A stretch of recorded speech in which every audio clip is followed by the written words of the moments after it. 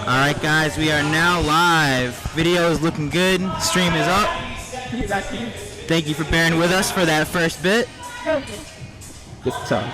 Get the first heat up right now.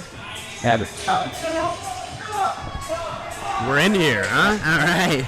We are in here.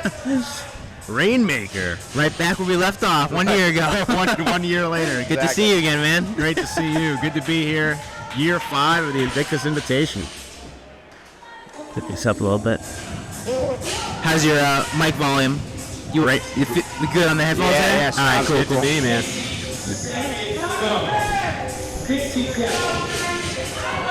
So this workout, It's looking good. Yeah, it's looking good. This workout, we got 7 minutes, 9 deadlifts, 275, 185, 27 crossover singles, 3 wall climbs. Once they get through this, which they're nearing the end of this AMRAP, they're going to have a 1 minute rest, and then they're going into 40 burpee box jump overs for time with a 4 minute time count.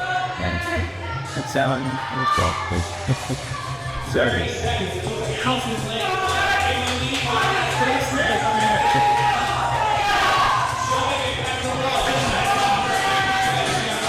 We have the last 20 seconds of this AMRAP coming up. People trying to get a few more reps in. Testing.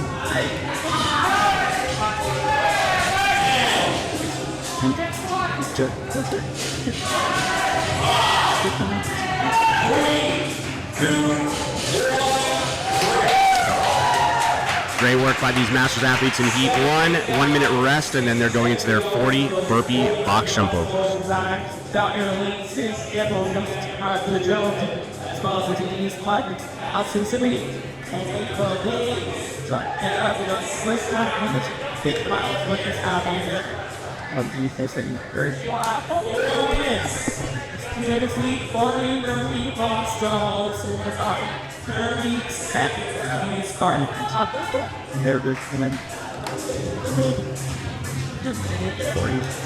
Bring us the whole of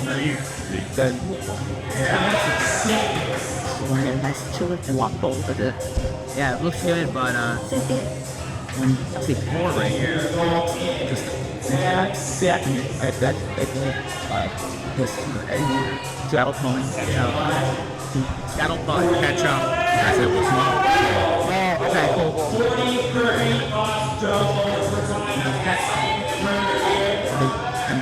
This too.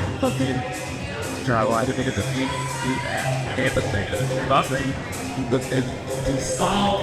Working through their 40 burpee box jump overs. Nasty combination of movements.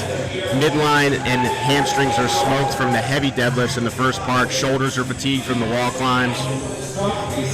And now they have their 40 burpee box jump overs immediately following that first section. Brief 1 minute rest, which as we know is not really much time to recover from any of it.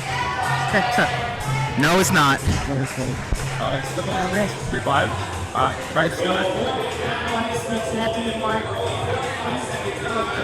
Now these athletes have a 4 minute time cap to get through this work. This is our first heat of the day. This is our Masters division, which is a new addition this year. In lane 4, Arnold Sevilla is a name you'll recognize from the very first Invictus Boston Invitational, now competing in the Masters division today in year 5. Yes, they're the type of pieces. The man himself, Bern Prince, on the floor cheering on the athletes. You can see him in the background. Man, the energy for this time of day is hype. It's insane. You would think it's like 1 p.m. It's 6:51 right now. The crowd is packed. There was a parking lot attended when I showed up. Yep. Unbelievable. People are ready to go. Great pace on these burpees from the athletes in Heat 1. Setting the tone for the day.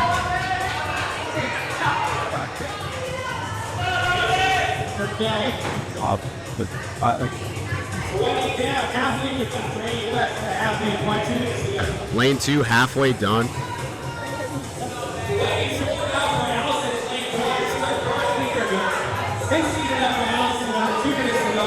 So again, in this heat all the way to the right on the screen is lane 1, Allison Samini. We have Amy West. We have Megan Ellis. We have Arnie Sevilla. We have Avik. And we have, I'm sorry in advance if I get this name wrong, we have Afiolua. Amy West, a repeat past few years, right? Yeah, it's been a household name at the Invictus Invitational for many years. Same with Arnie Sevilla, as you mentioned.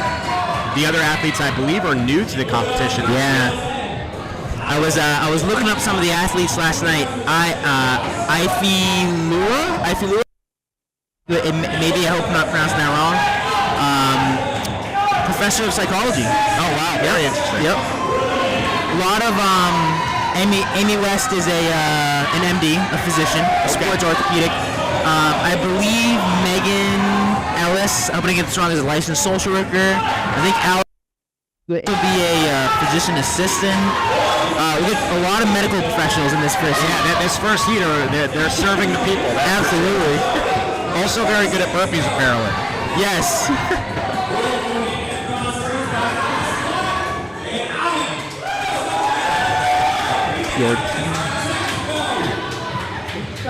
Looks like we have a couple athletes nearing the finish here.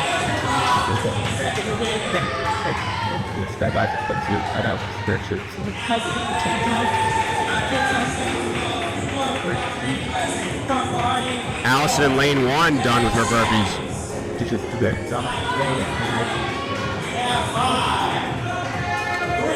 Allison age group quarterfinals 2023-2024, semifinals in the women 40 to 44 in 2024 this year. Wow. And 176th place finish. That's solid. That's big. Top 200 for Masters is no joke, especially now. Right? Yeah. That 40 to 44 is competitive. Very competitive.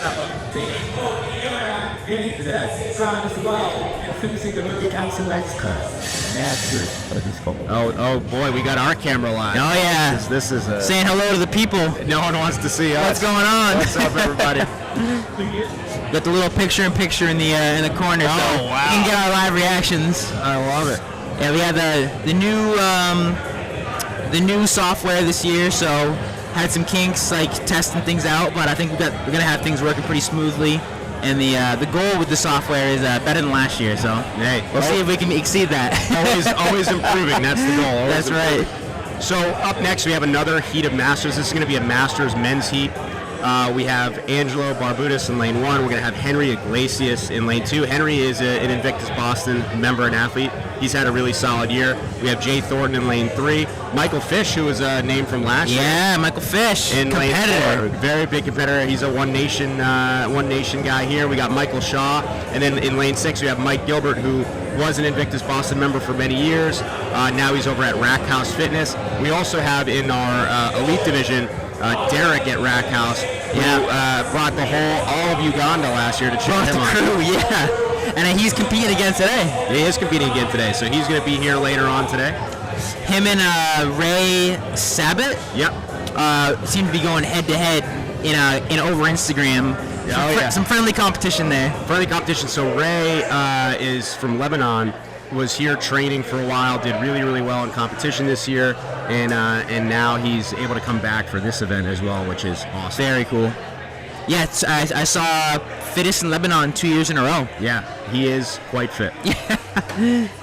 Well, that's okay. That is somehow you so I figure out as a in the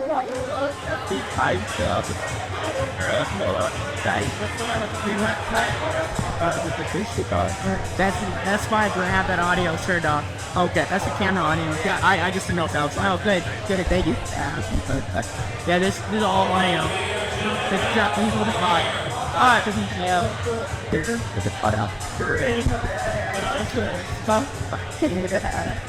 What? Bern, man of the people, bringing waters over so that we can keep talking and annoying everybody on the stream. Absolutely.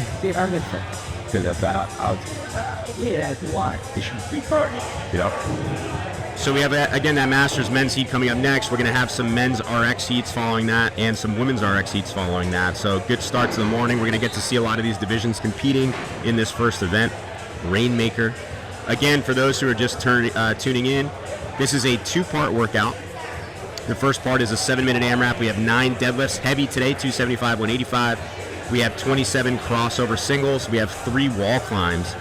After that, they're going to get a 1-minute rest, and then it's 40 burpee box jump overs for time with a 4-minute cap. Last heat, we only had 1 finisher, and that was Allison in lane 1. So we had some people who were close within 5 reps, but the only one to finish was lane 1 last heat.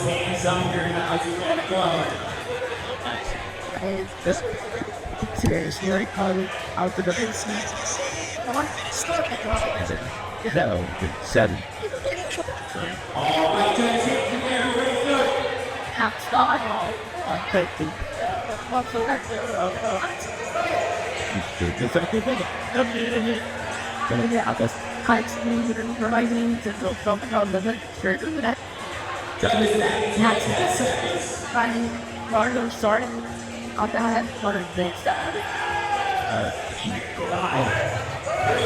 Heat 2 starting out here.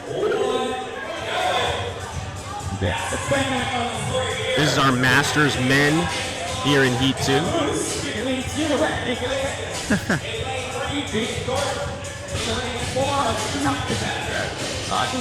So again, lane 1, Angelo Barbudas. Lane 2, Henry Iglesias. Lane 3, Jay Thornton. And lane 4, we have Michael Fish. Lane 5, another Michael, but Michael Shaw. And then in lane 6, Mike Gilbert, who is also actually Michael. So we have 3 Michaels side by side in our Masters men's heat. Mike, and Sounds like a sitcom. Yeah. I guess we'll find out who the fittest Mike is today.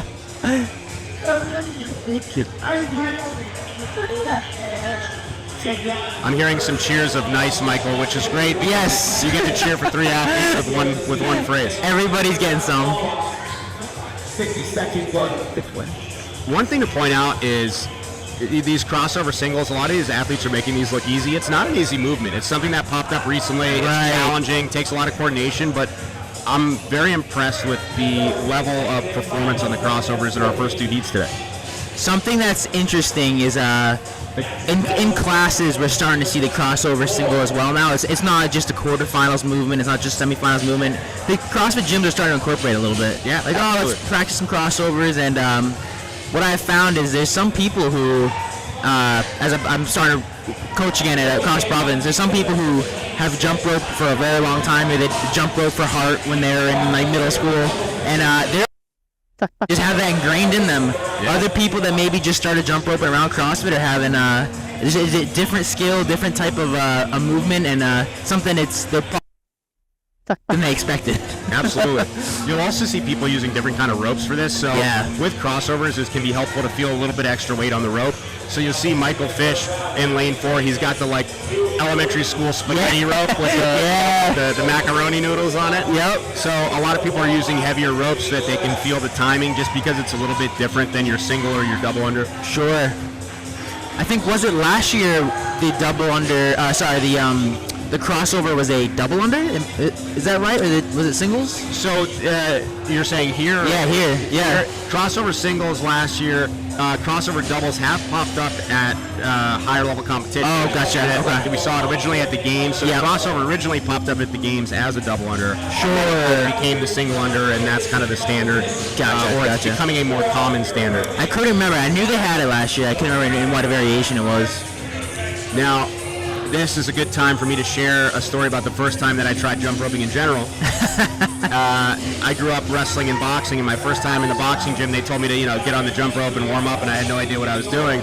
And I proceeded to trip over the rope and fall into the ring stairs on day 1 at the gym. Oh. Is that at Back Bay? No, that's just in my hometown in New Hampshire. Gotcha. Oh, okay. I tell everybody, don't be embarrassed about learning how to jump rope, because it probably won't be as bad as my first time. Fair enough. These athletes work it through in our second heat of the day, our Masters men's heat. Again, just to point out, that deadlift is not light, and it is early in the morning. Yes. Yeah, athletes got here.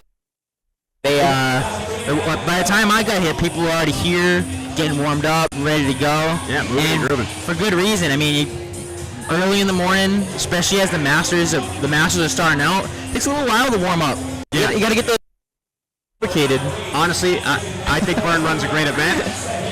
I don't know if putting the Masters with heavy deadlift as the first heat of the day was the right move. Definitely a test. Definitely a test. As this season I'll be a newly anointed Masters, Hey! and I know that I need a lot more time than this to warm up for a deadlift. If this was you coming into today, what time would you arrive, knowing that, let's say you had to start at 6:45? Ooh, that's tough. I try to give myself at least an hour. I'd probably be here an hour before. So 5:45 show up. Yeah, especially like a 275 deadlift in the morning. What you don't want to do, and we actually saw this last year with some athletes. There was a really heavy deadlift in one of the events last year. We saw the effects of the day and the effects of that weight on a lot of people. You just, even if you feel more or less okay, you just want to make sure you give yourself time to build up to that weight, because you don't want the first event to cost you the rest of the day. Sure. No, it makes. I think it's smart. I really like this workout. I think it's a great workout. There's a lot of elements here at play. Yeah. Obviously, the heavy deadlift is going to affect even just the wall climbs, bracing for getting up there. It's the shoulder fatigue from the crossovers and the wall climbs. Now that's going to affect part 2 with the burpee box jumps. It's a really smart workout, but again, definitely need some time to warm up for it. Absolutely. Say again?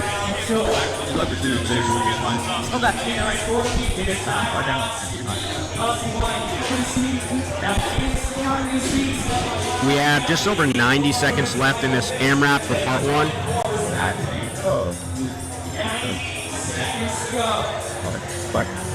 It's looking like Jay Thornton just blazing through those crossovers. So for anybody who may be learning crossovers at your gym, or if you see this live stream and you want to give it a try, what you want to think about doing is you need to match your hand position from your regular jump rope when you go to crossover. So the big issue with a lot of people is they don't reach over far enough, because you have to think about replacing your hands, right? So your regular jump rope grip is likely a little bit out away from your body. So when you go to crossover, you have to try to reach for that same. Right, that can lead to people tripping who are learning the skill if they're not getting those arms across far enough. Absolutely. Somebody sent this to me actually a few days ago. And a member sent me a video. A guy just broke the world record for double unders. Oh, really? With 8. Well, I guess would that be a quadruple under? We get 8 passes. Really deep squat. 8 times around. That's very impressive. Yeah. What I noticed from the video too, kind of off topic, but you'd almost expect things to kind of look really, really slow from an arm movement with that many passes, but his arms stayed in incredibly tight. So that's something for people who are frustrated double unders. Keep those arms in tight. Give them to the side.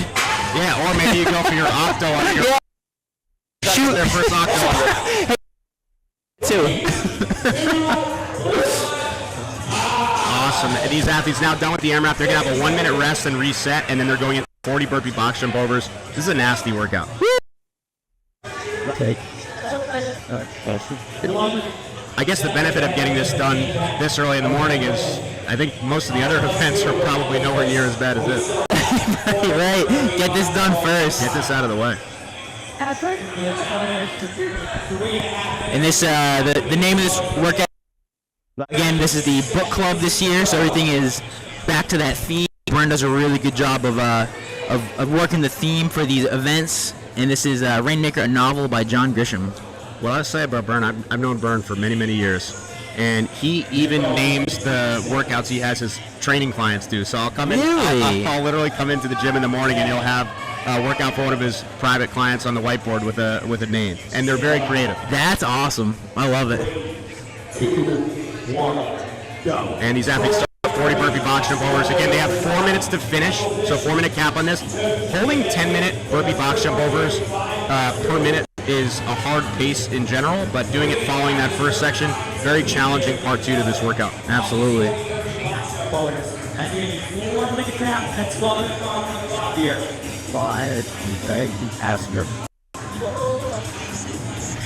The most effective athletes here are going to find a nice, steady, consistent rhythm. So if you look at Michael Fish in lane 4 with that blue tank top, he's basically taking the same amount of time on every rep. He's breathing. He's got a cadence where he's dropping down. He's stepping up, stepping in, jumping, stepping over. So if you count his reps, you could really count them with a metronome. And that's kind of the in my opinion, the way to be most effective on this. You don't want to necessarily start out hot and slow down a lot. You want to be able to keep that steady rhythm.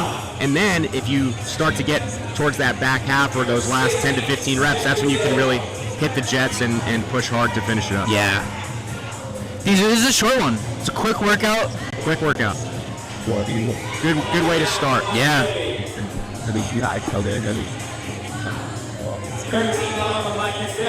See how it felt. It's nice. Their attendance. Now he's too supposed to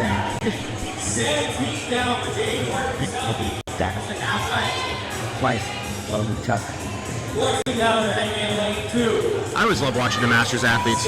You know, it's one of those things where I don't want to say it's easy to stay fit when you're an elite level competitor or when your job is to work out, right? There's nothing easy about that, but there's something to be said for when you have a family, when you have a career, when you're, later in life, when you have a lot of other things competing for your time. Just to be able to prioritize fitness at a high level is really impressive. Absolutely. When people say they don't have time to work out, look at the Masters athletes, right? You got to make time, you got to build your life around it, and fitness and health and wellness is very obviously a lifestyle, an intentional lifestyle for Masters athletes. Yeah. So just to give a shout out to Henry Iglesias, lane 2, again, an Invictus Boston athlete. He has had a tremendous year, really taking things more seriously, working on mechanics, working on movement quality. He's put a lot of hours in at the gym. He's been paying attention to a lot of the details outside of the gym, and he's just had a really solid year of progress. So shout out to Henry.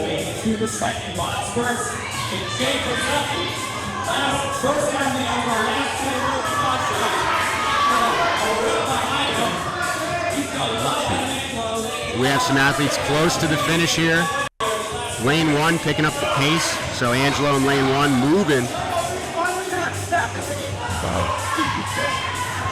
Jay Thornton in lane 3 picking up his pace a little bit.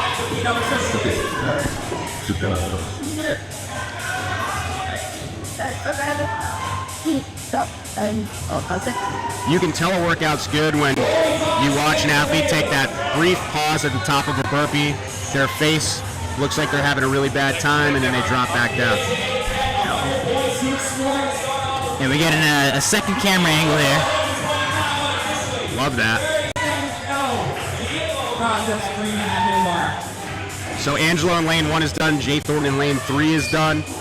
We have under 30 seconds left for these athletes to finish up.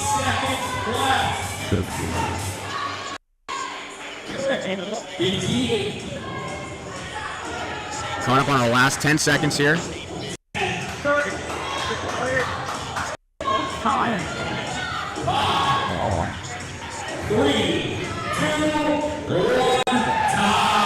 And Masters men heat 2 of the day is done. We had 2 athletes in that heat finish. First heat, we had just lane 1, Allison Samini finish. In this last heat, we had Angelo in lane 1 and Jay in lane 3. So only 2 finishes so far.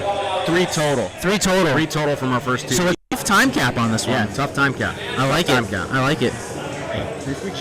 Again, tough if you're fresh. Yes. Tougher still if you've done 7 minutes of heavy deadlifts, crossovers, and wall climbs. Absolutely.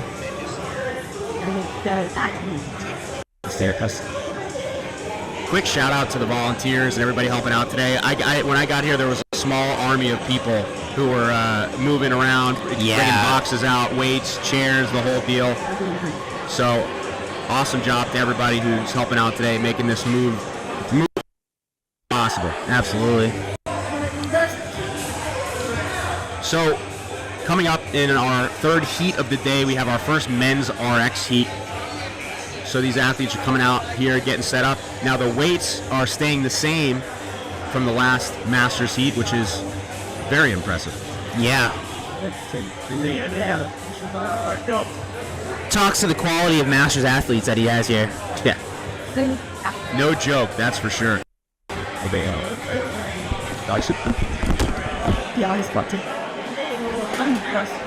That's start. Good. Knock it over my chair.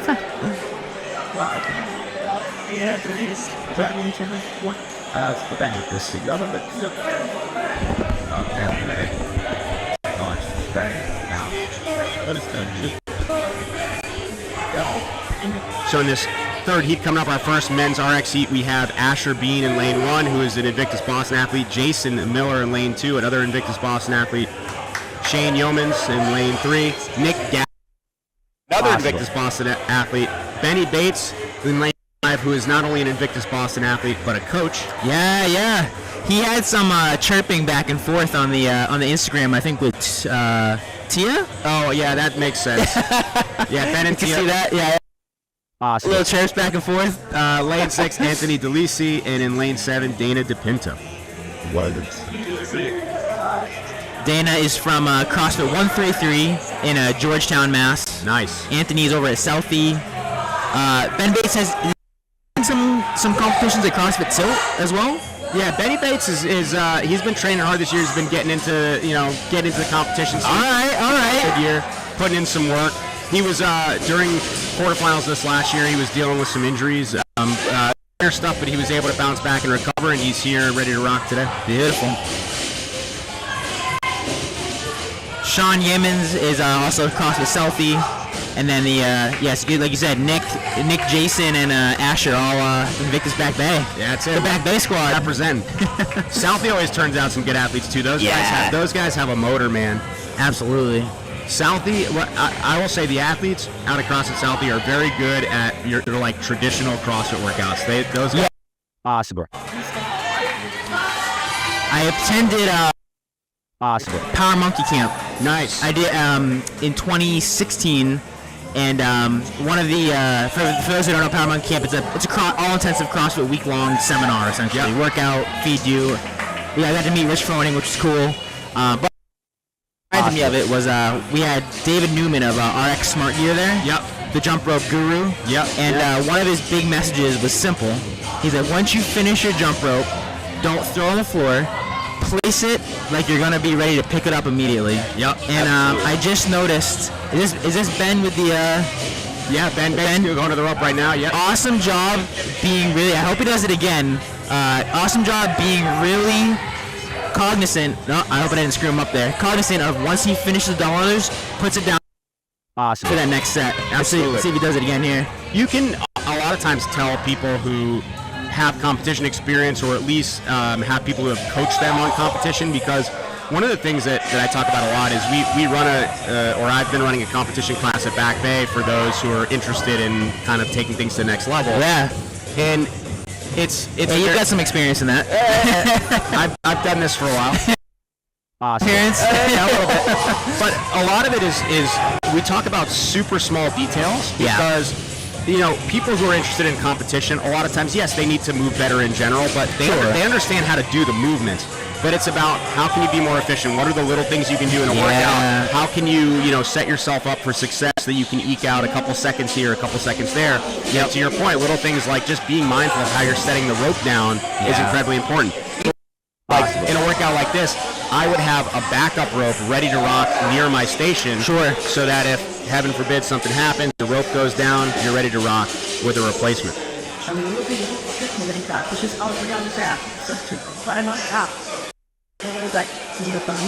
One thing I will say to shout out Jason Miller Lane too is he had basically spent the entire season this last year being unallowed to use a 50-pound dumbbell. So anytime there were dumbbells in workouts, he always used the 70. So he used like heavy dumbbell for snatches, for step-ups, for anything.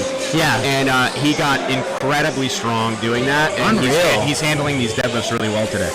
Shout out to my buddy Tim Ferrari. Awesome. From 2020 to 2021 during COVID, his only equipment was a box. Awesome. I love it. And he just got down and did.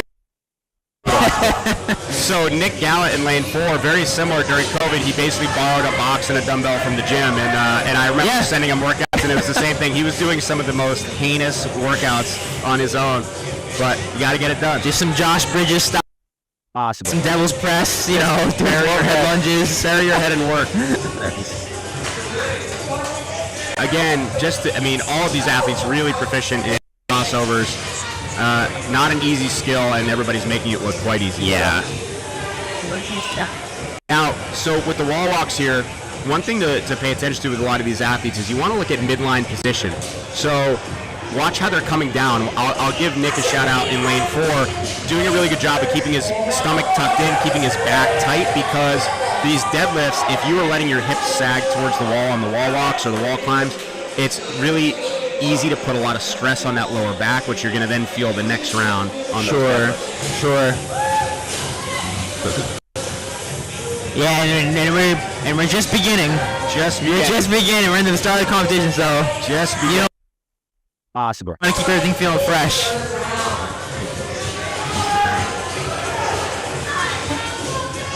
Nice. We are coming up on about our last 2 minutes of this AMRAP. Again, 7-minute AMRAP, 1 minute rest, and then the athletes will reset for their 40 burpee box jump overs.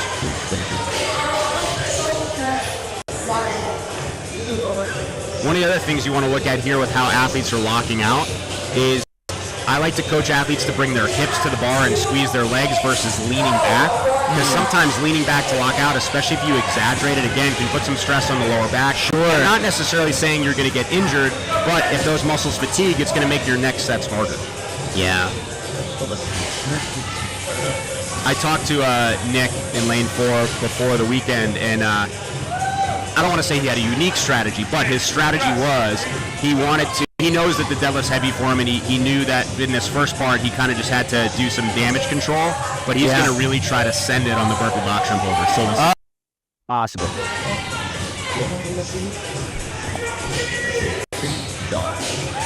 Well, possible.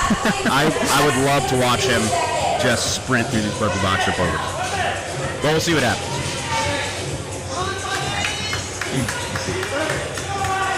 Asher in lane 1, powering through those deadlifts. Good speed there. A lot of athletes on the wall right now. Under a minute left in this AMRAP.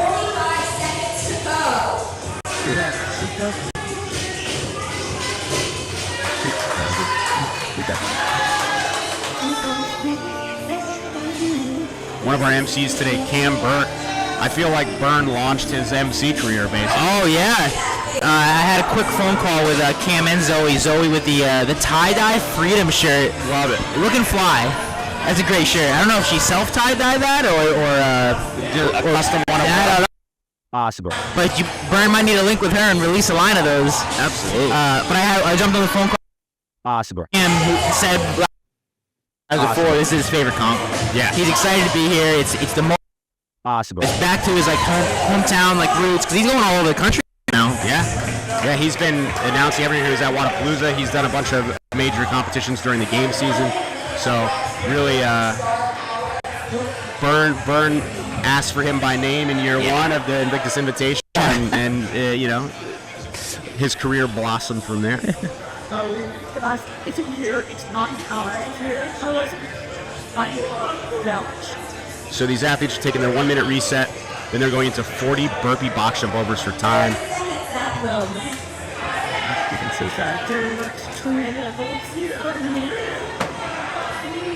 lot of these athletes breathing heavy going into this. They were pushing hard on that first part. Now they just got to finish strong on these 40 reps. Again, I'm watching Nick in lane 4. I really hope he sends it. I want to see some speed here. He's got the cutoff shirt. Oh yeah. Ooh, that's a no rep from the judge. Yeah, he got a no rep. He jumped the gun a little bit on that one. He was a little too excited. Yeah, he can't have sleeves impeding burpee speed here. So he is moving. Yeah. Actually, I don't know if it was an official no rep. The judge shook his head as in be careful, be careful. I don't know if he gave him a little leniency there, a little warning, but he was excited. He was excited. He got a little excited. It's an exciting day. You know? Yes.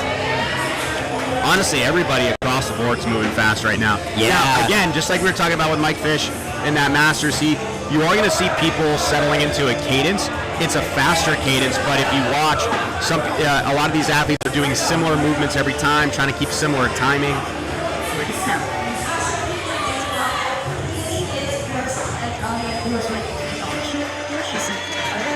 Deadlifts and box jumps are like a classic nasty combination. I remember There was a deadlift box, some heavy deadlift box jump workout at regionals way back in the day.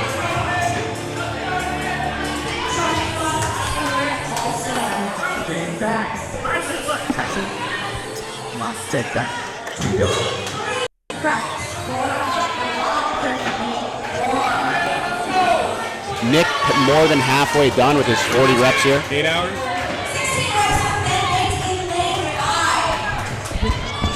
So, and then like it's gonna be choppy on the live end. It looks, the quality looks good, but it'll stop. Stop.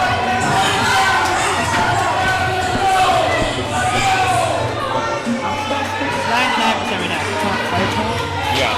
But I'm trying to look up on how to solve that. It's something, I forget exactly how it works. It's something along the lines of, you'll store it up, you can press the target, and as the back goes up.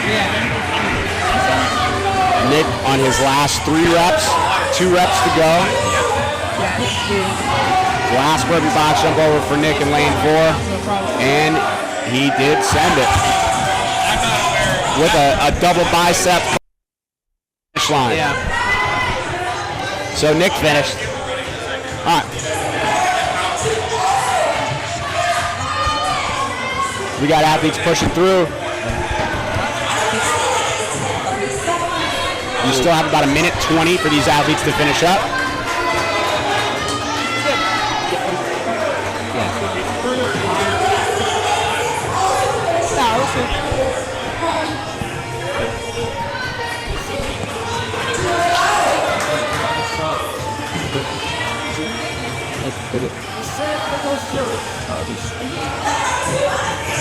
The other thing that's happening visually is the athletes are using 2 different boxes, so you can kind of get a sense of when they're at that halfway point. So when the athletes transition boxes, they're on their last half of the workout. That's a nice touch. Wants to make the workouts fun for the athletes, a good test, but also something that the crowd can see what's. Oh, we got a man down. Yeah, a little spill in is that lane 2? Yeah, no, that's Dana, lane 7. Oh, lane 7.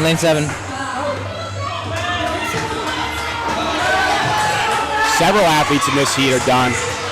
RX men coming to play today. Benny Bates, lane 5, chipping away.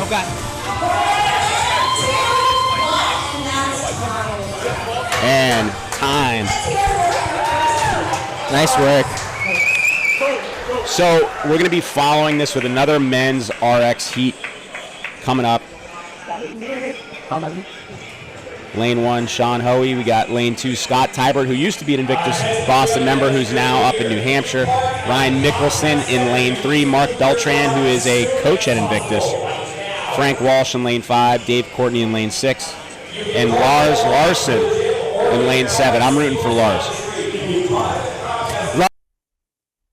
Yeah, that does not surprise me at all. I couldn't find out. Is he an Invictus Boston guy? No, but I love the name, and I'm cheering for him for the rest of the day. I couldn't find a lot of information on him. I searched his name into the CrossFit database, and the only guy I found with that name, I think is I think he's out or something like that. So I don't know if it's the same guy, but a twin. His twin is from Denmark anyway. We can pretend for the purposes of the screen that that's him.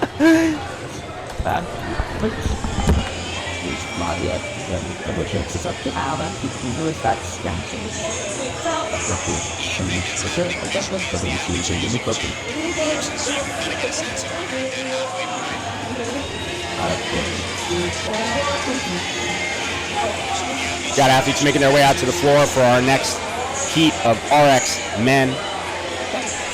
Full heat of 7 athletes here.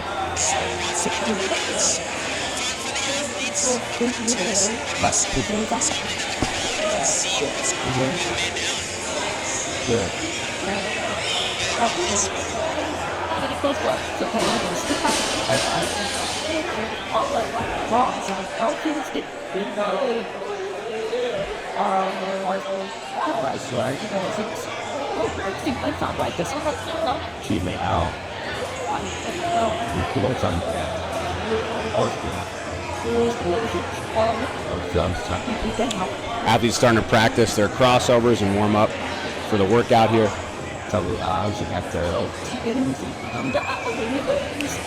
So for our schedule today, we have this next heat of RX men. We're going to follow that with a final RX men's heat, and then after that, I believe we're going into our elite men to start the day for them in this first event. We're going to have 5 heats of competition done before 8 a.m., which is quite impressive.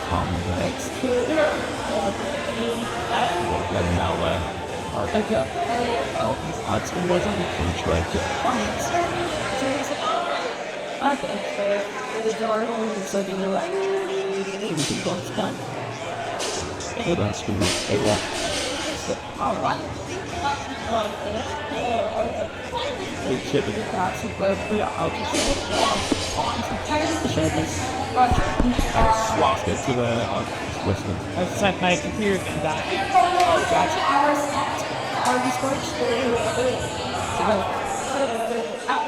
You have a charger though? Yeah. I just ran out of plug. And this might fit here.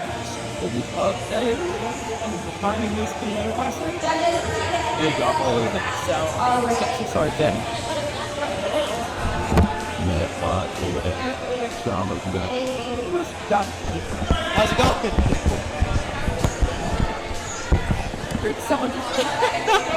That's good. Judges' hands in the air. Our next heat is ready. RX men, heat 2. Sean Hoey in lane 1, Scott Tibert lane 2, Ryan Mickelson in lane 3, Mark Beltran in lane 4, Frank Walsh in lane 5, Dave Courtney in lane 6, and my dude Lars Larson in lane 7. Let's go, Lars. Looks like he's at a CrossFit CrossFit Boston guy, yep. May or may not be from Denmark, but maybe. We'll see. Probably not. Sean Hoy, Chips Ahoy in lane number 1 is a, where is he out of? Southie. Lost 100 pounds. oh wow, 100-pound loss. unbelievable. Yeah. And now he looks jacked. Yeah. Sorry. I take that back. He competed at the Southie Showdown. He's from CrossFit 617. Gotcha. CrossFit 617. For a second, it looked like he was going for a crossover double under. Yeah. And I think the judge had to remind him it was only a single.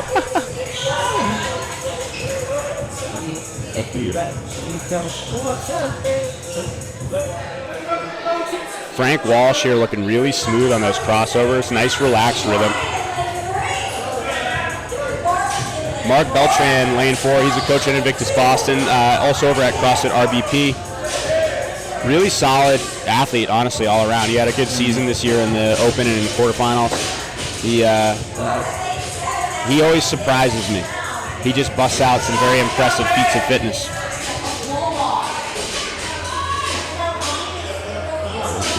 Ryan Mickelson, lane 3, looking really good on those crossover singles. And Scott in lane 2, his last set of crossovers looked great.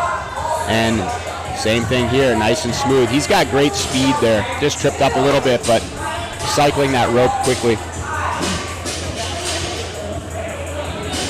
Dave Courtney in lane 6. He's been a competitor for quite a while. Yeah, he competed definitely last year at the IBI. Yeah. Maybe the year before as well. He may have. I mean, and he's been on the competition circuit in general for a while. Yeah. Obviously, solid athlete.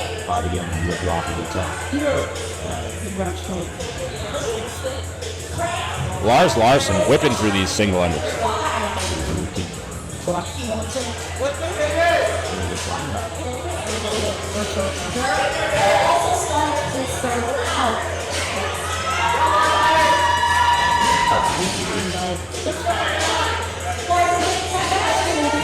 So Dave Courtney out of CrossFit Boston, qualified for quarterfinals this last year, ended up almost cracking the top 1,000 worldwide, which is very wow.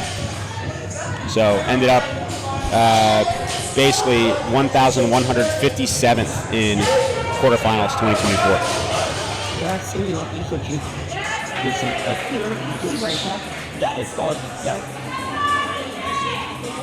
This competition always brings out some pretty incredible athletes. Yeah, we have, especially, I mean, for top tier, we have some big athletes coming out for the elites later. Yeah, absolutely. Several semifinals athletes. I think there's a couple games athletes in there, a couple games team athletes. Yeah. This deadlift's starting to catch up to some of these athletes. Again, this is not a lightweight.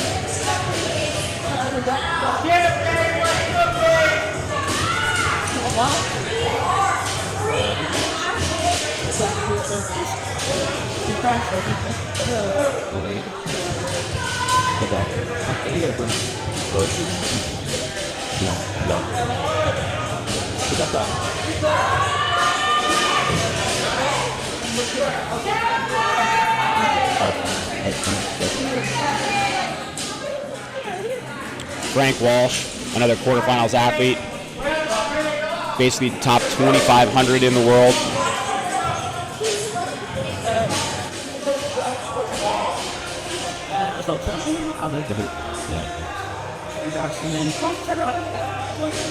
Mark Beltran, lane 4, doing some touch and go deadlifts. Round 1, a lot of these athletes opened up with big touch and go sets, and now we're starting to see some singles or some smaller sets, more frequent breaks. But Dave Courtney, lane 6, still making short work of that deadlift. Love the short, too. The zebra print. Oh yeah, Rocking them. he'll be easy to identify for the rest of the day. Yes.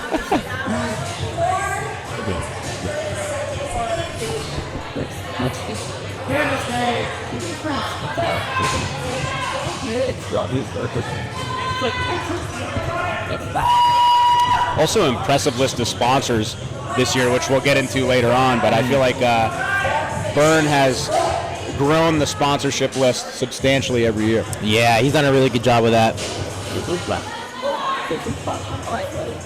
These athletes are in their last 2 minutes of work on this AMRAP. A lot of people breathing heavy now.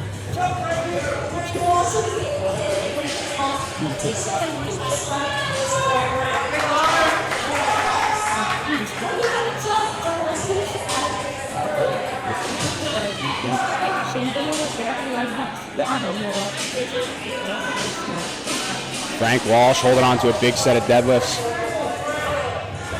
Scott Tibert in lane 2 looking smooth on those crossovers. Ryan Mickelson, good speed on the crossovers in lane 3. Sean Hoy back on the jump rope. One thing you'll notice about Sean's crossovers versus Scott or Ryan's, Sean's got a really big sweeping motion in the arms.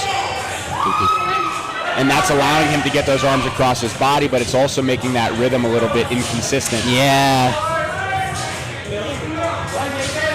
Whereas if you look at Mark Beltran in lane 4, he's keeping those hands tight to the waist when he crosses over, so it's a little bit more controlled. I think you see that a lot with the crossovers, that technique. It's a new move, and I think a lot of people have a couple things to kind of tune up and get used to. Frank Walsh in lane 5 doing a good job of setting that rope down like you were talking about earlier. Yeah. Shout out Dave Newman, RX Smart Gear. That's it. The legend. Short time. Getting down. Last 10 seconds. Lars looking really good with the crossovers. Well, if he is, in fact, a skier. Good coordination. Denmark. Shout out a skier from Denmark. Shout out Lars. I think. Oh, he's upset with that one. He threw the hat down. Hat toss. Did not like that. I think he wanted to finish. Tops are off. Overall, I mean the humidity in the gym doesn't seem as bad as last year. It was a bit more humid. At least to start, yeah. At least so far. Heat is, I feel like, probably pretty similar. Yeah. It's toasty in here. It's toasty, Yeah. but it's definitely, I'm glad that it's today and not earlier in the week when it was like 95 degrees. Yeah. Oh, absolutely. Yesterday was scorcher. Yeah. Day before, scorcher. Yeah, this week was tough on the AC. Yes. These athletes, again, have 1 minute to reset, and then they're going into their 40 burpee box jump overs for time. I'm still very impressed at the energy in the crowd at 7:37 in the morning. Oh, man. People are cheering. They're getting after it. The crowd has continued to grow over the last hour. I love it. I still can't believe every seat was filled at 6:30. Yeah. For the no first empty match. seats. Hey, if you want to get a front row seat, you got to show up at 5 a.m. It's like the dads at the pool on vacation at the resort, like putting the towels out at 6 in the morning. Yep, claiming it. Good speed from these athletes so far.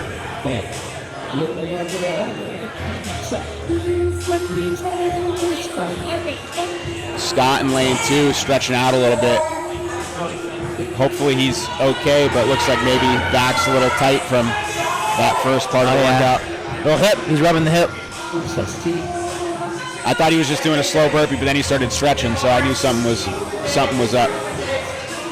He's I think he's opting out of this. That's tough. He's a repeat IBI guy. Scott Tibert. Great athlete too. He did really well on the first part. Hopefully he's okay for the rest of the day. A smart move by him. Like, you know, it's like the long day ahead. No reason to. Did good on the first workout. Got some reps in the second. Stomach's not feeling good. Cut your losses and see if you can recover for later on in the day. Yeah, take some time, mobilize. You know, use the time between events to hopefully recover and get ready to rock and roll.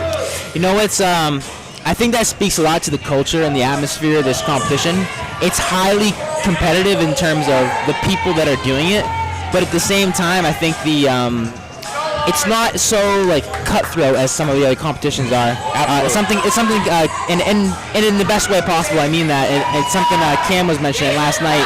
Other comps, smaller comps, even will you have people arguing with refs. You have people getting chippy with each other, and that doesn't happen here. No, I think not at all. It's a big shout out to Bern for putting together a culture that everybody's on the same page. Absolutely, and I think we saw that last year with a lot of the athletes we talked to, where they said, a lot of them said it's their favorite competition specifically because of that, right? Like, it's a very collaborative environment, a very supportive environment. Yeah. And to your point, it's high-level competition. People are pushing themselves. Right. But it's also very encouraging for the athletes. Lars Larson on his second. Lars move. 20. Let's go. Crowd's getting loud. 20. 20. Lars also got cupped for this event. He's got I saw that. 20. Now the tarps are off. We can see. Get the battle wounds. Yeah, there was an almost universal shirt-off policy going into the burpee box jump over.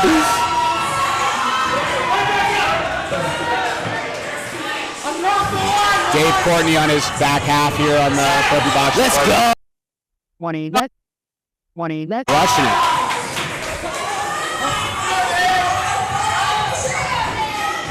We almost gave him a hug after that finish.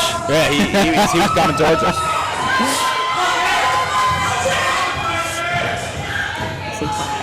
Dave Courtney in lane 6 chipping away. Mark Beltran in lane 4 picking up the speed. That was Ryan. Nice. Beltran to finish. I'm sorry, Frank Walsh just finished. Beltran just finished. We got Ryan Nicholson laying against his box right now. He's done. Ryan Nicholson, 20. Clark University. Nice. Mark Beltran, wrestler. And Mark Beltran wasn't just a wrestler. Mark Beltran was training to become a professional wrestler. Really? WWE style. Oh yeah. Like we're talking hard. 20. Yeah, he's done promos. He's done the whole deal. We got to get him to do a pro wrestling promo on the live stream at some point. Man. I would love to see his pro wrestling persona talking trash about the competition. So we'll hopefully I love make that. happen later. Yeah. Little promo action. Solid. Great work. 20. Frank Walsh, a big High Rocks Deca sparring competitor. Nice. Oh, a triple decker. And CrossFit. High Rocks has blown up this year. Yeah. And you're seeing a lot of crossover between High Rocks and CrossFit athletes. You know, people interested in both. It's some people are, it's a competitive sport. No, it's good for both sports. We're getting really, really high level people I mean, you saw it with Hunter McIntyre, you know, doing some crossover stuff. You're seeing it with I'm gonna blank on the names, but a couple of high-level CrossFitters going into High Rock. So really putting a spotlight on both sports, which is Absolutely. Cool. Fun fact: Invictus Boston is a High Rocks affiliate. Oh, okay. So we're an official High Rocks facility. Nice. So if you're listening to this and you want a High Rocks, come hang out. Let's go. MC Cam getting back on the mic here for the crowd. Love it. So we have our last men's RX heat coming up now. In lane 1, we have Connor Altier. Lane 2, Connor Hall. So both Connors from Invictus Back Bay. They're going to be going next to each other. Henry Morales in lane 3. We got Matt Harkins in lane 4. Jimmy Zeffler in lane 5, Justin Horine in lane 6, and Joe Adamek, who's also a Invictus member over at Fenway in lane 7. He'll be right in front of us. He'll be right in front of us. I'll tell you something about Joe. Massive engine on this guy. Yeah. So in the Open this year, he smashed the deadlift row double under workout. So solid deadlifter, really good on the jump rope. So hopefully that'll carry over to this workout, even though it's a little bit heavier. Connor Hall in lane 2 with his signature headband. Just said follow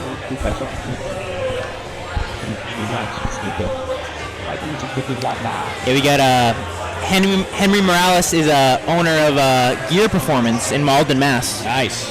CrossFit. I don't know if it's an affiliate, but I did a little research on it. It looks like a CrossFit style gym anyway. That's where he trains out of. Whatever he's doing is working because he's here competing in the RX division. Absolutely. Matt Harkins is over at CrossFit Hooked in Connecticut. Nice. Jimmy and Justin are over at CrossFit Southie. Southie representing today. Yeah. Shout out CrossFit South. And like you said, Connor, and Joe over at Invictus Boston. All three Back Bay. So Connor and Connor work out next to each other basically every day. So maybe fitting Bern put them in lanes 1 and 2 next to each other. Exactly. So Bern put them next to each other. It's just like another day in the gym. Joe also like you mentioned, big engine on him. Did some marathons. Yeah. So He's makes sense. Quite an endurance athlete, and like very impressively so. Did really well overall in the opening quarterfinal season this year. It definitely has been taking his training seriously and doing a lot of the little things. So it's cool to see him competing here today. Jimmy over at CrossFit Southie, Bern shouted him out on the Instagram feed. Big Buffalo Bills fan. Okay. And hockey player, and he was catching some heat. He was getting some chirps from some probably some friends in the comments saying, he rode the bench. He rode the bench. So some friendly chirps. Yeah, okay. Great friends you have there, Jim. That's right. I just want to point out that Matt Harkins is massive. He's a big boy. His head's almost hitting the pull-up bar. So the height is definitely going to be helpful for him in the box jump. A taller athlete, typically a little bit of box jump. Burpee, probably not so much. Probably not so much. But he's eating this deadlift for breakfast right now. And he's got the Hooks shirt on, representing his gym in Connecticut. I feel like Connecticut and shout out Rhode Island, your state, has produced a lot of really solid competitors. Yeah. I mean, you got Jason Layden down in Connecticut putting out quarterfinals, semifinals, games athletes for a long time now. Been in the game for a while. Yep, out across in Milford for sure. Across in Milford, you got in Rhode Island, you got Ocean State CrossFit, and now CrossFit 401, really. Yep. And Full Range, where Gabby Hetchman trains. So three big competitor gyms. And Full Range, you had Jake Marconi as an individual who's now working with Matt Frazier, training athletes for Hard Work Pays Off.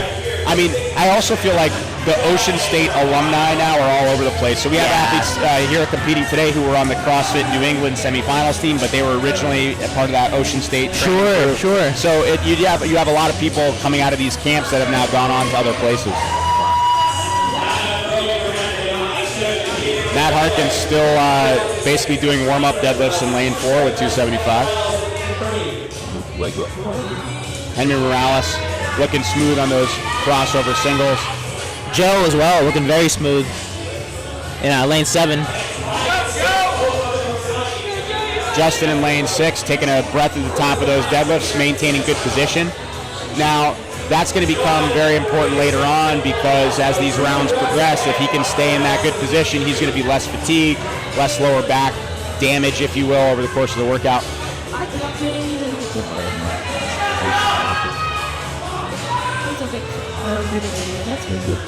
The Connor in lane 2 with the Cobra Kai style headband going on. Oh, the signature headband. That's when you. Oh yeah. That's when you know it's serious. Oh, gotta love that. Competition specific gear. Yeah. Oh yeah. Who was it? Last year. I think another Invictus guy. I'm blanking on his name. Who wears the nose piece? Oh, it was Devin O'Neill. Devin O'Neill. Not out of Invictus, but he was competing out of Fit Factory at the time. Oh, okay. Yeah, for breathing, trying to get some airflow. Yeah, I like it. You don't see that much. No. Football players. No. Football players do. That's definitely one of his signatures, and it seems to be working for him. So yeah, you keep doing your thing. Yeah. I think it's almost I something that gains in popularity because it's a similar idea to the Airwave. Yeah. Getting more airflow. Absolutely. So I wonder if Airwave is smart, and I mean they can throw me a few dollars if they want to collab. But Airwave. If you want to release a signature nose piece, we can help you out. Maximizing airflow. Yeah, we'll promote it on the stream next year for you. Yeah.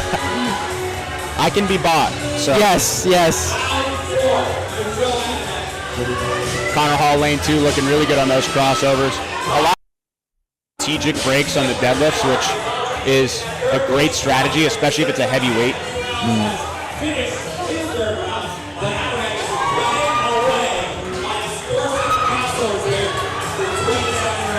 Henry Morales looking good on those deadlifts in lane 3. Again, watch these athletes' back positions on the wall climbs. You want to see them pulling that stomach in on the way down, not putting too much stress on the lower back or overarching. Honestly, so far, so good. Everybody's looking really solid. Joe in lane 7 just did his legs off the ground. So for the wall climb, the standard is, especially in the open and quarterfinals level, you need to make sure that both feet are off the ground before the hands move.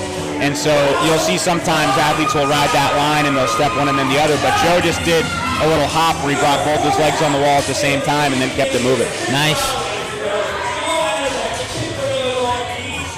Lane 1, Connor Altier doing that, kind of similar to last heat with Sean Hoy, where on those crossovers the arms are straightening out a little bit. He's bringing them a little bit out, and so that's costing him some efficiency and some rhythm, whereas if you look right now at Matt in lane 4, he's keeping those hands nice and close to his waist. Look at Connor Hall, lane 2, how smooth and relaxed he is on that jump rope. Connor's a very impressive athlete in that he's one of those 1 hour a day kind of guys. Yeah, who did really, really well in quarterfinals. And it speaks to what you can accomplish with just a CrossFit class if you stay consistent. Yeah.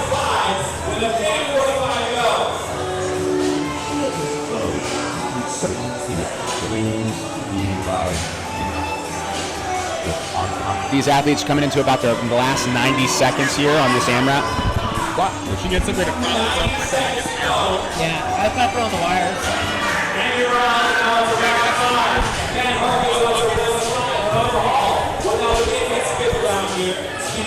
We have athletes working through their 5th round or finishing their 5th round right now. That's a blazing pace. It's a heavy deadlift. It is a heavy deadlift. Getting through 5 rounds of this, 5 and change of this in 7 minutes is moving. Let's go, Joe! Jimmy keeping really nice form on his deadlifts there, saving the back. Really strategic. Definitely looks like a heavy weight for him, but he's maintaining really good position. Yeah. Really nice position there. One of the things on deadlifts that I talk to athletes a lot about is it's almost always worth trying to hang on for at least 2 or 3, because the stretch shortening cycle, when you lower that bar because of the weight, your second and third rep is going to be way easier than the first. Sure. So sometimes people are doing single reps because it's heavy, but in reality, that's a lot harder than just maybe hanging on for that second rep or that third rep. I know, I've never heard that. It makes a lot of sense, and I really like that strategy. So it's almost always worth just taking a little extra rest, trying to hang on for 2 or 3 as opposed to just working those singles. It's just more efficient.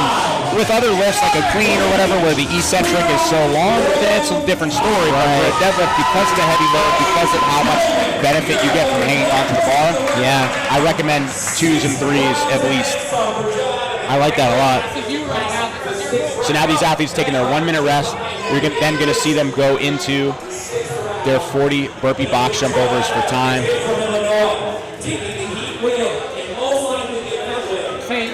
Look a little hard. Come on.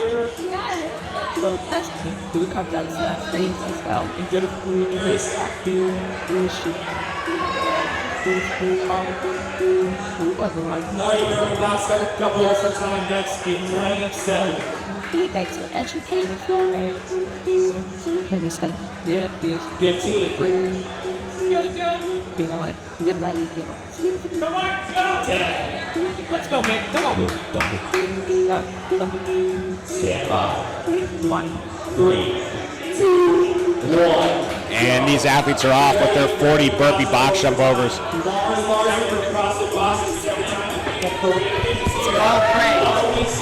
It's working. Lars Larson set the time to beat, my dude. These athletes are going to be chasing him down. Oh, interesting. Our cash just went way down. That's the technique of all. I mean, periodically when you press not the cash, it can move. That's been done. Yeah. And we know like watching teams. So you're right.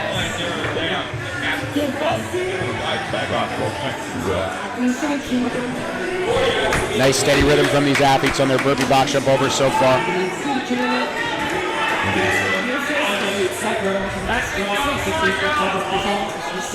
Connor Hall in lane 2. Every time he jumps for that burpee box jump over, the back of his headband flies in the air. And we got the full ripping now. Chris on the gimbal, so we're gonna get some up close and personal shots here. Love it.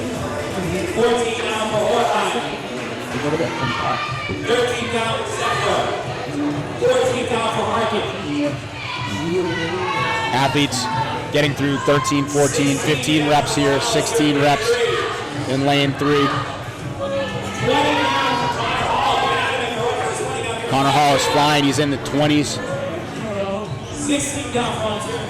Connor Altier in lane 1, 16 reps down, finishing 17 now.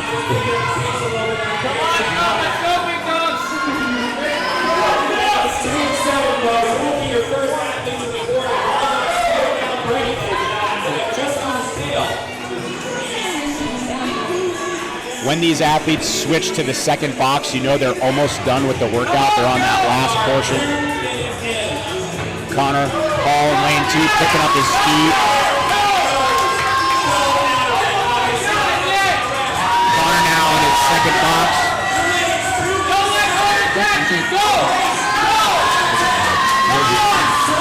Look at that speed in lane 2.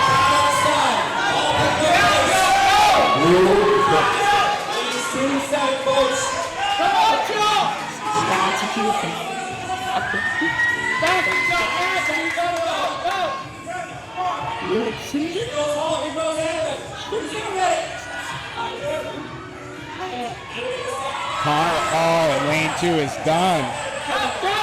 Oh, he's got one more. He's got one. Oh, nice. Joe had to cross the finish line. Joe crossed the finish line with his face.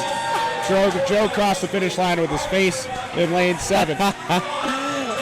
So when you see the athletes move to the second box, they're on their last 10 reps. So when they move to the second box, again, for those who are tuning in now, when they move to that second box, they're on their last 10 reps. Oh, God.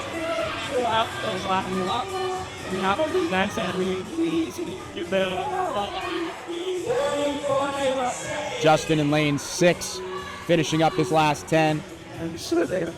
Jimmy in lane 5, finishing up his last 10. Same with Matt in lane 4. Henry Morales almost done. Connor Altier chipping away in lane 1.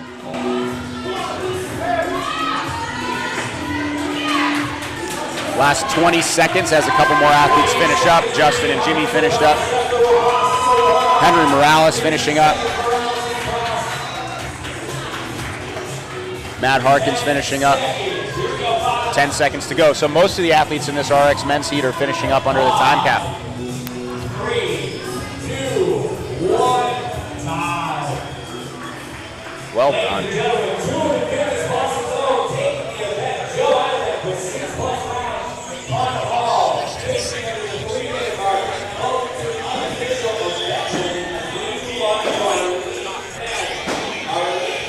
Elite men are going to be coming up next.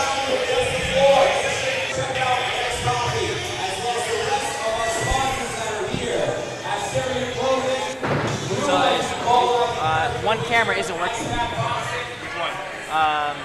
That one's working. It's the one, that one's not working. In the corner.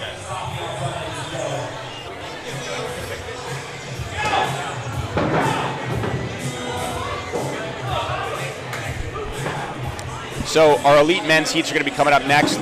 The weight on the deadlift is bumping up to 315, which is not light. Oh man, that's big boy weight. That is big boy weight. Big boy weight. Big boy weight for sure.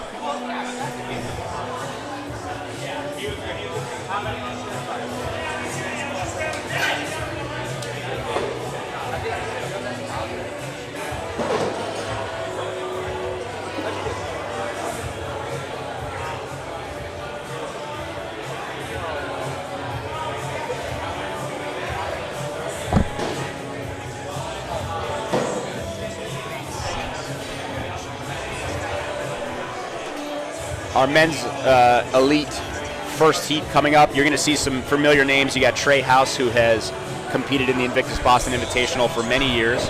You have Derrick from Uganda, the fittest in Uganda in lane 2. You have Ray Sabat in lane 3, fittest in Lebanon. So we got some global representation. Steve Ledogar in lane 4, who did compete last year. You got Logan June in lane 5. Max Aliev in lane 6, and Zach Alexander in lane 7.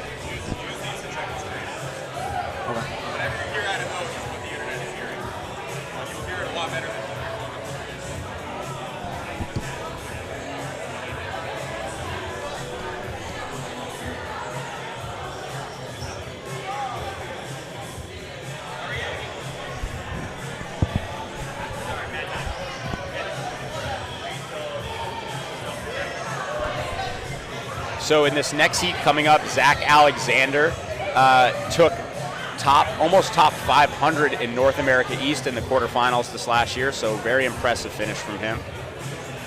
Again, we talked about Ray Sabat being the fittest in Lebanon, Derrick being the fittest in Uganda.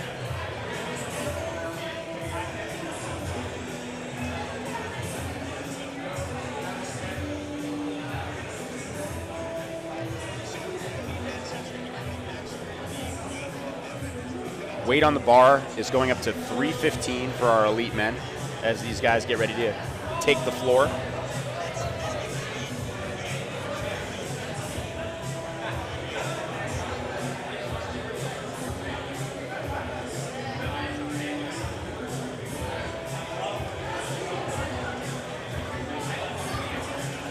Trey House, who's going to be in lane 1, has, I believe, competed every year at the Invictus Boston Invitational. Yeah, he's been a household name for sure. One of the founding athletes, has come back every year for the competition, which is great. He's fun to see. watch. Fun to watch, good energy. I yet to be determined if Derrick brought all of Uganda with him again this year, but last year the crowd was going crazy. Talk to me about, I know Bern talked about that on the podcast a little bit. I thought it was a funny little bit. He did. Basically, he was saying how people were pretty astonished on how how wild the crowd was when Derrick was here. They're like, oh, you don't usually see stuff like that at a CrossFit comp. Like, you know, people might get rowdy sometimes. People are pretty tame overall. And when Derrick was here, people were kind of taken aback, like, holy smokes, like his whole crew showed up and they went wild. Every single burpee cheering, every single, dumbbell snatch cheering, like loud, like getting really excited. And there was a decent volume workout, so it was a lot of like snatch, snatch, every rep they were going nuts. So it was cool, and it's something he was saying about that. He's like, people are like, what? That's so crazy, guys. He's like, listen, like, he is the fittest in Uganda. He's like as if Tom Brady was in New England throwing, like a touchdown pass. Like that's their Tom Brady. Like, he's the fittest in Uganda. So, they're obviously huge fans, and we're huge fans now as well. And he's fun to watch, and he brings the energy. He's fun to watch. He's a great guy. I did the first quarterfinals workout with him and Bern, actually, at Invictus. The one with the minute AMRAPs with the snatches and the step-ups in the row or whatever. And he just brings good energy every workout, man. He is a great, great guy. That's so awesome. Ray Sabat out of Lebanon, very impressive athlete. He had a really good season in general, and he had to go back home for a little bit. He was here training for a little bit. He and Derrick kind of trained together on a regular basis while he's been around. So it'll be cool to see them kind of going neck and neck here in this heat coming up. But in semifinals, Ray qualified for semifinals and ended up placing 37th at his semifinal.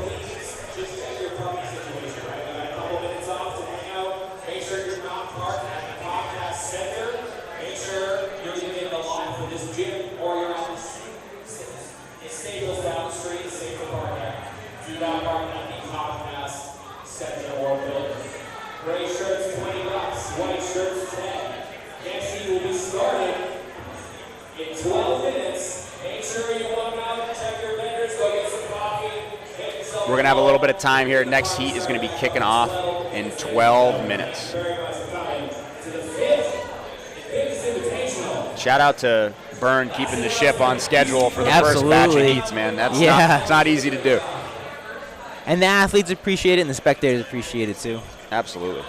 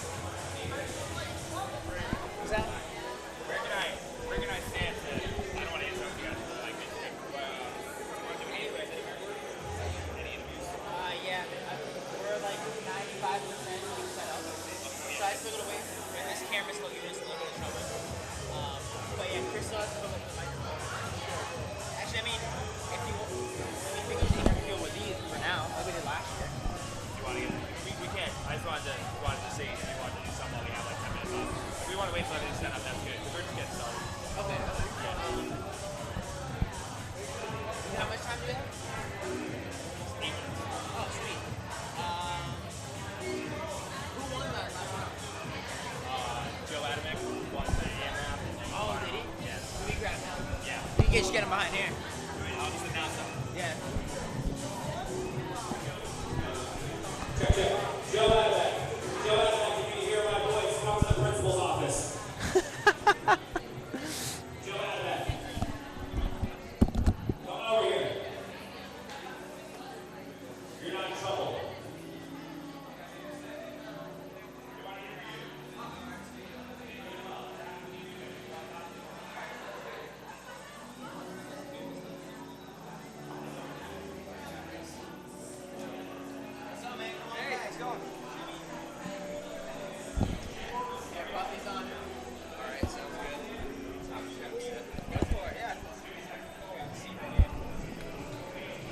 All right, we're here with Joe, the man, the myth, in the hot seat. Awesome. I like that workout. That was a lot of fun. We'll get him hooked up here. What? Sorry? You were moving quick on the burpees there. Oh, thanks. Yeah, I was trying to die out. So. But overall, tell us any strategy that you went into it, like start hot, finish hot, stay hot, or? yeah, I knew it was a good workout for me, so I just kind of wanted to start. I knew start with 9 deadlifts and just try to hold on because I didn't practice or whatever, and I think I got 5 plus something, and just tried to hold on to deadlifts as long as possible. So Nice, good strategy. How about the burpees? Burpees, just try to move, I guess. So just kind of focus on the footwork because when you do that, it'll make it a lot quicker. So Totally. We were talking a little bit about you as you were going. You were looking good, and you're a marathon runner? yeah, no. So I qualified for and ran the Boston Marathon a couple years ago. So yeah, Awesome. yeah. So you got a good engine on you. Yeah, not bad, I guess. So not bad. I was talking a lot about, you've been putting a lot of work in this season. You had a really impressive open and quarterfinals this year. Kind of what have you changed, if anything, this year, or what's kind of clicked for you? Yeah, I think pretty much I've just been focusing on my strength because the Boston Marathon, you kind of have like that endurance stuff. So just kind of focus on your strength because the barbell movements were really hard for me at first. So just kind of focus on that, then let the rest kind of just maintain for now. Well, I'd say it worked out given that the 275 deadlifts were moving pretty well for you. Thanks, yeah, so thank you. What are you looking forward to most for the rest of today? Oh, rest of today. My parents came in from Colorado, so spending time with them. awesome. So that'll be a lot of fun. Yeah, I'd say that. Awesome. I guess last question, what are your thoughts on the competition in general? Yeah, this is a great competition. The energy's awesome. I was here actually last year watching. Oh, cool. Yeah, you guys did a phenomenal job. The broadcast. Hey, by the way. thank you. I'll give you the money when you get off the, Awesome. off the stream. Yeah, no, this is a great competition. I love it. Bern's a great organizer and stuff. So yeah, it's a great job. Appreciate you joining us, brother. Yeah, no, Hey, you thank put on a so good much. show for your parents. Yeah, I guess. I didn't disappoint them too much, I guess. So. When do you want next? When's your next event? I think 12:57. You get some time to recover. Yeah, Get so a little some time to food, recover, hydrate, and we'll see you Yeah, out there. yeah, no, Awesome. thank you Good guys. job, man. Thank you, man. Appreciate it.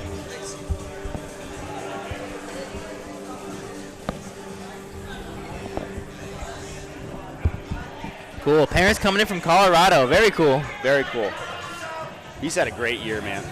Yeah. Good kid.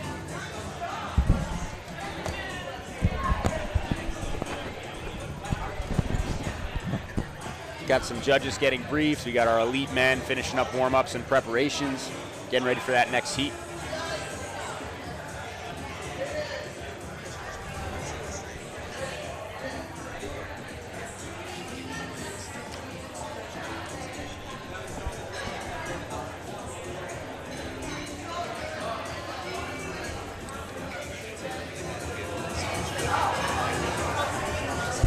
Is your volume okay? I just messed with it a little bit. I was trying to mess with mine and I hit you.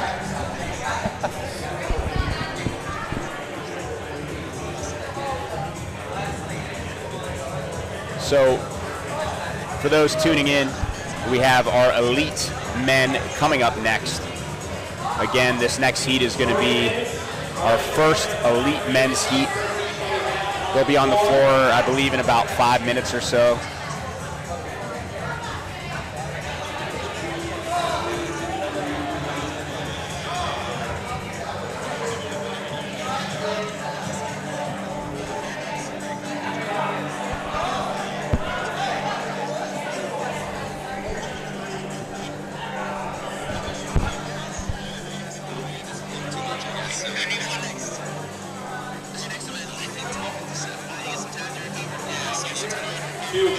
So our leaderboard is updated for our RX men and our RX masters. So going back to the masters, on the women's side, we have Allison in first. She was the one who absolutely crushed the burpee box jump overs. We have Amy West in second. We have Megan Ellis in third.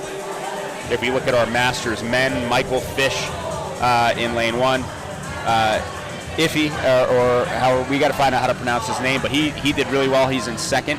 Oh, very cool. And we got Angelo in third. Now, when we look at our RX men, Joe, who we just interviewed, current leader, first overall. Let's go, Joe. Won the AMRAP with 238 reps and came in fourth on the burpee box jump overs at 244. Oh, wow. Ryan Nicholson in second overall. We have Anthony DeLisi in third overall. And a lot of that score is very much dependent on that AMRAP.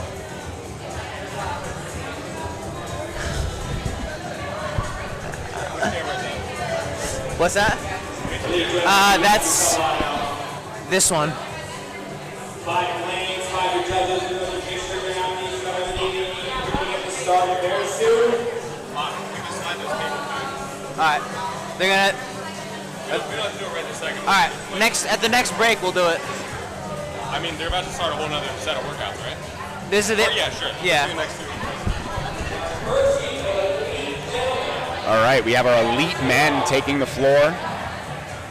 So something interesting just to point out before this heat starts. So Scott Tibert, who kind of looked like he hurt his back a little bit on that last workout, the reason is because he took third on the AMRAP. And actually is still in a decent position because of how well he did on that first portion of the last workout. So he's still in 13th overall. Really good. Hopefully he's able to recover a little bit. I would like to point out that my guy Nick, who said he was going to send it on the burpee box jump overs, did in fact take first overall on the burpee box jump overs. So winning that event, which is huge, and that's putting him in 8th overall. So our elite men getting ready to start. In lane 1, we have Trey House. In lane 2, Derrick Mwanje. Lane 3, Ray Sabat. Lane 4, Steve Ledogar. Lane 5, Logan June. Lane 6, Max Aliev. And in lane 7, Zach Alexander.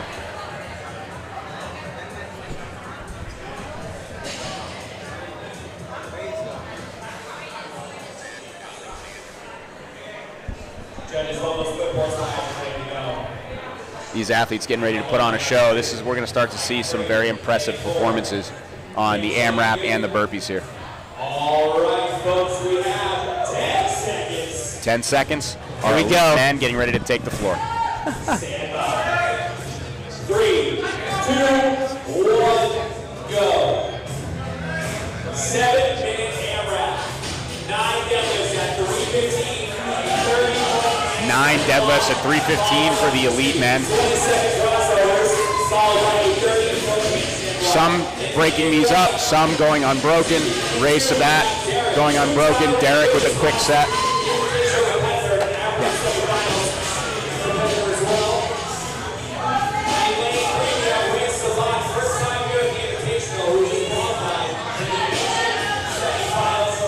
These guys looking all very smooth with the crossovers. Now the other difference you'll see is that the elite men are going to be handstand walking instead of wall climbing.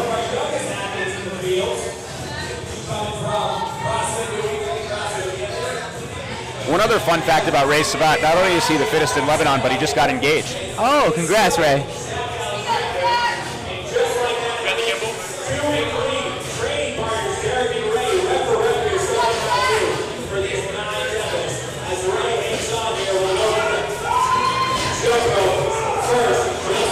Again, Zach Alexander, who's in this heat, was almost top 500 in the North America East in quarterfinals, rather. Max Aliev working through that handstand walk.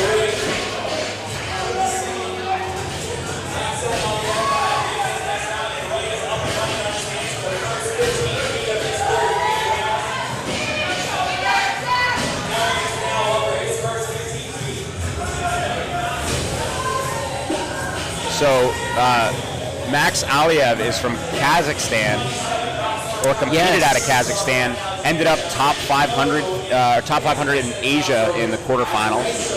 He's a Ocean State guy as well. Oh, really? Yep. Well, there you go.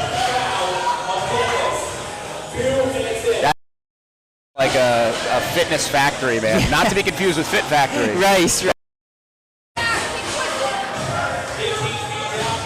We also have Logan June here, who is a first-time invitational competitor.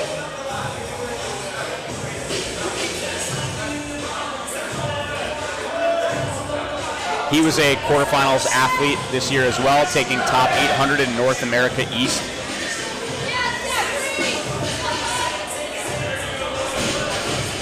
Steve Ledogar in lane 4, a multi-time competitor. He competed last year. He's doing something interesting. He's doing a hero workout a day for, I think, a year. Oh, okay. And he's on day 25, or at least I was last time I checked his Instagram.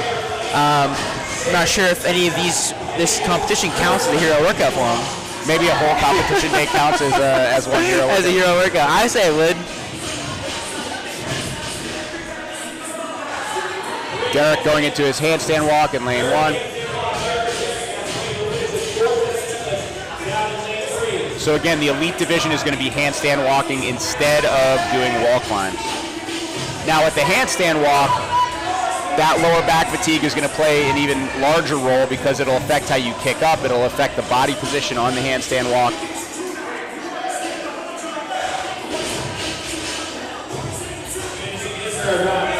Logan in lane 5 getting back to his crossover singles. Ray Sabat looking very smooth in lane 3.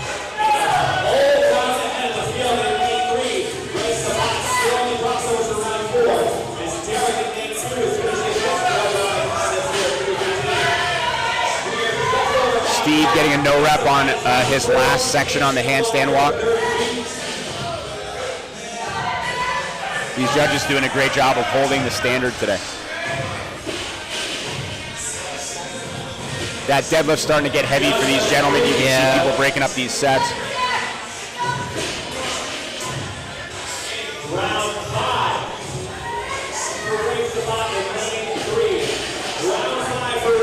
Logan June is a CrossFit Gamut in Rhode Island member, but also competing at CrossFit New England. Nice. He's competed at Elite Team Throwdown and has gotten 3rd place and 11th place, and most recently got 19th in the age group semifinals. Wow, very impressive. Yeah. Ray Sabat already working through round 5, which we talked about being an incredible score in earlier heats. So, in case you're wondering, there is a lot of time left on the clock. Flying.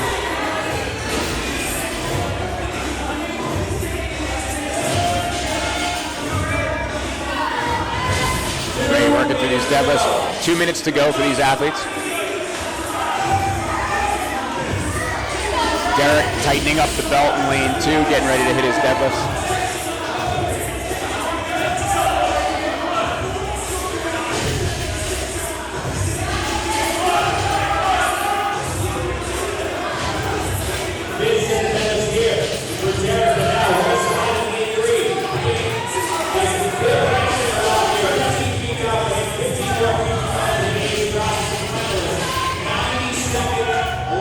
Last 90 seconds here in this first elite men's heat. Derrick working through some deadlifts there. Hanging on, fighting through those reps. Ray about to start his next round on the deadlift.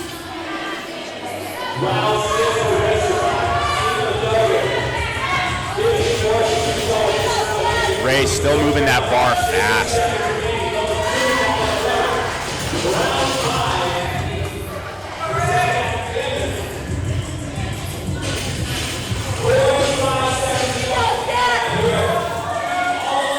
Short time, last 40 seconds.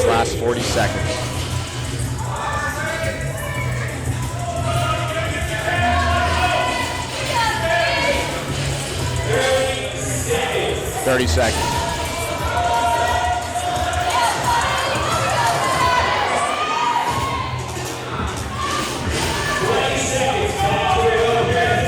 as you mentioned earlier with the humidity, it's nice to see that it's under control this year because the handstand walks last year got a little dicey. They did. There were a couple people slipping last year, and it's a little scary for sure. So nice to see that this year it's a little more controlled, a little more doable. And that is time with the AMRAP. These elite men now are going to take their 1 minute rest. They're going to be going into those burpee box jump overs. Again, for those watching, the first box is going to be their first 30 reps. When they move to the second box, that's going to be their last 10 reps.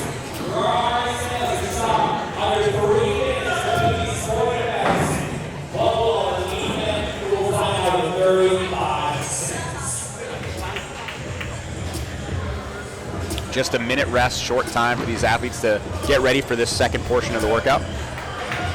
25 seconds.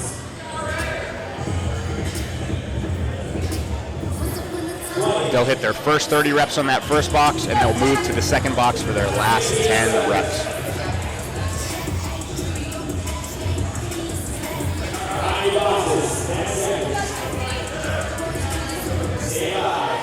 These athletes getting ready to go here. And they are off. 40 burpee box jump overs.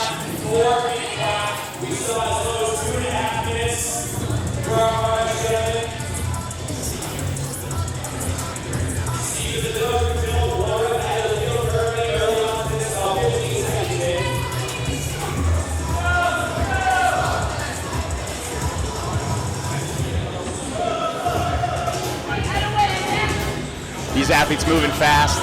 Nice quick tempo here on these 40 reps. Again, you're seeing a lot of people with that steady cadence. Even though the cadence is faster, they're still doing something consistent on every rep to keep a similar time and tempo.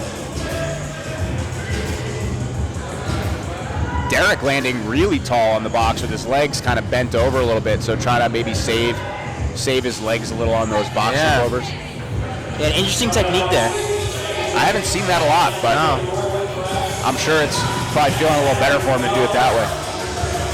Ray's got a really nice transition jump right into that step coming off the box. Yeah, he's landing in a similar spot on the box every time, stepping right down, getting into position.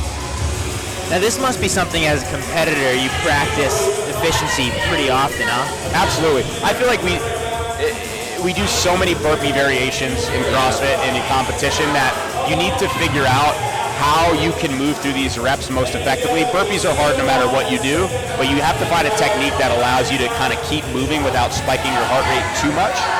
And so you're seeing a lot of these athletes kind of stepping into the burpee and then popping down, stepping out. So if you look at Zach Alexander here in wave 7, he's got a nice step up, follows with the other foot, jumps, and then steps to the other side. So he's using that step out of the burpee to keep his heart rate under control.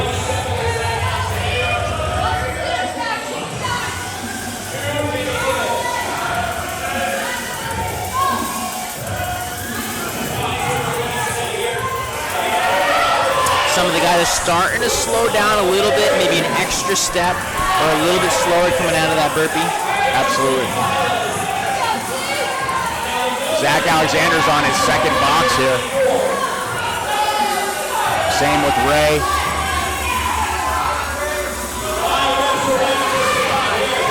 Ray is on his last 4 reps.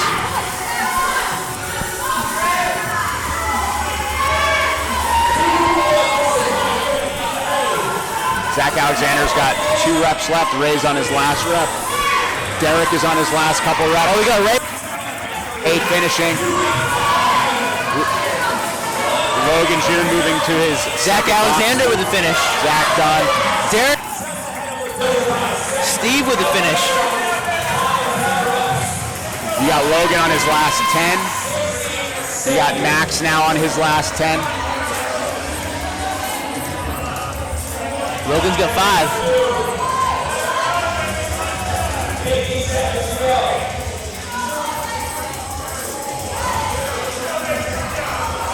Logan on his last 2. He's Last got rep. 1 rep to go. Good finish by Logan. Logan done. I don't think this time cap is going to be a problem for most of our elite athletes. No. Max is still chipping away. He's got 4 reps to go. 4 reps to go here. 20 seconds. 3 reps left. 2 to go. 10 seconds. About to Come on. Nice. Yeah, right at nice. the end. Max Right at the last finishing. second. Buzzer beater. Whole heat finishes our 40 reps here. Solid performance across the board. Really nice finish from Ray. Not far behind him was Zach. Not far behind him, Derrick. Ray finishing 6+ rounds on that workout. That's pretty wild.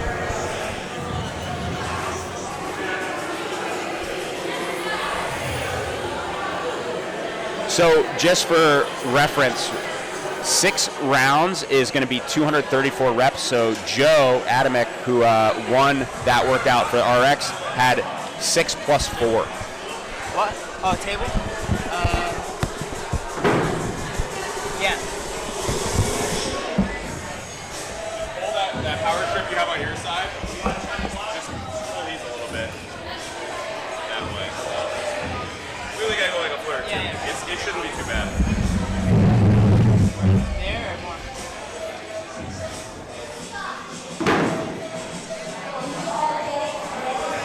Maybe go 6 inches.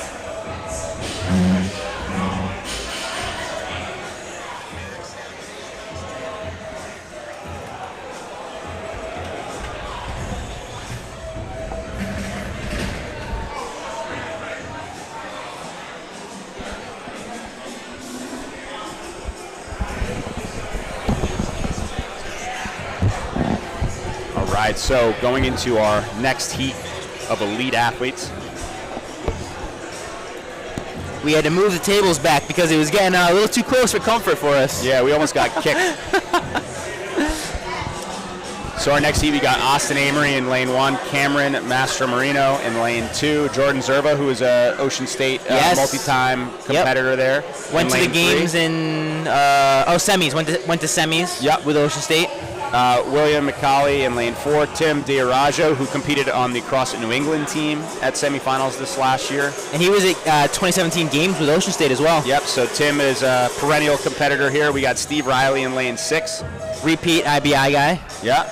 And then Ryan Brown in lane 7. Another repeat IBI guy. I think he also was a pretty high level rower as well. He's over at was it CrossFit Crake? Yeah, I can never remember how to say that. Crack, yeah. Crack, and then Tiot most recently. Nice. A few athletes from CrossFit T out here. Yeah. And in previous years as well.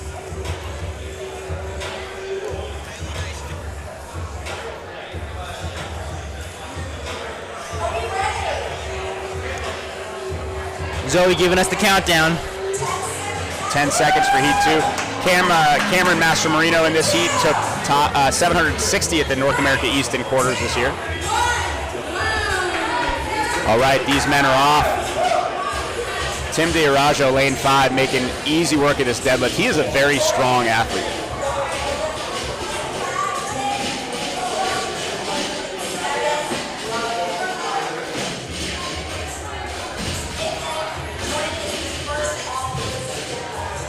These athletes working through their crossovers.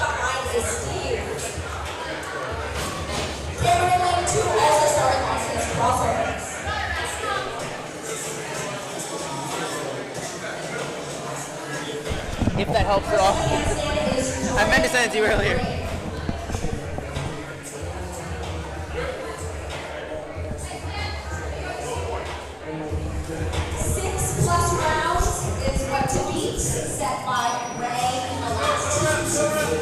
So Ray Sabat setting the score to beat so far with 6+.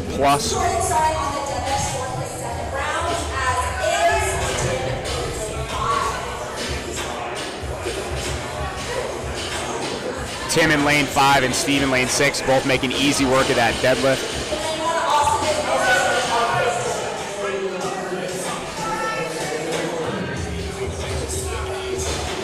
Jordan Zerba looking good on the deadlift in lane 3.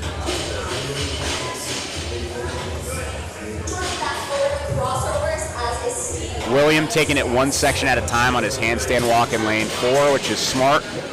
If you know you're not super comfortable with big sets of handstand walk, going one section at a time is a really good strategy there.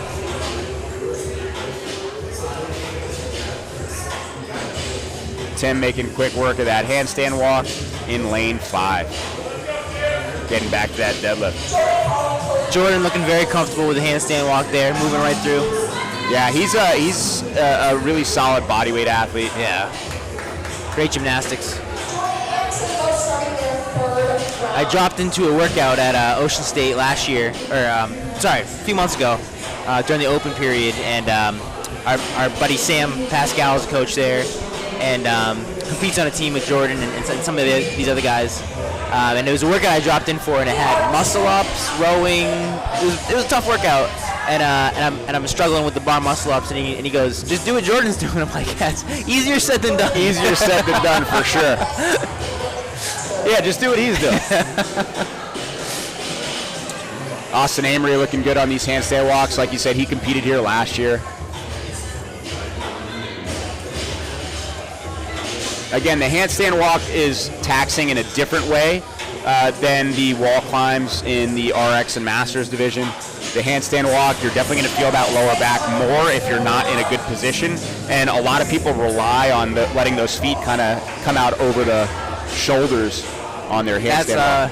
That one in the corner. I don't know why they keep turning off. I don't know if they're overheating or... Oh, hold on.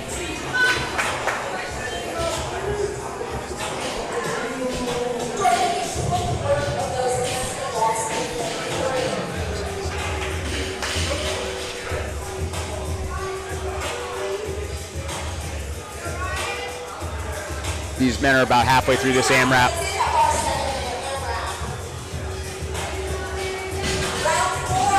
Austin Amory going to single deadlifts in lane 1.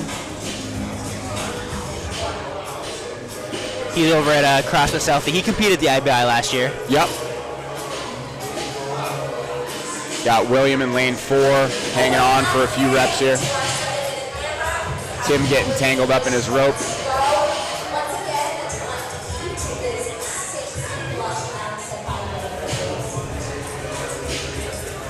Those handstand walks getting a little bit harder as that lower back fatigue sets in.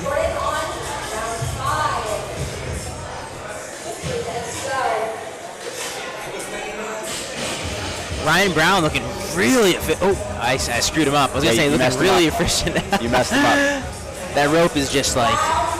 Ryan is looking really good. Yeah. And he's smiling because he knows he's fast on him, but sometimes he just trips up a little bit.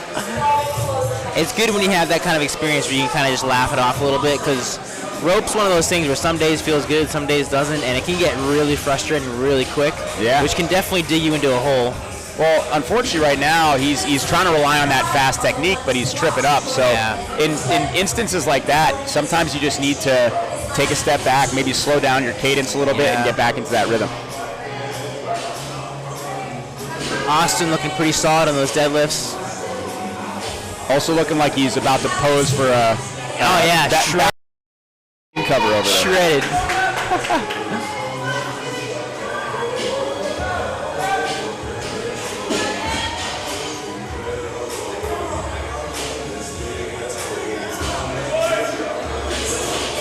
I had a neighbor back in the day who used to always ask me when I was going to end up on a magazine cover. I didn't have the heart to tell him that I wasn't, but I was I just kept saying, soon enough, soon enough.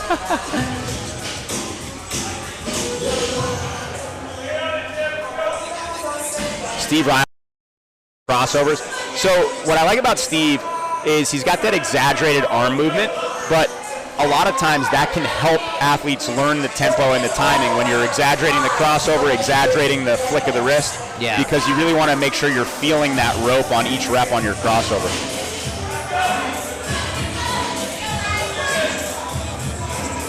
Cam Master Marino in lane 2, just hanging on to a couple deadlifts, doing what we were talking about earlier, hanging on for at least 2.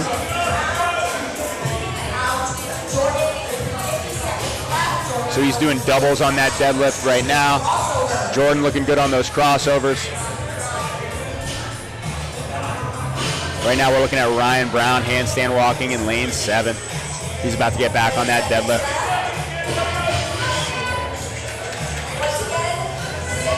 Looking strong there.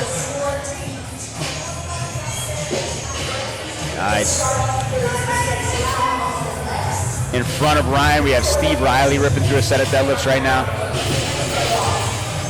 seconds left, athletes. Steve, about to start us. I was going to say, I think we might have a finisher, but... 3, 2, 1.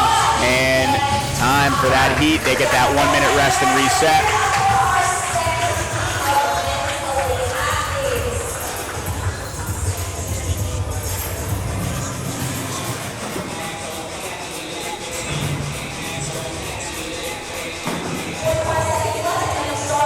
Interesting with this crowd, this second heat, it looks like a lot of the athletes are kind of bent over, sitting down, catching their breath.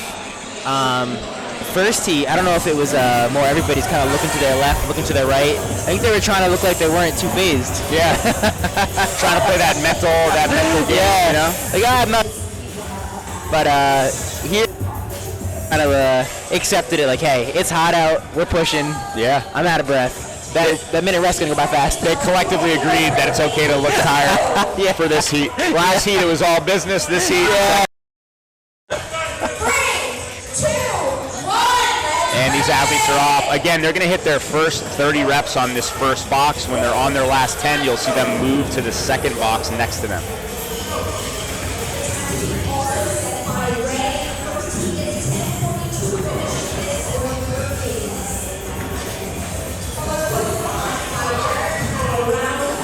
Good cadence from a lot of these athletes, the chipping away here, rep by rep. You'll see a nice steady rhythm. That's Jordan Zerba in the center of your screen. Nice steady rhythm there, breathing on each rep. Next to Jordan, we got William McCallie, who seems to be moving pretty quick. And you're looking at right now, Cameron Master Marino, good tempo there on his burpee box jump overs.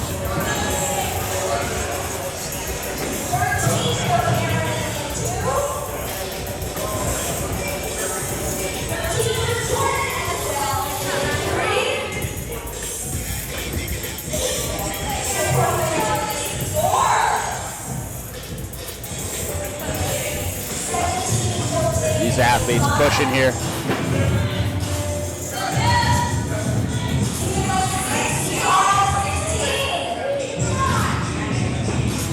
Jordan Zerva still in the center of your screen, moving, pushing.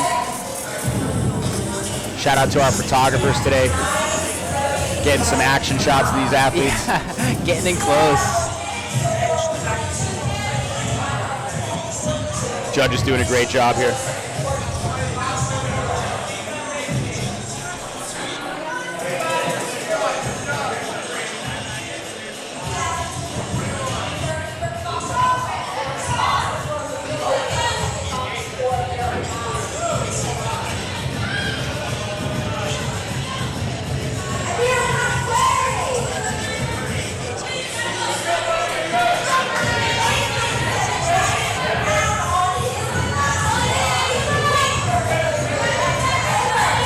Some of these athletes on their last box here. You got Ryan Brown on his last 10 reps. Oh, he's picking up the pace, as well as some of these other athletes picking up the pace. Tim Diarajo on his last few.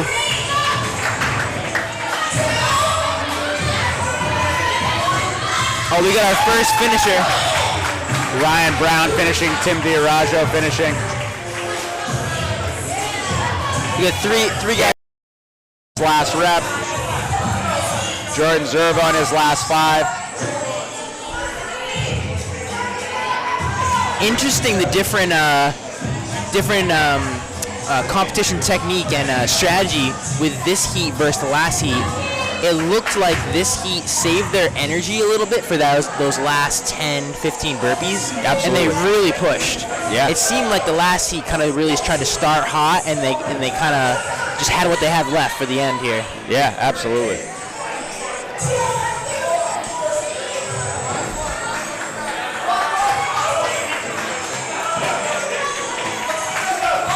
And Nice. Steve Riley done. Riley, good work all around. All athletes done comfortably under the time cap in our second heat, men's heat.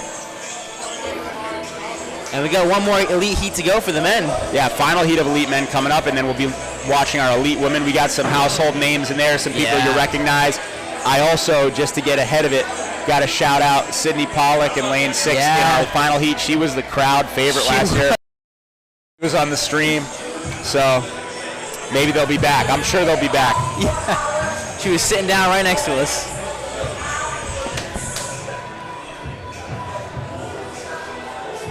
Little helping each other up. Love it. Absolutely. Ryan Brown with the airwave in. Shout out Airwave Day. When you want to make those nose strips, let us know. We'll take a cut. Then we have our final heat of elite men coming up, and then we have a break, which is a great opportunity to get more caffeine. Yes, and that's much needed right now. Much needed. We've been here for a while so far. Been jamming.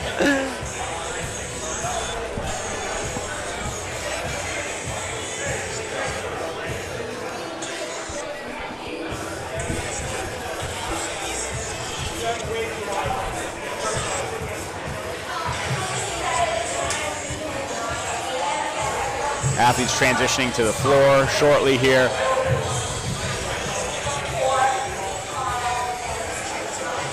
This is going to be an explosive heat coming up.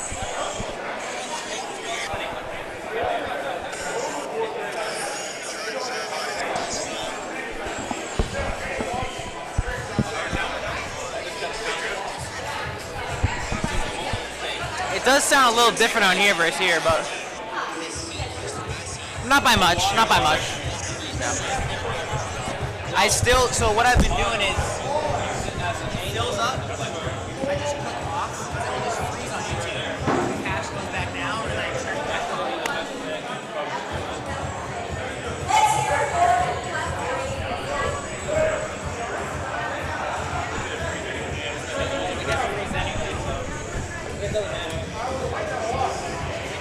I don't know what, I'm trying to look up what I can do to make the cache go down. Do you mind if I have that one on? Is this the cache issue or is the internet? I think it's this. No, it's the internet. No, so when the internet speed slows down, that storage video will go into the internet and then comes back. And then when the highway opens back up, it dumps out the cache. The cache is trapped back up. Oh, okay. So when the pipeline closes down, it starts to flatten back up. There's ice on the open, it dumps the cache back out. So I could, it's streaming on high quality. I could drop them to medium quality. It's not that bad, I don't think. I don't know, it's where it's like a less quality, less choppy, or a higher quality, less choppy. So, heat of elite men are coming up. Lane 1, we have Isaac Gear. Lane 2, Joshua Beeker, who is a multi-time Invictus Boston Invitational competitor and now has made a lot of progress as a competitive CrossFit athlete. You have Karch Hawk, who actually started, or I don't know if he started at Invictus, but he was a member at Invictus, moved, and had a really solid season this last year. Sam Carmola in lane 4 is the hometown hero, Invictus Boston competitor, really solid athlete. In lane 5, we have Steve Clegg, who I believe he won the qualifier this year for the Invictus Invitation. Yes, he did. I looked him up. He looks like he's pretty affiliated with a gym in Florida. I think he may even, let me double check here, and they're on. Very strong. I think he may either own or coach at CrossFit Surf in Florida, and he's a CrossFit level 4. Oh, you don't see that a lot. Steve Clegg, CrossFit level 4, shout out. Zach Levi, lane 6 to round out your final men's elite heat. He looks very proficient with those double unders. Well, crossovers. He is a CrossFit level 4. He's a level 4. He's got that technique down. Sam Carmola in lane 4 is fast on these, but a little bit or a lot of movement through the arms. Definitely. He's a Sam Carmola. He did not qualify for semis, but he qualified for quarters. Did well in quarters. He's been making really good progress every year. Definitely an athlete that. So we, did a team quarterfinal last year out of Invictus Boston. Okay. This year was doing individual. So he qualified through team out of Southie? Sam Carmella? Yeah. So Sam was the alternate for Southie Team White this last year. Gotcha. Okay.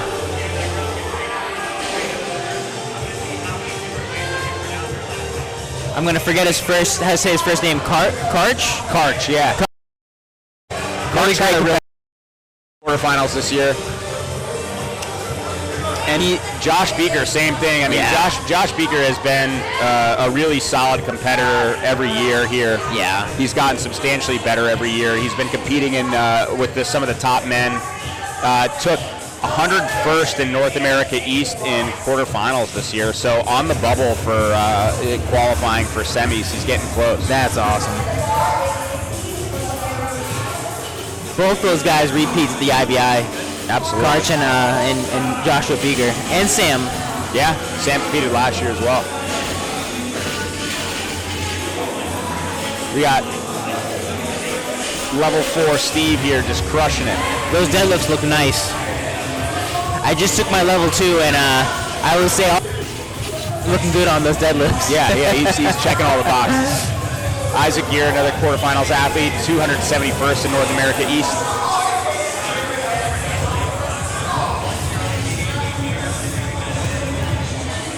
Sam Carmella on the screen now, ripping through some deadlifts, breathing at the top.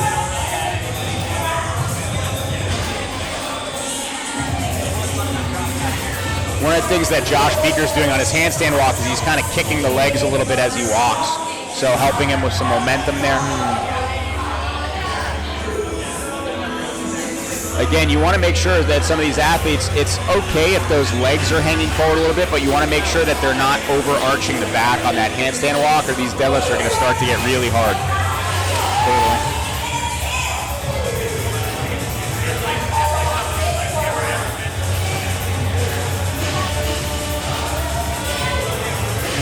Zach Levy in lane 6, CrossFit 781.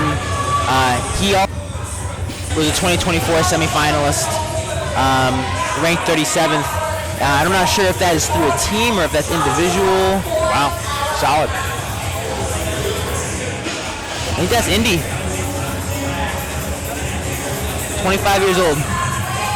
Solid competitor. Smooth on these crossovers.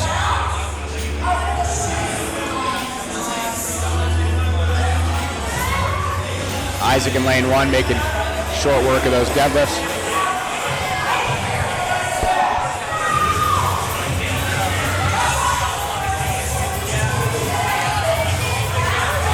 What's up, man? How you doing? Zach doing handstand walks here in lane 6, looking good.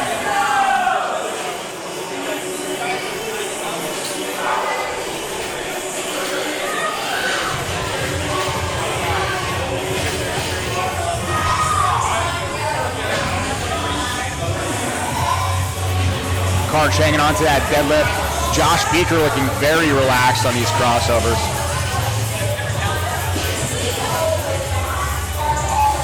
Josh Beeker always rocking the America shorts for the competition. Seeing Sam deadlifting. Every time we pass Sam, he's deadlifting. That means he's got another round done. Level 4 Steve right now, setting his rope down in a controlled fashion, kicking up for that handstand walk. Now what you'll notice about him is the legs are hanging forward, but his waist is straight, so he's not putting pressure on his back. He's in a good position here. He's kicking up again. So the feet are pointing in the direction he's going, but he's making sure to not overarch on that handstand walk. That's because you'd figure if their feet are going forward, the back wants. So you really gotta keep that core tight. Able to keep his midline under control. Yeah. We're seeing Zach Levy here going into his handstand walk.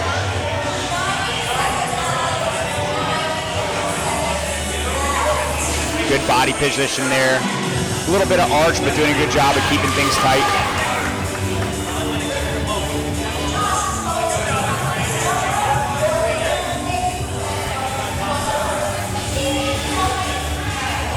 There we go.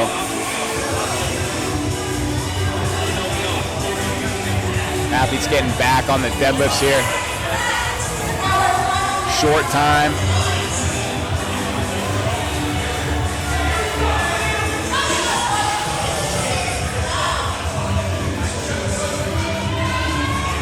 Sam hitting another couple deadlifts. Again, this is our final heat of elite men.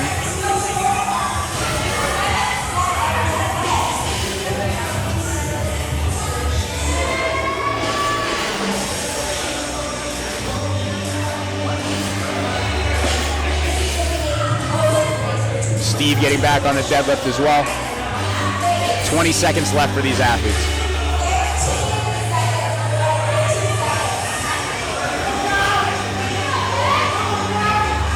Sam back on his crossovers.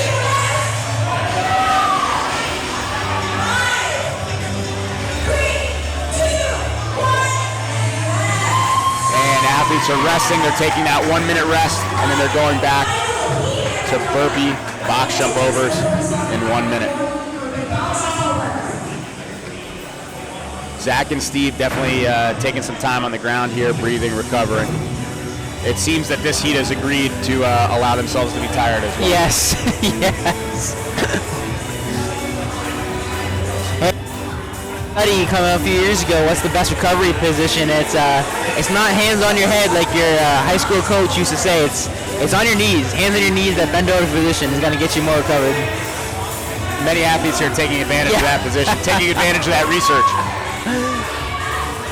I see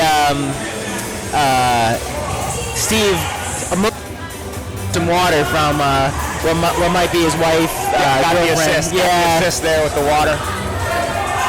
Probably something he's a eat. And these athletes are off. A slow start from Steve there. A bit of a misstep and then taking his time. Zach Levy did such an explosive burpee that he pulled the tape up in his lane. Good job on the jump. Yeah, great work from the judge, just making sure that that lane is safe. So, I love the anti-warm-up club. Love it. I think we're all club to a point. Yeah, we are. The map play a part of that club. Yeah. Josh Beeker has a really good pace on these burpees right now. Karch has a good pace on these burpees. Steve looking like he burned it down on that AMRAP.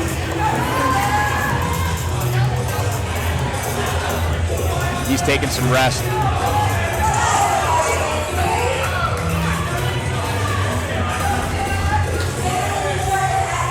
Josh Beeker maintaining a really fast rhythm here.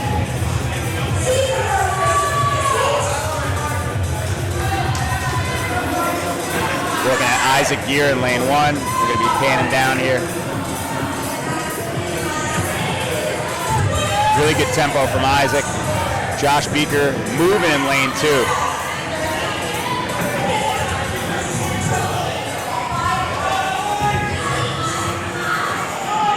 Sam Carmolo there moving through these burpees. Everybody at a good pace. Steve right now is definitely hurting. I think he really pushed that first AMRAP and having a hard time recovering for these burpees. Got Zach Levy here in lane 6, moving and grooving. Josh Beeker picking up the speed, burning it down, getting close to finishing, it looks like. Great mover on that box. Yeah, doing a great job. And doesn't seem like he's showing any signs of fatigue. Last 5 reps, checking in with his judge to see where he's at, looking at the clock, very aware of his time. Last couple reps. Burpees are looking effortless for him right now. And he is done. Wow. Josh Beeker.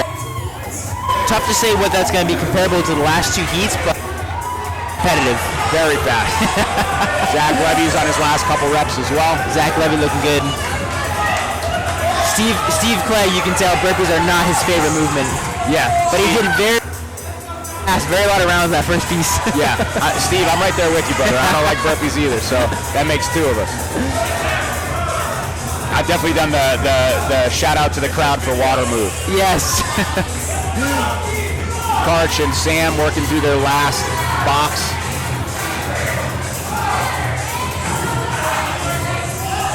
Isaac in lane 1 working through his last 10 reps.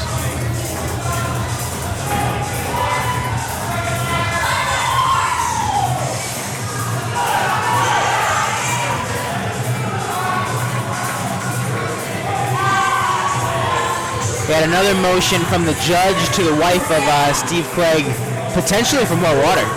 I think Steve's eyes are rolling back in his head right now, so that might be. Yeah. Hopefully he's okay. Yeah. Definitely push that first part a little bit. An absolute savage competitor. Yeah. Just still chipping away at these burpees. Beast mode. Karch with the finish. Sam Carmora with the finish. Isaac looks like he just finished up. Steve just chipping away. And we got kudos to him, man. Did he just finish at the end there? Is he chipping away? He's still chipping away. But very impressive for him to. And that looks like time. Good stuff. Good all around. Good all around. Yeah, he's getting some water poured on him right now to cool him down a little bit. And bars are coming out. Balls are coming out. Ladies' bars are in, men's bars are out. We're going to be shifting to our elite female athletes next, but we'll have some time to chill in the interim. Yeah. What do we got for a break? Decent amount here. Get a little time to change out the plates, change out the bars. Yeah, we have our female RX heat coming up next. So our first heat of female RX athletes. We're ahead of schedule, but definitely a little bit of transition time here.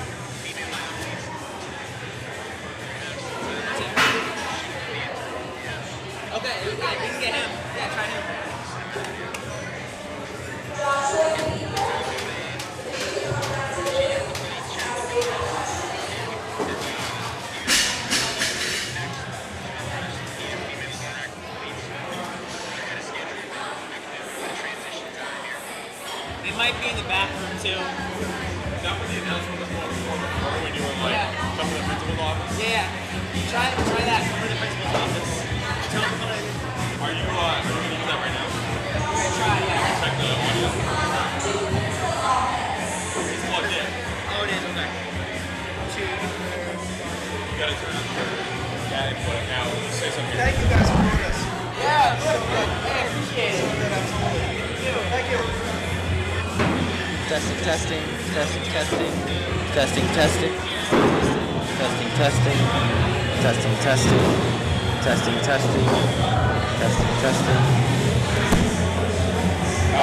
Pretty soft.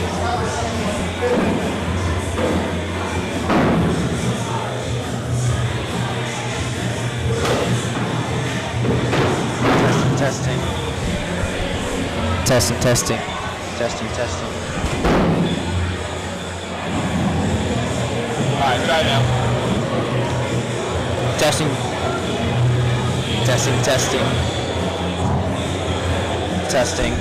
Testing. That should be good. I think I have my little mic here.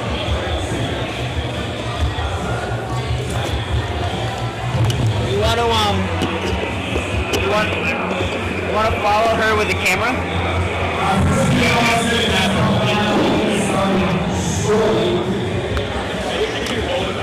Yeah. Oh.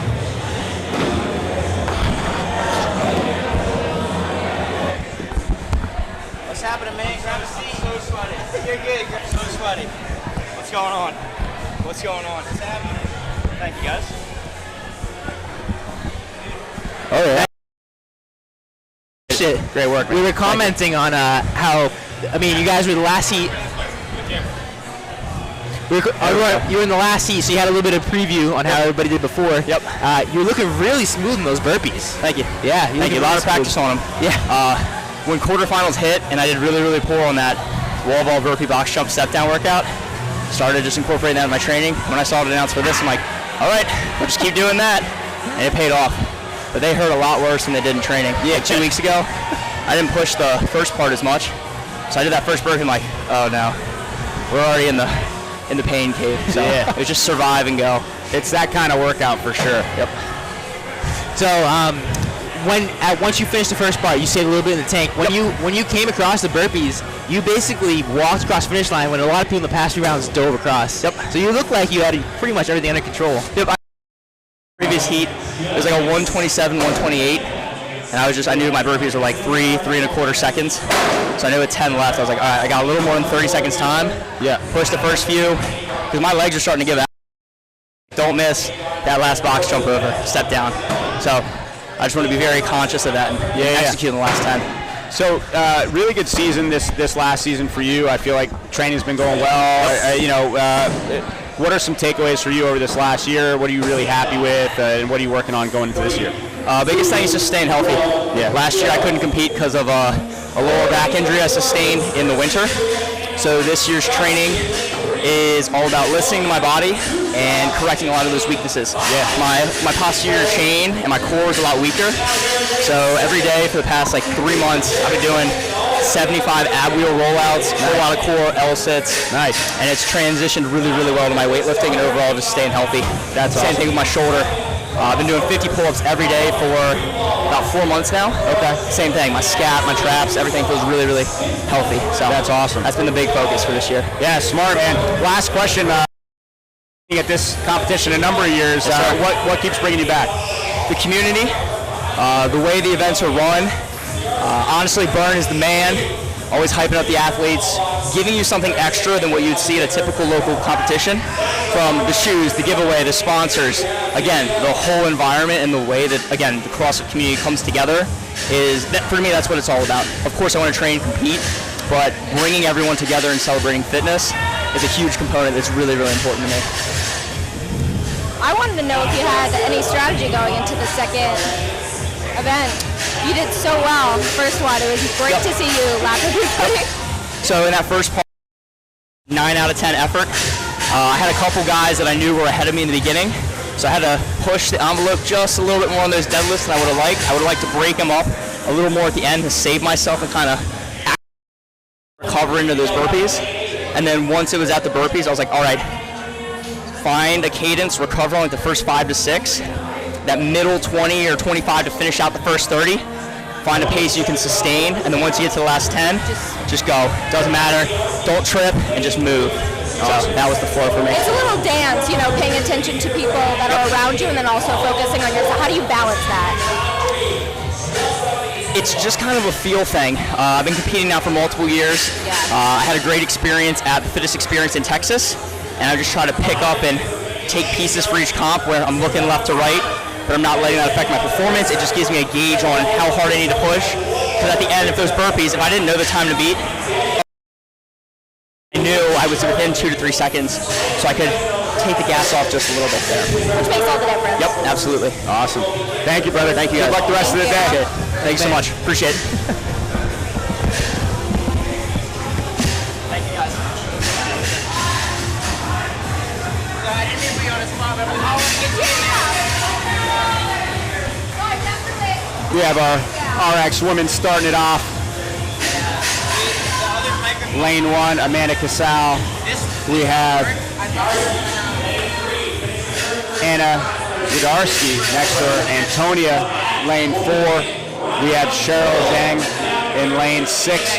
Antonia and Cheryl are both Invictus Boston athletes. And then we have Danielle Hag in lane 8.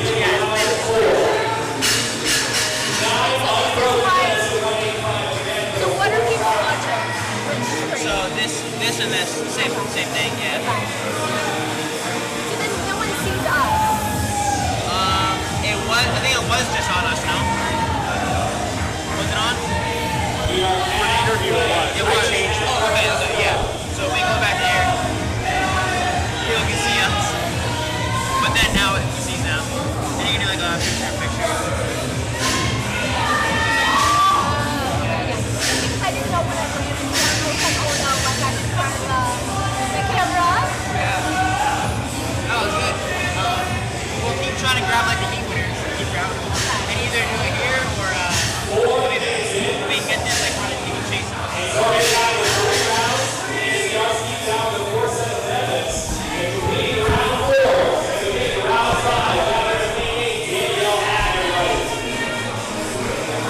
Anna working through those crossover singles. Antonia getting back on the deadlift. Antonia's a strong athlete. This is going to be a lightweight for her on this deadlift. We got Cheryl working through deadlifts in lane 6. And Danielle, good cycle speed in lane 8. Getting back on her rope in lane 8.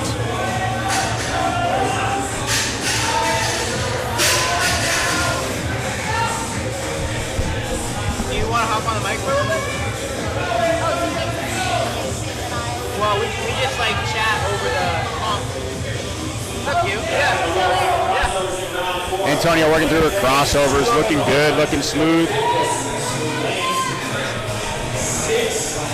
Yeah, we got somebody else in the hot seat now. Zoe. Oh, I've been loving it. This is actually my first time at the Invictus Boston Invitational. Really? Yes. Okay. Every year I've been sick, so. Oh, that's tough. You better not be sick this year, so extra. No, I've been loving this. I'm honestly surprised how many people come from out of state. Yeah, We have people from all.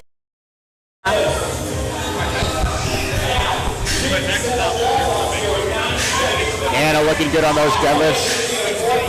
Taking a second at the top, breathing, blocking it out. Antonia working through wall climbs. Cheryl strapping up that belt, about to get back on the deadlift here. Danielle in lane 8, flying through these deadlifts.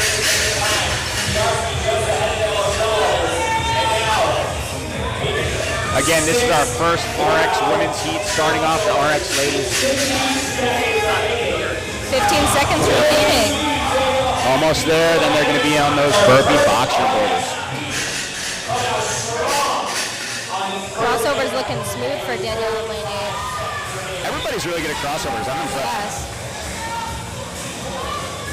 Antonia flying on the crossovers right now. Cheryl flying.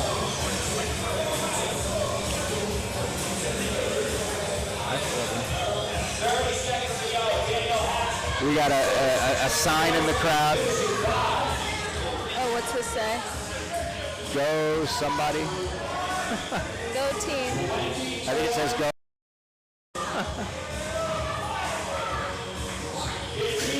Last 15 seconds for this first portion of the workout. 10 seconds. 5, 3, 2, 1. And ladies are going to be resting here for 1 minute before they go into their 40 burpee box jump overs.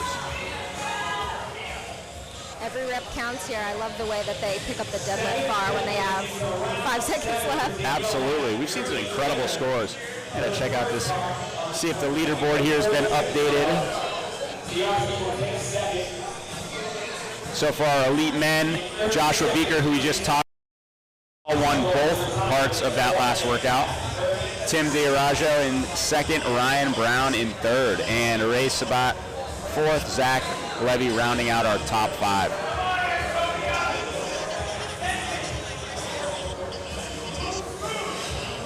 Seconds. 15 seconds, and then hour 30 burpee box jump overs. 40 burpee box jump overs coming up for these RX ladies. First 30 are going to be on the first box, and the final 10 are going to be on the second box. What other tips and tricks do you know from being on the floor out there announcing? Ooh. I don't know if it's a tip or a trick, but I definitely think it's interesting to see the divide between people who win the first part and people who win the second part. Yeah. It seems that those who are prioritizing the AMRAP are at least ranking a little higher on the leaderboard for some of the heats so far, so trying to push that AMRAP. Cardio is definitely a big player. I know, we're kind of fucked with it. Sorry. Cardio is definitely a big player here. Something I did notice with Derrick was he wasn't bending his legs when he jumped up to the box. He Yeah. Great. I don't know if that was a little. We trying to mentioned save that his too. I have no idea. I've never seen that strategy before. Yeah.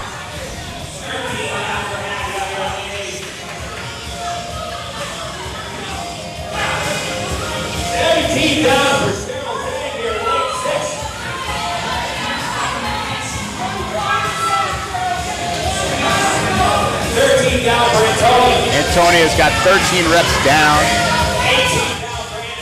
Anna is flying. She's almost done her first 20. Halfway through.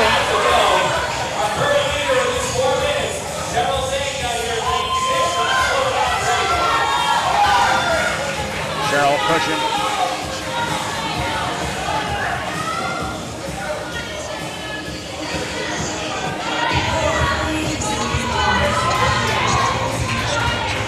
Now when these athletes, again, move to that second box, they're on their last 10 reps.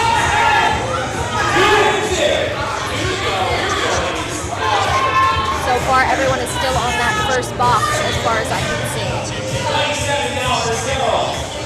Cheryl completing her last 3 before she moves over to that second box. No, it's really soft. How about now? Testing. I can hear better, yeah. Moving on to that second box.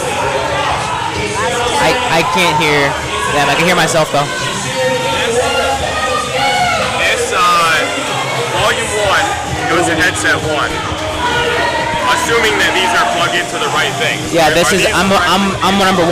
Yep. Are these plugged into these? No, you're 3. I know what you're 3. Cheryl's on her last 10 box jumps. Antonia looking like she's chipping away there. You have a hand up. Anna is on her last 4 reps. Is also this. So if you crank 1, you're too hot here going into the board. 2 left. Really? 2 reps left for Anna. Yeah. Cheryl finished. This volume is also adjusting this volume. Oh, okay. So if you crank this up too loud, it's going out too hot. Okay. I can hear myself really loud, but I can't really hear them. What? I can hear myself really well, but I can't hear them. Antonia chipping away. Yeah, you can't hear. Yeah, but I haven't adjusted the stream as a program. The way you had it before, the audio is almost Antonia on her last 10 reps. Antonia on her last 10.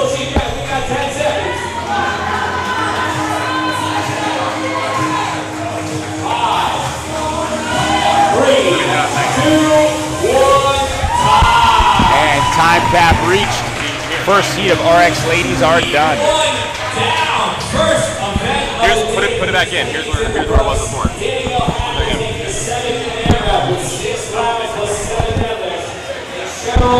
Testing.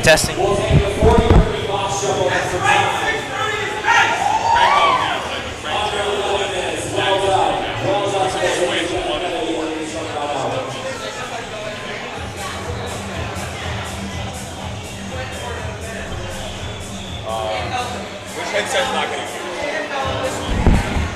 Alright, so pull that wire back. Is that this one?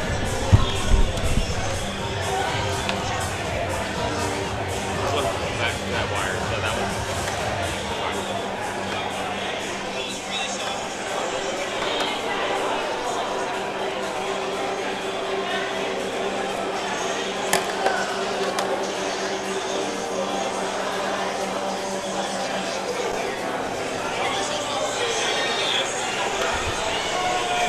Okay, that solves part of the problem.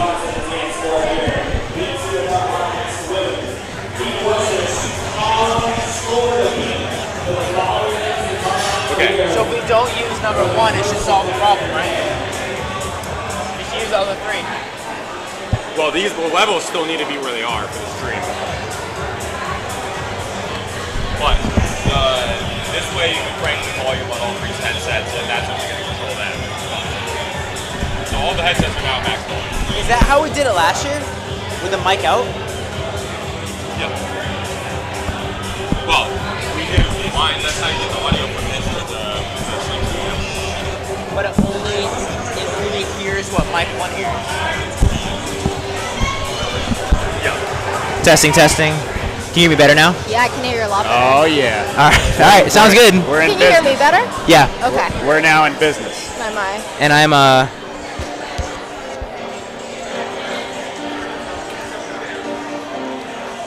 So you might not be hearing each other so well through the headset. Yeah. But because we're yelling in here, you're yelling into a microphone. Right. Your face. So it was coming through super high. yeah. Now Like I can hear you really well, but I don't Cool. hear myself as well as I hear. So we can probably turn her volume up more, because hers on here though, right? Because that doesn't matter. Well, those are maximum. Oh shit. Okay. It's just loud in here. Okay. Right. Yeah. A lot is going on. Which channel is she plugged into? I think she's 2. Hello? I can hear myself better. Yeah, it was way louder now. Yeah. So that's her right now. That is Justin, and this is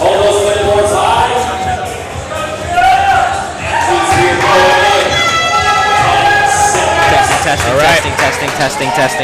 We're back. Testing. Yeah. Second heat. Second heat RX women. Emily Saul, lane 1, Heather Vargas in lane 2, Jennifer Keegan, lane 3, Lauren Bean, lane 4, Lena Rippertella in lane 5, Megan Brown in lane 6. How's that sound now? Meredith Church in lane 7, and Tia Guay in lane 8. This is a very impressive group of women. Yeah, these ladies are savages. Most of these ladies are actually veterans to the competition space. We have some people in quarterfinals, cradle and robbers, throwdown, Invictus, Bosch, and Invitational veterans. Good mix of competition.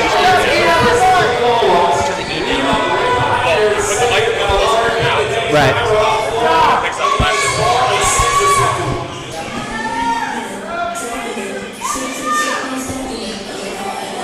Again, RX Division's doing those wall climbs. I can't hear him that well.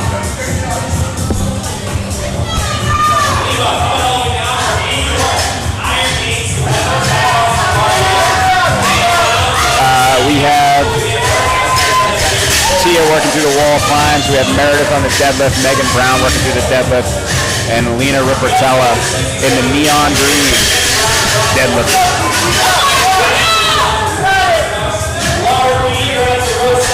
Lauren Bean on her crossovers. Jennifer Keegan finishing up that deadlift, going back to crossovers. Lane 1, Emily Saul looking really relaxed on that rope.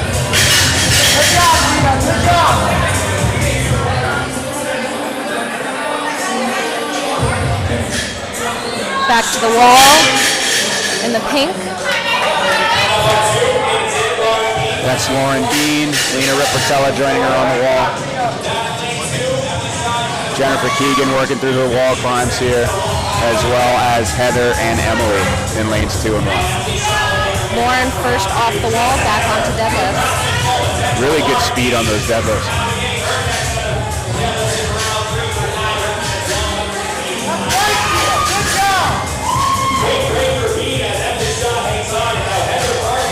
Again, this is a heavy deadlift weight. Several people using that belt to assist. Lauren Bean first into those crossovers.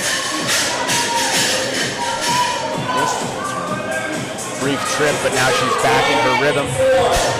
Emily Shaw in the first lane, also on those crossovers.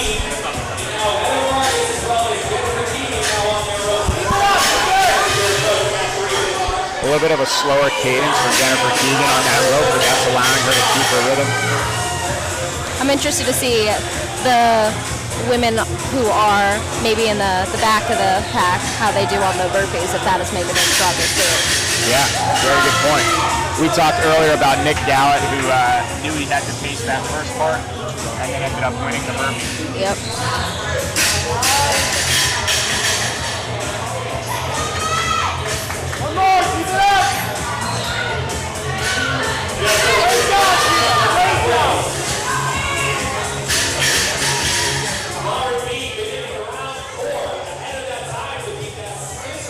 Some of these ladies on round 4. Lauren Bean looks like she's about to almost lap some people. Looking really relaxed.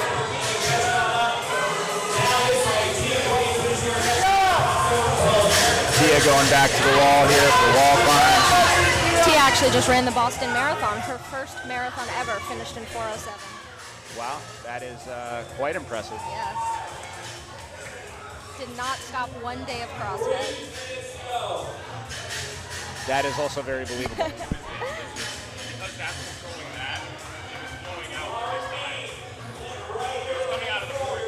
Lauren Bean finishing her 4th.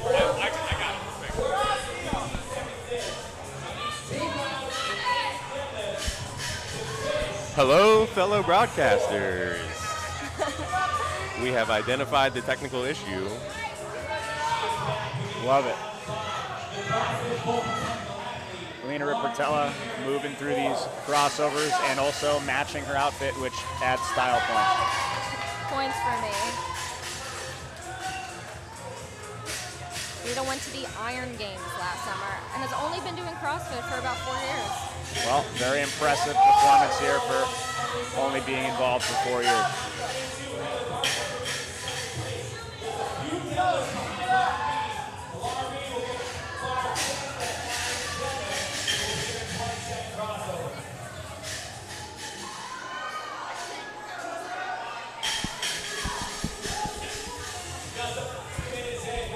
Lauren Bean shaking out the shoulders, arms getting a little tired from these crossovers.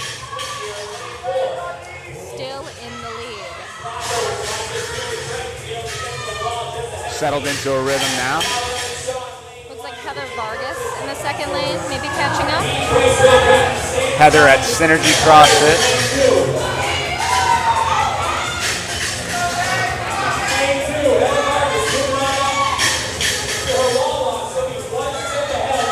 Jennifer Keegan back on her deadlift. And Emily Saul in lane 1 going back to the wall. Looks like Heather has caught up with Lauren Bean. They are neck and neck. Emily as well joining them.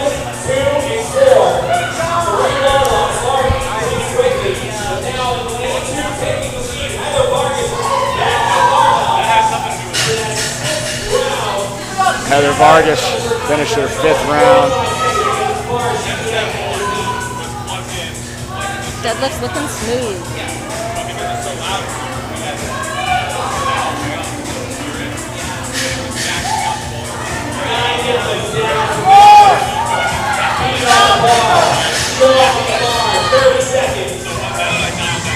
Get a better shot of Heather there.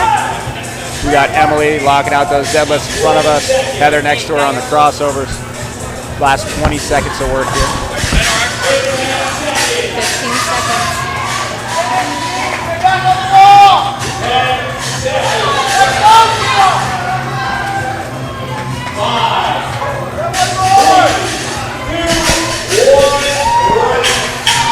And these ladies done with the first part of this workout. 1 minute rest to reset, and then they will be back on the burpee box overs. And thank you for bearing with us on the feed. I think we have the audio fixed now, so it should be sounding a little bit better on the back end. And it sounds better to us, too. Sounds better to me. So there you go. Sounds better to me. 30 seconds and then 40 burpee box jump overs. I like that we have the announcing table directly underneath the fan here. This is prime location. Very strategic. Prime location. It is way cooler here than it is on the floor. Oh, we got a message. Tony Textera over under on the number of Bern Prince outfit changes. Oh, we're already at 2. We're at 2? We're at 2? I'm gonna say 3 because I don't think he was wearing a Freedom shirt when he first walked in this morning. No, I'm gonna put my money on 3, Tony. So are we counting it as 3 so far? I would say 4. I would say 4 is the number. just an extra. We never know. Last year, I think he had 4 outfit changes. It is hot in here. It is. Honestly, you know, we have some great efforts by these athletes. Lane 3, Jennifer Keegan's judge is sweating more than any athlete on the floor. More than Jennifer herself. He's a champ. He's been putting in work.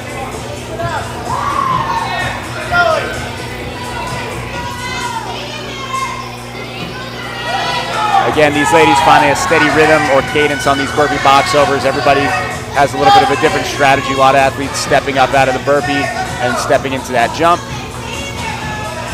Lauren Bean, kind of slow tempo to start here, but she pushed that first AMRAP really hard. First 10 nice and slow.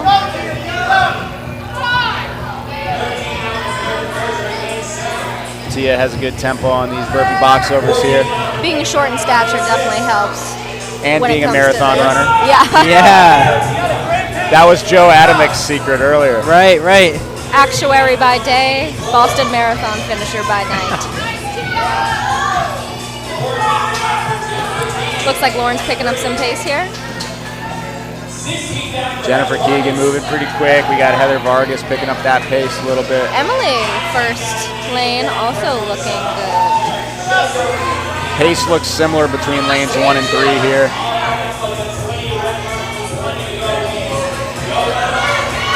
Megan Brown doing well here in lane 6. We got Meredith Kircher in lane 7 in front of us at the booth. Tia pushing that pace now, staying low. Got some people cheering for Tia. Yeah, Tia's definitely got a fan section next to us here. They're cheering her on. I know you guys probably mentioned it, but she's been a good repeat competitor. Yes. Yeah, she was here last year for sure. Former Invictus Boston member, and now she is at CrossFit Boston. Very cool.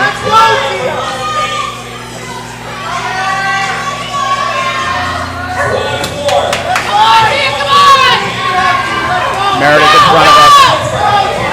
Big push. Tia's crowd is getting very fired up. Tia is now on her final 10. It looks like she is only female athlete in this heat on her final box right now. Nice, Tia!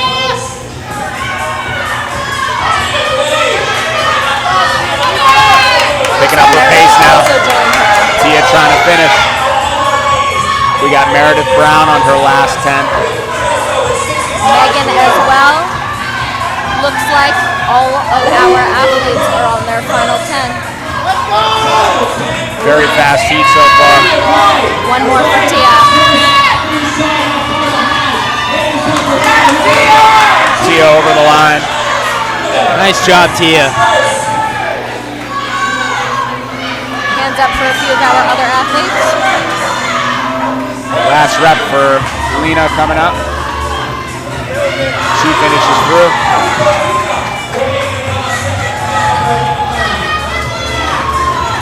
Hand up for Heather Vargas. And Megan is done as well. Nice job, Megan. Last 3 reps for Heather. Last 2. 1 rep to go for Heather Vargas.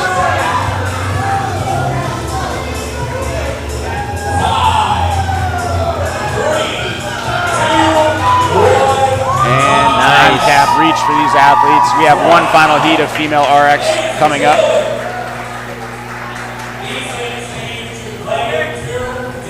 Excellent job. Diego has scored for first heat of RX still stands at 6 plus 7. But Tia Queen, 11-11 for those 40 Berman box overs, 3-11. Excellent job. It is very hot here, as we know.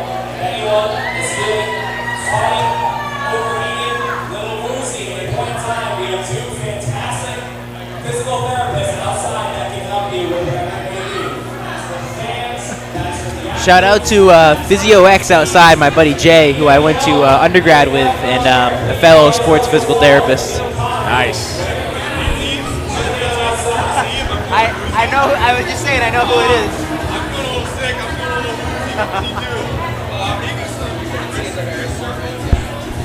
Is the volume, was it too loud for you guys, or was that alright? No, I think it's good. It's good right now. If you want to finish RX, I'll just pick up at Elite. If you want to finish the RX women, and then I'll start with Elite. Yeah.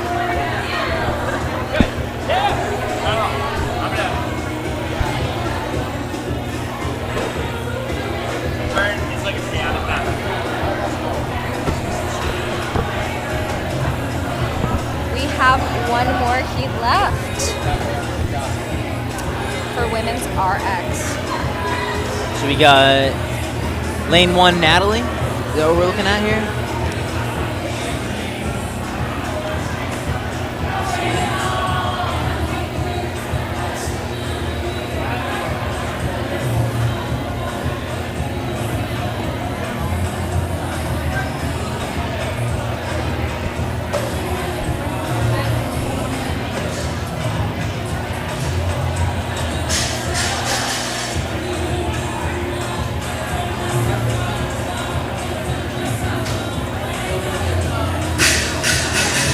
So in this last heat, we have Natalie Rink in lane 1, Rachel Grant from Invictus Boston lane 2, Sammy Howard from Invictus lane 3, Sarah Edelman in lane 4, Sarah Timson in lane 5, Sydney Malasquina, another Invictus athlete in lane 6, Tayisha Examond, another Invictus Boston athlete lane 7, and Victoria C in lane 8.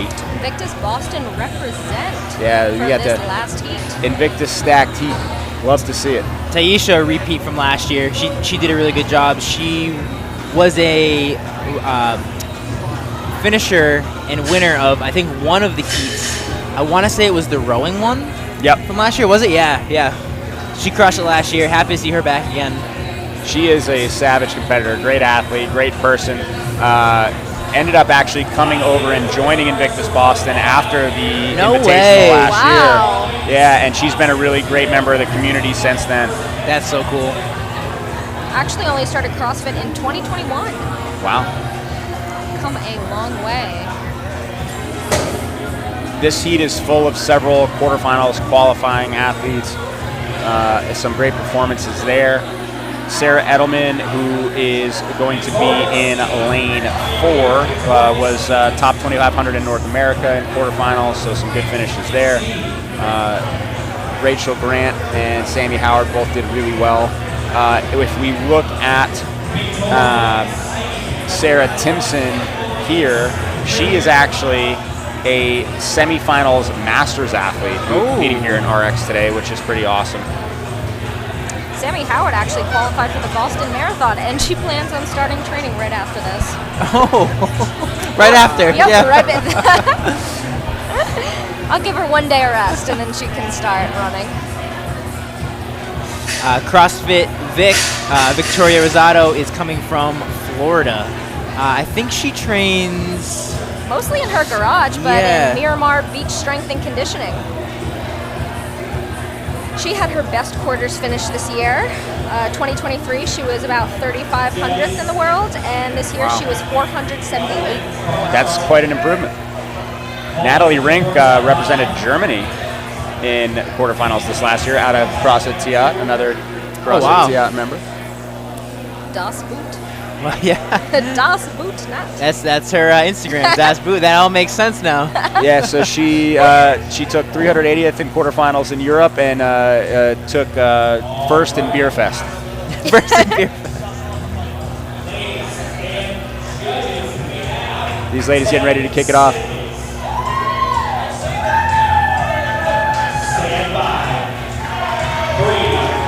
Looks like Victoria C is not competing today, so this heat ends with Tay in lane 7. Last heat, best heat. Yeah, so this heat, we are missing Sarah Edelman and Victoria C. They are not competing today. Tayisha already on those crossovers. Tay looking good on the crossovers. Sammy Howard looking good on the crossovers. Rachel very fast on crossovers. And Natalie Rink looking very relaxed and smooth there. First one to the wall, Rachel Grant. Former collegiate swimmer, now in law school. Very cool. Just crushing it all around. So, as Cam just mentioned to the crowd, Sarah Timson, who's here in lane 5, is actually a Games qualifying Masters athlete this year, which is very impressive. That is awesome.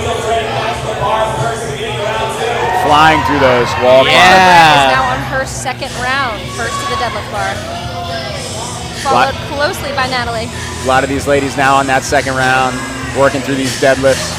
I love to watch that wall walk technique where they literally they control fall almost just flat right onto the ground right there. Yep. So smooth.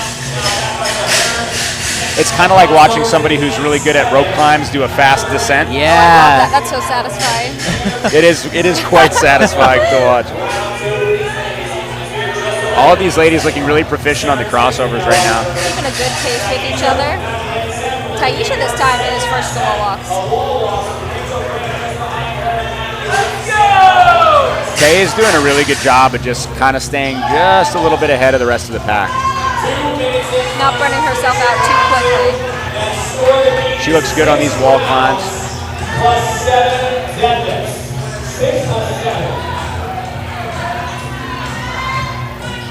Sydney's doing a nice job with the crossover, staying consistent. She's is she coaching over Invictus? Yeah, she is. Coaches over at our Fenway location.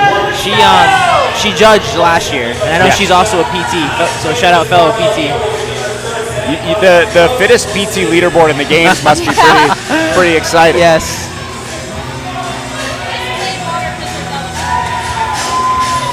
Tayisha and Natalie both finishing those deadlifts at the same time, it looks like.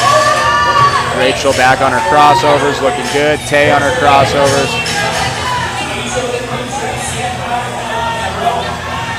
Sarah Timson making good work on those deadlifts.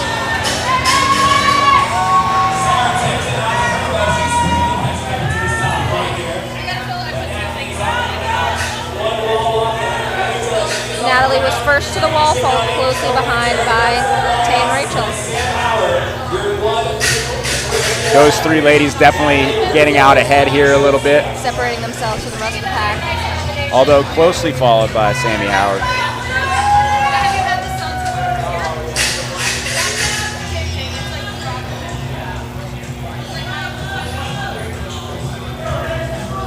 Sarah Timson making her way to the wall. Now, Sarah Timson has very fast wall climbs. I know. You know what it reminds me of is Jared Fahey from last year. Yes. Doing his wall walks. Yeah. He crushes through those. She does a great job of getting her leg as far as she can up the wall before using her shoulders. Looked like there was a little communication between the judge there and someone from the staff. Maybe about crossover form, crossover Counting technique. crossovers. Counting, yeah. Tay looking smooth here. Natalie on those wall walks. I remember Tay did really well in the deadlift workout last year as well. She deadlifts a lot of weight. It's very impressive. A lot of these ladies staying pretty neck and neck in this heat, honestly. It'll be interesting to see where the numbers end up.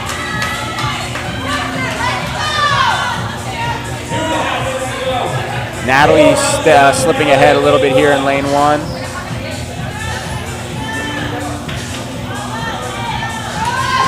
Sarah Timson flying through these wall climbs again. We got a no rep over there. Going touch and go on the wall climbs for Sarah Timson.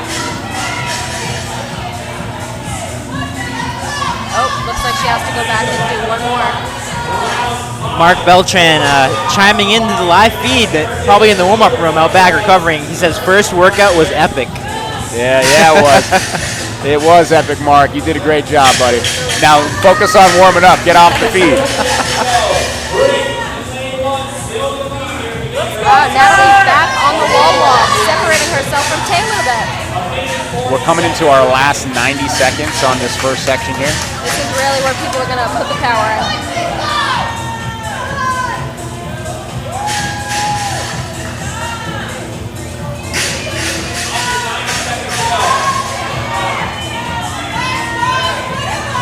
Sarah Timson on these crossovers right now.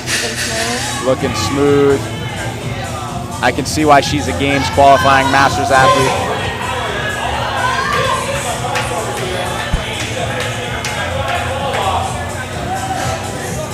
Natalie's back again. Another round, starting the deadlift. Natalie definitely pushing out ahead a little bit here. She's basically got herself 3 wall climbs ahead of the rest of the competition.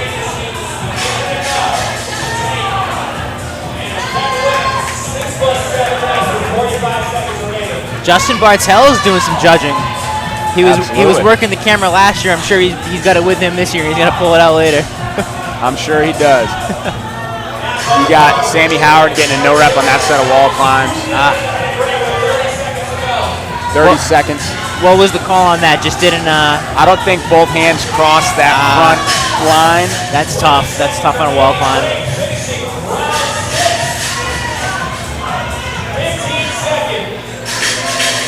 Tayisha just crushed those deadlifts. The final crossover. That is what Less she than does. 30 seconds to go. Nice shot of her there. 3, 2, 1, and they are done with this first part. Getting ready for those burpee box jump overs.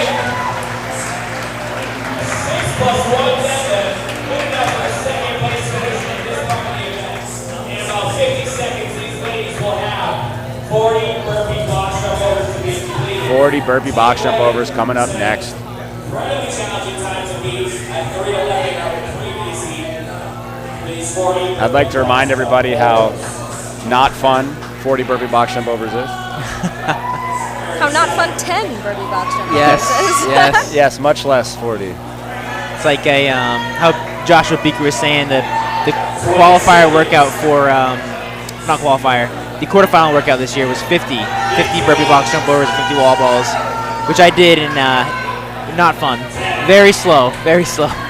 Very hard workout. Time to step on the gas one more time before they can rest. Here we go. 4 more minutes. See what happens with these ladies. Nice steady rhythm. Yeah. I believe. Sarah actually coming out a little bit hot. Yeah, quick stumble, but she got her footing back.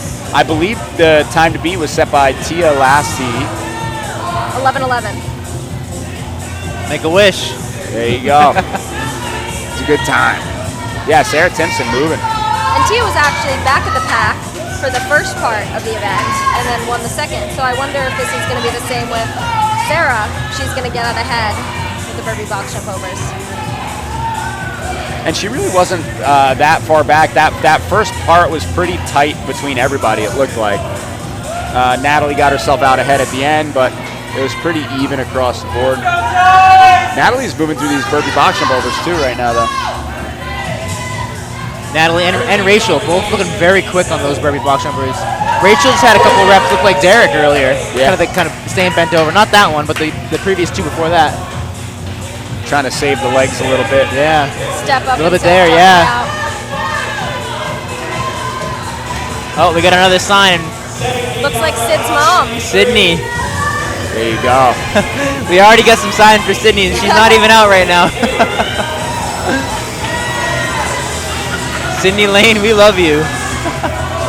Love it.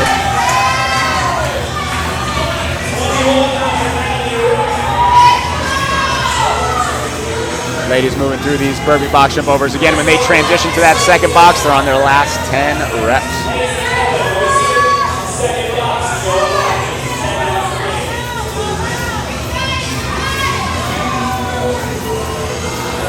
Rachel slowing down a little bit. Sammy Howard picking up the pace.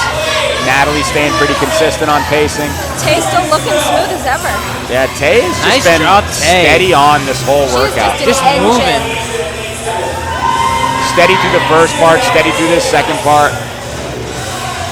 Sydney Malaspina here in lane 6, looking good. Sarah Timson on her last 10. Just like I predicted. Rachel Grant looks like she's on her last 10.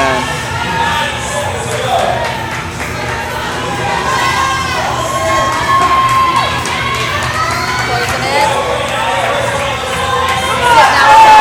Natalie on her last 10.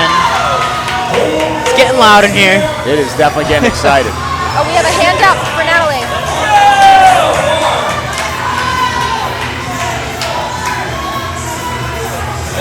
Natalie's got 4 reps. 3 reps.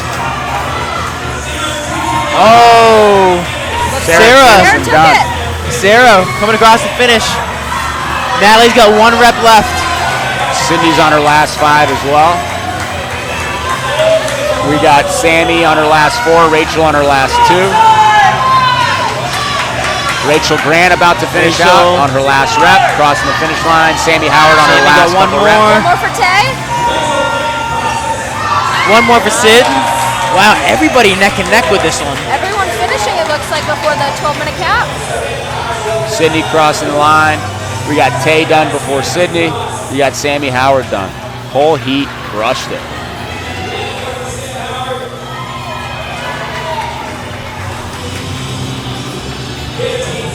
Sammy crossing the line with 15 seconds to go. Awesome work. Unofficially, it looks like Teal will keep that best time from the second heat.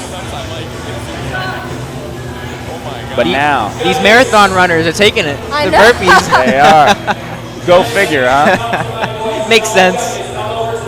Now it looks like we're going to be moving our way into women's elite division. That's my cue. Well, thanks for hanging. Thanks, maybe I'll come back. See you guys soon. Guest commentator Zoe out. Yeah, thank you.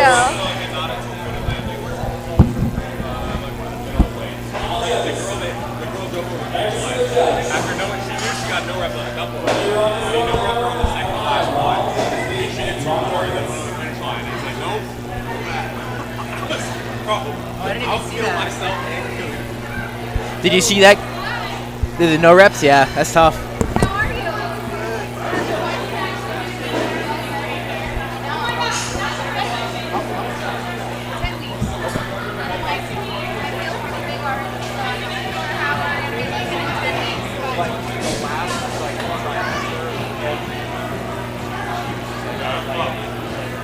All right, so we're going to elite.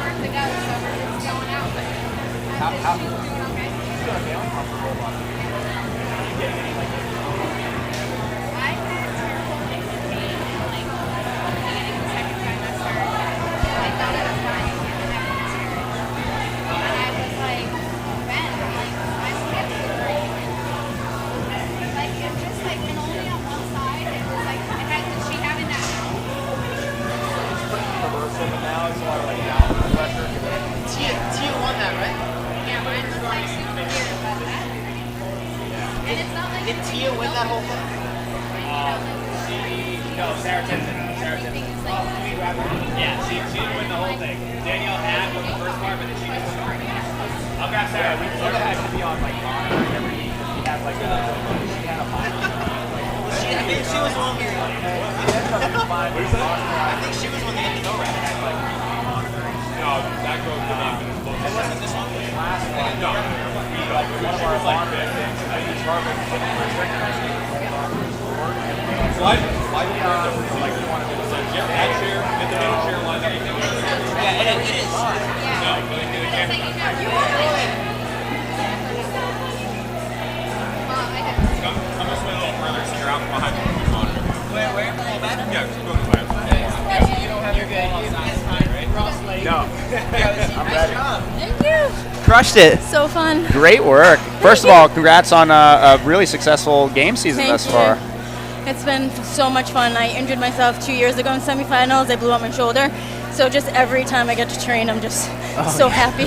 I'm like just enjoying the process. I'm like wherever I land, I'm just like I can move my arm again. I can lift it above my head. Like, That's awesome. Well, we were admiring your handstand, your wall walks, the slide down, looking really efficient. The shoulder looks like it's doing pretty good. it's like almost 100%. The only thing is I'm not overhead squatting heavy and Sure. snatching heavy Sure. because I did it snatching. I Gotcha. dislocated snatching, so That's there's a little like, trauma piece to it too. It's a similar injury to who had the Wells, elbow? the elbow. Same That's situation. right. That's I was right. like in semifinals, it was videoed, and my shoulder literally went down, and I was stuck here.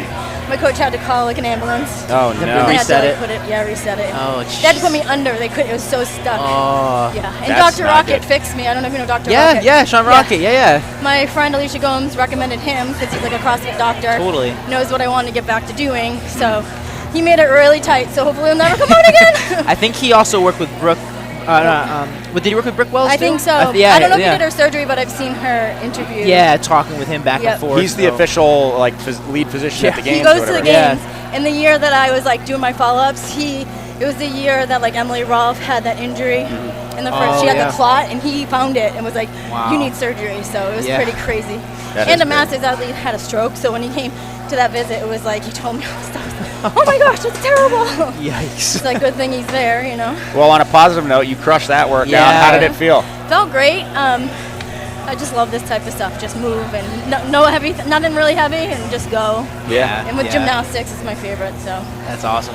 Yeah, you moved well in the first piece. You moved well in the second piece. Overall, did really well in the workout. Thank you. Yeah, he went on the burpee box shoulders. I think that was the good. top finish. Oh, So nice. that's a good I place to didn't be. feel I was like slowing down the last like I think 20 to 30. It's like okay, take your time and then try to hit. Well, like, 40 is quite a few reps. yes, it is. After that, all that other stuff. What are you most looking forward to for the rest of the day today? The chest to bar squats, Nice. and then hopefully if I make it to the rings, so rings are a struggle for me still, but I'd like to make it to that last heat. Yeah. Very Yeah. cool. Yeah. What made you want to compete here at the Invitational this year? Well, there was like just a few people in my gym talking about the online qualifier, and it kind of came at like a perfect time because I just wanted something to see where my fitness was at before like the open and stuff. And I placed, and there was a heavy snatch in Yes. the qualifier. Yep. Yes. And Yep. I didn't do well because I was like, yep, just do what you can. Yeah. And that was my lowest score, but I placed I think top 10. So I was like, okay, I Awesome. can do this. And, Yeah, really and cool. this is only like 40 minutes from my house, so it's There you perfect. go. Oh, easy. Easy Yeah. ride, yeah. And my son actually goes to Catholic Memorial, so Cool. it's just like one exit away. So Okay. it's, like, So the area's you're close. you're basically you know the neighborhood already. Yeah. You're ready to rock. Are you guys from here? Or Rhode Island. Rhode Island? Yeah, I am from Boston. I'm at the same gym as Bern, who's Oh, nice. organizing the event. That's So so yeah, cool. yeah, it's a great event. I mean, one of the things that we've heard, and you may have already experienced this, but we've heard the community aspect of this competition in particular is just really awesome. The athletes are really cool. Have you experienced that thus far? For here, yes, definitely. And like just the emails coming through, I'm like, oh, I definitely want to do this, don't want to miss it. Because I was like on the fence. I'm like, Marissa Wise is my coach, and I'm like, it's kind of right in the middle of training. So I'm like, Right. should I do it? Should I not? She's like, do what you want, Sarah. You know, I'm like, so I just really want to practice competing too. Yeah. So, Right. Yeah. Yeah. It's Because I haven't done them with like many individual comps. Right. So I want to do some before the games. Yeah. Yeah, the timing of this comp is like it's right after semis, Semis, right yeah. before games. So a lot of those athletes, I mean, there are some high level athletes here. They Yeah. kind of use that as like, oh, let's get some practice, have some fun. Yeah. Like, Or it's if a they good just comp. did semis, they're like cooling down from semis. Yeah. Yeah. Awesome. Well, So congratulations. Good luck the rest of the Thank day. you. Thanks for talking Thank to you us. so much Good for job. interviewing me. So nice.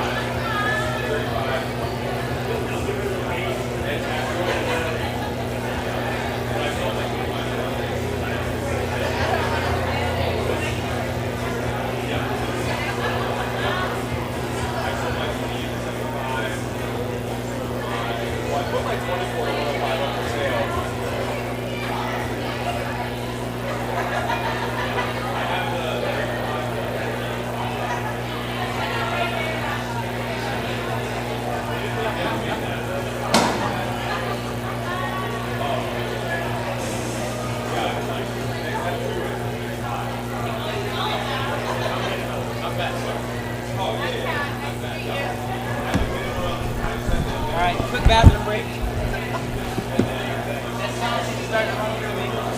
How much time do we have? We have a little bit of time. It says 10:28, but we're ahead of schedule by 10 minutes. Oh, so we got some decent time. Yeah. Awesome.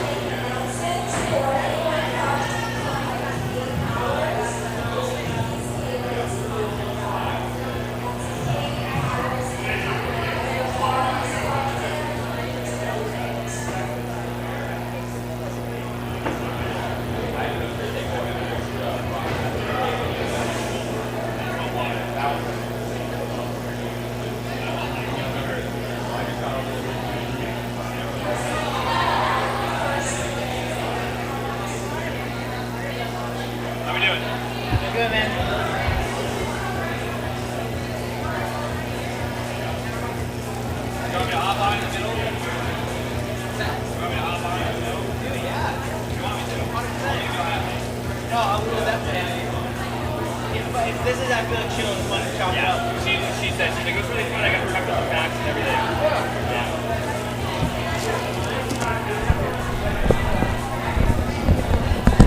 Sweaty. No, I do. This will be fun. The next couple weeks will be a good time. I wanted to ask you as well. Don't have any other guests coming up. Somebody else on your podcast. I love it. I love it. I listen to like the Invitational podcast. I listen to Christina recently. You guys do a great job. And he helped me out a ton. Yeah, for sure. Whenever you want to do it. Go ahead, John.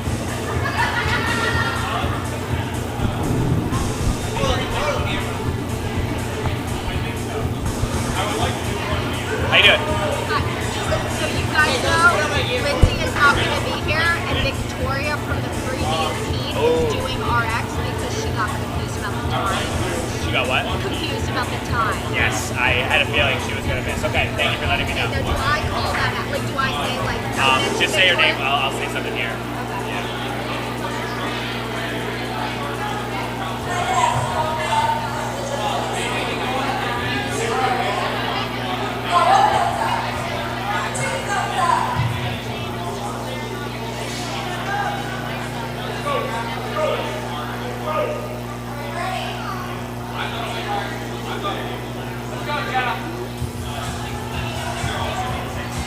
so good. It's so good.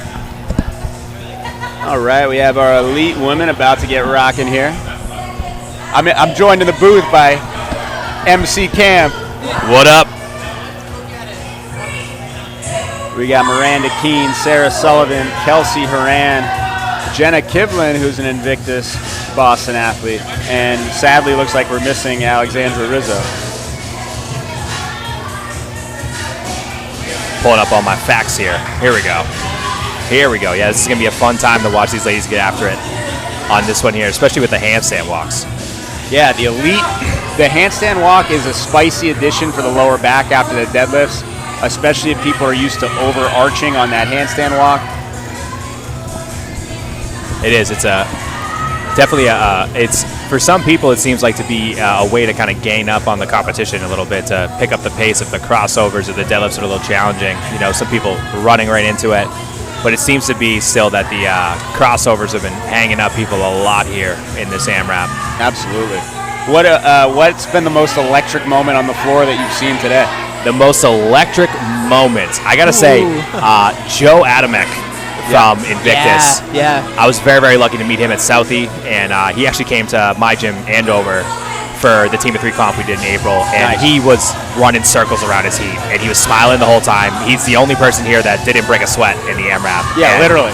He was incredible. He just was going in circles, and after the AMRAP, he was like, I really like that one. I was like, I can tell, dude. He talked to us after, and he's like, yeah, I think that was going to be a pretty good workout for me. It's like, well, clearly it was. There's two people that have gotten 6+, and one RX woman, Danielle Hag, Joe got 6+, and I think Ray Sabat was really close for elite. Yep. Yeah, the handstand walks versus the wall climbs is an interesting. I think it's really smart because it's similar level of shoulder fatigue, but obviously just a higher level skill for the elite athletes. It is.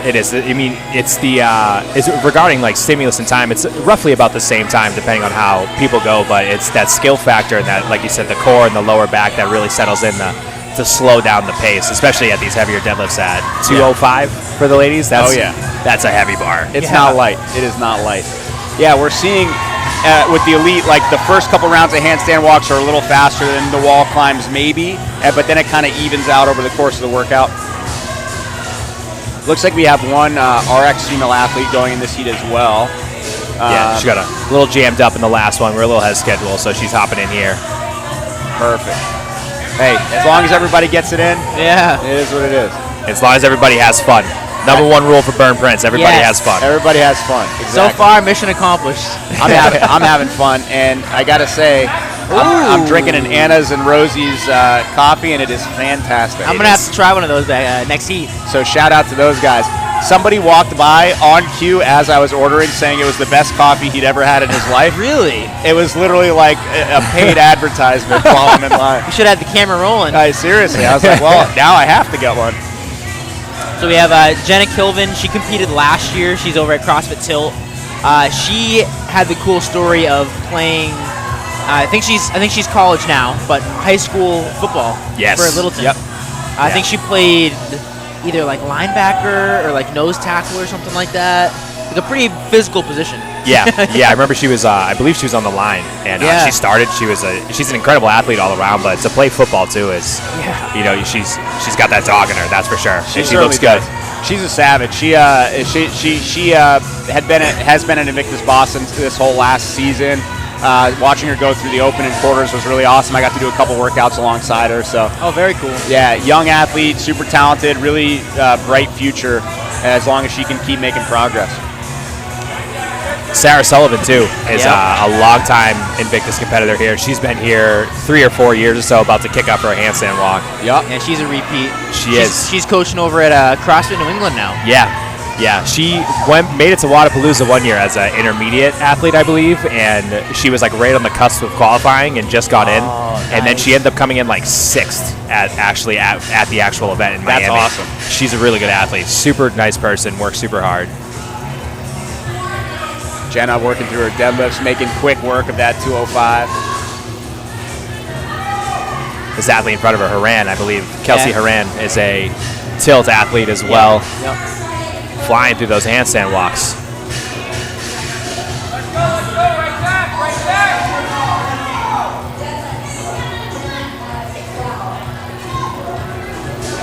Miranda Keene in lane 1 looking good.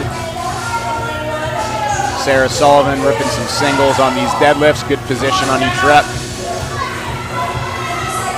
I got to say, from a programming standpoint, you know, AMRAPs can, to the eye, for some people, seem kind of mundane because it's just circles and circles for those that may or may not understand the sport. But Bern does a really good job of kind of mixing in where it's easy for people to see where they are, right, for us as MCs and for us on the stream to catch on.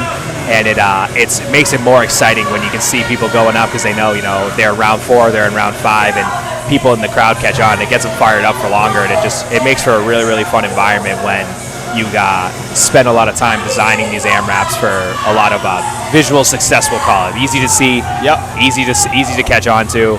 This one's a beautiful piece. We were talking about that earlier, how Bern always pays attention to the visual component of the flow of workouts, how it's going to look, how the crowd is going to react to it. Yeah. Even just little details like having that second box for the last 10 reps in the 40 reps coming up is a nice touch. It is, yeah. And that 40 reps is like insult to injury, but there's some people that as soon as they made it past the 7, they were like, oh, finally, and then they just turned it on the box. Yeah. There seems to be a correlation between the best scores on the burpee box overs and maybe people who didn't like the first AMRAP as much. Except for Josh Beeker, who's just a savage in one bowl. Yes, he is. That kid, one of the nicest guys, works super hard. Great athlete. Yeah, great guy. About back from injuries this last season. Really smart programming, training, trying to just make sure he's good to go for next year. I believe he programs for himself too, which is in its own a challenge. Really? Never mind when you're rehabbing. Yeah, that's very hard to do. But whatever he's doing is clearly working for him. So rock and roll. He started his own programming company called Jack by Josh or something. There we go. Part 1 done. Part 1. 1 minute rest. They'll be moving into 40 burpee box overs for time. Who do we got in this one? Who do we think? Ooh, that's tough. That's a tough call. I like this Haran girl. I think she was moving composed in the first part. She looks smooth. I think she's saving it a little bit for this one. Yeah, I could see that. I think Kelsey's going to do well. I think don't sleep on Miranda Keene in lane 1. CrossFit Boston athlete, very talented, very good athlete.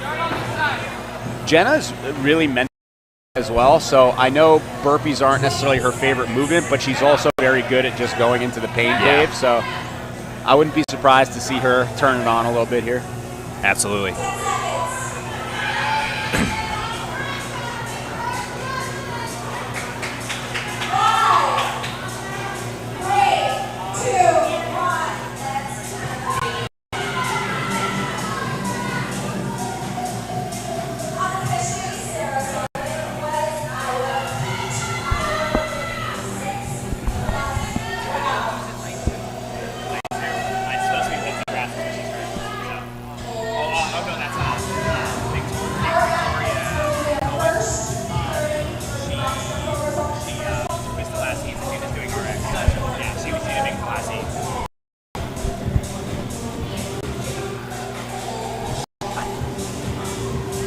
.40 reps to be completed here on these burpee box jump overs, 20 inches for these ladies. Grueling piece to end, but to start the day as well. Yeah, this is tough. This is a tough workout. We how tough it is as a masters athlete to be like heat 1 at 6:40 in the morning. You got to warm up your deadlift and then hit 40 burpee box overs. That's definitely for some of them. Some of them it seemed like it took them a little by surprise, but they did well. They crushed it. Sarah's moving really nice through this. Horan's moving really nice through this. In lane 1, Miranda's also moving pretty quick. Yeah, I like Sarah Sullivan just kind of staying low, looking down, watching her feet, getting a nice efficient turn off the box. It looks like Haran has just like a quick step ahead of Sullivan here, but Kilvin is staying in a solid pace right now, rep for rep with Haran closest to us down here in lanes 6 and 5.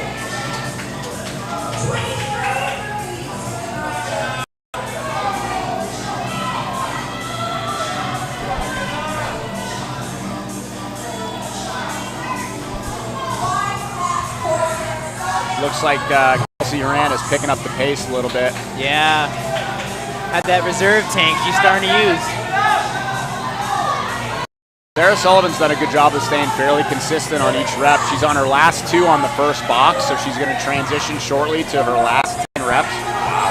Just over 2 minutes in, too. That's a really good pace for these final 10. Nice job, Sarah. Transitioning to her last 10 is Sarah Sullivan. And same with Kelsey Horan. Yep. Looks like Victoria Cohen, too. RX athlete sneaking in this heat here. Victoria Cohen moving really efficiently on that box.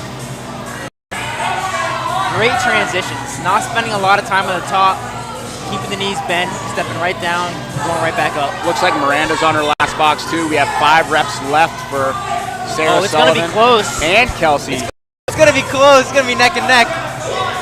Let's see if someone can turn on the gas and finish off strong here. Looks like it might be Miranda. Ooh. You're going to see a hand up for Sullivan. Sarah Sullivan finishing through. Sarah Sullivan finishing through. Kelsey Horan passes. Jenna Kivlin on her last 10. Looks like they got about 45 seconds left. These athletes doing a great job pushing through this workout. This is not an easy event. Jenna finishing up her last rep, crossing the line. Nice job. Good job on Bern with a time cap here. Keeping it aggressive, but making it pretty doable. As not many people getting capped on this. Yeah, a lot of people, if they're getting capped, they got like 2 or 3 reps left. You know, like Justin said, they're deep in that pain cave, and it's hard. It's hard to get out sometimes. But these athletes are finishing anywhere from just under 3 to that. Excuse me, that 4-minute mark. Totally. We have our next women's elite heat coming up. Some names in here of people who have veterans of the Invictus Boston Invitational, like Skyla Desimone. I believe Haley Hunter also competed in the elite division either last year or the year before. She was a year 2 athlete, I remember. Fantastic athlete. I believe she just had a baby not too long ago. Oh, that's incredibly impressive.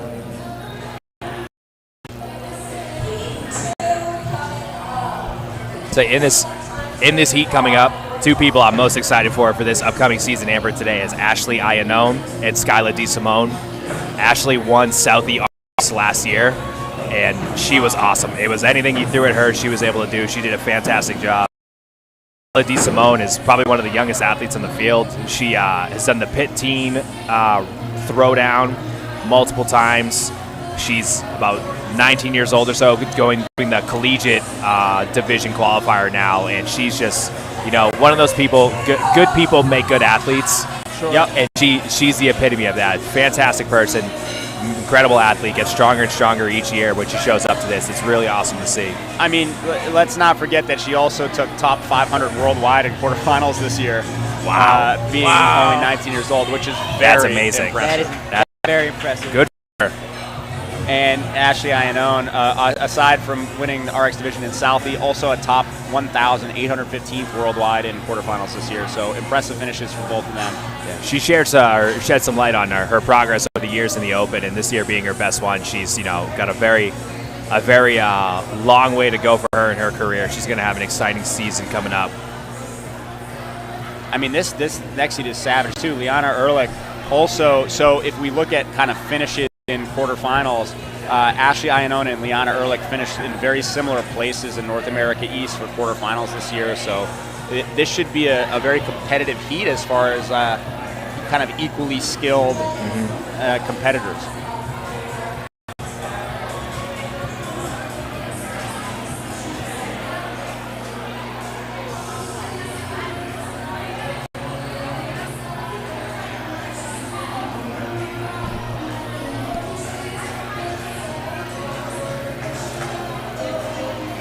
We also have Sierra Telmelin, who was 120th in North America East in quarterfinals this year.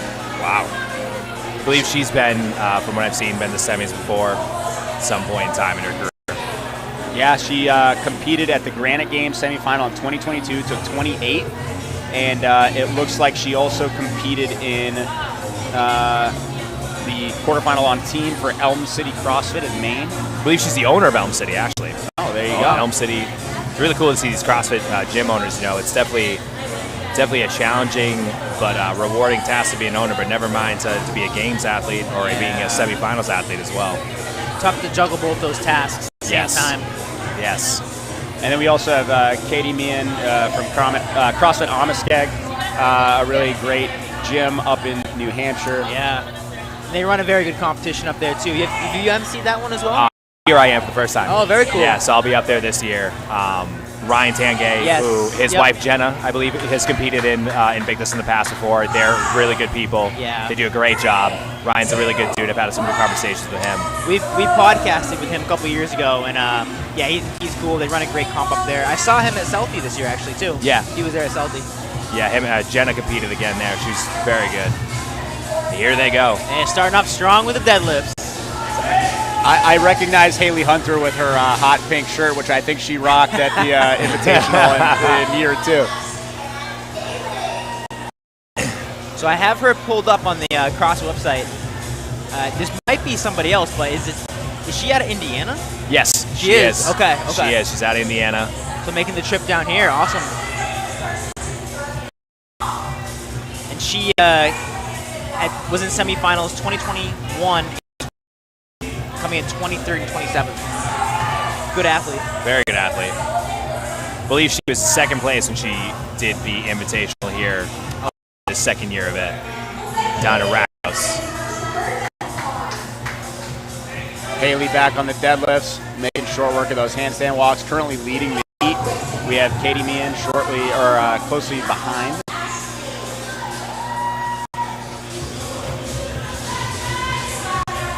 End up down in lane 3 for it looks like Leanna Elwich. Yeah, she's finishing up her deadlifts. Skyla's finishing up her deadlifts. Haley Hunt back on the crossovers. So she has had the fastest handstand walks out of the group, but her crossovers don't look quite as efficient as some of the rest of the field. And this is one of those interesting scenarios where the rest of the field can handle the 205 manageably and is just having a good day upside down. The crossovers are what become the more challenging part. So these are something you haven't been working on since Adrian Bosman brought them into our life. It could really throw you off in these workouts. Absolutely. And the thing about the crossovers is it's a small amount of reps, and we're used to jumping rope, whatever, but if you're inefficient, that little bit of wasted energy on every rep is going to add up over the course of these 7 minutes, especially if you're pushing for that fifth or trying to get close to 6. Exactly. And as we know, right, it's just like double unders. We get all jacked up, we get all tense, and it's our shoulders that give out a little bit, and that's a hard thing to lose when you have to deadlift 205 and then walk on your hands. Exactly, and then do 40 box jump overs after a 1 minute rest. Crossing over around here. One thing to be mindful of with Skyla is on that hand walk, getting a big arch through the back, so hopefully she's able to keep that locked in and tighten that up a little bit, or she's definitely going to be feeling that in the later rounds.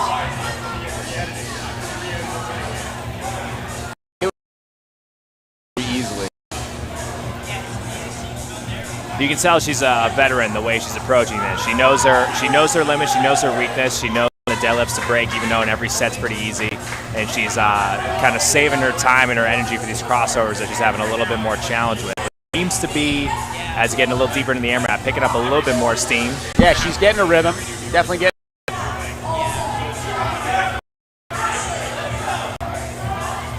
All these ladies fairly neck to neck here.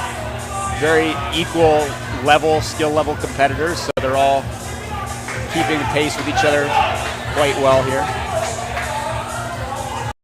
Just about halfway through now, 3.5 minutes down, 3.5 minutes to go for this here. Second heat of elite ladies on the floor. It looks like down in lane 5, Sierra, as we were talking about, is making these deadlifts look real easy and light here, hanging on for the 9 unbroken.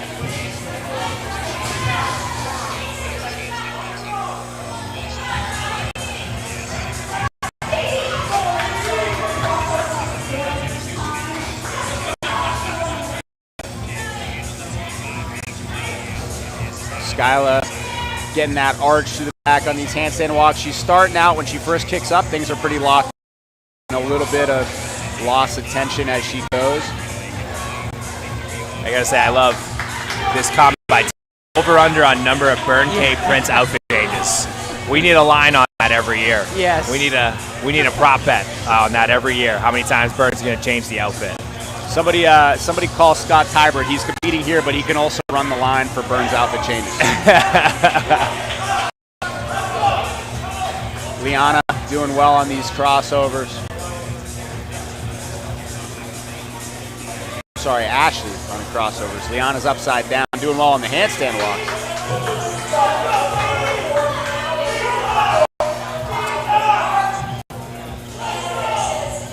Haley down those crossovers again, spending a lot of time on the rope this workout, but she's making quick work of the deadlifts and handstand walks. Down towards our end, Katie Meehan hanging on to that bar. Extra reps. She's broken it up a little bit, but now seems to be picking up the pace, hanging on for the 9 unbroken deep into this workout here. Very impressive. That is not lightweight.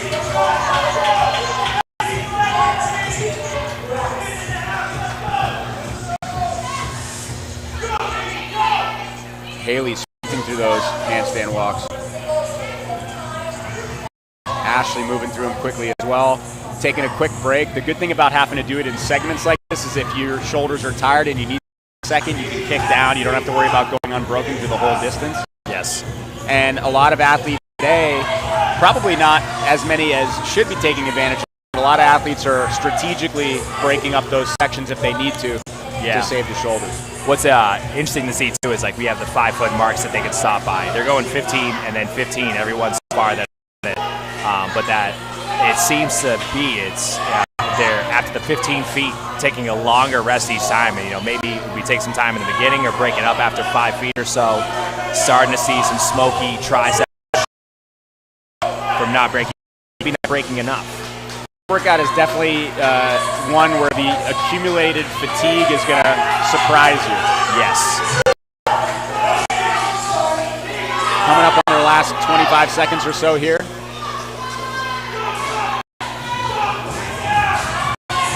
Looks like Ashley's gonna be on her crossovers here. Not sure if she's a round ahead or behind Haley, but she's picking up speed there to try and get some extra reps in as she gets ready to kick up. Haley's still looking really good on the handstand walks. Looking very confident. Yeah, that seems to be a she does not mind doing. There we go. 7 minutes down. A minute rest, and then we have those box jump overs. So that rest is pretty much just enough time to wipe the sweat off your forehead and crawl over to the box. Exactly. It's enough time to figure out where you are in space, look at where your box is, and get ready. These burpee box overs are definitely a mental test, not just obviously on the fact that they're hard and the burpees are challenging and in the pain cave, but it's also a mental test on making sure you're picking your feet up, make sure your foot will be. Because under fatigue, it can be hard to stay balanced and stay focused on those things. Sure. We see a lot with these movements in CrossFit, especially in the higher levels of semis and games and whatnot, that the best movers are the best athletes, right? We can go back as far as Froning to any athletes that we see in these days. But something like a burpee where, like you mentioned, the footwork, the more efficient and consistent the footwork is, the better these girls are going to be getting these 40 done. And these ladies are off. Skyla is flying. There we go. Just like that, consistent about.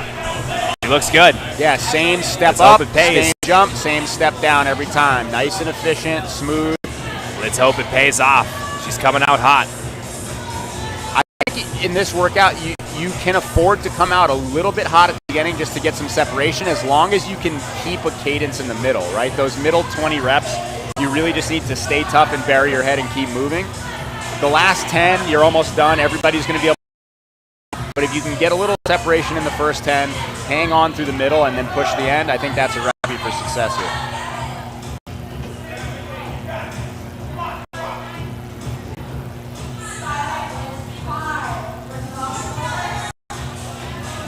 Ashley looking good in lane 2. Skyla's still flying. Doesn't seem to be slowing down too much at all here. Moving really well through these box jumps. Ashley Ioannone as well, keeping the pace, staying real low here. It looks like she's about half behind. As soon as Skylar jumps on the box, Ashley is right on the ground, 2 seconds behind her through this whole time. When they make it to that next box for those final 10 reps, that is going to be a fun race to watch. Yeah, a showdown.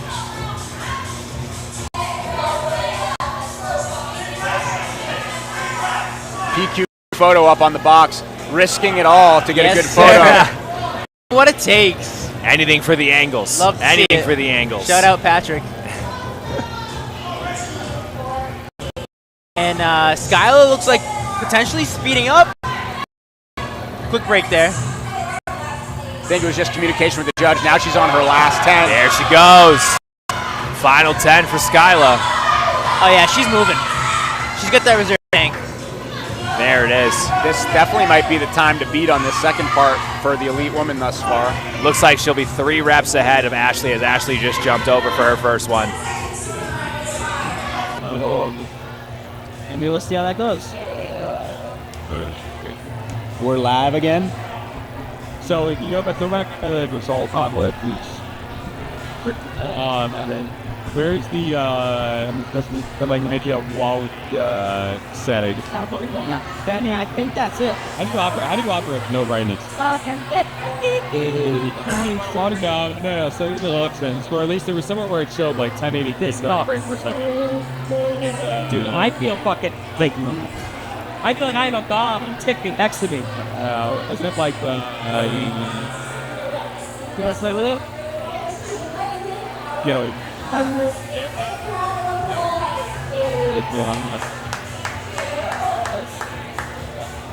Oh, now. Well.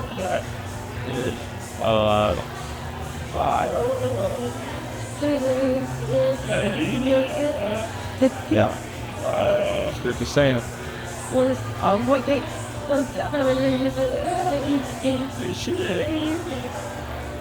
Alex N. But it's there. It's the public.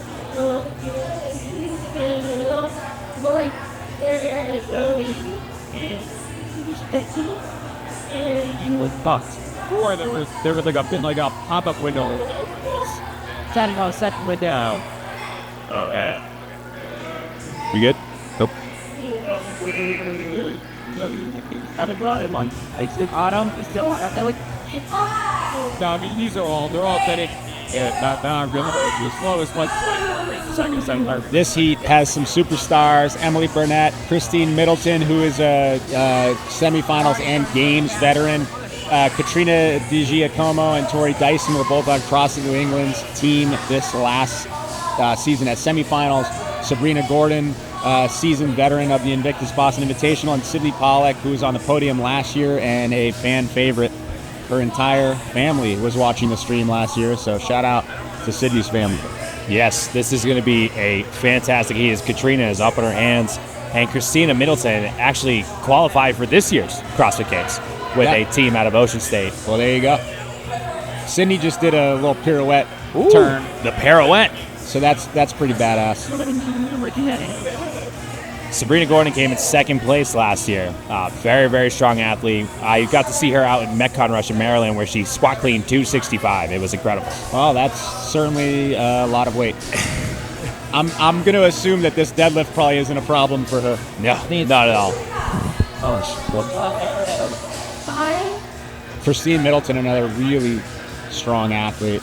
Katrina Digiacomo has a huge engine. Her and Tori Dyson, both really impressive. I believe after the Open, Katrina was top 10 in the world for the ladies. Well, that makes sense. She's flying through this workout right now. She's doing circles around everybody. She's now already on her third round, I believe.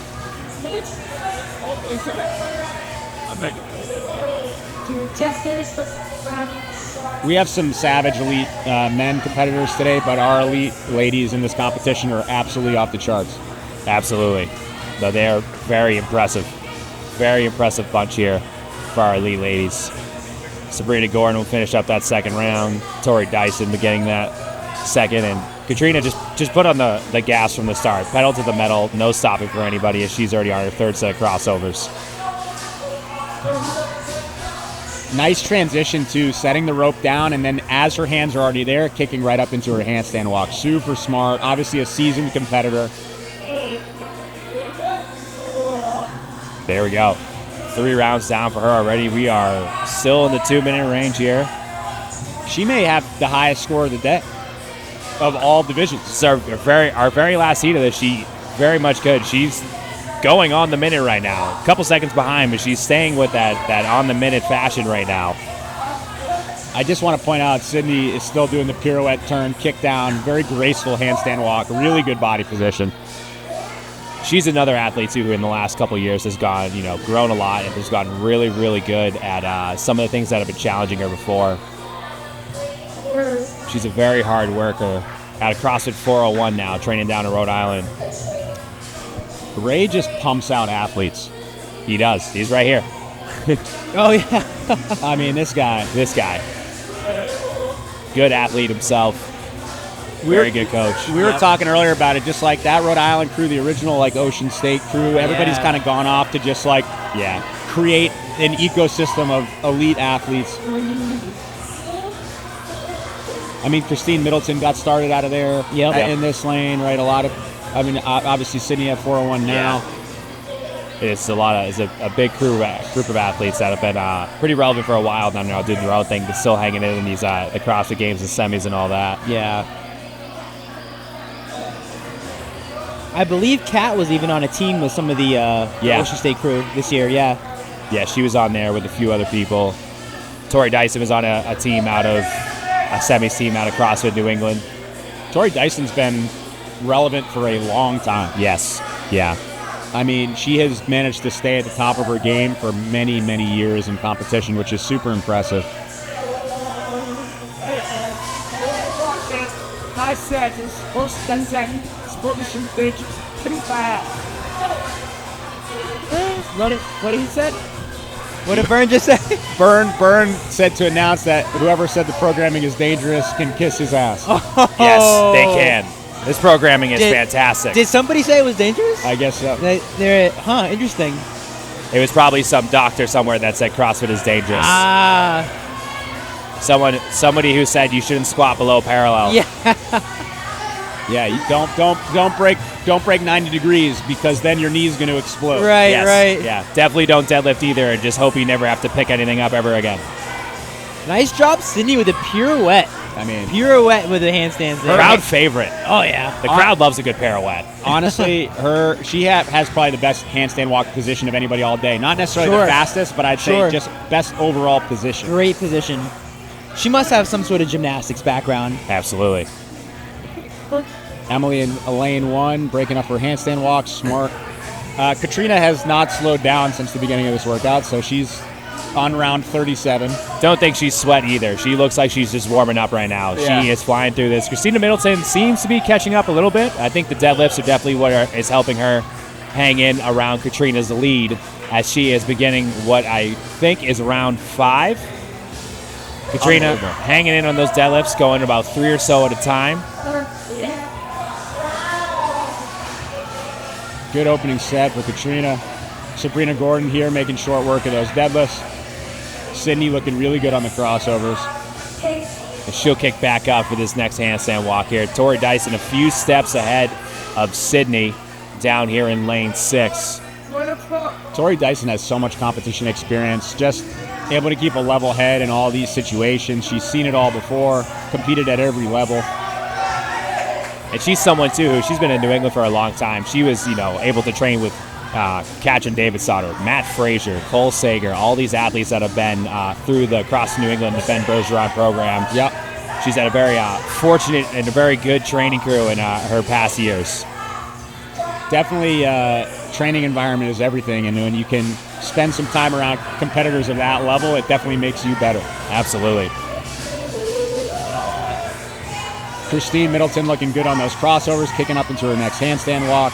Emily Burnett finishing her handstand walk in lane 1, getting back on the deadlift. I believe Christina Middleton still has the heaviest record clean and jerk at a CrossFit event at 265, I believe. Beating Amanda Barnhart's was it we talking about the Amanda Barnhart one at Granite Games? Yes. Yeah, I think so.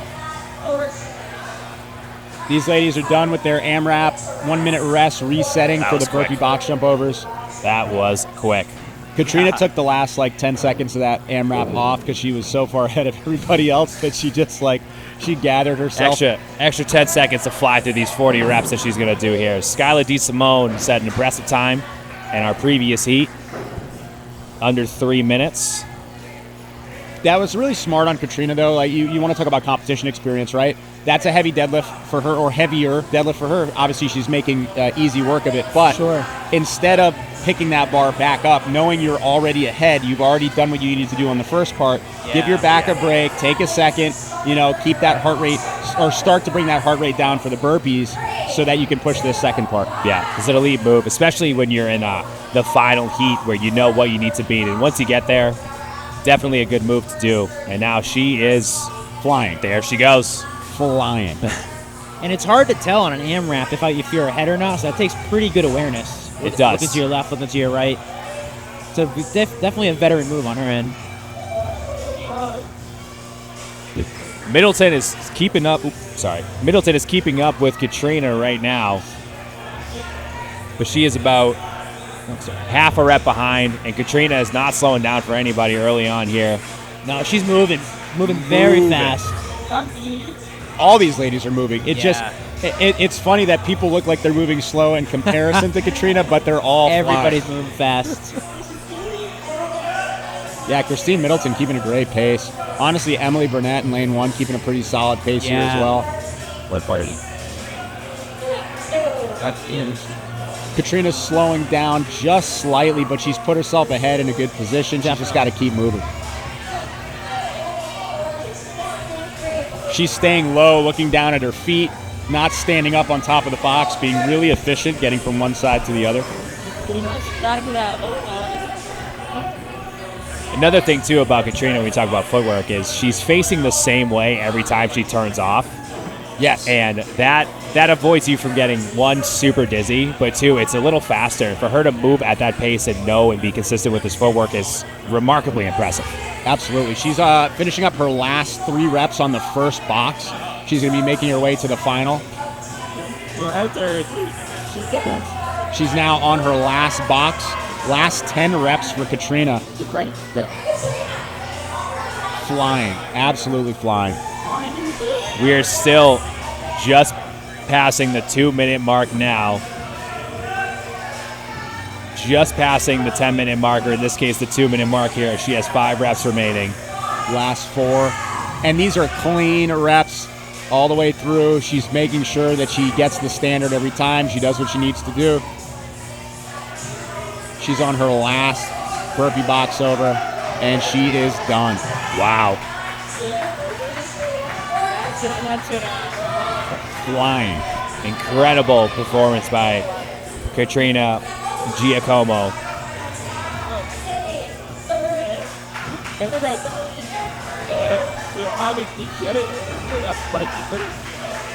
Tori Dyson flying through here.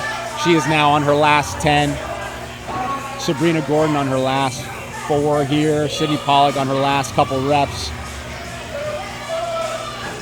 Christine Middleton almost done on her last rep. Christine Middleton finishing.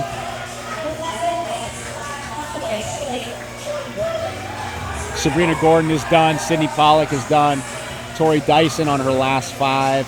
Emily Burnett on her last 5. Last few reps here. This will be the end of workout 1. Once these ladies finish, they got plenty of time. We're moving on to workout 2.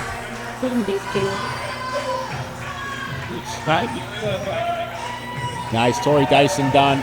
Emily Burnett on her last rep. She's over the line. And all of these ladies are done in a blazing fast time. Katrina Digiacomo, if I'm pronouncing that correctly, I think she takes 100 points on both parts, the AMRAP as well as the burpee box jump overs. Incredible start to her day today here at the 5th annual Invictus Boston Invitational. Now her and Josh Beeker just need to fight to the death as the 2 people to win both parts of workout 1. That's right. 2 really good people, 2 really good athletes. We'll see what they do in this next one here. Savage performance. The elite women are incredibly impressive.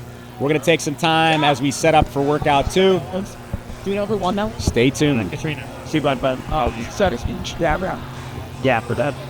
Maybe one out. Shout out Katrina. Can you shout out Katrina or I know what it's not. Yeah, see. That is really on the men's women or the day. It's helping you to set this to like some ministers including all anybody streets. Oh, so his masters are actually in the beat. No, all the masters are done. I didn't go for workout. Second workout. Like I had to do a second workout, but we just worked out as I asked. There is bar ends. Yeah, that's the exact same thing.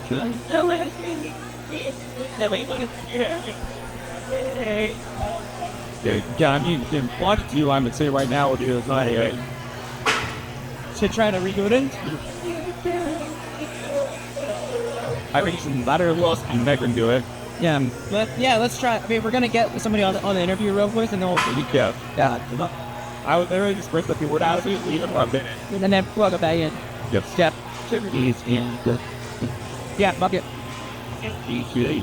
Should I put this on low as well? And it's like low. Should I put this on? I don't think so. I think well.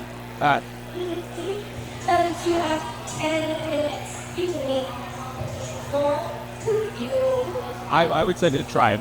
We have 10 minutes, so I would try them. Yeah. History. What's up, man?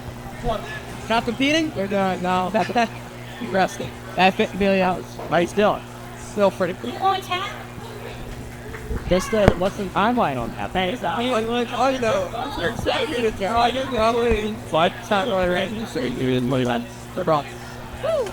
I put these on? Yeah. Okay. Hell yeah, nice job. And here we are. We're admiring, especially towards the end there. You were moving quick on those burpees. Transitions look good. How'd it feel? Felt good. Just Awesome. wanted to kind of get it going. The step down's hard. It's almost harder. Yeah. You're not out of breath enough for what you just did, by the way. It ended a couple minutes ago. So. Fair enough. You had a little time to recover. How about the first piece? It looked good with the handstand walks. Looked good with the crossovers. Yep. Felt pretty confident there. Yeah, everything felt pretty good.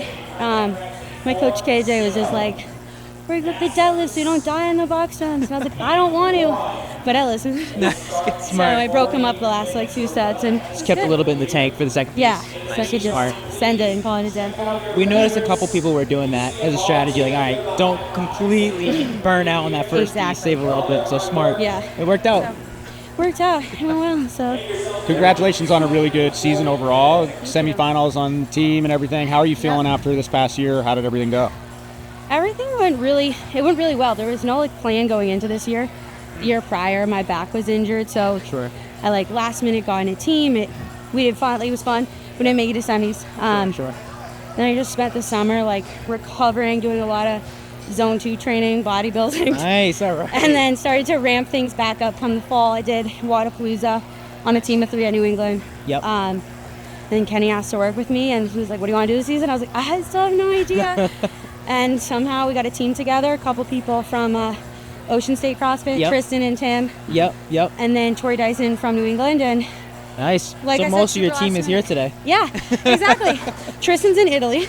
Okay, So, okay. I mean, Potentially Had a to- good excuse, I guess. Yeah, I guess it's okay. Couldn't make the trip. Come on. he sent us a picture, and he was like, "I was just really craving a good bowl of pasta, so booked a ticket." I was like, Oh my God. "Same, Tristan." Right, Same, yeah. Must have been cool getting to go next to your teammate in that last heat Yeah. as well. It was awesome getting to do it with Tori. We've been training together since before we were teammates. I've known her since I think I was in high school. We did gymnastics together and coached gymnastics together. So Very cool. yeah, it was really cool to compete out there. What are you most looking forward to the rest of today? Oh my God, I don't even know what's next. Not the 4-minute echo bike. It's definitely where I'm gonna just be like, That's not gonna be loving brutal. it. Yeah. I'm hoping to make it to the final because I do like some ring muscle ups and some handstand push-ups. Yeah, definitely an exciting Yeah. final to watch. Well, best of luck today. Great job on that first one. Thank you. Awesome. Thanks Crushed so it. much. Nice job. See you guys in a little bit. See ya. Oh my God, I'm so sorry. You're good. You're good. Don't worry. Everybody's like that. Yeah. That's the hot shit. Like a nice split sweat at the end. Yep. Gotta see. the floor is being transitioned now for our second workout. We got the 3-part. We got goblet squats, chest to bar pull-ups, or different types of pull-ups depending on the division. We got an echo bike for calories, and then we have our kettlebell snatches. So all in all, it's going to be an exciting next event. Want to try to pull one? Yeah, I think so. Yeah. How much time is that? We got a little bit of time. We're going to try to plunge it out. Cool. We are going to briefly reset our internet here. So for those tuning in, we'll be back for the next event. Appreciate you. Our first event is athletes have completed 9:15:21. I think this should be a lot smoother. That's how we're doing it. Yeah. Okay, cool. And so even though it says off, we're still good? Yeah, we're not using this to stream, we're using my computer to stream. All right, we are back with our Masters event 2 of the day. What's up? In lane 1, we have Allison, who is currently leading the Masters women. We have Amy West, who's in second, Megan Ellis in third. Now in lane 4, we have Arnie Sevilla. In lane 5, we have Adamek. And in lane 6, we have Iffy. And as far as rankings, if you check the competition corner leaderboard, rankings are live and updated for the first event. And one thing to note is Iffy in this heat is tied for third, and Adamek is tied for fifth. Or I'm sorry, is in fifth with Arnie Sevilla in sixth. So solid collection of competitors here in this heat. They're working through 21:15.9 of goblet squats and chest to bar pull-ups. Or I'm sorry, 9:15:21. So reverse order, ascending order of goblet squats and chest to bar pull-ups. Once they get through this, they're going to rest with whatever time is left in this 4-minute time cap. The second section is a 4-minute max calorie echo bike. And then the last part of this workout is 50 kettlebell snatches, switching every 5 reps.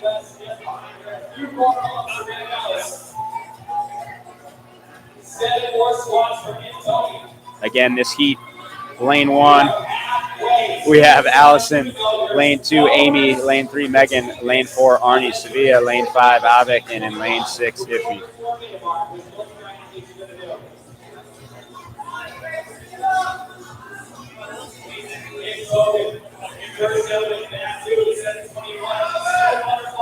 Iffy working through those chest to bars, looking smooth and efficient. Really nice kip there. Lane 2, Amy West working through her chest to bars. Lane 1, Allison working through her chest to bars. Adamek with a nice butterfly kip there as well. Nice and smooth on those chest to bars. A standard kit being used by Amy West in lane 2. Again, if you want to see rankings, they are live on Competition Corner. Right now, the order of your lanes is the order of our Masters women in first, second, and third. So Allison in first, Amy second, Megan third. And we also have some higher ranked male Masters athletes in this heat with Iffy tied for third and in fifth.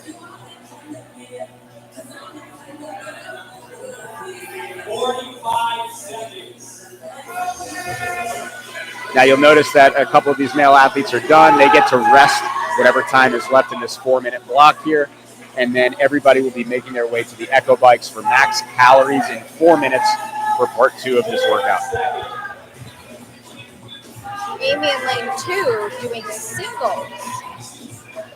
Did she start off doing that? No, that is a strategy of necessity, which is all right. She's doing what she's got to do to keep moving. Judges are getting these bikes set up. These athletes are about to embark on 4 minutes of max calories. Now, smart, there you have Amy West transitioning to the bike early to get a head start. Not a lot of time for rest for the women.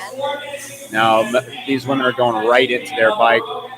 Now, we'll see these gentlemen settling in. Everybody seems to be taking a similar strategy of kind of just getting right up to a sustainable pace, something that's challenging but doable for the whole 4 minutes, and they're hanging out there.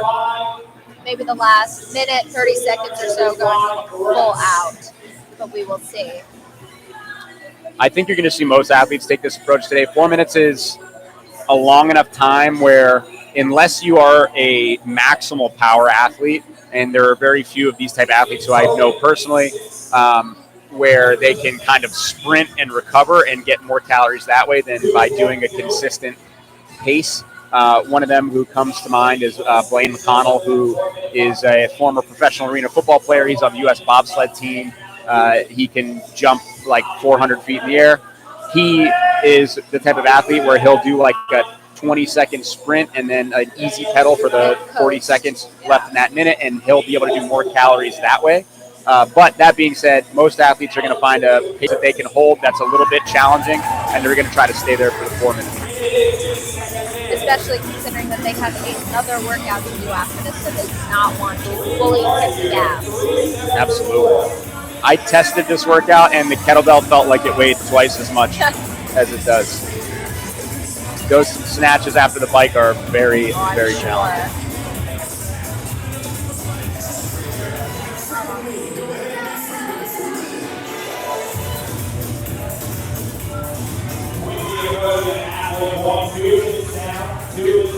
2 minutes down on the bike, 2 minutes to go for these athletes here today. Max calorie echo bike is kind of an oxymoron when you're talking about 4 minutes of work. Yeah, everybody's facial expression is looking similar right about now. No one seems to be having a good time.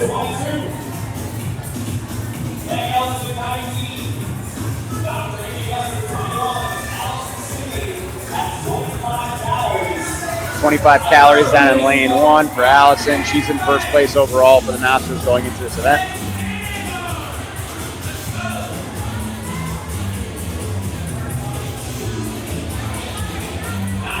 Seconds on this mic before they move on to their 15 minutes. Quickly approaching 30, out of over 30 calories. Amy in lane 2 taking her hands off the handlebars. Not sure if that's a strategy to save her shoulders for the snatches. Sometimes you just got to do a little legs only pedal on the bike.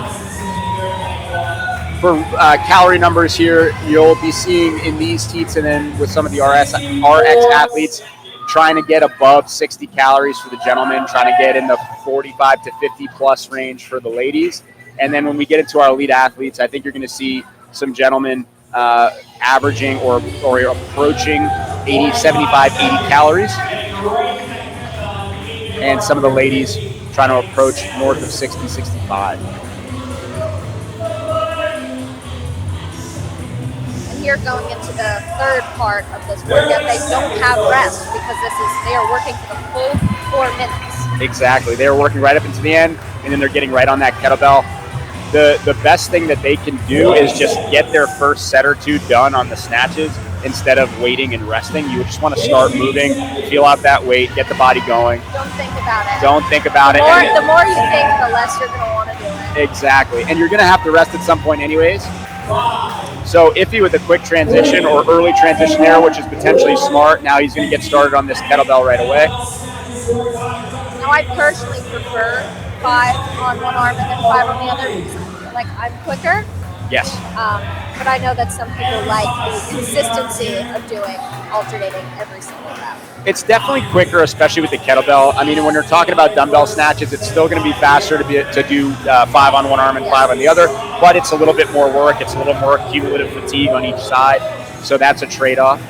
But with the kettlebell, it's definitely preferable to be doing multiple reps in a row before switching. Mentally, it's nice to know that every time you switch arms, you have 5 down. That's a little benchmark that you get to hit each time. Exactly. When it comes to the kettlebell snatch itself, one of the things you're seeing Adamek do here in lane 5 is he's holding the handle a little too tightly on the transition. So when you punch through on the kettlebell snatch, you need to be able to loosen up your grip a little bit. If you look at Iffy in the lane next to him, lane 6, he's getting a smoother turnover because he's relaxing that grip slightly as he punches through. We're seeing kind of the same thing for Arnie Sevilla in lane 4. He's getting a little bit of a kind of a turn outside on the forearm, which is what we look for in a clean. But next to him, Megan Ellis is doing a really good turnover in lane 3. Looks like Amy is making quick work of those kettlebell snatches. Amy, solid competitor. Allison, first place going into this event, so we'll see how she's doing. But Megan's looking really comfortable on that kettlebell. She's getting a smooth turnover, short breaks in between sets. Now, Avic's turnover on this right arm is much better, so definitely one of those situations where he's feeling a little more comfortable on the stronger arm than on the other side, which is also common.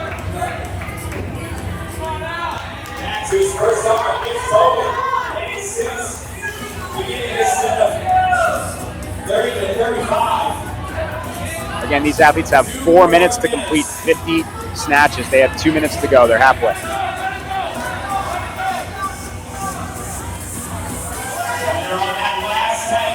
Arnie Sevilla in lane 4 doing a smooth reset. Oh, wow, okay. Megan Ellis almost done. She's had a really smooth turnover. She's obviously very comfortable on the kettlebell. She's about to finish up. Looks like Iffy moving on to his second half.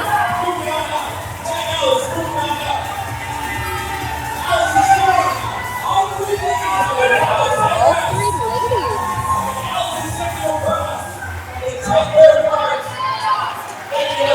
Amy West done all of her reps. So these athletes are moving forward as they get close to finishing their rep count here. Iffy is about to be done. And now he's crossing the line. So first to finish for the gentleman in lane 6. Again, he is currently tied for third, so that finish will help him out here, move up in the leaderboard potentially. Arnie Sevilla is almost done on his last rep. He's about to cross the line, and Avik has his last 5 to go.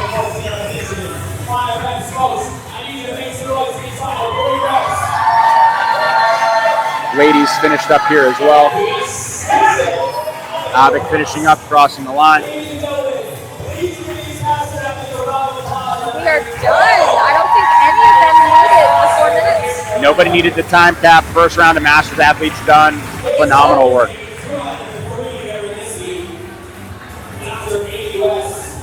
Dr. Amy West in the house. The doctor's in the house. Excellent job, athletes. Excellent job. You got another Giga Masters fail thrown out now. We'll give coach time of 2:40. Be good enough.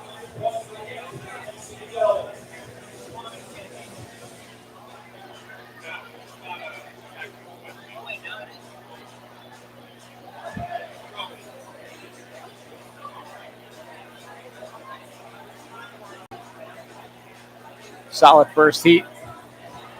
So I asked Cam this question. What's the most electric thing that you've seen on the floor today? Oh, I'm going to go with Katrina. Okay. For sure. She was flying. Lapping people starting her 8th round. And her coach told her to stop because she was so far ahead. Just conserve your energy. Yep. You're already in the lead. No need to do more than that. Yeah. It was smart, especially because she was about to pick up the deadlift and then took a little bit extra rest. No reason to do extra reps on a heavy weight, you know? She had like an extra 20 seconds of rest. When it's coming to 40 burpee box jump overs, I would take those 20 seconds. Absolutely. Also winning on that as well. So she took both those events. Yeah. Her and Josh Beeker won both events for the elite division.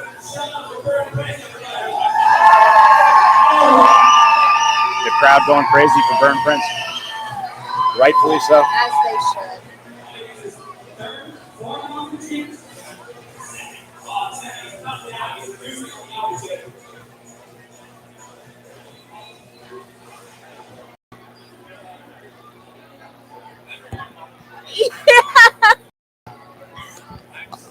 That's okay. I was so confused.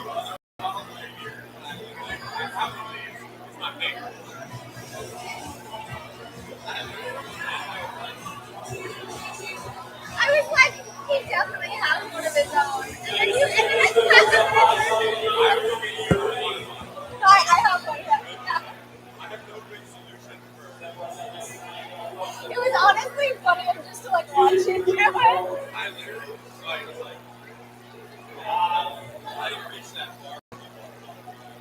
All right. Judges, hold on.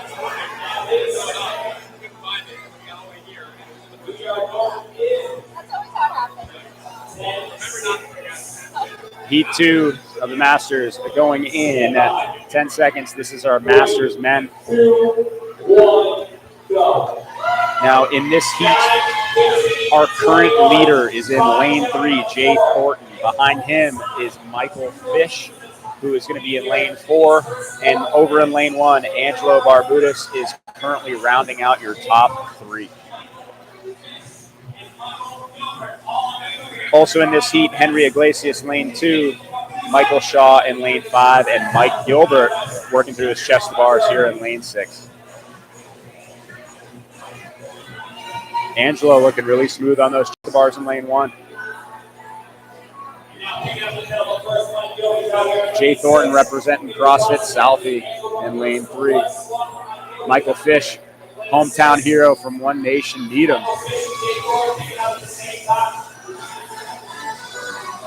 Look at that cycle speed on these goblet squats from Michael Fish.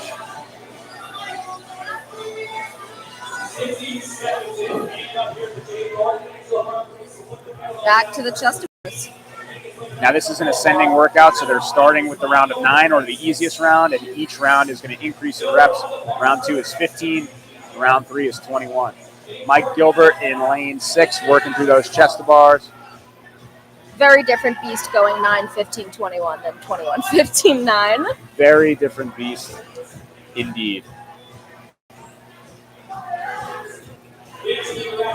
Shout out to the electrolyte water dispenser that we have here at One Nation, powering me through this announcing session. We need to get ourselves that. It also has flavors. And you can make it bubbly or not. You can make it bubbly. Very, very impressive. Jay Thornton on his last couple chest bars of this middle round. Meanwhile, Angelo in lane 1 is already on his last 21 goblet squats. Jay Thornton picking up the kettlebell for his goblet squats. Jay actually made it to semis this year for the 45 to 49 division.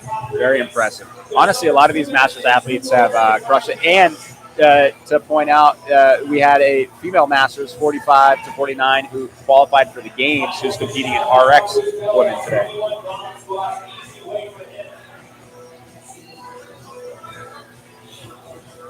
Henry working on his chest bars, getting a good kip there. Angelo now back to start his last set of 21 chest bars. Angelo, one of the few athletes in the field working that butterfly kip here. We saw a lot of the men last heat using that. Definitely a more advanced technique. A little more efficient, but a little more demanding as a skill. Mike Gilbert getting a good kip here in lane 6, chipping away at his chest bar. Michael Fish dropping down. He and Jay are taking breaks here, working through small sets of chest bar pull-ups. Henry Iglesias on his last 21 goblet squats. And again, these gentlemen are going to have 4 minutes to finish this first section. Angelo still continuing with doing multiples and then taking a slightly longer break than the men who are doing singles. It looks like some of the times from Heat 1 may still hold. Iffy and Avik putting up really solid scores in this first section in the last heat.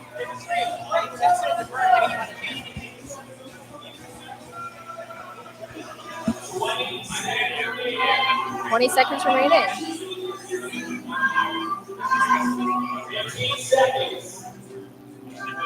Short time here. Angelo almost done. He may be the only athlete in this heat to finish or get close to finishing. And Angelo done. Now these athletes are starting on the bike. Jay Thornton first on the bike.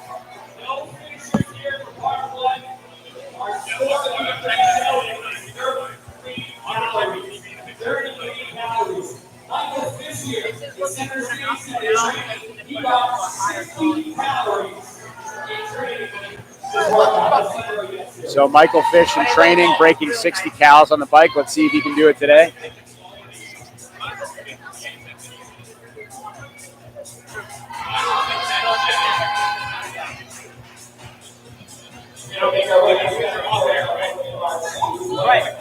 Right, yeah.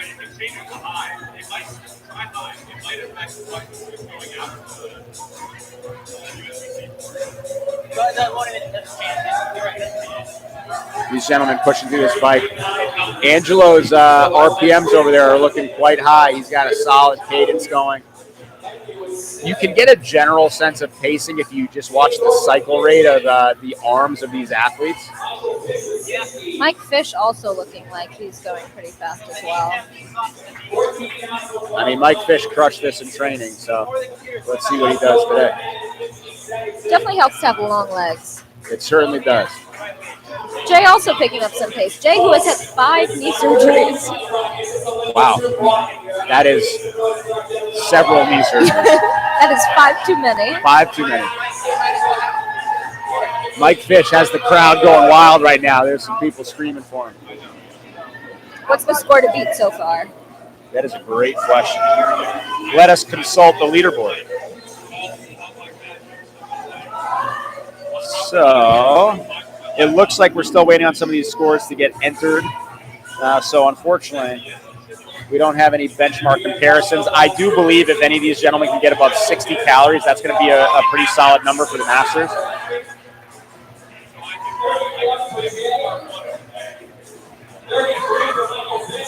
Michael Fish already at 33 cals. Mike Gilbert at 25. 2 minutes left, or just under 2 minutes left. Might hit that 60. Yeah, I think if they can be at over 60, that's going to be a pretty good position. Yeah. And again, last heat, very impressive. Everybody finishing the snatches that come after the bike.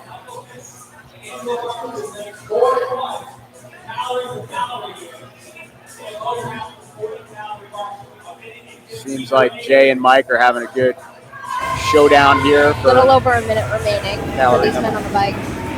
It's a long time to sit on the bike, honestly.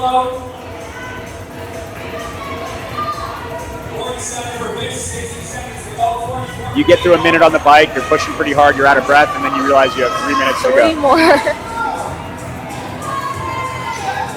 These gentlemen are almost done with the bike. They'll be moving on to those dumbbell snatches next. 50 total reps, switching arms every 5.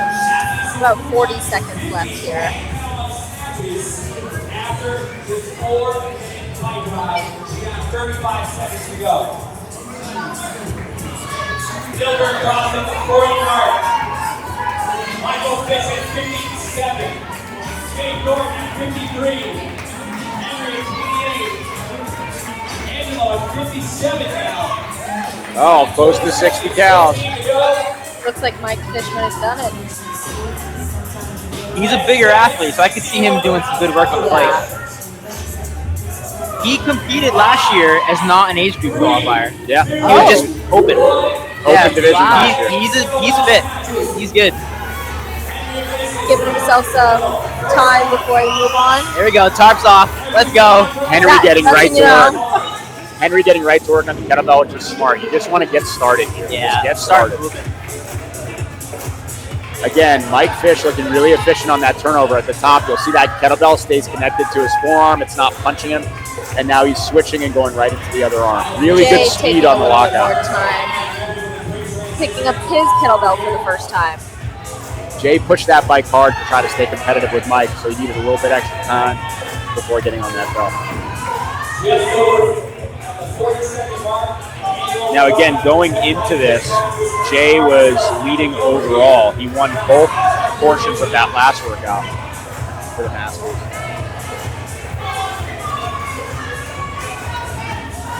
It looks like Mike Fish may be able to make some moves here in this event.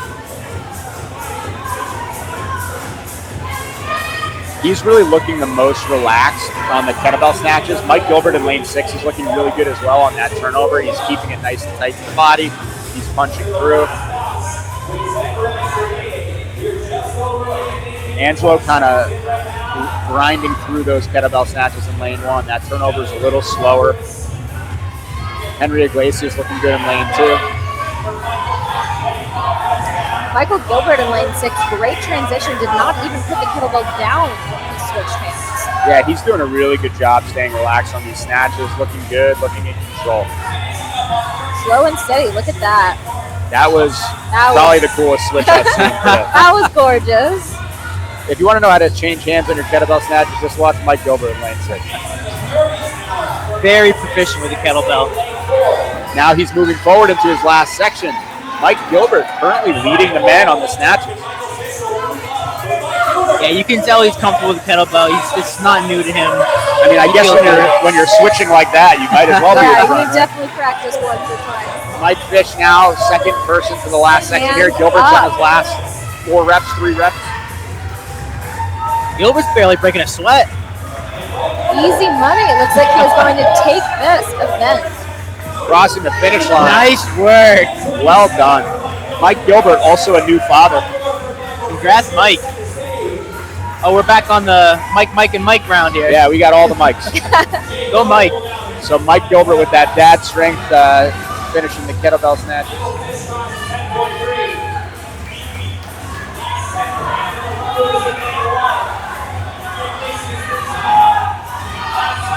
Hand up for Jay Thornton. Mike Fish is done. Last minute to finish here. Jay Thornton going to finish it out. Also going to make it with less than 60 seconds left.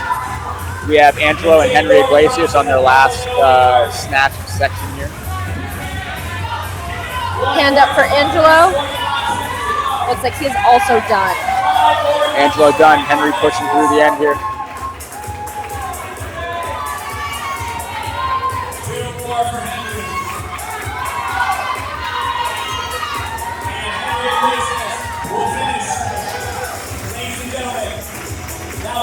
And that is going to be our last heat of Masters men. Nice. Looking good. Killed it. Part 1 of event 2. Michael Fish will take part 3. Michael Gilbert will take part 3. Michael Fish will take Justin's got to go give him props. He said, I love the way you switch that.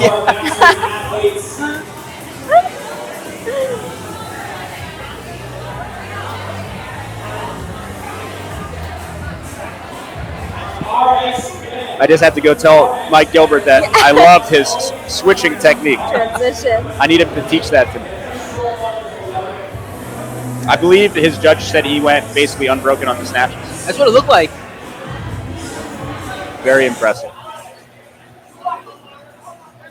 So we're going to be transitioning now to our RX men. Fortunately, the equipment is going to basically stay exactly the same.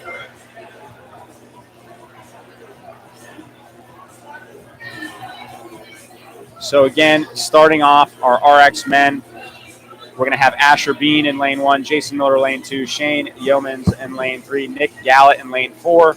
Nick winning the burpee box overs in the last workout. We have Benny Bates in lane 5, Anthony DeLisi in lane 6, and Dana DePinto in lane 7. Kicking off our men's RX heat. Guest commentator Zoe is back on the floor, and I believe we're getting Cam back in the booth. Let's go. What's up, Cam? Yeah, Cam back in action. MC Cam. Oh. Stepping on wires. Competition master Cam. Here he is. Oh, back to the much quieter Mike. How we doing? Great. That was electric. The Masters athletes. That was awesome. Killing it. That was really good. Really, really fun one to watch, too. That first one is a burner. That guy finished at 240. It's crazy. Crazy. Yeah. Mike Gilbert going unbroken on the snatches in that last heat. That guy's a legend. What a guy. I can't stop talking about it. The way he switched hands with the kettlebell snatch is unbelievable. I've never seen it in my life. It's very hard to do. I was wondering, I was like, are people going to put it down? And I saw that he just didn't put it down at all. Yeah. Good for that guy. When I switch hands, I always get an extra swing. He literally just like passed it off, boom, next rep. It was unbelievable. Like a dumbbell snatch. It was unbelievable. Shout out Mike Gilbert. Our first heat of men's RX athletes getting ready to kick it off here. Now, the leaderboard is updated for men's RX for workouts 1 and 2. So currently, Joe Adamek is in first, Ryan Mickelson in second, and Anthony DeLisi is in third, who is in this heat. Also, Shane Yeomans is in fourth, and he is in this heat as well. So a couple of the gentlemen in this heat doing really well in those first couple events, getting ready to start event 2. Joe Adamek, crowd favorite, leading after that first event. That's awesome. Oh, it was electric. Yeah. Didn't even sweat. We go right to the goblets. I asked Bern about this workout during the podcast. I'm like kettlebell goblet squats. You don't really see that much in a competition style. But let me ask you that, Cam, because you've seen a lot of comps. You see much kettlebell goblet squats? I've never seen, to be honest, I haven't seen a lot of kettlebell work in general. Yeah. I personally love kettlebells. Sure, yeah. I program for my gym. I use kettlebells frequently, once, if not twice a week. Big fan of those, but I do think it's an interesting move. And, squatting is probably one of the hottest topics when it comes to judging and it comes to standards, where the below and the above and the full extension. But so far, it's been pretty good. The movement's been well. These guys are looking strong here. Yep. Judges doing a really good job. Yes. Judges do a fantastic job here every year, but it's really cool to see the different kind of style of squatting. Shane Yeomans in lane 3 is flying through his squats. So the thing I really like about this workout is it's very Fran-esque, but it's different because you don't have the thruster, but you still have the upper back and shoulder fatigue from holding the kettlebell. So it's going to allow people to really move quickly.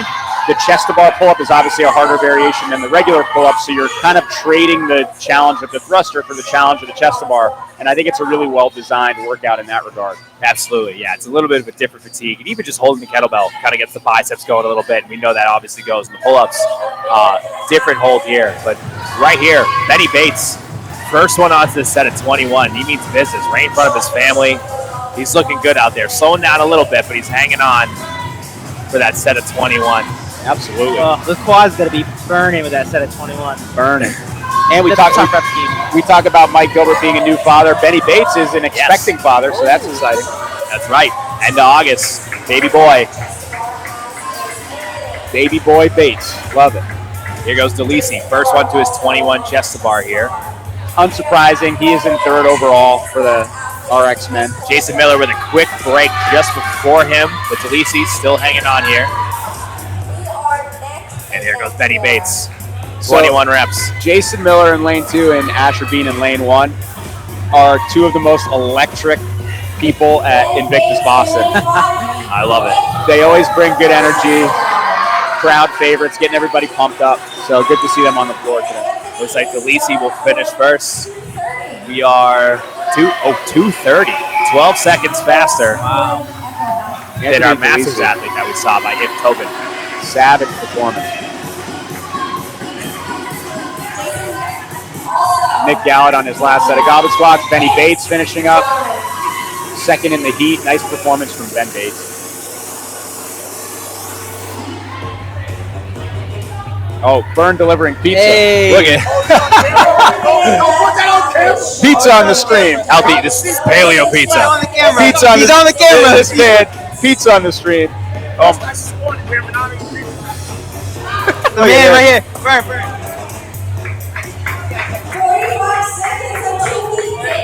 Athlete's going to be moving on to that 4-minute max calorie bike very soon. Very soon. We got pizza in the booth. This is amazing. Ooh, Greek style pizza. That's the good stuff. Unbelievable. Thanks, Bern. There you go. Don't mind if I do. Cam is acting as a table. Yes. They're getting after it with the exercise. We're having some pizza. Commentating is hard work, so you gotta refuel, you know? We're lots of calories being burned. Oh, it's noon. We're about 6 hours in right now. Time flies when you're having fun, gentlemen. Yes, it does.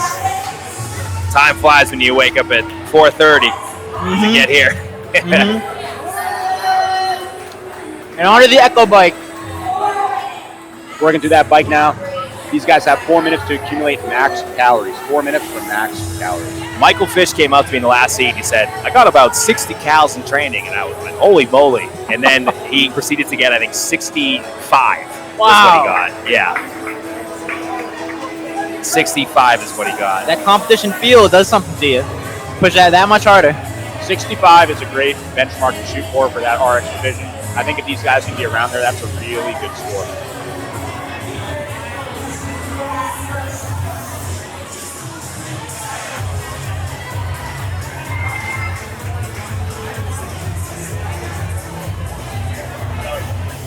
Try to go behind Mike and yell out calories if you can.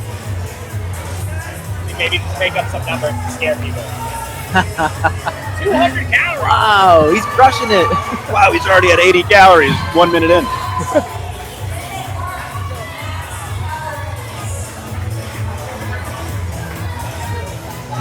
Miller is in the universal echo bike position where he drops the hands, takes a couple pedals with just the feet, big breath, and then he's back to work.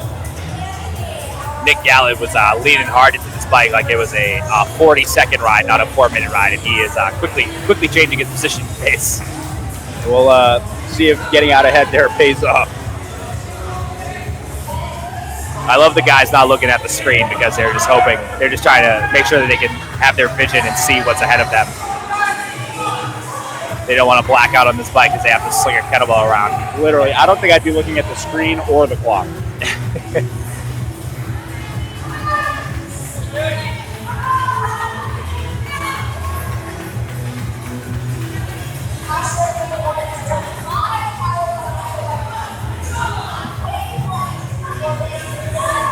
Pace is definitely starting to slow a little bit. RPMs are coming down. I mean, this is a hard 4 minutes. This is Very hard 4 minutes. After a very leg and arm dominant, complementary style workout prior, this bike is very unforgiving.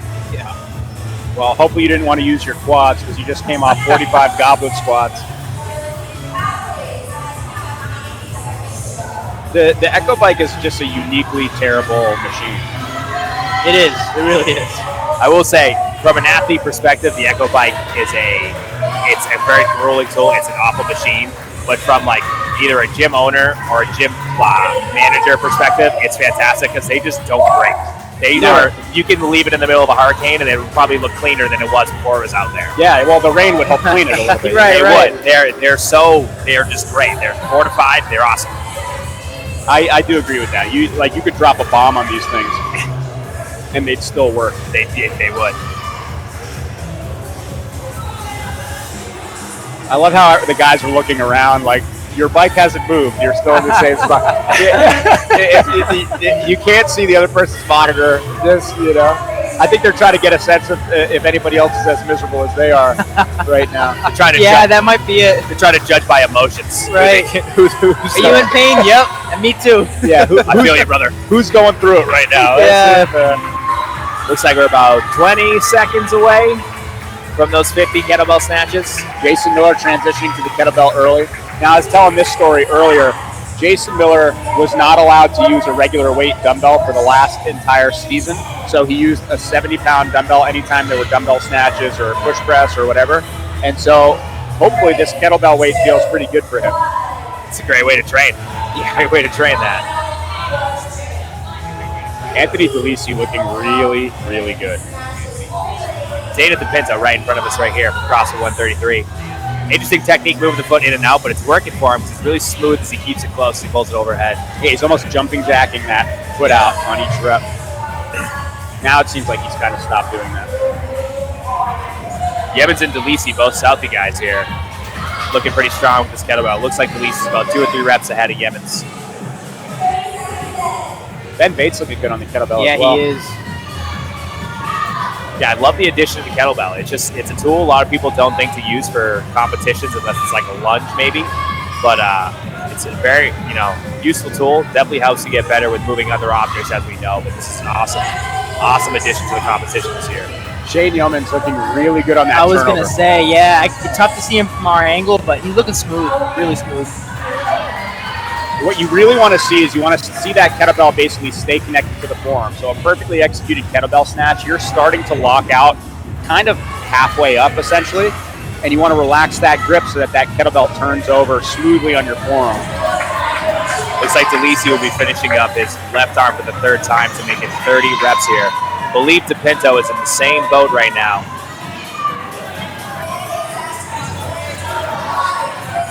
Yeah, Shane Yeoman's looking really efficient. He's basically dipping the shoulder to get to that hang and then pulling straight through and punching.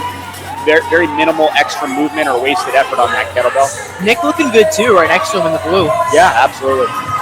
You'll definitely see some athletes obviously have a preferred arm, so one side will look good, another side will be a little tougher, which is the other kind of benefit of this, because with the dumbbell snatch, you don't really see that as much, right? Sure. Even your weaker arm isn't going to necessarily feel as bad because it's a very similar pull, but with something like a kettlebell snatch that's just a little bit more technical, you'll see those things pop up.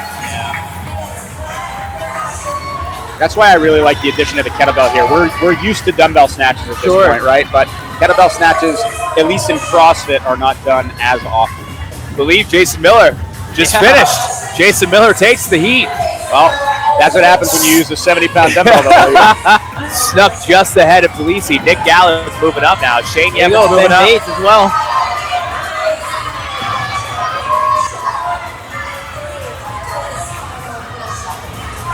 Asher done as well. Delisi's done in lane 6. A few more for Gallant here, picking up steam. Good speed on Nick Gallett's right arm here, and he's done. Excellent. Nick Gallant crosses. Yemen's with. Looks like last set. There you go. And busting a few out. There he is. Speed. 10 there more we for go. Pinto here in lane 7. Ben Bates Final 10 reps.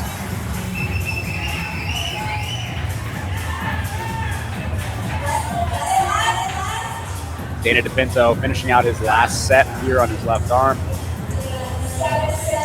Now, one thing that he's doing is as he brings the kettlebell down, he's bringing it to the shoulder briefly first. This is a really great way to keep that kettlebell close to the body and maintain control. Yeah, so there we go. If it's a heavy weight for you, that shoulder stop first is going to help you just maintain better position. Yeah. Excellent job by these guys. Definitely an electric start for this RX division. Solid RX heat.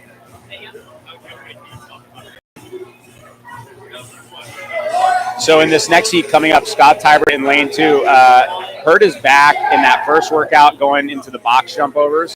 And I talked to him and he said that he was basically going to see the PT and then not do the first part and try to black out on the bike. So I think it'll at least be an electric lane 2. I ran it to him and he said his hip was bothering him. And I said, at least you have 2. And he said, oh yeah, I don't care about those. Perfect.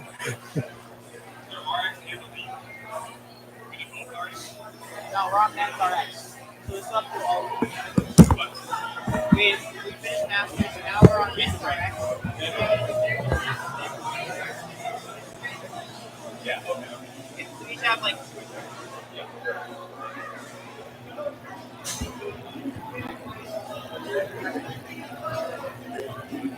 P2 for our men's RX athletes. I mean, I can check it. Looks fucking funny. Looks really good. And the sound is. This thing doesn't sound like it's okay, my Mac will be probably better. Go ahead.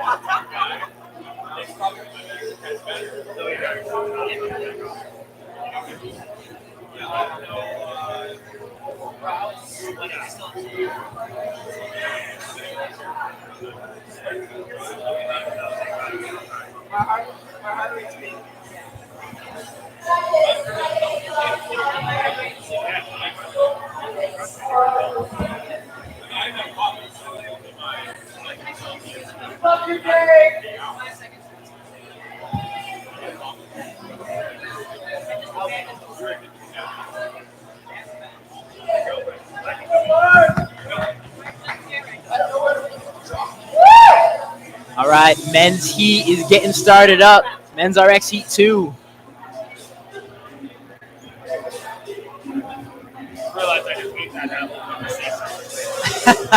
That's all right. The people love it.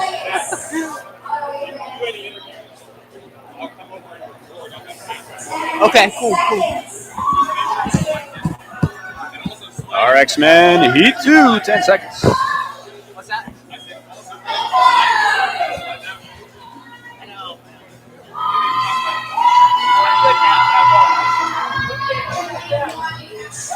Here we go, boys. Heat 2, RX men. So going into this heat, you have Ryan Nicholson in lane 3, who is in second place overall. Scott Tibert in lane 2, literally resting during He's just this portion. Hey, at least he's hanging in there, taking a 0. This kid right in front of us, Lars Larson, is a great athlete, CrossFit Boston guy. Very intense, works super hard. He's a big fan favorite for the CrossFit Boston crew. Big skier. Big skier, yes, big skier. He's got the best name out of anybody here, Yes. so that's why I'm cheering for him. So Scott is sitting out this one. Yeah, his back acted up. It wasn't feeling great, so he's going to send it on the bike and rest on this part. That's a good move. Well, luckily there's the 2 PTs out back to help him out and see if we can get that loosened up a little bit. And we have the whole the women's heat of PTs as well. That's so. right. That's right. So he can see anybody. But Ryan Mickelson in lane 3, again, he was second place overall going into this workout. He's moving fast on that kettlebell. You got Mark Beltran in lane 4 finishing up his set of chest to bars there, going back to the kettlebell.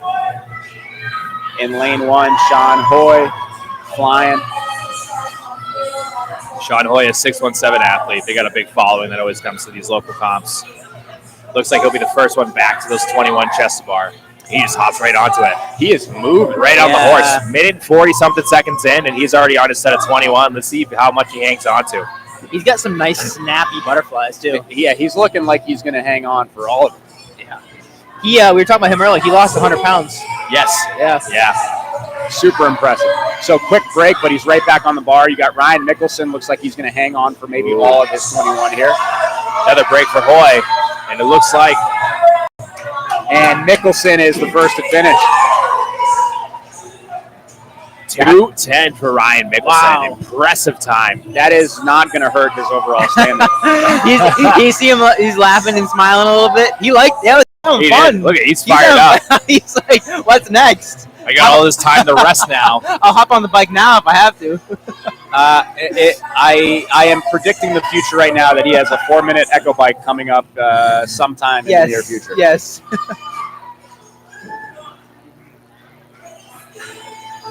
Nice. These men moving through the chest of bars. Mark Beltran. There goes Lars. Taking a quick break here. You got Lars working through those chest of bars. You got Frank Walsh here working through his set. Right next to him, Dave Courtney in the zebra print working through those chest of bars. Great mustache. Excellent. Great mustache on that guy. Sean Hoy, obviously also done. I believe he finished second in this heat. Scott Tibert looking like a caged lion, getting ready to go way too hard on this echo bike. He might break that bike. he might break that bike. I certainly hope he tries. He's not smiling whatsoever, so I feel like he's going to use a little bit of anger to get him through these 4 minutes. Usually he carries smelling salts on him, so I don't know if he hit one of those yet or if it's nearby, but Mark Beltran will finish. Mark finishing up, well done. Frank Walsh working on his last set of chest to bars. Dave Courtney is done and resting. And Frank Walsh is done as well. Lars Larson getting his belt ready for the snatches on the bike. That's smart, keeping it loose so he doesn't have to put it on later. 4 minutes. Again, 65 cows for Michael Fish. And even in the Masters division, that was our highest we've seen so far. A lot of hot paces here. Ryan Mickelson coming out with a pretty hard pace here on those RPMs. Scott Tibert looking like it's an easy day. Yeah, he's just chilling. I'm actually very impressed that he didn't try to break the bike in the first 30 seconds because he has a tendency to go out very hot. He's learning. He's learning. He's advancing as an athlete. Well done, Scott.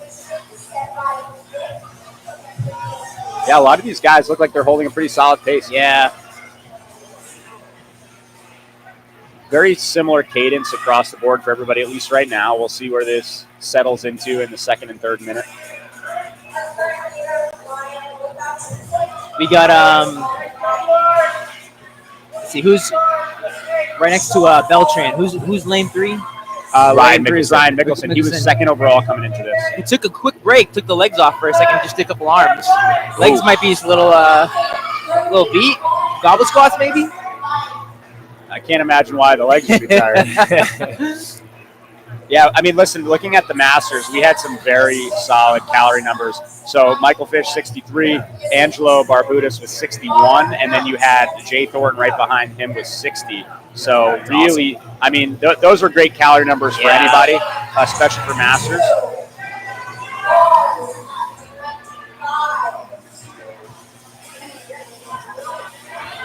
Now, looking at some of the RX men scores right now, the highest calorie number currently is Nick Gallett with 61 going into this heat. Wow. So looking for some of these gentlemen to try to beat 61. Good for him. Nick also won the burpee box open.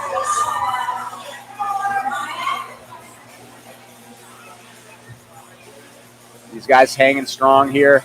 A little over a minute in. I don't think Tibert is slowed down. No, he's actually getting faster, as a matter of fact. His plan worked. He's nice and fresh and recovered. Yeah, I guess not doing the goblet squats and chest bars before the bike helps. Yeah, I think that was the plan. Obviously, hope his back feels better. I'm glad to see him able to do part of this event. Yeah, good for him still sticking around, participating in this instead of just withdrawing out, getting some number on the board and still having a little bit of fun. Lars's hair just flowing in the wind like Beyonce right now. Honestly, it's glorious. That's a glorious, glorious image. I hope the photographers are seeing that. I mean, it's unbelievable. The Scott Tibert special. Scott checking the clock. This is like wheelhouse. We got somebody from the audience. What's your name? Chris? We got Chris from the audience saying, "This is a Scott Tibert special." Yeah, he just gets on the bike, sells his soul, and it's fun to watch. This is what he does. This is what he does. He's quite good at it as well. It's about 30 seconds remaining before we get into those 50 snatches. Ryan Mickelson slowing down a little bit. Got to get back on that bike. Mark Beltran doing well. He hasn't really slowed down this whole time, so holding a pretty good pace. Now you're seeing a bit of an early transition here from Frank Walsh. Lars Larson, though, starting to slow now, but he held a pretty hard pace coming up to these last 15 seconds or so. His hair's still blowing in the wind, I might add. Dave Courtney coming off a little early as well, too. Only person not coming off early is Scott Tibert. Well, I think that's by design. There they go. There they go. 50 hang snatches every 5 reps, switching arms. Ryan Mickelson looking pretty strong here. Quick, smooth switch for Beltran here in lane 4. Mark Beltran looking really good on the kettlebell, honestly. Yeah. He's another one who, mentally, he can put himself through a lot of pain. He can move himself through a lot of workouts. I actually saw that his goal was to do every open workout before the open, and then every quarterfinal workout before quarterfinals. And he was doing multiple a day. Yeah, he's kind of a savage. He also, honestly, the thing I'll say about Mark is he moves really well. He does. He does. Really good quality movement overall, which is obviously a huge part of moving faster. And he does a great job of staying efficient. Good switch there. Trying to go for the Mike Gilbert special. Dave Courtney looking strong in lane 6 on the kettlebell. Lars Larson just still hanging on here. Yeah.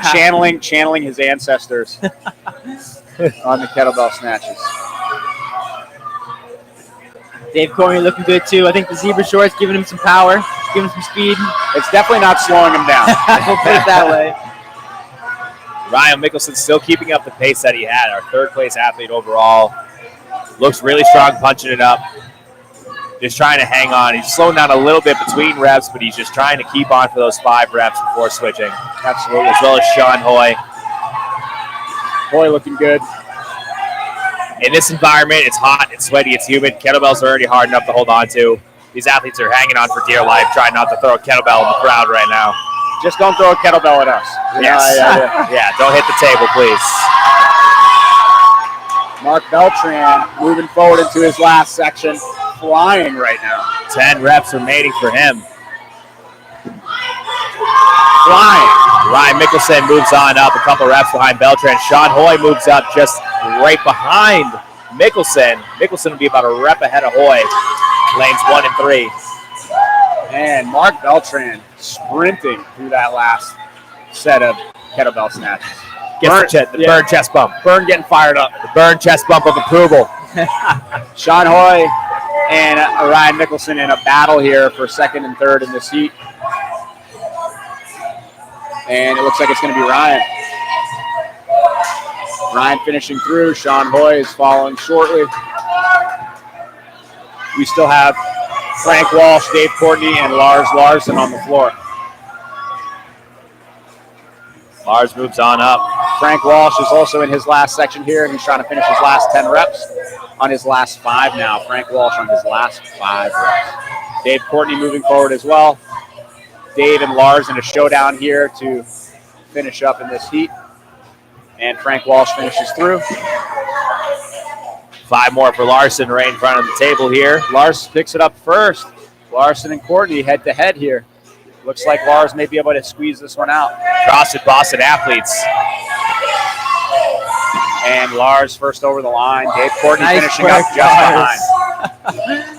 Nice. Lars fainting past the line here. Well done. Mark Beltran taking that last one. I thought I was watching Mark in fast forward. I almost said, "Hey, you got to fix the stream because we're not watching real time." One more heat of RX gentlemen coming on out. 2:10 the time to beat on that first part. That is fast. We got to see what Scott Tibert got on that bike. Yeah. Scott, how many calories? Scott, how many calories? 95? 95 cal. Scott with Let's 95 go. calories. Oh my goodness. 95 calories in 4 minutes. Oh my goodness. We got to get him on the mic. Yeah, we got to get him on Hey, the mic. Scott.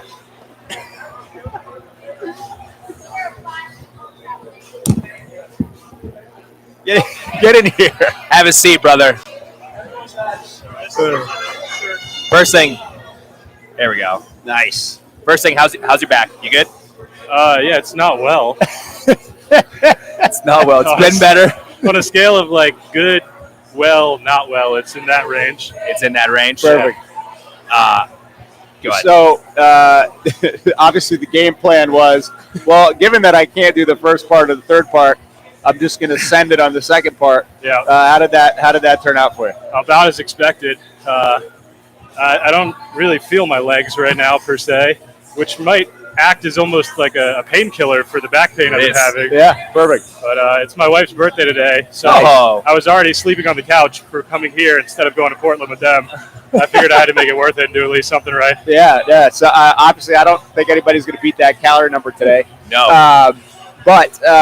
So you looked like a caged animal in the 30 seconds leading up to the bike. They made you wait, obviously, to get seated on it. Yes, they did. They said they were very clear not to touch the bike beforehand, which helped because it allowed me to stay back behind the rig and not let anybody on the live stream notice I wasn't doing the work that everybody else was doing. So I just outed myself. But we just thought you were just hanging. We just thought you were confused. Me and Bartels were hanging out. Yeah, we didn't know the clock went off. I would have done it, but shit. I didn't see the clock. I didn't see the clock. Oh. Well, hopefully your back feels better. Yes, appreciate it, boys. Good job on that bike. Thank you a very calorie much. number that will not be beaten for quite a while, I don't think. I don't think anyone was expecting 95 for anybody I love ever. Take care, brother. Take care of that back. I'm just going to lift this up. Yeah. You get, yeah, just gonna pull this over as well. Last heat of men's RX athletes coming up next. We have Connor Alton in lane 1, Connor Hall in lane 2. We have Henry Morales in lane 3, Matt Harkins lane 4, Jimmy Zeffler lane 5, Justin Horine in lane 6, and Joe, the people's champ, Adamek in lane 1, or in lane 7 rather. So we don't know Joe. So we thinking 95 is going to get beat today, or? I just don't think it's possible if you do the other part of the workout. Yeah, personally. It's true. Oh man. Honestly, listen, say well, that's an impressive calorie number regardless in 4 minutes. Absolutely. So very well done. Absolutely. Hopefully Scott's back's okay. Sending good vibes his way. Happy birthday to his wife, Amanda. Yeah, Amanda, please forgive Scott. He inspired many today with his bike. while our gentleman gets started, give a quick shout out to Zoe. Her first time emceeing, and she's just absolutely rocking the mic. Crushing it. Absolutely rocking the mic. She's doing a lot better than my first time. My first time I emceed was the first year of the Invitational, and I had like White Claws hanging out of my pockets, got super sunburnt, but I had a ball. So I'm glad she's out here rocking it, doing her thing. Doing the thing. I also want to point out that Connor Altier and Matt Harkins switched places because Matt is like 7'6", and he had to use the tall pull-up bar at the end. It's the good thing about CrossFit. We can all work together. We can all make it happen. We'll make it happen. So because he is literally a giant, he is in lane 1 on the tall pull-up bar. I believe this is the gym I got my L1 in, and they teach the muscle up here, and I couldn't do it. My feet just kept scuffing the ground. Being a taller gentleman, it definitely wasn't a fun time. Sweet flex cam. Sorry, I'm just too tall to do muscle-ups on your bar. Guess I'll just scale. These guys all moving quickly here on their second set of chest-to-bar pull-ups. 15 reps with these gentlemen. And it looks like Henry Morales, owner of Gear Performance in Malden. Great guy, moving on to his set of 21 first. Those are just great-looking squats. Connor Hall on there, and Joe Adamek, your overall leader now, beginning his set of 21 squats. Joe's moving quickly through these squats, good cadence. The thing I like about Connor Hall is every time he stands up, the back of his headband flies up in the air a little bit. Yes. I love it. Oh, Karate Kid. He's from the red to the white headband now. Yeah, he switched it up. Yep. Here he goes. 21 reps for Hall. Connor Hall, first one on the chest to bars for his last set. Joe Adamek and Henry Morales shortly behind him. Joe just got to find his rhythm on the kip, and There he it is off.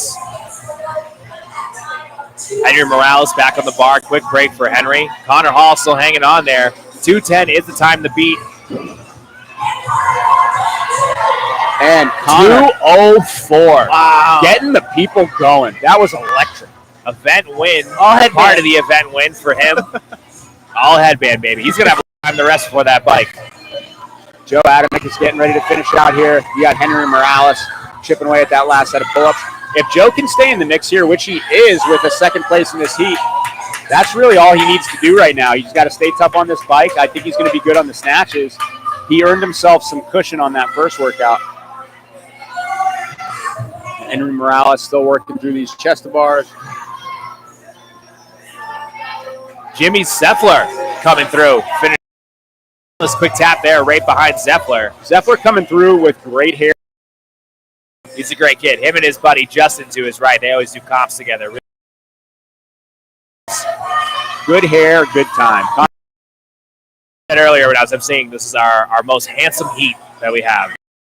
Definitely Our most handsome heat. Definitely the most Photographers take note. Get your pictures in now. Why are 90% of the pictures from the last heat of Yeah. RX? I don't. We filled up the cameras. We can't get any more. I don't There's understand. 2 kids from Southie and one of the table. Yeah. I don't understand why there's so many pictures of men's RX last heat. Sorry. You got There we it. go. Yep. I Honestly, thought Joy was moving a throw-up bucket, but it was just a chalk bucket. Just a chalk bucket. Just a chalk bucket. Jimmy Zeffler, talk about a true friend. Just got a nice block of chalk out of the bucket and handed it to his buddy Justin so he Wow. could chalk up for this last What a part. guy. Teammates. What a guy. We got about 15 seconds until they hop on that bike. I don't think 95 is going to get beat, but let's see what second place calorie number is.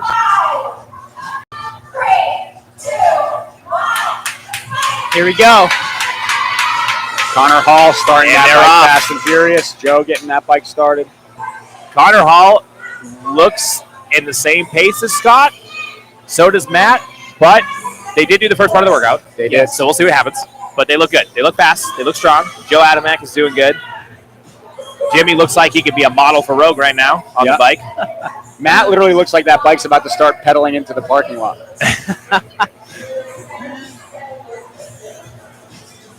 So with the Echo bike, a little bit different than the Assault bike. A lot of people are used to Assault bikes. Some haven't used Echo bikes. With the Assault bike, you want to kind of sprint and ramp up the fan and then slowly ease off the gas. With the Echo bike, because it's belt-fed and not chain-fed, you just want to get to your speed right away. So you don't necessarily want to sprint, but you want to just get to the pace and cadence that you're going to hold as quickly as you can and then just settle right in. Totally.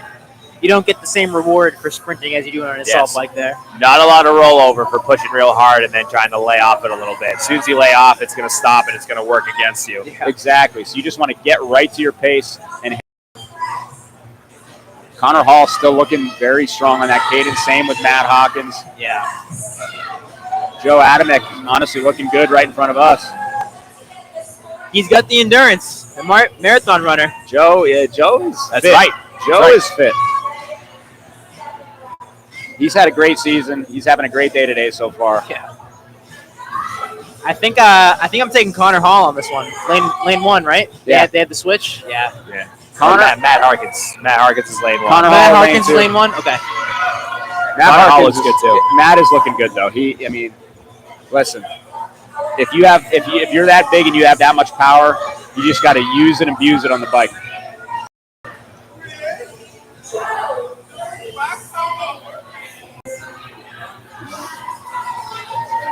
Zeffler and Horheim trying to keep pace, just hanging, trying not to look at the screen. Joe Adamek eyeballing the screen, watching every RPM. Oh, yeah. I mean, listen, that's what happens when you're a seasoned endurance athlete. You know your pace, you know what you have to hold, and you're just trying to maintain. Here in a 40 cals for someone, looks like Connor Hall. Matt Harkins not slowing down there. Just about 90 seconds remaining in this 4-minute window here before those 50 hang kettlebell snatches. I love Connor Hall. They call out his calorie number. He lets a smile out to the crowd, and then it's head down and back to work. That headband mentality. That's it. I think these guys are really going to be looking to try to break 70 or get close to, or especially if you're comfortable on the bike. If you can get into the 70s, that's going to be a great score for the field. I believe in that first heat RX, it was 61, right? Nick Gallo was in the 60s. So 60 to 70, 70 plus is fantastic. Yeah, if you can get close to or break 70, you're in really good shape for this bike. It's like Bern Prince is bringing out some prizes. We got goodie bags. With goodie bags. Unclear what they're for, but unclear, yeah. Maybe Scott's going to get one for doing 95 calories. Here he comes. Santa Claus over here. Bern. Just handing out bags, handing out prizes. Bernsey Claus. Bernsey Claus.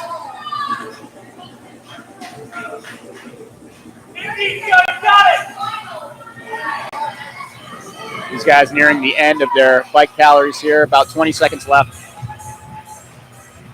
Henry Morales stopping short. Joe Adamek hopping off. Your overall leader. Connor Altier hopping off, transitioning to that kettlebell. Connor Hall hopping off, transitioning. Matt Harkins looking like he's taking as long as he can on that bike. Now he's transitioning. And they're off. 50 reps. Kettlebell snatch. See if anyone does the Gilby special. Switching hands, not putting it down. Mark Beltran last he was able to do it, and it looked great. Connor Hall with the first switch here onto his left arm. Justin Horheim and Adamek as well. Henry Morales just had a really good switch. He went a little bit different than Gilby. He went overhand and then kind of swapped out when he came down. So he's going to the side. That was smooth. And then swapping to the other hand. Very smooth transition by Morales. He looks very comfortable with that kettlebell.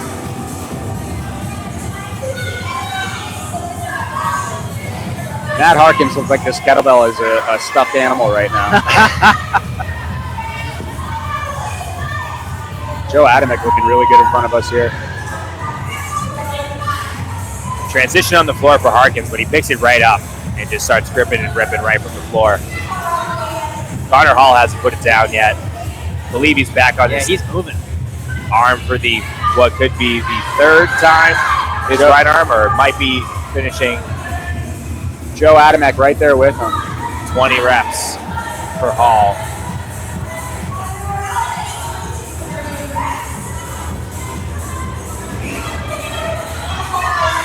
This is just a brutal event with the cumulative fatigue coming off that bike run right into the kettlebell snatches. It is not easy. You think about with the Echo too, like doing skilled movements after the Echo. Nobody thinks about moving an object like a kettlebell after how challenging it can be, right? We see a dumbbell, we're like, oh, it's a dumbbell. A barbell, you know how it's going to feel. But a kettlebell is just such an odd object, as we know. Adamek moves on up. He is clearly breaking through here. Joe on his last 10. You don't know Joe, baby. Here he comes. Henry Morales on his last 10, moving forward. Good, yeah. Connor Hall moving forward. If Joe can take this, this is going to put in a really good place after this event. Henry Morales with that switch. Matt Harkins on his last 10. Connor Altier on his last 10. Joe taking the heat. Taking the heat isn't good enough for 100 points to add to his score already in first place. Henry Morales crossing the line. Connor Hall crossing the line. Jimmy moving forward. Matt Harkins crossing the line. Connor Altier on his last 2 reps. And he is going to be done. Now we got Jimmy and Justin head to head. Jimmy's on his last 4. There he goes. Oh, Justin crossing the line and Jimmy finishing out right now. Well done. Wow. Well done by Neck these and neck guys. at the end. Solid heat. Great effort across the board. We're going to have some fireworks coming up next because we're going to be going into our elite men. Yes. Yes, our elite men. Zoe will swap seats with me. She'll come over and be commentating with you guys. Oh my goodness. We'll be back to the floor. Right when I get used to who's here, you guys switch it up on me. I don't know what to do. Who took the lead on the kettlebell there? Was it Joe Adamek ended up winning the kettlebell snatch there at the end. We are ahead of schedule right now too, which is unheard of in a competition. I think Connor Hall took the lead in that first piece before the bike. Yep. Let's see if we can grab him. So you want to call Connor Hall? Connor Hall? The white headband.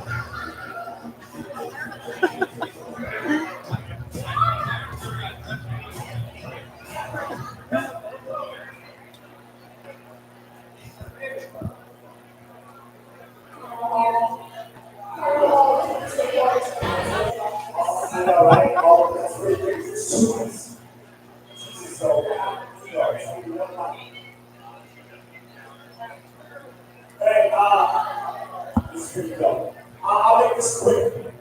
I don't know if you know this or this. Tibert, Mark, Beltran. Sit down. I'll make this very simple. The goal of this competition, one of the goals is to bring the fitness back to greatness. I think we're doing a decent job. So I'm really on the 5 people here this I wanted to bring elite fitness not only as the ladies, but I wanted to also share a master's division, and we'll talk about that at a later date. But right now, the master's athletes that will lead this competition this year need to be rewarded, all of them. But we are going to start with podiums, okay? Third place masters from CrossFit 620 is Adamek Interview.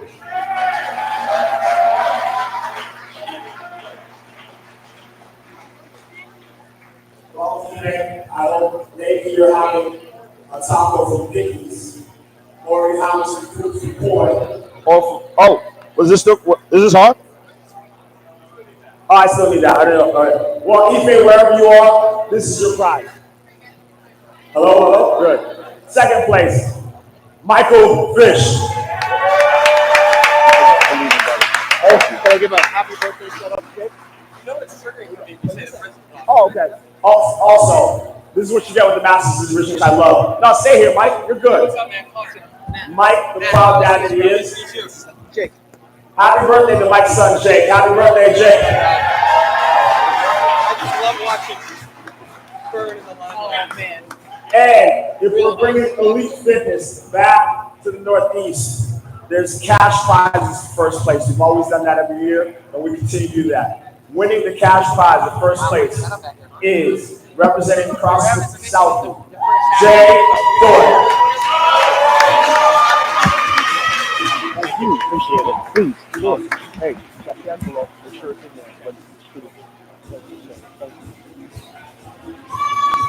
Hey, shout out to the 3 women that believe in this project. Meg Ellis representing CrossFit 617. Come on down.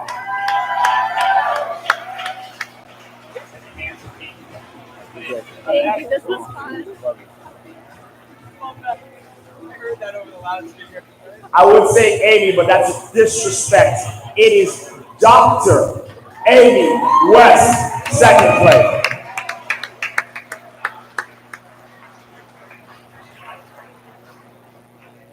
I don't know if I can say this. Wake up, Mr. West. Dr. Amy West.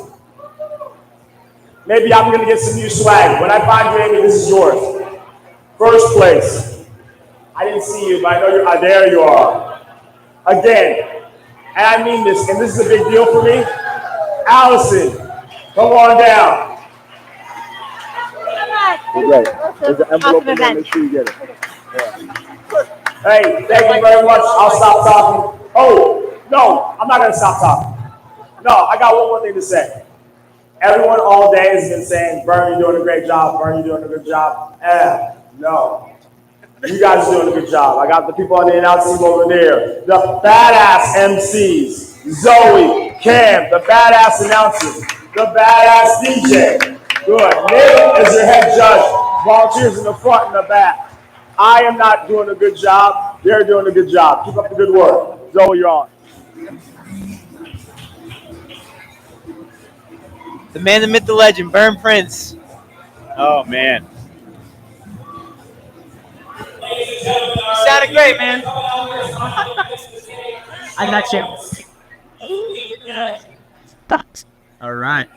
Now we got to get our cam. Oh yeah, we're back on. There we go. Thank you. In the booth. All right. The headband aficionado himself. That's right, Connor Hall. How we feeling after that last one? Tested. Nice. Hurting. But good. Electric out there. Dude, when you finished that workout, hit the bike seat at 2:05 to set the time for the event. You hit the crowd with a little something. That was awesome. I've never been in the CrossFit Games, but I don't know how hard it is to push one of those buttons. So you don't want to baby that. No, you gotta go for it. You gotta go for it. So obviously a couple hard tests. How do you feel about the events thus far, like the tests overall? I love the element of there's 2 scores, 3 scores in an event. So it's like when you're about to go, there's some money to be made. There's some points out there.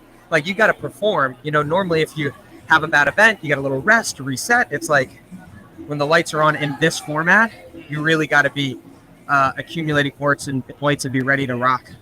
So I like that little extra pressure, but everyone's got enough rest and the crowd is firing. So I love it.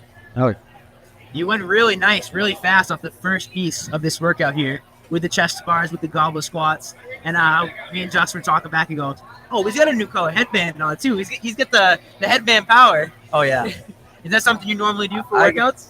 Yeah, I got the Karate Kid going. Love it. Just like I think it's a good little maybe a little separation to remind myself that I'm competing. And then when I'm in the gym, I never wear a headband unless I'm competing. Yeah. When I'm in the gym, it's like the headband's not on, so maybe don't hurt yourself first. Fair enough. Fair. Like an alter ego. I love it. That's right. But I got a bunch of these. I don't want to repeat color. You'll see if I make the finals. I'll have another one. Wow. All right. That's unbelievable. We got to get an over/under on the number of headband changes for Connor today. It could be 3. Yeah, we got Bern's outfit changes and Connor's headband changes. So, one of the things we were talking about is this last workout was really unique where the first workout's like Fran, but you're making the squat a little easier to make the pull-ups a little harder. So it's a very similar kind of stimulus. And then the kettlebell snatches is one of those things where we've all done a million dumbbell snatches, and it doesn't really matter if you're tired. They're all kind of the same. But the kettlebell snatch gets a lot harder when you're tired. So talk a little bit about that last event. Yeah. The weight being out there off the handle, right? Anyone that's done kettlebell work knows that's part of the beauty in it. But the weight being out in front of the handle, small miss turns into a big miss. Little out front, really pull you out front. You don't have enough of a hinge or your back in. That kettlebell can pull you around a little bit more than the dumbbell. So that was a very challenging part. I think if that was a 50-pound dumbbell, you wouldn't have seen anyone drop it. Yeah, sure. No, I agree. Well, hey, best of luck the rest of the day. Hopefully we see you in the final. Yes. Thank you so much. Hope we see you go headband too. Oh, you'll see that. Oh yeah, man. Great work. Thank you guys. Thanks, guys. Good job, man. All right. Electric. What a day We're so wiping far. off the sweat for Zoe. Yeah, we don't want to clean the ear cups a little bit. Oh, I back tried to in the wipe booth. off the sweat a little bit. Sorry. Yeah, we got a towel. We'll wipe off Get the hot seat. Wipe off Literally. the butt sweat a little bit.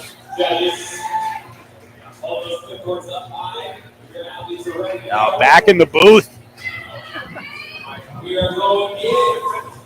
I do have to say, I love it here. Yes. It is a good spot. It's fun. It's cool. We got lights. We got headsets. Yep. We got our elite men about to kick off here. And here we go.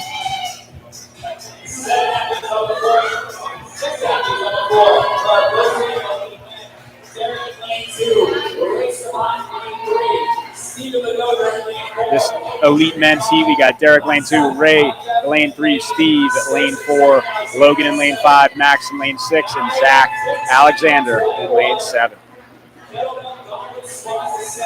They're flying on Flying, yeah. Very proficient. At the elite level, you're going to see people who are very proficient at the movements who can probably go unbroken. It's going to boil down to transitions in between movements and little efficiencies like that in each of these rounds. Ray has a really good transition from the squat to the chest to bars.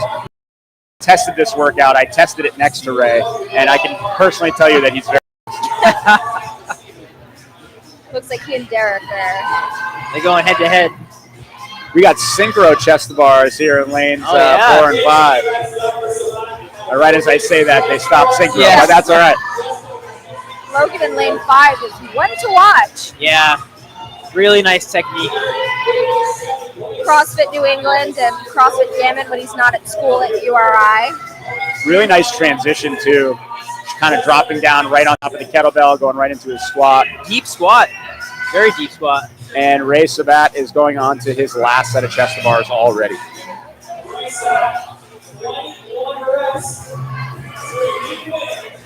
Ray's going to be able to hang on here. Derrick joining him, the second person to get onto the bars. There.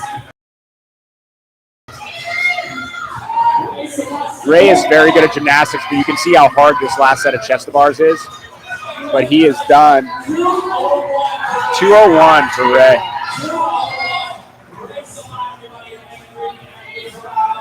Also, just to point out, these are 70-pound kettlebells. We're going up in weight. Derrick finishing up, second place in the heat. And a hug. Teammates cheering each other on, love it. Something he posted in his story a couple days ago was it was him and Ray doing, I think, chest to bars or something similar on the bar. And he's like, all I got to do tomorrow, talking about today, is I just got to stay 2 reps behind him, and I know I'll be good. So a little friendly competition there. Fittest man Uganda, fittest man in Lebanon. Yeah. The Invictus Boston Invitational is more of a global competition than one of actual sanctioned events. Absolutely. We're well represented here. We have Max here representing Kazakhstan, even though he's here competing out of CrossFit Tiat.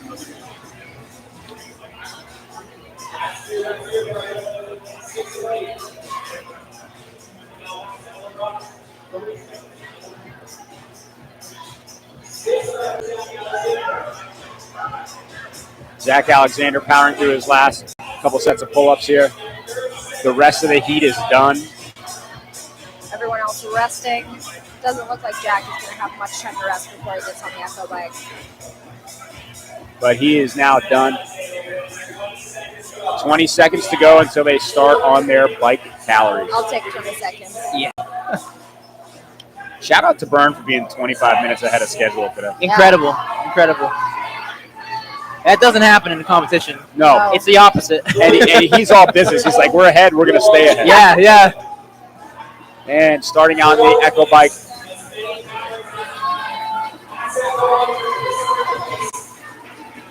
We had some pretty impressive numbers from the men's RX, so I'm very excited to see what we get from the elite. Yeah, let's see if They'll be tough to beat. Yeah. I think it'll be very tough to beat between Scott Tibert and Matt Harkins. Harkins. Yeah. Well, Scott got 95 calories, which, Yeah. which no one will get. But second place looks like 68 from Joe Adamek. Oh! Invictus He was right in Boston. front of us, and he didn't even so quick. We didn't even notice. Yeah, Joe crushing it in third place right now. How's Harkins?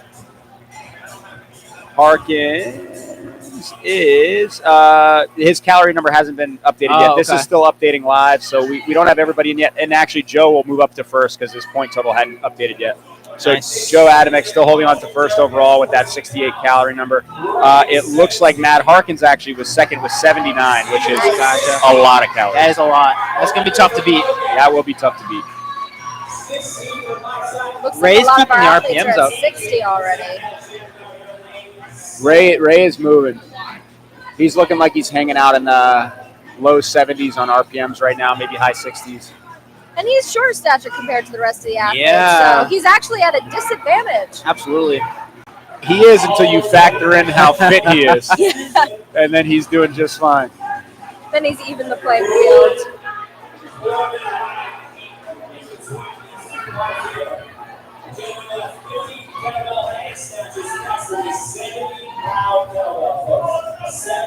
Connor Hall, who we just spoke to, got 65 calories on the bike. Very solid.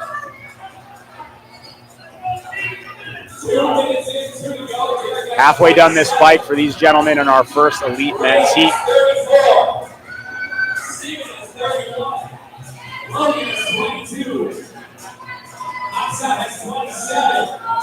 High 20s to low 30s on calorie numbers right now. Everyone's on par to hit about 60-ish calories by the end of the 4 minutes.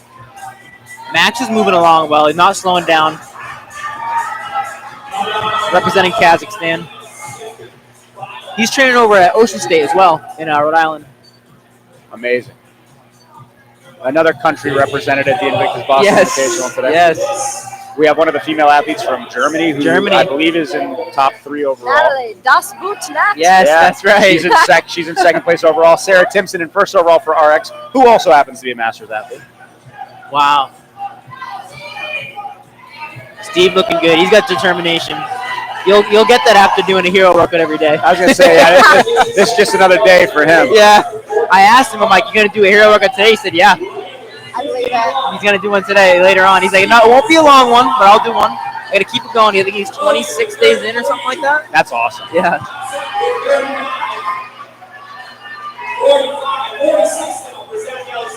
46 for Zach. Last 30 seconds. Ray looks like he's picking it up to push through the end here. Derrick looking over at him a little bit. He's laughing. Derrick's just living. Derrick is just living. He's happy to be here. He's having fun. Ray transitioning. Ray slowing down, giving himself a little bit of time to breathe before we head over to the 50 kettlebells. Derrick slowing down. Max still going. And that looks like that's time. And snatches. Again, this is a 70, so it is substantially heavier than the RX division. He's moving it well. Yeah. Good speed. I think you're going to see more the switch style that Steve just did, where he kind of passed it off at the bottom. I don't think we're going to see too many mid-air switches with the 70, but I could be wrong. This kettlebell is just so heavy after all that work already. The key here is just to chip away. I don't think, and I could be wrong, but I don't think you're going to see a lot of unbroken or anybody try to go unbroken in the elite division. I think you're going to see smart sets, getting through 10, 15 at a time, and just trying to keep pushing forward.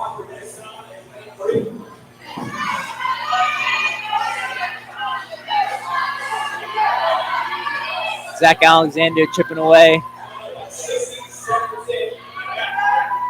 He's representing Timeless CrossFit. He's a lacrosse player over at Wentworth as well. We have a couple of cross players in the field today. Who else was it? Also Justin? Yeah. Yeah. Logan moving that well? So we had a judge come over to us before this heat and said, "You got to call out Derrick in a friendly way, because he went to London to compete from Africa and couldn't find his passport, misplaced his passport. Was really probably a very stressful situation for him, but Got turned away from his flight. Yeah. But he's like, you got to poke fun at him. So yeah, he missed his passport, had to go back home to Uganda, and then ended up back here. But I was following that on social media like it was a tough turn of events. breaking story. Tough turn of events. And I didn't catch his judge's name. We put him on blast, but we'll see if we can point them out. Oh, and speaking of which, Derrick just did a midair kettlebell switch. Hey! He may not have his passport, but he's definitely got kettlebell snatches. Derrick on his last section. Last 10, looks like. Hype in the Hey, here we go! Yeah! He wants the hype. He wants the hype. Getting the crowd going. I love it. I love it. I love it. Electric.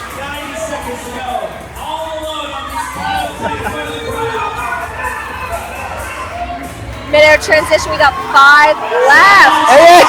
Having the other hand. Mid-snatch, he wants more. Snatching with one hand, getting the crowd hype with the other Look at that hand. money shot. Crowd There we behind go. that. Beautiful. Oh! Right there. The hype. The hype. People going nuts. That's awesome. People going nuts. Derrick taking the heat on the snatches. Man, that's what it's all about. Zach Alexander coming through. Zach Alexander snuck in second place in the heat there. He's hitting him with a stick. Oh, that's good. You got Steve Ledogar getting things done here in his last section. Ray Sabat in his last section. Kettlebell snatches looking exactly like they did with Hey! Steve's fired up. Let's go. Steve finishing the snatches. Ray is very close to being done. Ray's on his last 5.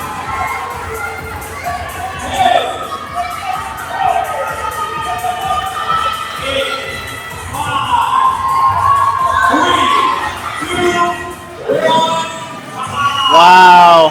And that 70-pounder made a big difference. Big difference. Ray and Max still on the floor. Ray with a couple reps left. Max, I think, was still in his first section on the kettlebell snatch. But Derrick with the electric finish. Oh, man, he's got to be happy he beat his buddy Ray on that one, too. Electric finish. We're going to have to grab both of them and see what they have to say. Yeah, we got to do a dual interview.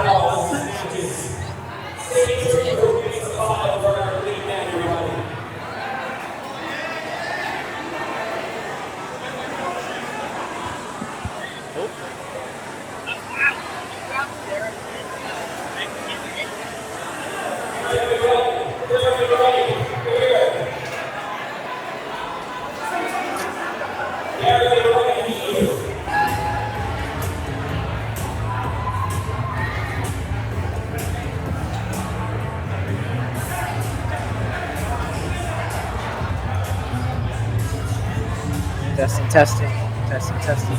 Can you guys hear that? Yeah. We got extra headsets. We're ready. I love it. Wow, love it.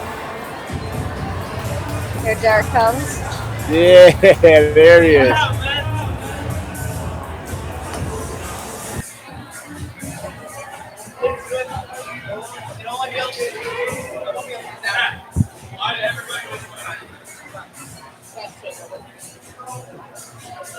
There's plenty of room.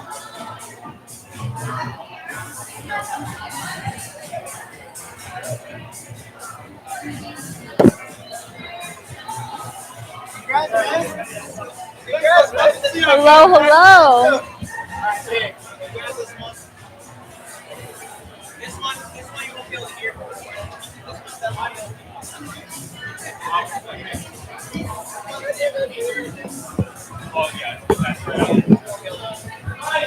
Testing.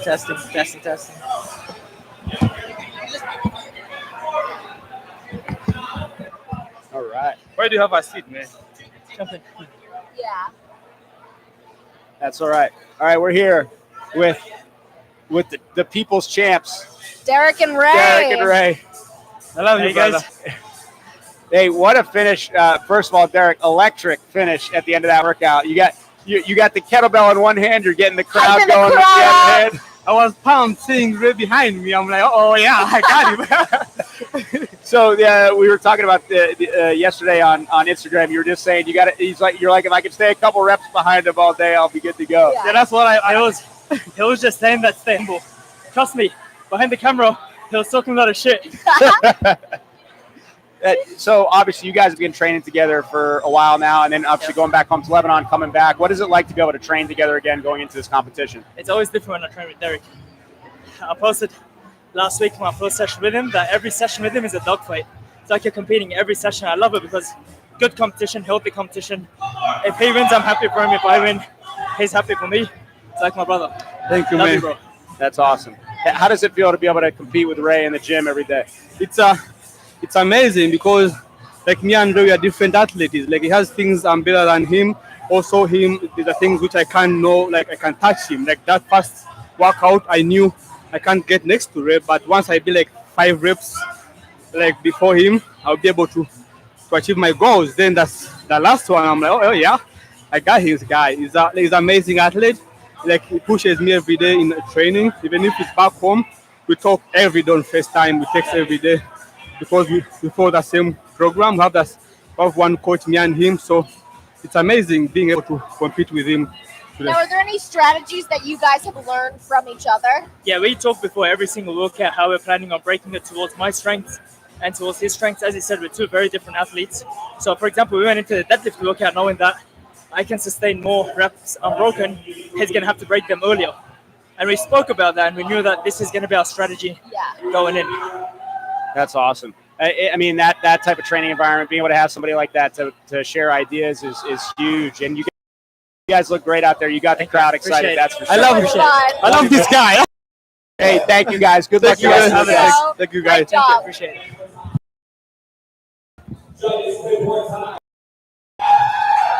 Oh, great guys. Love it. We have our next heat. Yeah, I know. So sweaty. We have heat 2 of our elite men going now. Austin Amory, Cameron Master Marino, Jordan Zerva, William McCauley, Tim Diarajo, Steve Riley, Ryan Brown.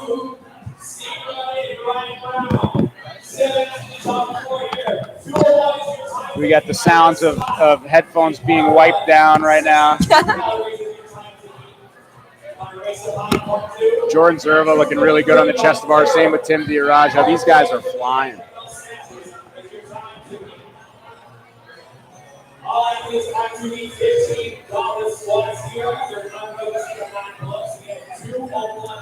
Time to beat set by Ray. Is that in yet? Yeah, 201. 201. Wild.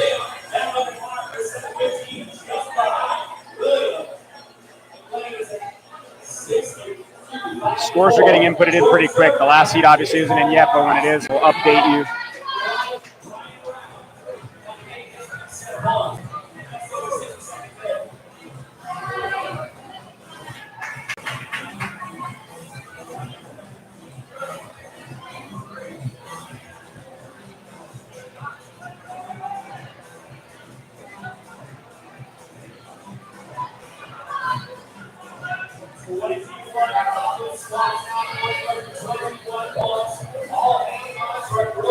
These athletes are all going unbroken, moving their way back to the chest bars. Tim Diarajo getting a no rep and then transitioning right back to it. Was it a no bar contact? No, it was a no rep on his last goblet squat. Oh, gotcha. Step, not enough depth. Or probably just didn't stand up all the way, I think, before he put the bell down, so he had to redo that last rep, but quick transition. And that's right. Wow. Huh? Oh, one more. William finishing first, and now Tim finishing behind. Had to go back and redo that last chest bar. 208, so that's good enough for, I think, 3rd overall in the workout.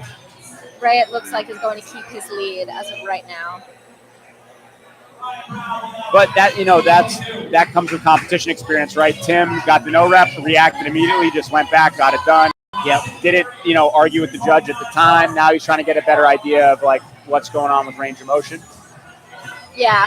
But not wasting time during the workout to have this discussion, waiting until after. When it's so much easier to just one more rep. Every second counts.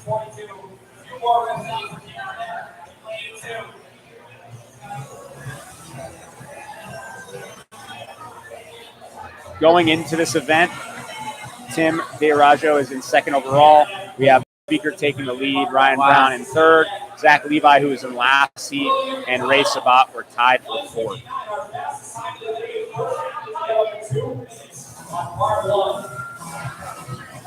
So Ryan Brown, who's also in this heat here in lane 7, was third overall going into this workout.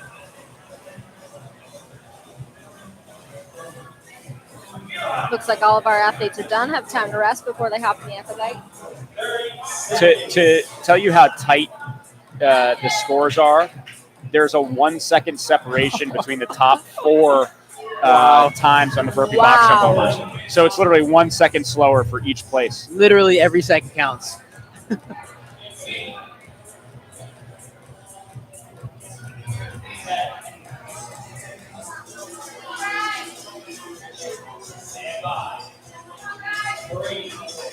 So I didn't catch much of the interview. What did Derrick and Ray have to say?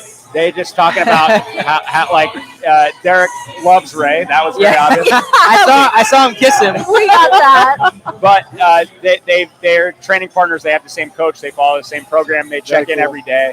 So they have a really cool dynamic. And Ray was here training for several months. Had to go back to Lebanon. They kept talking, texting, FaceTiming every day, checking in on training.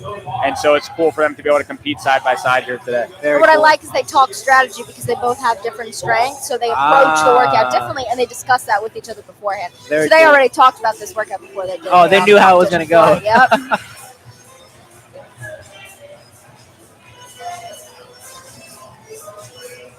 Yeah, Derrick last year when we got him on the mic was just coming off of the flu. Oh, yes. Like, he didn't think he was going to be able to make it. He was very sick prior to the competition. Still did great. Yeah, he almost didn't come. And we were telling him how he did very, very well last year. And we were telling him, "Oh, you're doing awesome." He goes, "Thank you. I'm glad you like me at my worst." And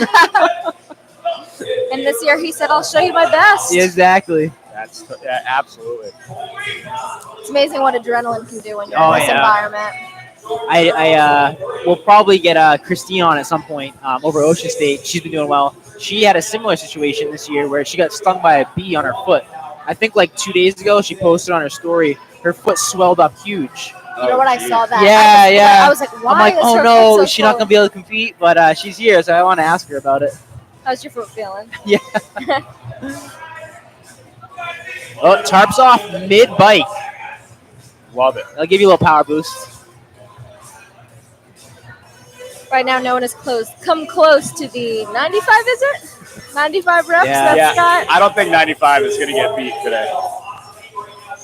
I would be thoroughly impressed if anybody got close, given that they did the first workout. Yes.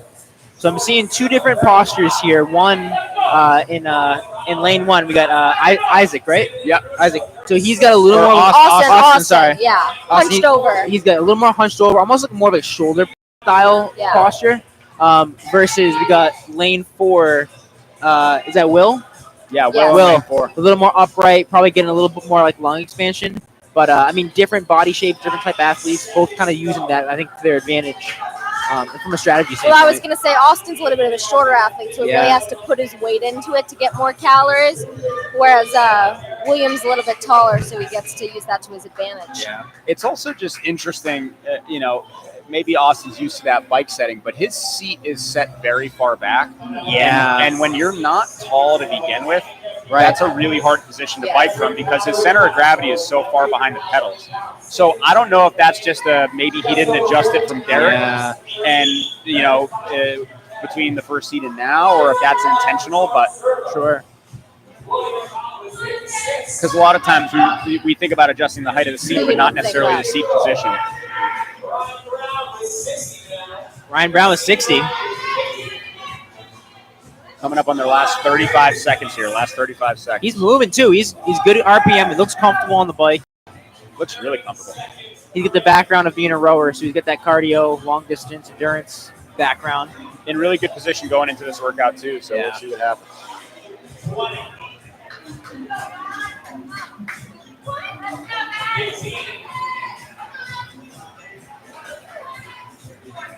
Looks like Ryan and Steve also changed lanes for this workout, probably bar height as well. Yes. For the reason there. All right, here we go. Snatches. Right into it. 15 hang kettlebell snatches. This is 70 pounds for the men. Will looking very comfortable.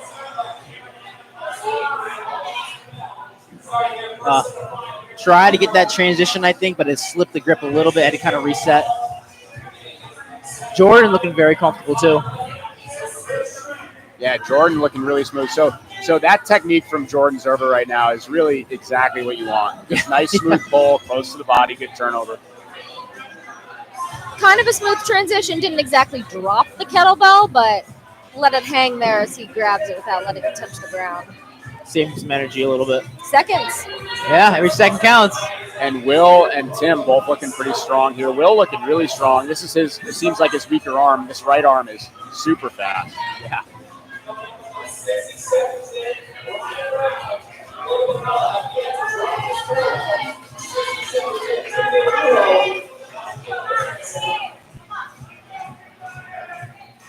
Ryan Brown behind us also refusing to let go of that kettlebell.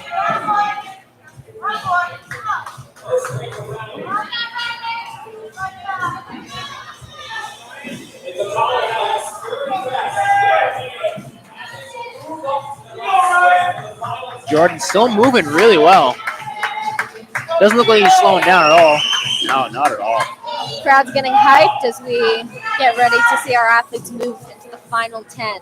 Step up to that second box. Austin Amory using that strategy of coming to the shoulder briefly, especially helpful with heavy weights like this. A little bit of a kettlebell spike on the ground. That'll fly in competition, but not so much the class setting. Yeah, you don't want to do that on a daily basis, that's for sure. Steve Riley chipping away. Hey, we're moving forward. Final 10 That's, for Jordan, it looks like. Final 10 for Will as well. Will, yep.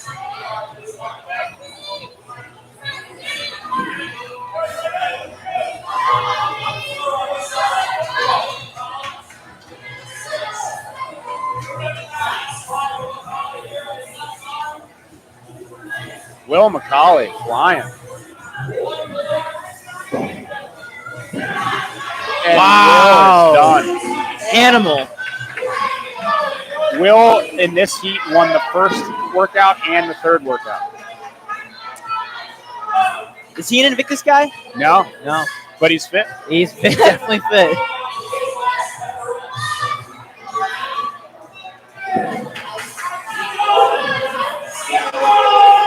Steve Riley also in his final 10. Ryan Brown done. No, Ryan Brown is resting briefly. Not done, not done. Crawling on the ground to chalk up and back on the kettlebell. Took a breather. Here we go. Here we go. He's getting hype. He's getting hype. Final Let's five. go. He's got his people pushing him.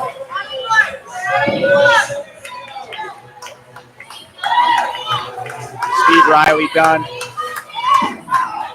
Let's go. Ryan Brown done. Tim's still on the floor. Jordan Zerba still on the floor. There you go. Jordan done. Jordan's done. Austin Amory was still on the floor a second ago. Ryan's done. Tim is still working through those final few kettlebells.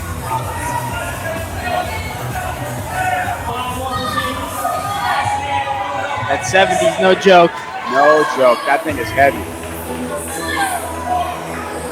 It's one of those things where if you don't do heavy kettlebell snatches often, you're just not going to be ready for how this feels. Yeah. Well Unreal. done. Heat 2 of Men's Elite done. One more heat for the men. One more heat for the men. Your overall leader going into this event, Josh Beeker, is going to be in lane 2 here.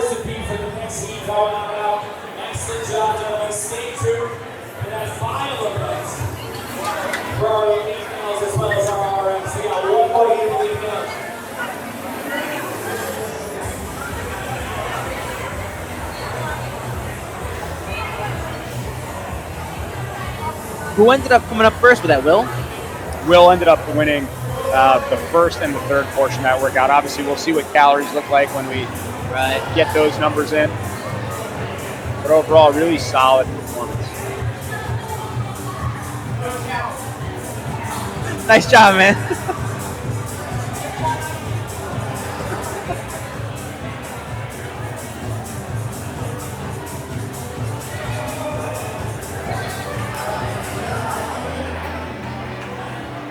Our final men's heat, elite warming up.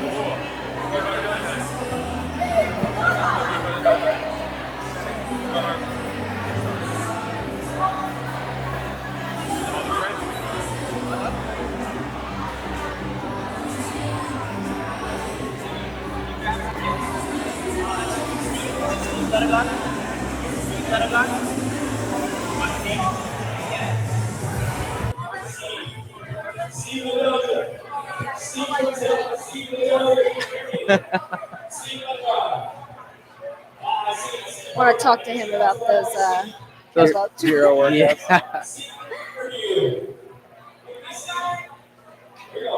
To the principal's office. I love saying that. Yeah. Gets him a little nervous. Yeah.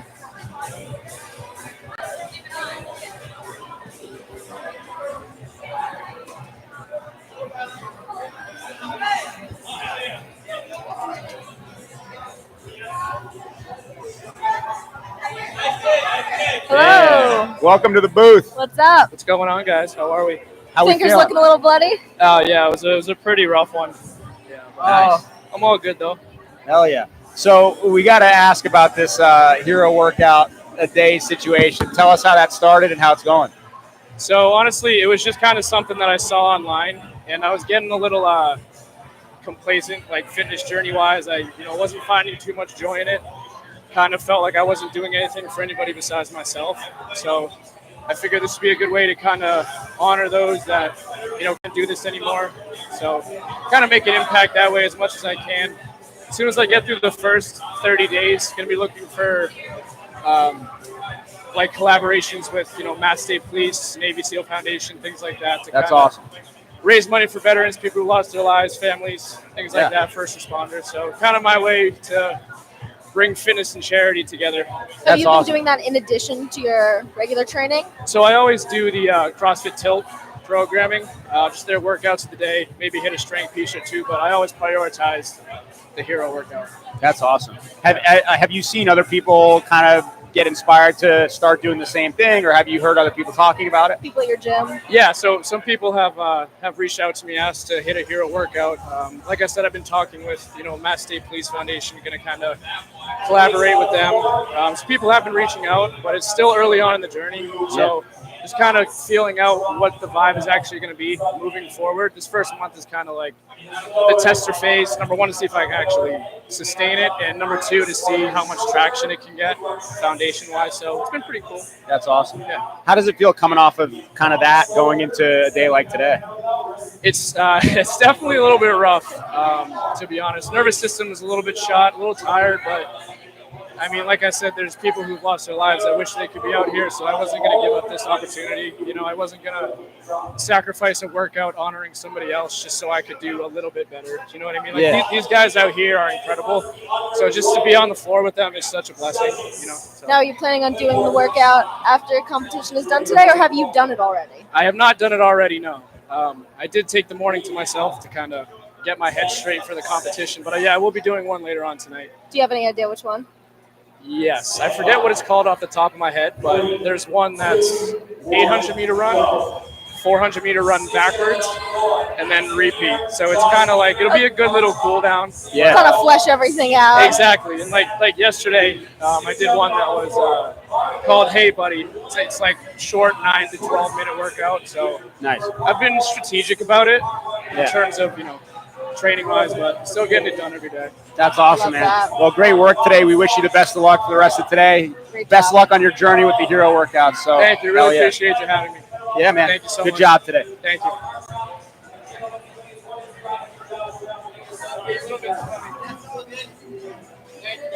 Yeah. We're looking at our final heat of elite men. Lane 1, Isaac Gear. Lane 2, Josh Beeker. Lane 3, Karch Hawk. Lane 4, Sam Carmola. Lane 5, Steve Clegg, who had the water bottle dumped on him earlier. Hopefully he's feeling better. And then Zach Levy in lane 6. Josh Beeker, who took second in the Invictus Boston Invitational in 2022. How's he Yes. looking over? I remember that workout. That was the one at the Phoenix, right? Yeah. That was that one ended with the heavy cleans, I think at 3:15. 3:15 cleans, yeah. We were here, we were doing live. That was our first year live streaming. We were with our buddy Zach, who's a big Olympic weightlifter. Zero cardio, but can lift some big weights. And then we were joking around. I'm like, Zach, could you go out there and do that? He's like, yep. Nothing else though. Nope, that's it. Nothing else the rest of the day. Yeah. Yep. Steve looking good on those chest bars in lane 5.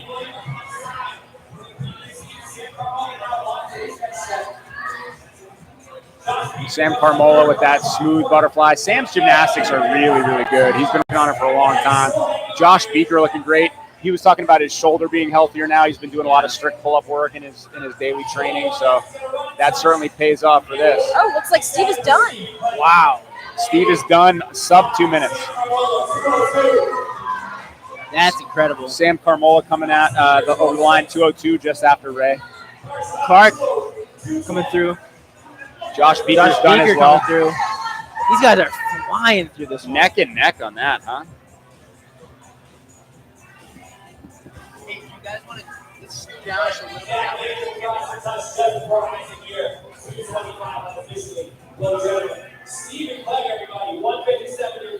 Wow, 157. Unofficially beating Ray out for that first event. Very impressive.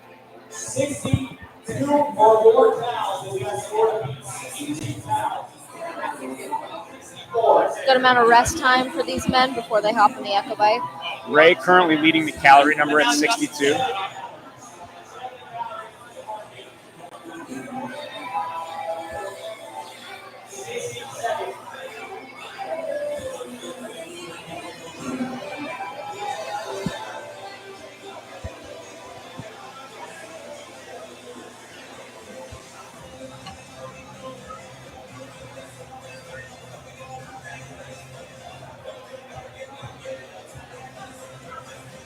At the 4-minute mark, these guys are going to start their bike cals.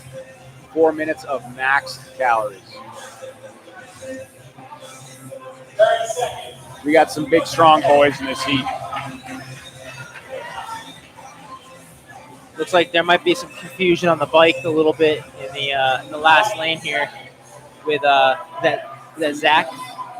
Yeah. He's a little upset on the bike height, maybe? Maybe he's not able to adjust it. It's stuck. Or, oh yeah, the seat's stuck. Oh, they wouldn't let him adjust the seat height before it started. Oh. Well, hey, you didn't lose much time. That was very impressive. Hopped on very fast. Interesting. So they don't want you touching the bike at all before you start? Not touching the bike at all. I wonder if you can adjust it before everything begins. That might explain Austin's Right. seat situation. I wonder why that is. Just keep an even playing field, or interesting. Yeah, leave nothing no wiggle room as far as everything's even. Steve looking calm. Very calm. Nice slow pace to start. Long arms, long legs. Yeah. I'm glad it looks like he's feeling better after that first event. Yeah. Because he was smoked the one we just had was sub 2. Yeah. The first one he did really, really well on the AMRAP, and then just looked like he got dizzy or something on that second part. Yep. Was calling out for water with the burpee box jump overs. Well, he won the first AMRAP by a substantial amount, so that's probably part of it.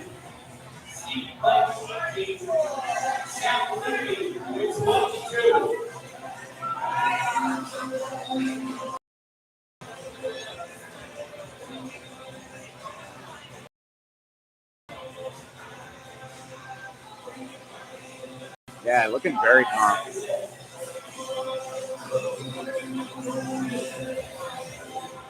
Karch looking good too. Very calm on the bike, upright, moving.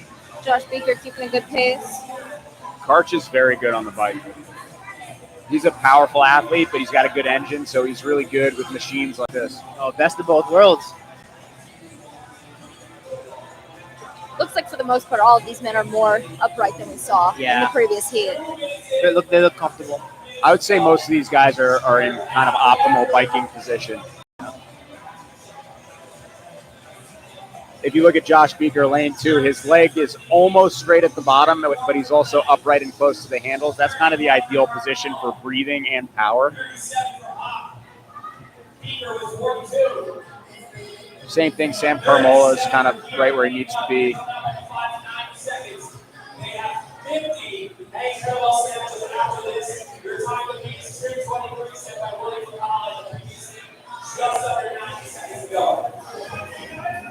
Yeah, coming up on 1:20 of time left on the bike.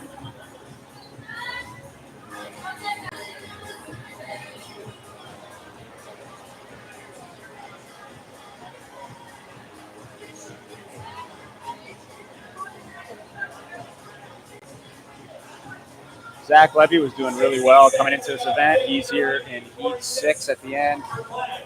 Steve in lane 5 won the first portion of the workout, the AMRAP. Sam Carmola did well. We have Karch in there, and obviously your overall leader going into this event, Josh Beeker in lane 2, and then rounding it out, Isaac here in lane 1. Looks like they're giving it that final push. Less than a minute left, if I can see the clock correctly. Yeah, just over 30 seconds until they're on that kettlebell. Keeping an eye on the clock. Going to see how many of these men get off a little bit early to give themselves some time to rest, set up.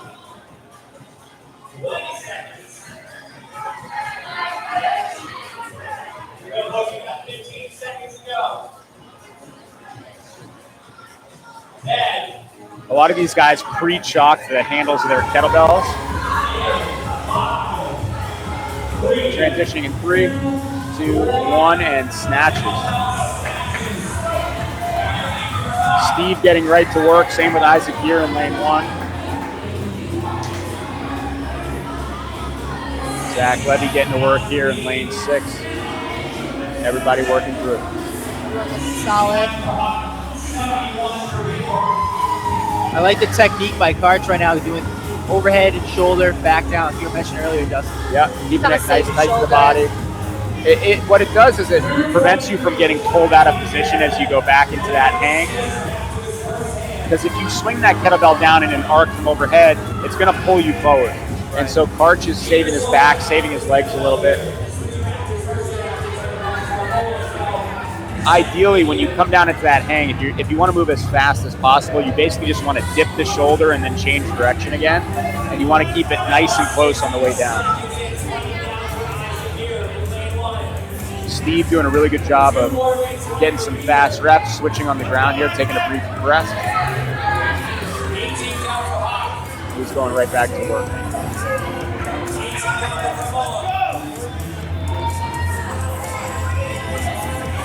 Looks like for the most part, all of these men have taken some strategic breaks earlier on. Yeah, they're approaching this in a really smart way. You can tell Josh Beeker's feeling that weight a little bit. He's basically getting a full rotation and pulling. Yeah. But he's such a tough competitor that he's just pushing through it. Yeah. Arms really tugging him down. Kettlebell's taking him for a little bit of a ride. I mean, I would like to point out that this is not a light kettlebell. No, not at all. 70 pounds. Zach dropping it. He's been looking good. He's been looking pretty efficient. Yeah, I nice like the as shoes opposed. too. Yeah, there you go. The bright yellows. He looks really well composed here. Yeah. Looks like Steve has also adopted the method of kind of lowering it onto your shoulder. Isaac here moving forward in lane 1. And Josh Beeker. 1 and 2. It looks like Beeker may have some additional cut marks that he didn't have. Yeah. You may have seen the PT in between. Looking good. Two left for Isaac. One more for Isaac. He wants to go to the finals. There we go. Isaac. And Neck Josh and neck. Beeker finishes. Closely behind. That's a big finish for Josh Beeker on this, honestly. Keep seeing him in a Steve nice with the finish. leading position. Karch and Sam working through here. Zach Levy working through. Sam with the quick switch. His girlfriend giving Steve some ice packs to put his head on. Might be battling some heat issues today.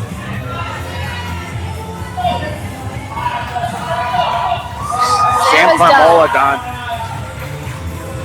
Zach's not got too many more. It's final 10. Karch got one more. He's done. I liked his strategy this workout. Zach was good. Everybody finished pretty close. Well done. So that's going to be our last heat of men's elite. We're going to be transitioning the floor for women's RX next. I'm excited. We have 3 heats of women's RX followed by 3 heats of women's elite, and then we'll find out who made our final event. That's my cue to hit the floor. Thanks as always for joining us in the booth. Yes, we'll See you guys in a little bit.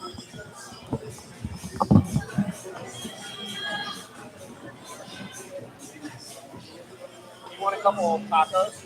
Yeah, that'd be. Oh, thanks, man. Good. Good.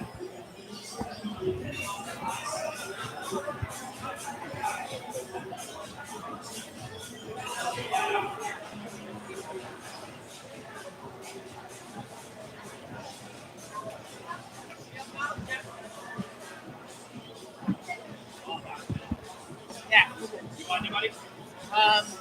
When he recovers, he's laying down with ice packs right now. Yeah, he might be a tough sell. Yeah. I'll give him a little bit. Maybe.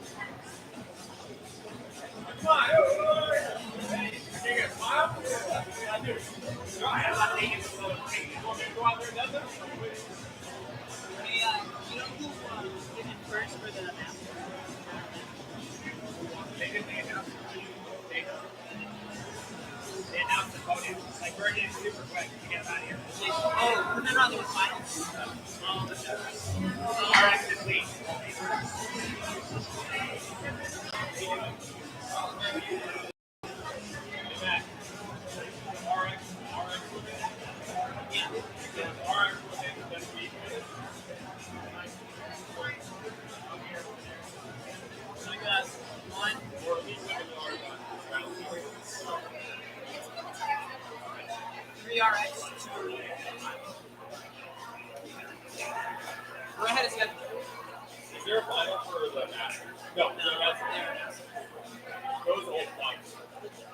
I want to see if they can get one on Mwanje. They can't do 3 workouts. They're the strongest player. They can't do 3 workouts. That's impossible.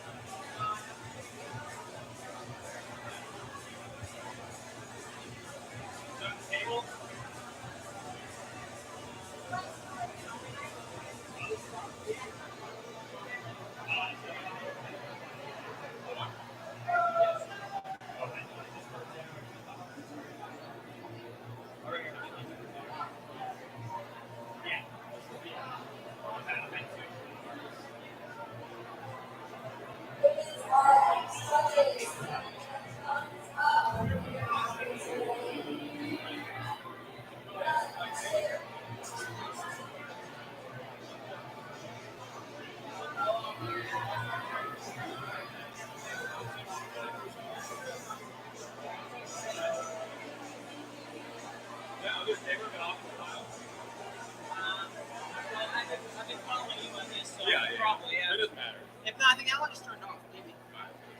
Oh, yeah, Taco's coming. All applicants not. I got us 2 chicken, 2 steak. Hey, let's go. Cam should be back in a second. I'm gonna run it back. How'd it go today? Good so far. Yeah. It's a long day. Long ass. Good so far.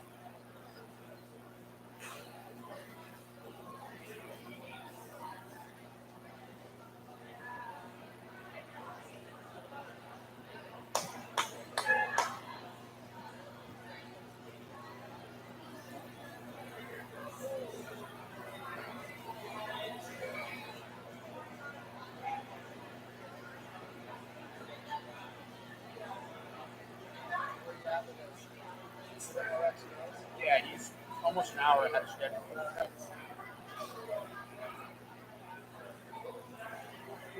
Oh, that's the question.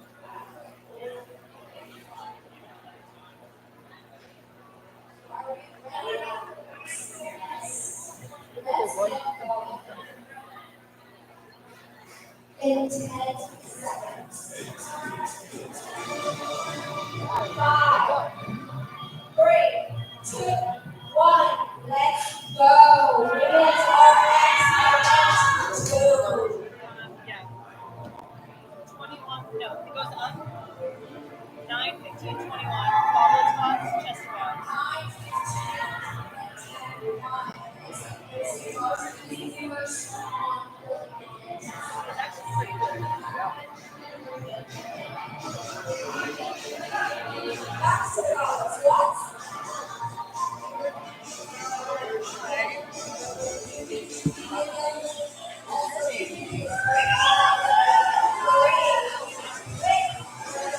What's the underlying beat combo?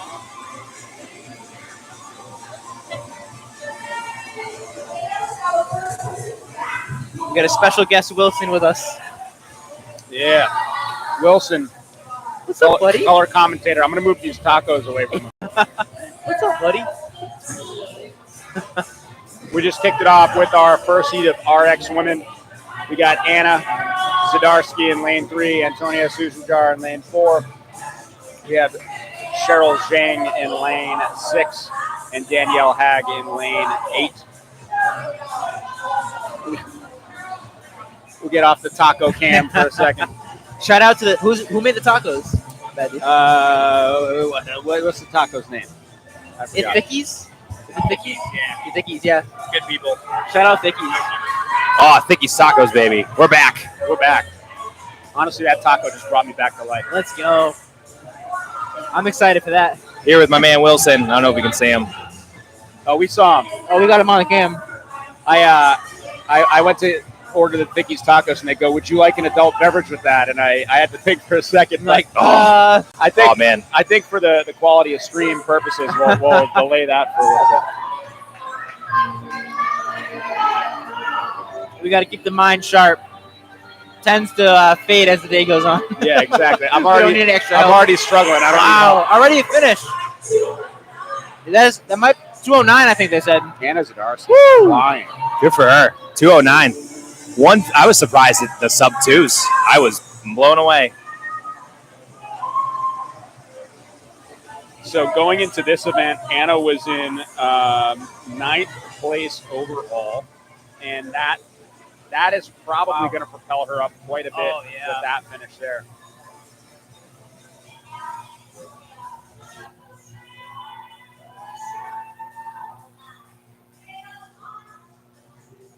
Our elite men's leaderboard looking a little different after that last event. Ooh, lots of switches there. Ryan Brown coming in with 71 calories on the bike. And Josh Beeker with 71 calories. Wow.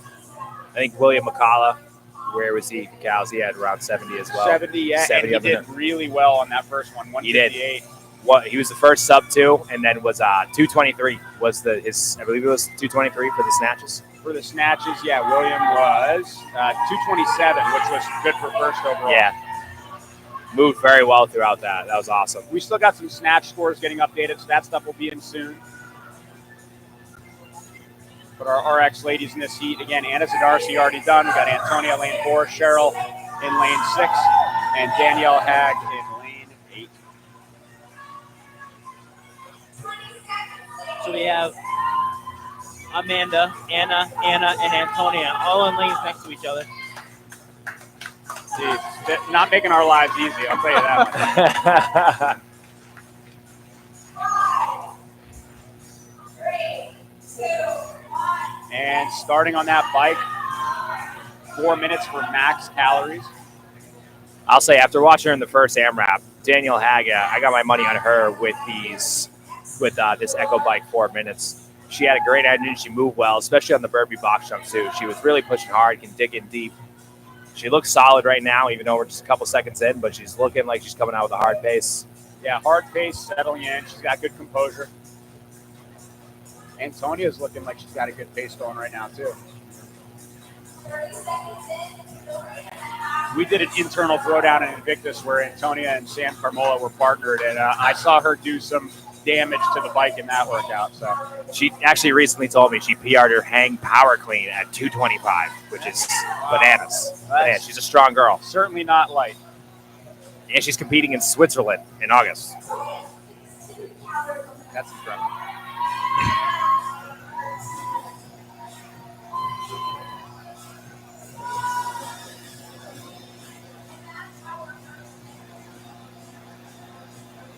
These ladies looking strong right now. Everybody's got good composure, breathing and moving. I'll be interested to see what happens on these kettlebell snatches after this. Yeah, those last 50 reps, grueling. We saw a gentleman on accident drop a kettlebell and it broke into pieces. No way. Really? It was a gentleman in the elite division dropped his kettlebell, and I saw his handle just rolling into the next lane. He was very puzzled. They gave him another kettlebell right away. He did finish. He did cross the finish line, which I thought was great. Oh man. And that's not ideal. It's not ideal. We were just mentioning because I think maybe a few people dropped it from overhead. We're like, yeah, that'll fly in competition, but if you do that in class, you're gonna get a speaking to from the coach. Yeah, absolutely. Yeah, you get put in the corner for that. Yeah. Gym jail is what they call it. Gym jail. You don't want to end up in gym jail. No. Or apparently the principal's office. which Right. means talking to Sent a lot of people to the principal's office today. Gave him a talking to. Steals from me. Antonia's at 40 calories. Wow. That is a savage score so far. How many cows? 40 already. Wow. Good for her. 32 for Cheryl. 90 seconds on the clock. Bern has another outfit change for anybody keeping score at home. What's he wearing now? He's wearing this year's Freedom shirt. Antonia might chip into 60. 90 seconds left. She had 44 cows. She could very much set the score to beat for the RX ladies right here on this bike. I think that's what she's going to have to go for. You got to lean into your strengths and win what you can. She's a member at Back Bay, Antonia. Oh yeah. And I'm looking at the CrossFit website. Competes for Croatia. Yes. Wow. So she was pushing this year to be a top ranked Croatia finisher. Really fit, great competitor, works hard. Great attitude, good member of the community. She came down and did our comp in Andover, and she was awesome. She clean and jerk 205. Woo! It was great to see. Super friendly. Getting ready for these snatches soon. 35 pounds. She'll handle the snatch weight well too, but there are plenty of strong ladies in this heat, so it'll be interesting to see what happens. A couple people transitioning. Antonia now transitioning. 3, 2, 1. And they're off. 50 snatches. Danielle Hag powering through. I believe the fastest time we've seen so far is at 2:27 by William McCullough. Overall, out of every division we have seen thus far. Wow. And that 70-pound kettlebell was heavy. Yes. was heavy and it was slippery. Honestly, Anna Zadarski looking really, really good in lane 3. Antonio with a smooth switch. Cheryl here in lane 6 as another Invictus Boston member. Amazing engine, really, really good competitor. She's great at those open style type of workouts. Yeah, she definitely had a really good showing in the 40 burpee box jump overs for time. Yeah, that's right up her alley. Ooh. Let's go.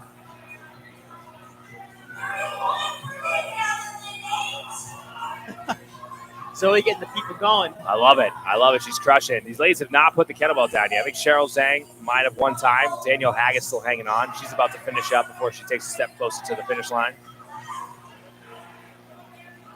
Nice. Antonia and Danielle here on the last section. Now, Look at Antonia go, ripping and gripping. Cheryl Zhang moving up. Danielle looking good. Wow.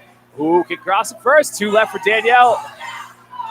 There we go. And Danielle crossed. It looks like Danielle will roll over that line the second before Antonia. Well done by those ladies. That was awesome.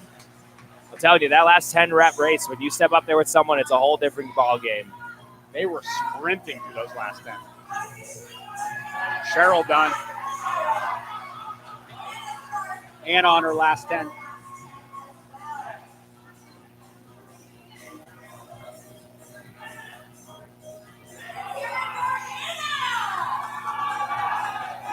Five left for Anna Zadarski in lane 3.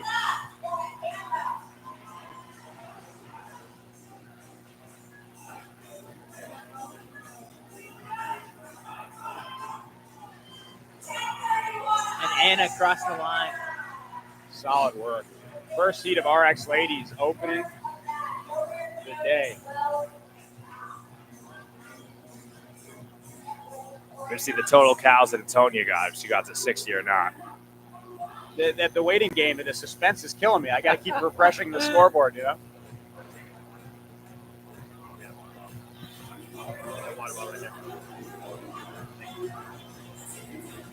You had a chicken, right? So. Yeah.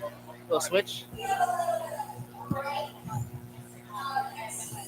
They're on workout 2. We're on taco 2. Round 2. Here we go. Thank you, Thickies.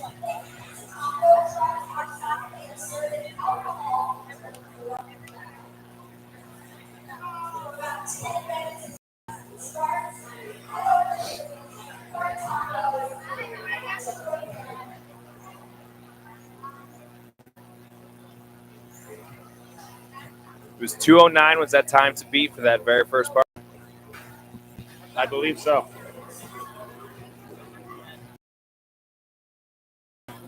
What happened to the pen I gave you?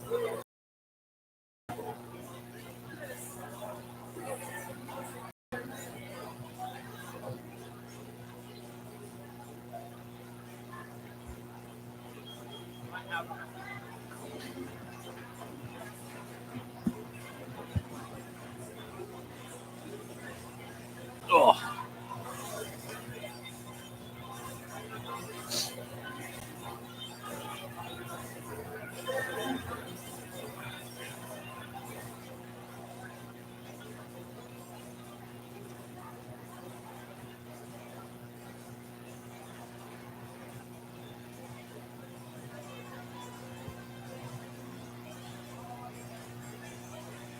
In this heat, we have Meredith Kircher. She's currently running for Miss Health and Fitness, I believe, for Health Magazine.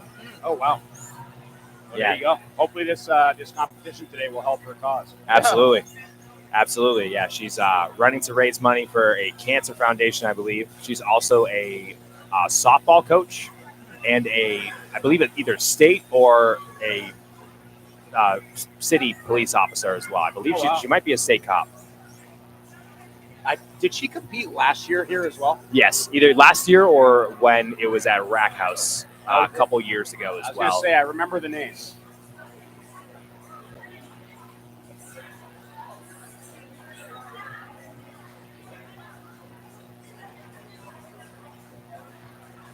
Tia Guay. I was emceeing at Southie, and it was Ashley Iannone and Kelly Foster were neck and neck in it was the final work. It was like all gymnastics and whatever. And I thought that they were 1 and 2, but Tia was in the corner, and she was done for about a minute and a half. She was like fully recovered by the time those girls finished. And I came, I was like, I think it was Ashley. I was like, Ashley takes the event win, this, and that. And the whole crowd went nuts. And Amy came over, Amy Gosler. She goes, Tia was done for like 2 minutes. And I was like, I did not know that. What an athlete. How would you know? Because she was resting while everybody else was working. Exactly. Because she was so fast. I thought she was just stopping. Tia crushed it. She's coming into this event in 3rd place overall. That's awesome. That's awesome. Great athlete. She actually ran the Boston Marathon this year. Everybody's run the marathons. We got Joe. Tia. Yeah. Lena Rippertella did an outfit change. She's right behind Bern as far as outfit changes for today's event. Yeah, we got who had the headband earlier too? Oh, Connor Hall. Yeah, Connor Hall. Different headband for every workout.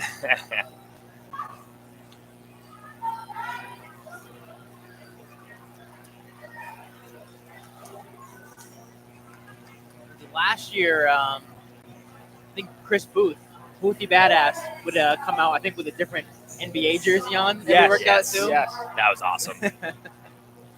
Great guy.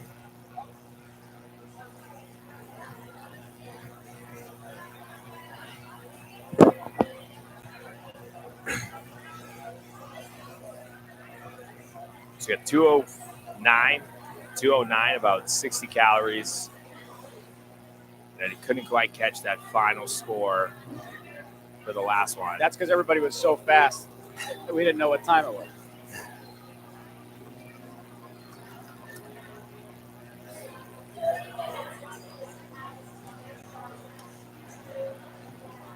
We got our second heat of RX Ladies getting ready to kick off here. Bern is 49 minutes ahead of schedule. Kudos. Wow. That's impressive. We're moving right along. That's impressive. And he's not stopping for anybody. Oh, no. Oh, no. Keep this train rolling. He's ready for that after party. If we can start a Scorpion earlier, even better.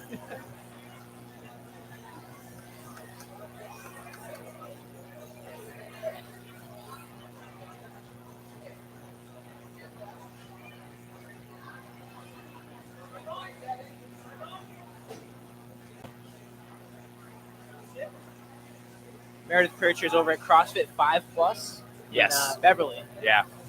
You're saying you've seen her compete before? Yeah, she's competed here before, and Beverly was close to where I grew up and where I used to coach and whatnot, so I've seen her around there as well. Gotcha. Good athlete.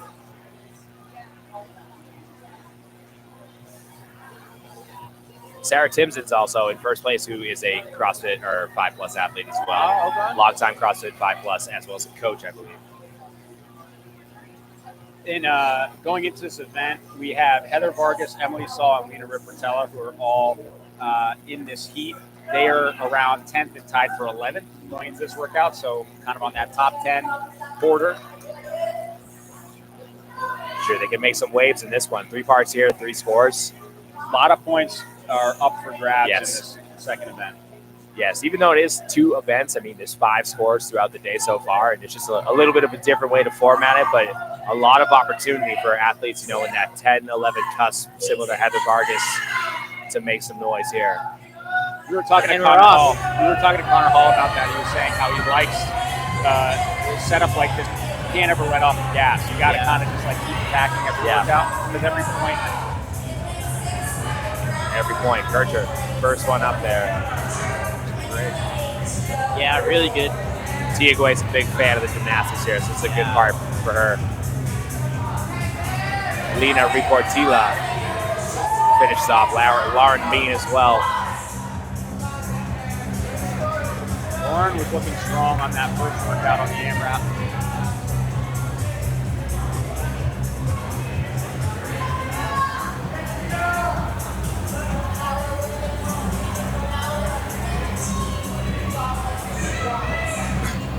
Looks like Tia Guay, first one on the bar, the first one back. Kircher turns around first. Mean is on there now, a couple reps ahead of Kircher. Kircher's got great transition.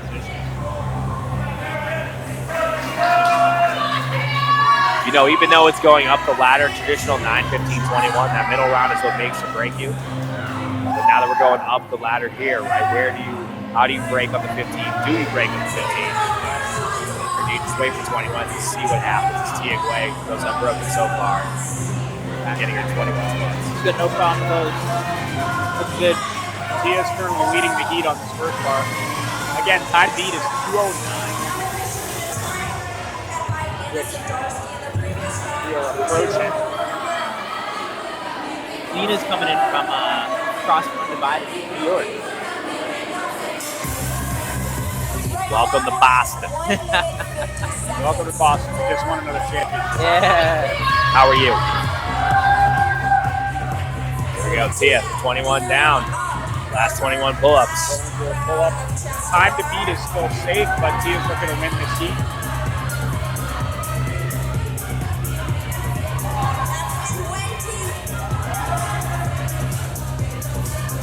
Lauren Bean back up. Last set of pull-ups. Lena here in lane 5 getting ready. Getting ready. Tia's down 11 pull-ups. Very smooth. Yeah, really smooth. Good butterfly.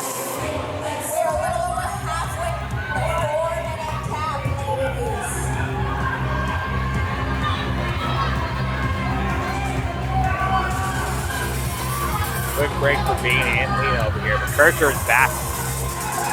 Tia done winning her heat. Tia Guay. Huge win. About a minute and change to go.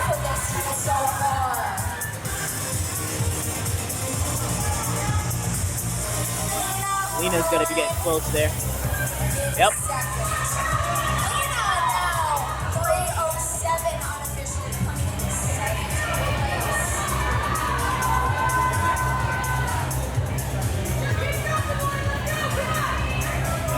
There it is, chipping away some singles here.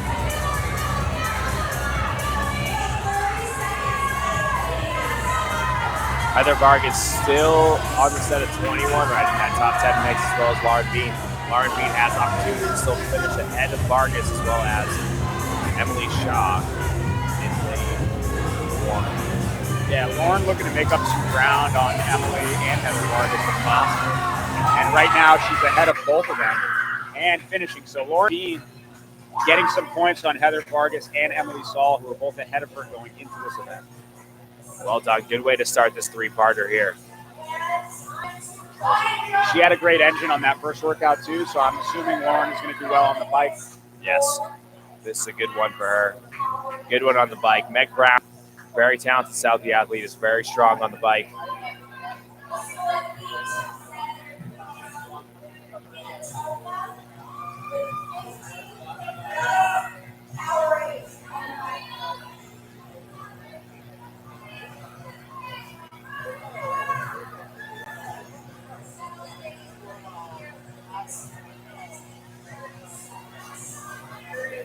Looking calm on the bike so far. Looking calm, just kind of hanging, trying to find a pace, trying to survive.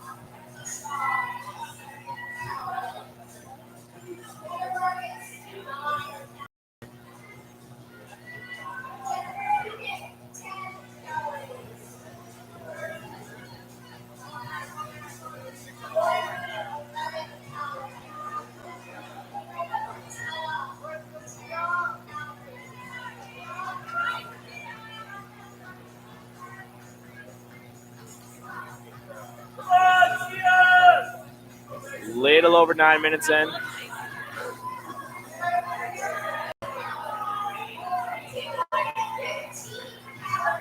Tia Guay with 15 cows down.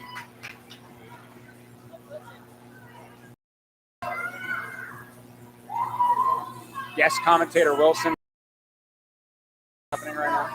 Let's go through the crowd. Now the crowd hype man. We are minute 45 in, slowly approaching halfway. 4 minutes seems like 4 hours on this thing for these ladies here. Trudging through the heat.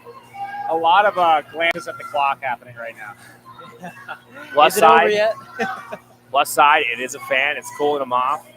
Downfall, it is an echo bike. It hurts a lot, a lot. So I got a comment on the YouTube feed from Nate Drake, who I think is here. I think he's the judge who was putting the heat on Derrick. He says a story on Derrick. A quick correction: he was traveling to semis in Africa from the USA. Had to get turned around in London because he lost his passport. So a little difference on location there, and I could not compete at semis this year because of it. Oh, that's tough, Derrick. Antonia getting, by the way, getting 60 calories in that last heat. Wow. So top score for the ladies. Second place right now is 47, and both Cheryl and Anna were tied at 47. Holy moly. Antonia, way to be. And official score for Anna on the first part was 208. 208. That's going to be a tough one to beat for the next heat coming out here. That is for sure. 208. 208 is fast.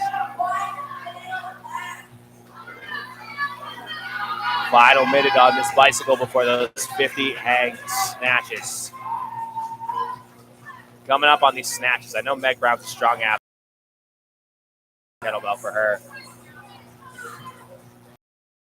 We got a couple other strong ladies in this heat. Heather Vargas pretty.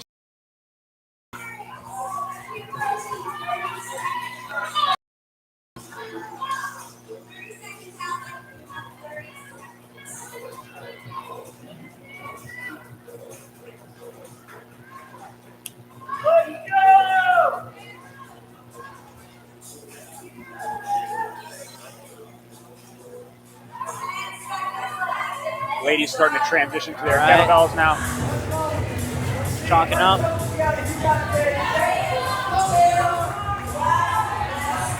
And 50 total reps. See, more athletes than I thought going as far as they can, not putting it down. Some getting through all 50 without putting it down. But most people are actually getting about 25 to 30 before they decide to put the kettlebell down and give themselves a moment. Getting to that halfway point. Megan Brown, as you said, looking really good on the kettlebell right now. Got a little caught up on the transition there, but she's hanging on.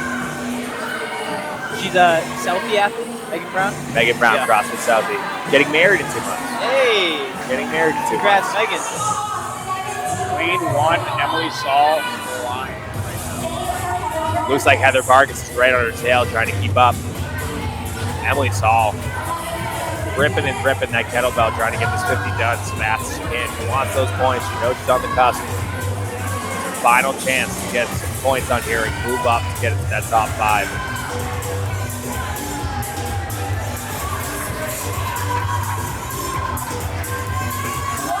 Nina Ripatella handling that way well.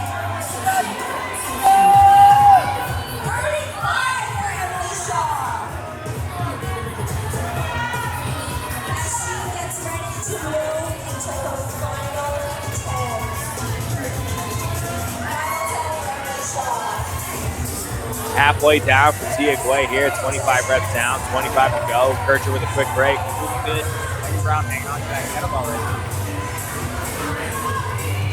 But Emily Saul is flying. Emily is done. Wow. Coming in right through. Right through. Coming in right around. It looks like 145. Fastest time we have seen yet on that second part. No one's gone sub 2 or even close to sub 2.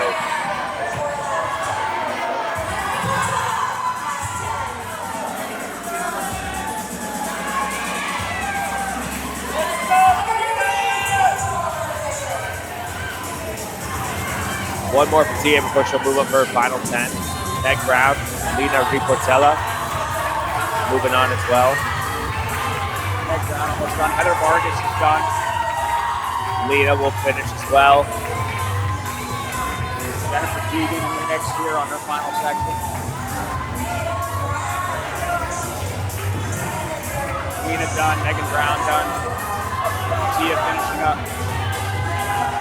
Tia looks good. One more for Tia. Good work. 5 more for Kircher here in lane 7.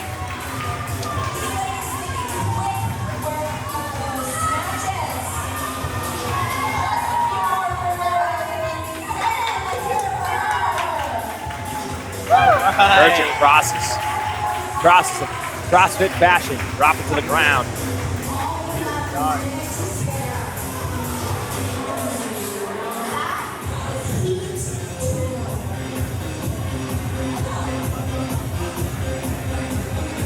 .209 still stands, but 145 for those final 50 reps is awesome. Incredible. Emily Saul. Yeah, she moved really quick through that.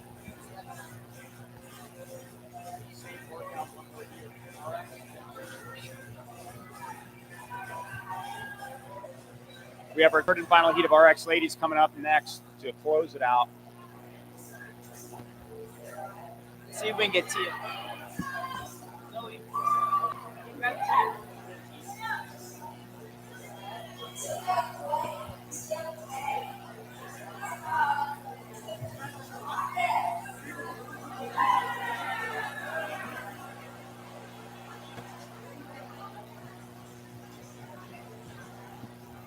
Tia to the principal's office. Exactly.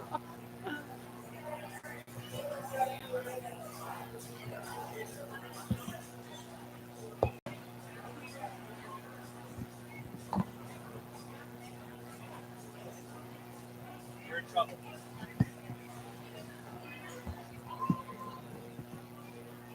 Tia, welcome to the booth. Awesome job. Hey, great job on that workout. Thank you. Especially that first part. You looked really good in the gymnastics. Crushed right through it. How'd you feel? Yeah, I felt okay. Yeah, I forgot my grips at home, so I had to use my one of my other training people's grips. But did they fit all right? A little big, but I made it work, sort of. Very nice. Look good. How'd the rest of the workout go? Pretty good. I just tried to keep a steady pace on the echo bike, and then the snatches I knew was gonna be my worst, so I just tried to keep moving as best I could and hang on to it. But You hung right in the mix there. It looked Yeah. like you were able to push through and I mean, finish in a good position on the snatch work. You know, did well enough on the bike, at least pace-wise, looking at everybody else, and good work on good job on the first part. You came into this in a pretty good position. How are you feeling overall about everything today?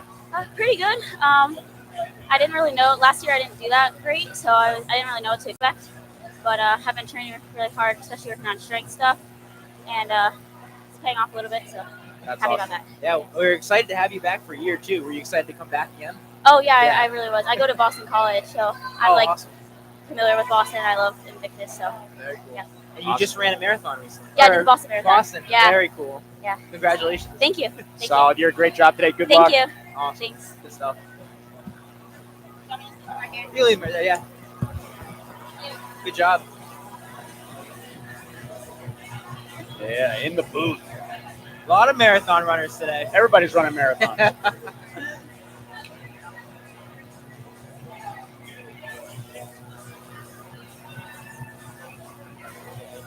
Some fireworks going to come in this last heat of RX ladies.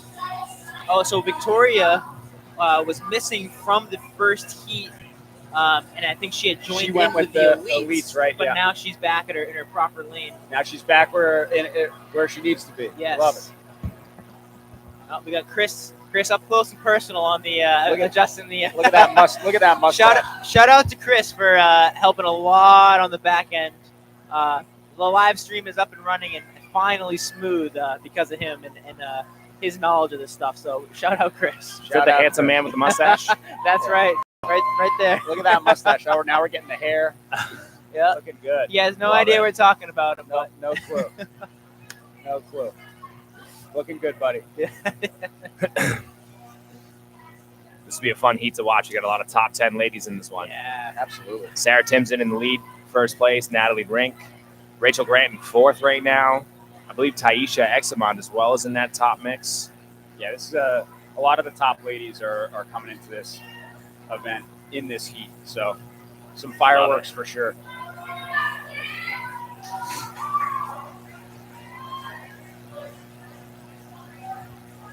.209 still that time to beat for part 1. Yes. 60 cals for part 2 and 145 Those for are part unbelievable 3. scores.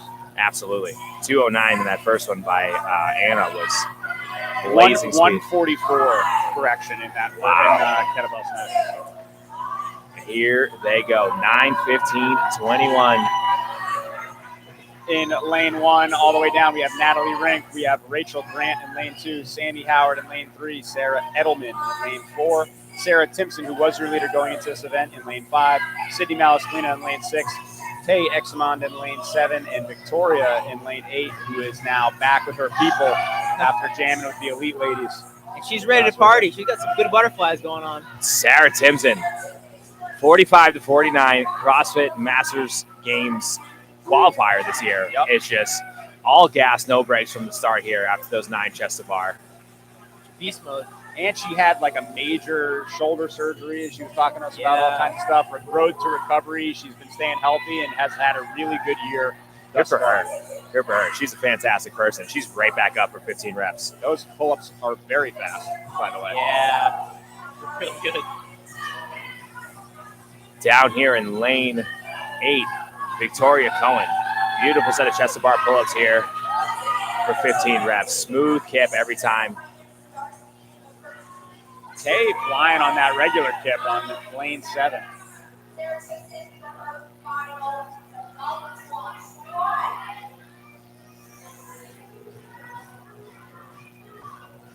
She's all alone in that set of 21. Sarah Timson is just blowing away the field right now. Flying. 21 squats. She'll be on that set of 21 pull-ups by herself while some girls are still finishing the 15. Victoria Cohen and Tayisha now picking up on that set of 21. Rachel Grant now too. And here comes Sarah Timson.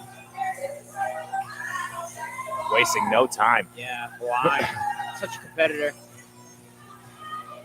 Minute 50 in.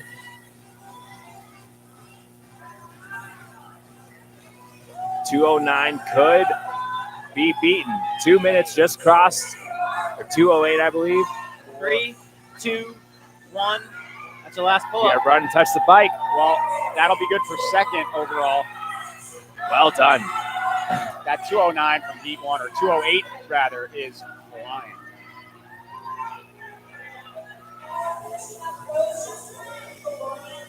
We got a handful of ladies on their 21 chest to bars now.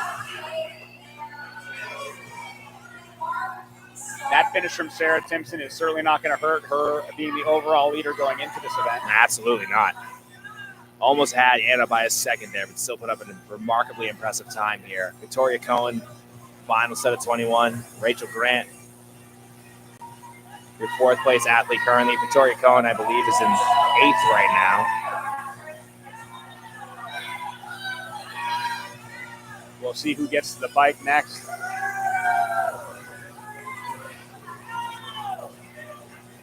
Sarah Timson is on an island by herself, finishing this workout right now. Hey, it's just like an EMOM, you know. The harder you work, the more rest you get. These AMRAPs, the harder you work, the more rest you get. It's you know, it's a good gift. It's Absolutely. a good thing. Absolutely. It's like life. Rachel Grant finished. And Victoria now with the finish. Victoria finished. So in this heat, Rachel Grant taking second, Victoria third. Tayisha's close to being done. Sandy Howard working on her last set of pull-ups. Same with Sarah, Sydney Malaspina rather. Sarah Edelman still working.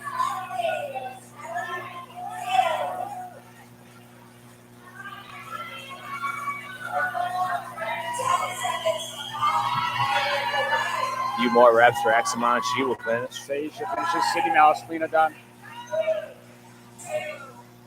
And we're biking. Bike cows. And we're on the bike. Bike cows. The fun part. 3 minutes and 59 seconds to go. Judges bringing those kettlebells out to the front of the floor for our third. Say, looking at this field right now, I know that Natalie has a very endurance is definitely one of her strong suits. Someone like Grant too, you know, she is almost a little bit like Jenna Kilvin, can kind of dig in a little bit and get down and dirty here. We'll see who can really push it. Sydney Malaspina, I know, likes the endurance stuff. Not that this is super endurance-like, but, you know, it's comfortable on a machine, can really push. We'll see if anybody can touch 60. 60 is savage. I don't know if anybody will beat that, but we have some impressive ladies in this heat. One thing I'll say about Tay is she's very good at hurting for a long period of time, so that will serve her well here in this 4 minutes. She's a tough, tough athlete. hurting for a long period of time and getting uncomfortable for a long period of time it's a skill like no other. It's a skill. It's a strength like no other. It's definitely one of the attributes that some of our best athletes you've ever seen can do. You just got to get to that place and hang out there. Natalie Rink looks like she's just chilling on the bike over there. She looks like she's working hard. She's also intimidating the bike in the process.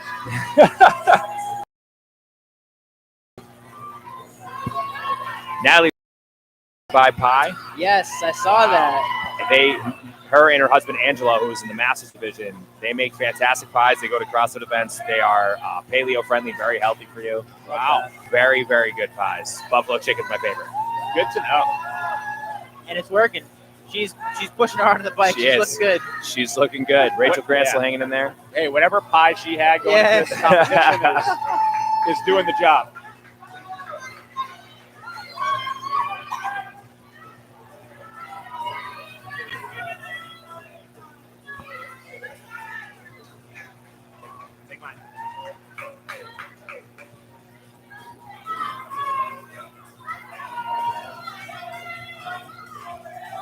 Rachel Grant looking comfortable on the bike.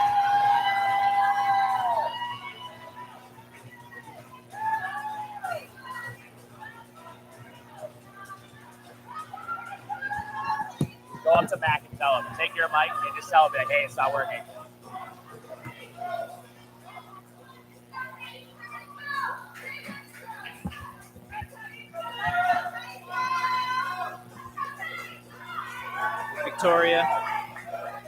Victoria wrote in one of her responses that she's being coached by Malonza. Oh, the Hayes from last year. She made the trip up from Florida. Yeah, from Orlando, I believe, Orlando, right? yeah, Miramar. What's her favorite pizza? Her favorite pizza, or her favorite cheat meal is pizza, and her favorite pizza is cheese. I love it. Love Just plain and simple. Hey, a classic. Yes, I got nothing wrong with that. I like cheese myself. That cheese pizza we had not too long ago was great. It Quite was. good. It did the job. We've got a sign next to us saying it's for Tayisha, for Tay. Says, Tay, you are so strong. Cheering her on the bike. She needs that right now. Absolutely. Sydney looked good. Bringing up the batteries here. Let's go. Sydney pushing it right now. Emptying the tank. Not much time left. Ladies transitioning and snatches. We'll see if anybody beats that 144. Zoe experiencing her first MC catastrophe with a microphone dying, and then you have to yell out the clock time with all this going on. Well done. Well done, She by managed Zoe. to survive. She sprinted from one end of the gym to the other. Pretty quick, too. I should have clocked a 40-yard dash on that. Shout out Zoe.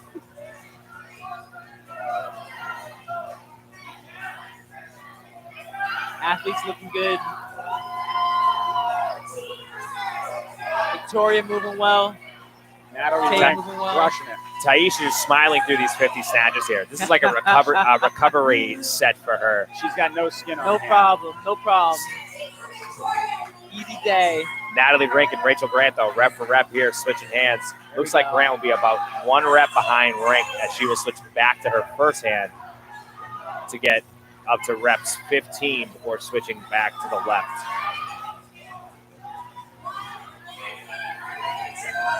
Yeah, Natalie Rink right now is a couple reps ahead of Rachel Grant.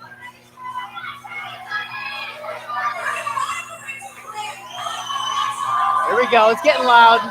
There getting we loud. go. We are Getting now exciting. approaching 130. Rachel moving to her Hey, final 10. there we go. Natalie Natalie. moving to her final 10. Just Neck and neck. 2 reps ahead of Rink. Lanes 1 and 2.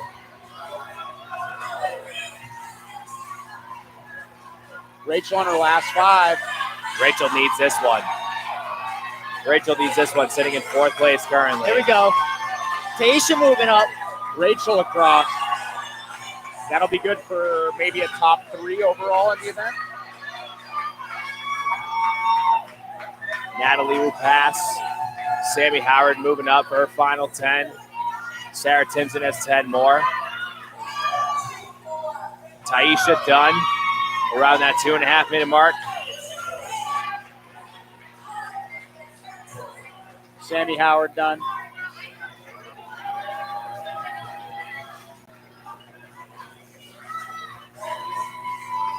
Sid chipping away. Sarah Timson on her last rep. She's across. There we go, Sarah. And Victoria finishing up now. Chipping away.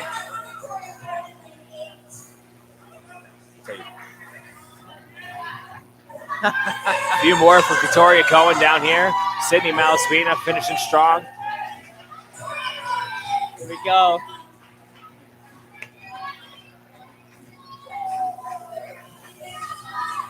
Sydney Malaspina here chipping away at this kettlebell. She crushed the bike. There we go, Sid. Got her points where she needed to, and now she's finishing up on the belt. Very strategic. Good work on her end.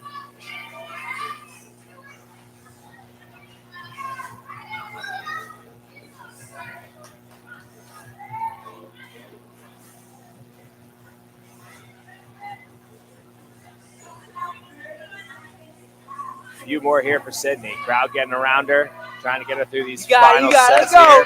There you Let's go. Come on. Crowd getting loud. Crowd getting loud. Biggest Boston coach and fan favorite.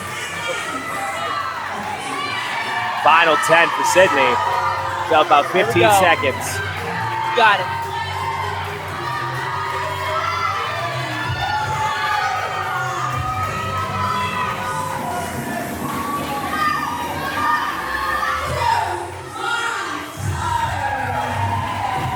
All right. Well done by Good our job. ladies Getting here. to her last five. Sydney getting to her last five. We got our elite ladies coming up next. Our elite ladies. RX ladies are done. We'll see who our top 5 is. We are an hour ahead of schedule. Bern K. Prince. Nothing wrong with that. Nothing wrong with that. You want to yell at Tayisha? Tayisha. Okay. Is it working out? Yell out Tayisha's name. We'll get her here.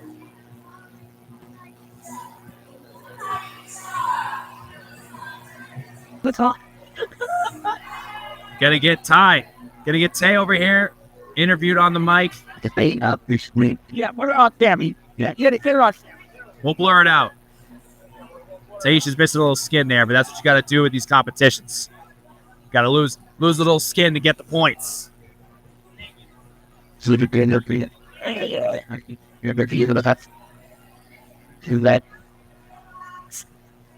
we went out on the mic last year. Get in here.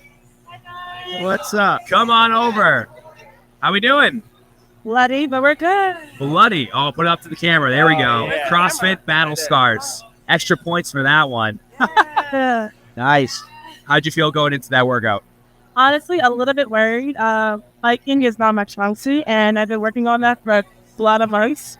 So, yeah, but I pushed myself a lot more than I thought, so that was good. You did an awesome approach in the first part, too, with the kipping chest to bar. Strong on the squats. How many calories did you get on the bike? So I got, I think, 44. 44? Yeah. Solid. Yeah. Well done. Well done, Justin. That'll keep you in the mix for sure. So you've been at this competition, I feel like, every year. Yeah. And was it after the competition last year that you ended up coming over to Invictus and joining as a member? Talk about that. How has that been for you? How's this year been? Yeah, honestly, after the competition, I noticed I want to do a lot more work. And I know Invictus especially is a high caliber gym. And I was like, I really want to get better on skills, work on certain things that I knew Invictus was that spot. So I made the decision last August to transfer over to Invictus, and it's been the best decision. It really has, especially doing comp class with Justin and learning a lot of skills. And then you got other people in the gym who created this community of they want to do better too, as well as athletes. So it's been amazing from start to right now. Especially Justin. I gotta give props to Justin because he's been an amazing coach. I paid her to say that. OG in the game. He's been around since the dawn of CrossFit, helping out people get better, just like you. Anytime I see Justin anywhere, I'm like, all right, I gotta go. Because Justin, it's been amazing learning from you, and appreciate I've taken those skills and definitely utilize that in class, especially now during this competition. So kudos to you, Justin. It's amazing. Yes. It's cool for me to see a lot of you guys that I've been coaching kind of keep your head on your shoulders out there, like stick to a strategy, execute. Yeah. And you looked really good out there. You look confident. Yeah. Are you happy overall with how today went so far? I'm pretty happy overall. I'm kind of mad a little bit with the chest bar for the 21. I was like, you know what? I heard it, like, if you need to break, but in my mind, I was like, I don't really want to break, but at least I finished it under the 4 minutes, and I was happy about that. I'll take that triumph, but pretty happy. This year has been, I definitely seen the progress compared to last year, and I've been really excited. That's awesome. Amazing. Did you test that part at all during training at all, the first 4 minutes or even the whole thing? So yeah, I tested out the chest bar, the squat, so I knew relatively where I was going to be because it's actually pretty consistent for that. And then the bike, tested it out no matter how many times a day I want to, tested that out a lot. And the snatches, I haven't tested out, so that was the first time I ever did the 50 after doing this workout, but it was okay. You handled the way well. It looked like it was. You did, yeah. It looked easy. Except when I felt like myself ripping, I was like, I gotta keep going. It is what it is at this point. Yeah. Well, hey, congratulations. Always Thanks, a pleasure to Justin. see you. Congratulations. Excellent job today. Okay, he's busy, but yeah. Thank you. Thank you. Great job today. Guys.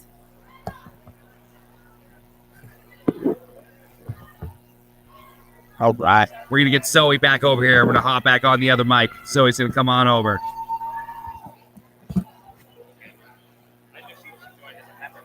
How much time we got before we leave? Well, right now we're an hour ahead of schedule, so who knows? Who knows? To be honest, I have no idea.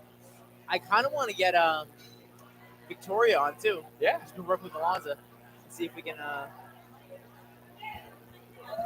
Get Victoria for us.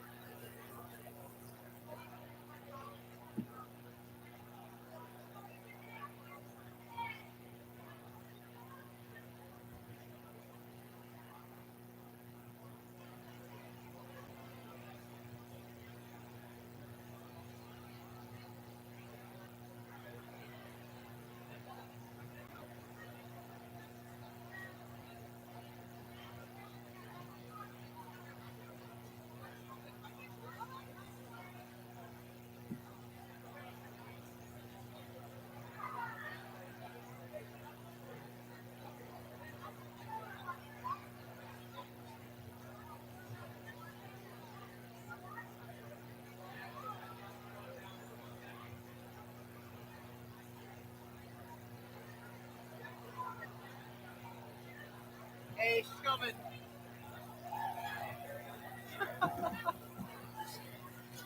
You thought you were off the hook. Joining us in the booth. Hello, hello. How's it going? Good. What are you? So you came from Florida? Yeah. That's awesome. What happened earlier in the day? I saw you jumped in with the elites. I wish I could say it was because everyone was running like 40 minutes early, but that wasn't the case. It's all right. It happens. It happens. When I looked at the email, I didn't count how many heats there were. I just saw it was the last heat. So in my mind, I was like, all right, cool, heat 4. Yeah. And so heat 3 was going, and I heard him corral the elite heat 1. And I'm like, hey, did you brief RX heat 4? And he was like, there is no heat 4. And I'm like, oops. Cool. Hey, Bern's a good guy. He'll get you where he can. He did. Like, I was super thankful. He was like, all right, you're going to throw down with the elite. Like, no sweat. I'm like, okay. So that was cool. I mean, hey, you fit right in. Yeah, it was a push, for sure. Because, like, with the burpee box jump overs, I was pacing myself with them. But I did feel like it's one of those things where you could take it as, like, an advantage or you could take it as a disadvantage. Overall, I felt bad just because, like, it was a lack of planning on my part. But I appreciate that they were able to work stride. Yeah, and all the girls were super cool. Like, even the girls in my heat were like, what happened? But everyone was super cool and it was a good time. That's awesome. So you get coached by Mwanje? Yeah, hunger over excuses. Yeah, that's awesome. Talk to us about that. He's a great guy. Obviously, he's been a veteran in this comp. Yeah, so he was training at the gym that I was training, and he would give me pointers here and there. And I'd look at him and I would be like, bro, when are you going to start doing individual? And he's like, not yet. For a year, I was hounding this man because he would respond to my stories and he'd be like, try this. And I'm like, okay. And Milando's a very, like, just the way he talks and his energy vibes with mine. He doesn't baby me. Like, he tells me how it is. Like, we have those days where he's like, suck it up and do it. And we have those days where he's like, all right, let's take it back. And he really knows how to, like, deal with me. I guess that's the best way to explain it. But yeah, so he started personal programming, hit me up, and I was like, say less, like, I'm ready. So we've been together for a year now, and this past quarterfinals was my best finish yet since I've been doing this for 6 years now. So wow. Okay. Yeah, cool. Best finish yet. So I'm super happy with, like, where we've been, and it's been a little under a year, and I'm super excited to, like, keep building with him. That's really cool. Yeah. Yeah, we were sad he wasn't here this year, but when I saw that you were working with him, like, oh, awesome. Well, we got to talk to her then. Yeah, he hit me up and he was like, you're doing this list qualifier. And I was like, ooh, November, December is like my chill time normally. And I was like, all right, like, you say, I'll do it. Like, that's kind of the relationship we have. And so I honestly came in a few spots above that cut. Yeah. So I was excited to, like, I finished that first event with, I don't know what I got on the first part, but a second place finish on the burpee box jump over. That's awesome. And I was sitting in 8th coming in. I don't know where I'm at now, but, like, to be able to see that improvement from the qualifier to even just, like, the first workout was super cool. Yeah, it's awesome. So what are you most looking forward to this next training season? What do you need to be working on or trying to improve? So I'm really working forward to just building my weaknesses. Gymnastics or something, like, I'm trying to build that capacity on. Heavier barbells. I'm a smaller athlete. I put on 15 pounds in the last year. So getting, like, that muscle mass to really feel comfortable eating a heavy barbell. Really looking forward to that. But just competing more. Like, I've signed up for probably a comp every month from, like, here to the end of the year. So just getting that experiences, really, like, learning from these little mistakes and, like, okay, make sure you know what heat you're in. Make sure you know, like, what lane you're in. And just really fine-tuning that competition mindset. That's awesome. Well, great job today. Thanks, great guys. I watching you. appreciate y'all. Have a good one. Yeah, you too. All right. We got our elite ladies kicking off here. All right.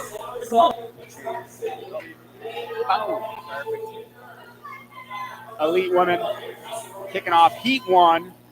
We got Miranda Keene down in lane 1. We got Sarah Sullivan in lane 3. Kelsey Duran in lane 4. Jenna Kipling in lane 5.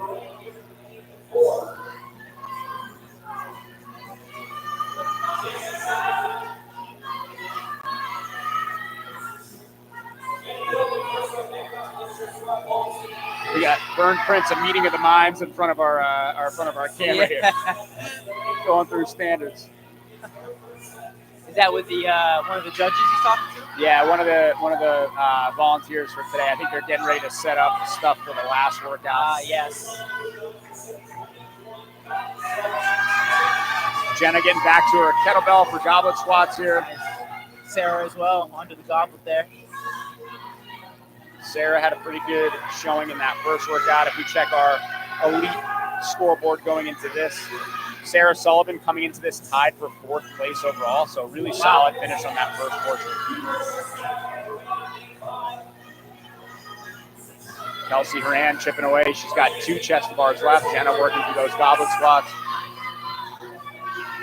And Miranda Keene down in lane 1.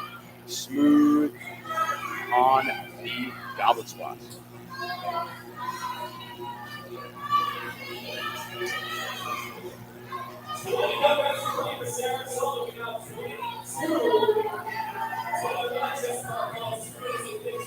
Something to be said for Sarah Sullivan.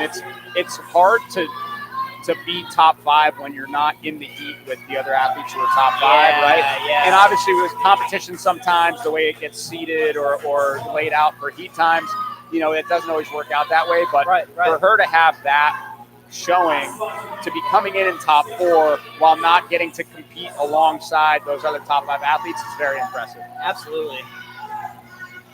She's earned it. I mean, even right now, she's deep into this workout, and the butterflies are looking really nice. Look at that for us. Absolutely.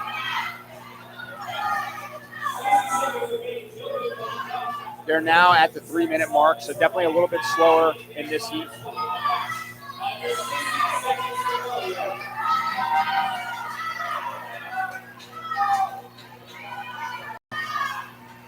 And Sarah Sullivan finishing up again, first in her heat here.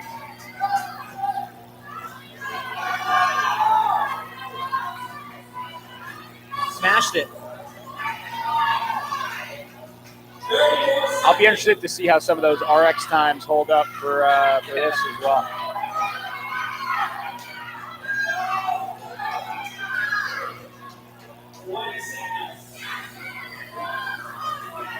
Kelsey finished up with a couple singles there and just chipping away at it.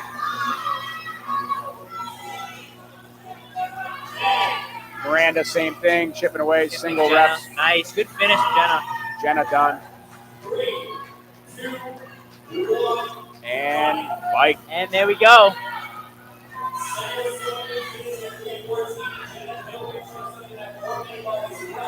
Sarah Sullivan getting a nice aggressive pace to start all these ladies, honestly.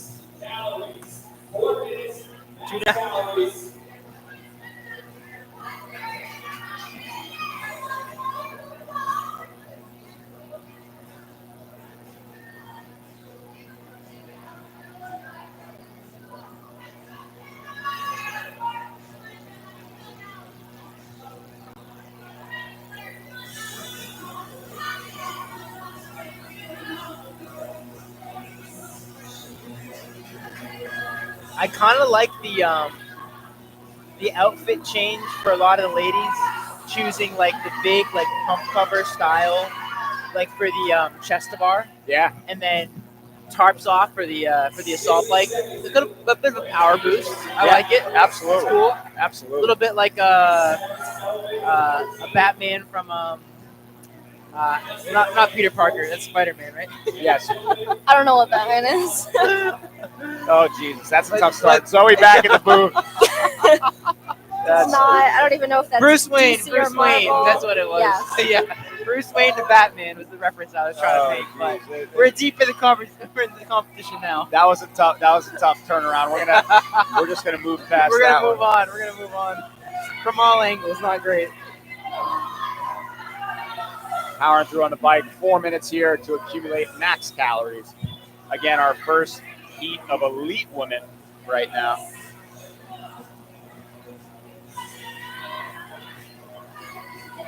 We're staying almost an hour ahead of schedule, which is incredible. Music to my ears. Yes, yes. I think last year we were here, Justin. You had to leave right at the very end because of it was your anniversary, right? Or something like that. Something was happening. I don't know. It wasn't my anniversary, but something was happening. Something was going on. He was like, you need to get out of here. Now you have a baby. Now I have a baby on the way. Yeah. On the way. We were a little nervous. We were going to be a down man today. Listen, I'll tell you something right now. If my phone rings, I'm out of here. Yeah. That's all right. We can take it from here. These ladies looking good. Good composure. Good speed. Miranda down in lane 1 is pushing that bike. Sarah Sullivan settled in and continuing to move here.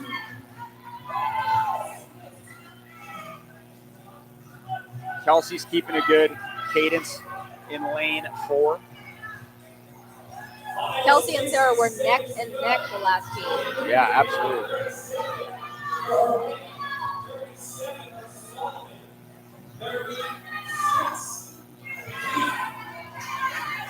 $36-ish calories for Miranda in lane 1. Yeah, Miranda's moving. Another long-legged individual.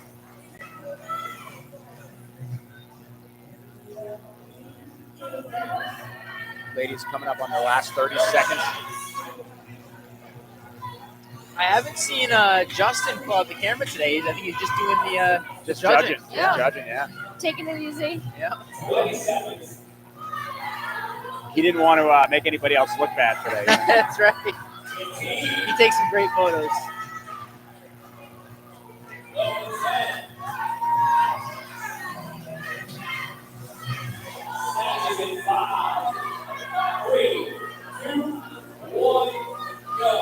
Kettlebell time.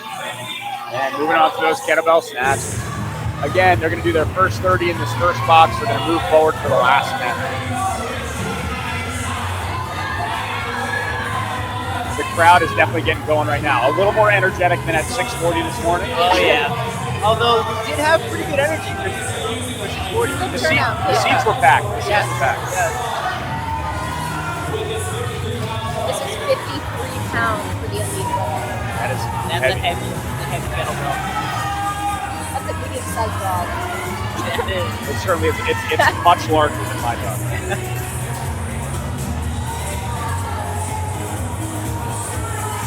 50 reps to be completed here.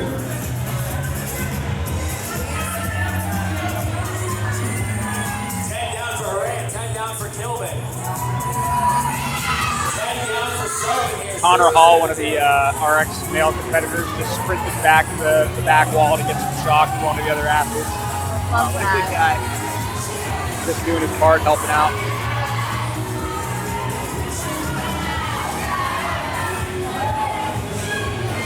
Jenna Kivlin getting confident with this weight. One rep at a time.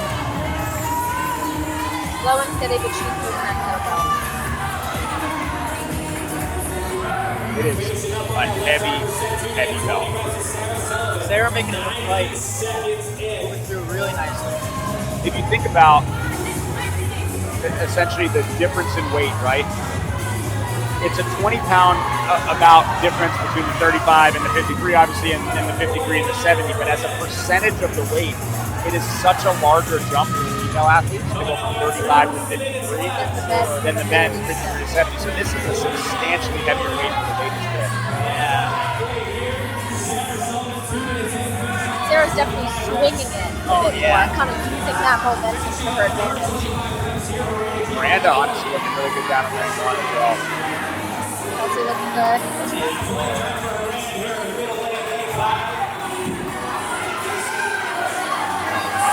Yeah, this is a brutal weight. Super impressive by these ladies.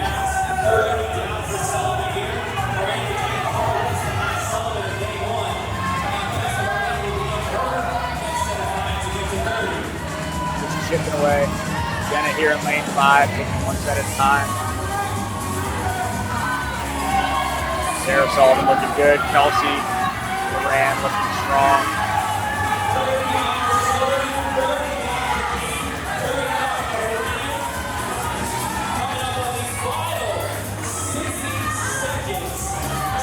Left, these ladies are stepped up.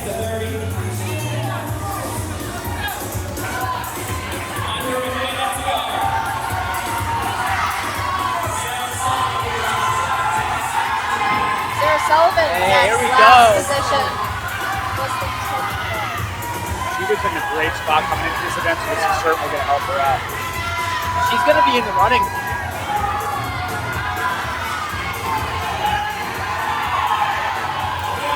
Here we go, here we go.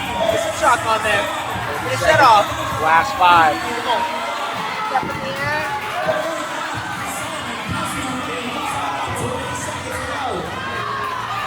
Looks like she will do it. And she is done. Sarah Sullivan. Very impressive. There we go, Miranda. Miranda and Kelsey, it looks like. Are Kelsey. in the final 10.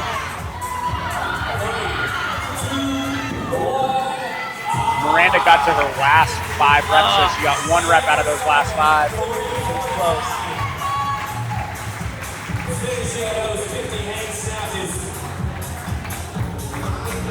Excellent job, ladies. Excellent job.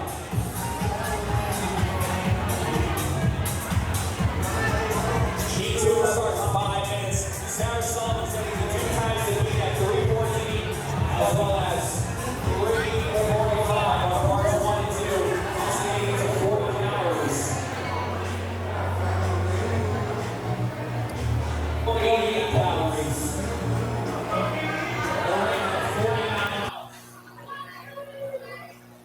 They say 49 cals was score to beat. I believe so. And somebody else had 48. Every second counts, every calorie counts. Every calorie counts. So we're down to last 2 heats of the women elite. 2 final heats, and that'll determine who goes on to our final event of the day.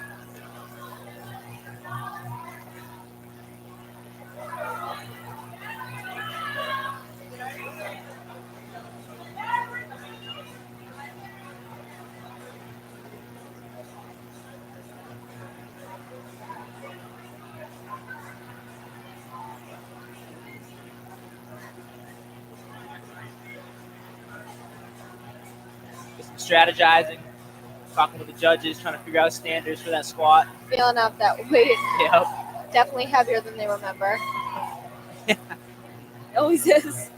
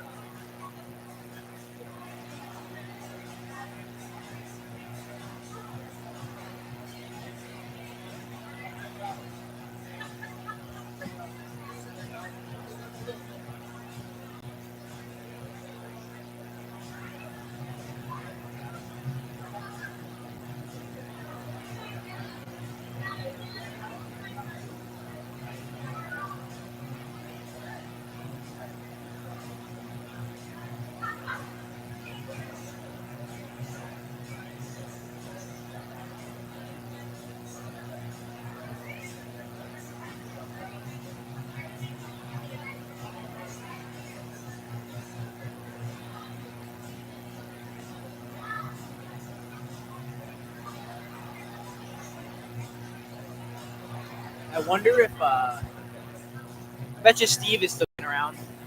Steve Clegg. Well, he'd be nice to talk to. Mr. Level 4.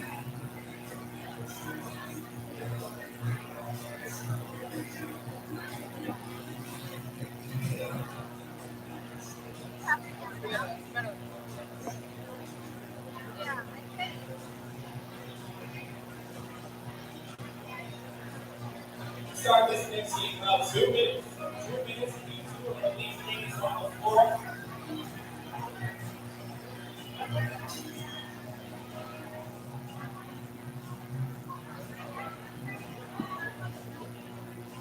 The time in between.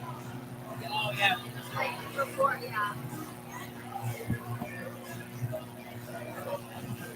Yeah, I wanted to see if we could get him on earlier, but he was covered in ice pack, so I figured I'd let him rest.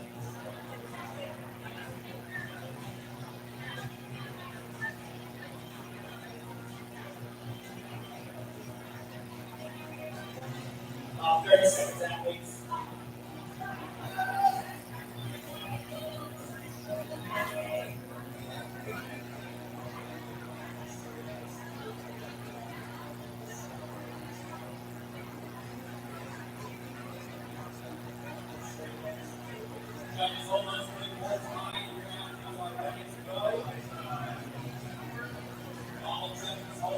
right, we're getting ready. Setting it off.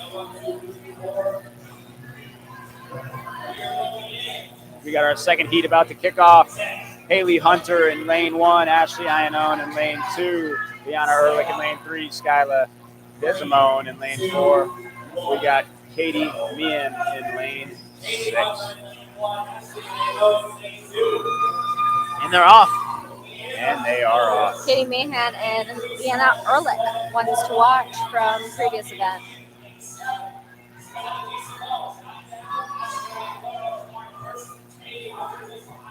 Skyla was also in 3rd overall going into this workout, so she's going to be somebody to keep an eye on. And she's making short work of these chest bars and goblet squats.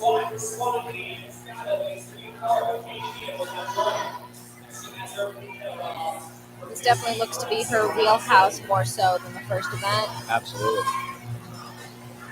And given that she did so well on the first event, I think she's going to continue to do well here.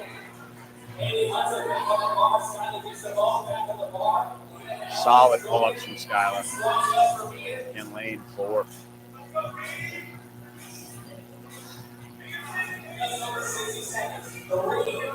She's about to finish her set of 15, still going unbroken. That was quick. And going back to her kettlebell.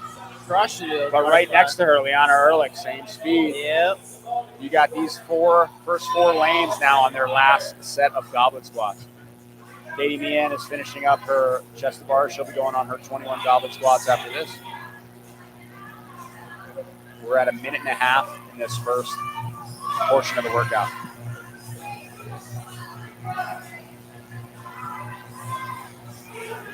We'll see who gets to the bar first. Looks it looks like Haley. Lanes 1 and 2, Haley and Ashley. Skyla is now done, as is Liana. So all of these ladies on their final set of chest to bars in our first 4 lanes. Interested to see who goes unbroken. Haley is really solid on gymnastics, so I wouldn't expect to see her hang on. Oh, wow. Wow. Haley is done 2:07 unofficial. 2:06 over 2:06. Cam said. 2:06 unofficial. Ashley close behind. Yeah. Ashley coming in the low 220s. And there we go. Liana coming in around 230. Skyla finishing up her chest to bars here. Katie's still on her last set of goblet squats. Hand up for Skyla. 4 left. 4 left for Skyla in lane 4.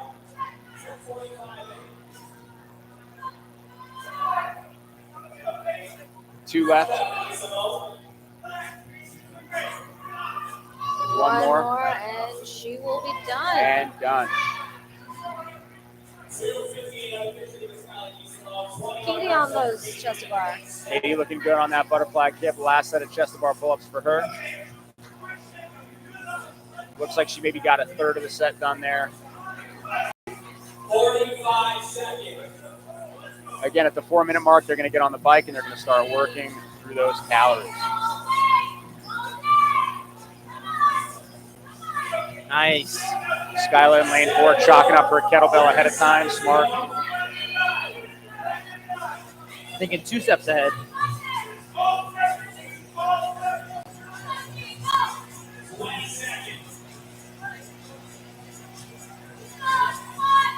Katie's got to be close to finishing here.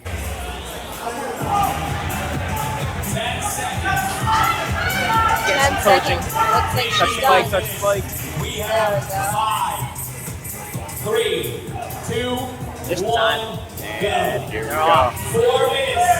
Haley had quite some time to recover before hopping on that bike, and she's Yeah. going at it. And she is moving right now. Yeah. 49 calories right here in lane 4 coming from CrossFit Center. Haley definitely setting an aggressive pace to start. Score to beat unofficially 49 calories. That's what it's looking like. Let's see if we can refresh. 49 calories. Yes, second place with 48. Third place with 47. Wow. And who was that first? Sarah Sullivan? Kelsey Moran came in first with the 49. Sarah Sullivan was second with Sarah Sullivan also had the previous time to beat on the first part at 3:50. Which looks like Haley. Yeah, I think we had three of the ladies here in this heat come in under that 3:50. Haley now settling into a pace here. Tell you what, in lane 3, Deanna is moving on that bike right now.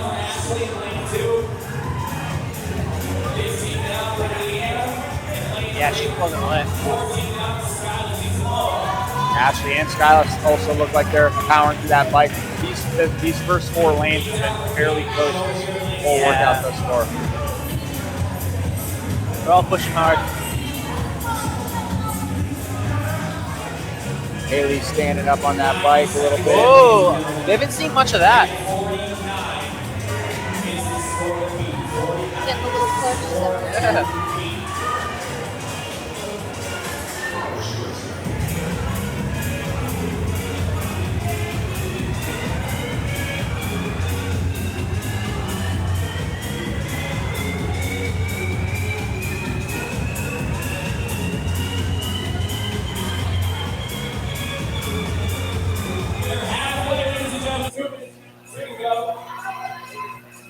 Halfway through this 4 minutes, accumulating as many calories as possible. 26 down for Sabat, 30 for Ledogar, 30 for Ashley Examond, 45 now, 800 We get another comment. Mark Beltran back on the chat. # Justin Wright for president. He said that last year too. I haven't started my campaign yet, unfortunately. We'll have to wait till what, 2028? 2028, you have time. Yeah, I got a little bit of time.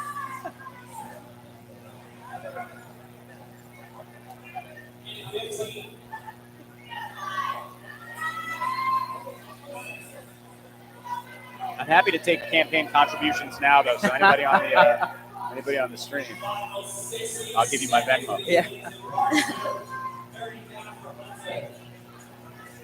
Katie coming off the bike, getting ready. Last minute of work. That's smart. She knew she was a little bit behind on the first 2 parts. Yeah. She's going to rest up. She's going to attack the kettlebell, maybe make up some ground here on the 3rd part of this workout. Especially because she didn't get a rest after the first portion, but the other athletes did. Exactly. So damage control in the first part, get some extra rest now, and attack that kettlebell. Sometimes you got to adapt your strategy on game day, and that's the sign of a smart athlete. Yeah. A veteran athlete, too. If you've Haley done this is before. finished. Powering that bike in hand here. 20 seconds.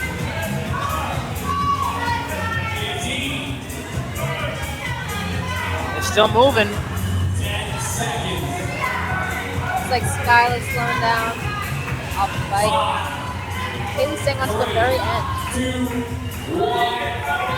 And here we go. Katie's well rested for this. Ready to go. Brianna coming to the shoulder briefly. Haley looking strong over in the one. You would not know that this kettlebell weighs 53 pounds based on how these ladies are moving. Really nice lockout at the top from Haley, too. Really secure. Taking a break in between every 5 seems strategic. Yeah, Ashley just failing one there. The thing with this kettlebell weight is you got to really make sure you got it. You can't rush. You can't be in a bad position. Because if you don't have it, it has you. 53 pounds. Yeah. Very easy to go awry. Exactly, and it does not need to be that far away from you to happen. Liana really moving that weight well. Lane 3. Skylar looking good in lane 4.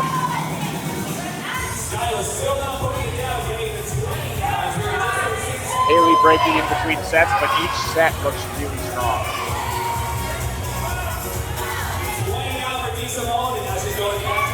Katie also plugging away. Trying to make up some time here. Very, very grippy. And after those chest bars, it might need to reevaluate something. Yeah, maybe these athletes are breaking more than they wanted to or planned to.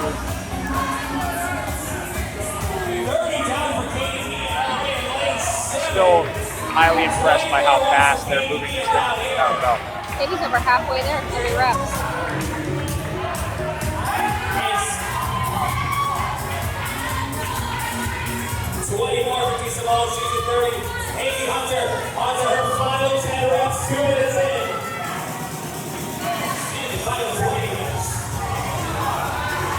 I think it's gonna be close. Very close. Hey, we're getting some movement. Liana moving forward. Haley on her last 10. Haley still hasn't started, resting a little bit. Liana has started. Liana might take the heat.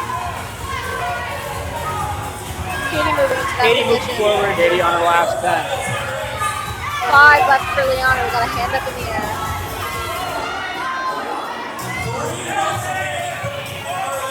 Last rep for Liana.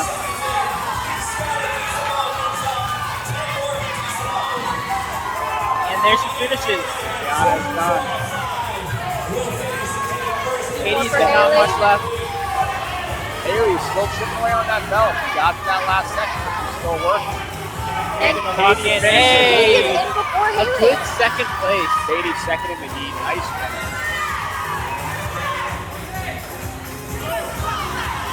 Haley moving forward. She's got 10. Hey, Skyla got it yep. over. Skyla. Haley finishing up. So Skyla taking third in the heat and third overall.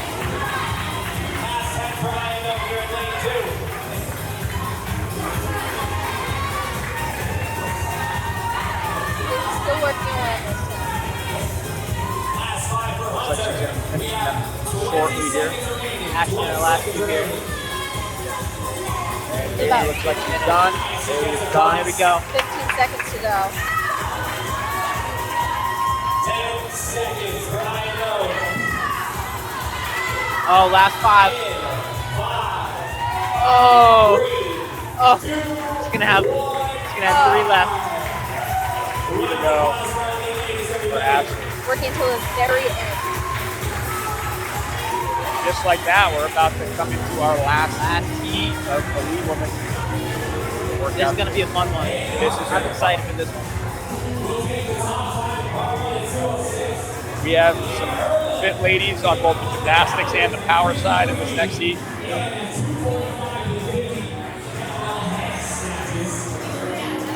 We got Christine Middleton representing Ocean State CrossFit in Rhode Island.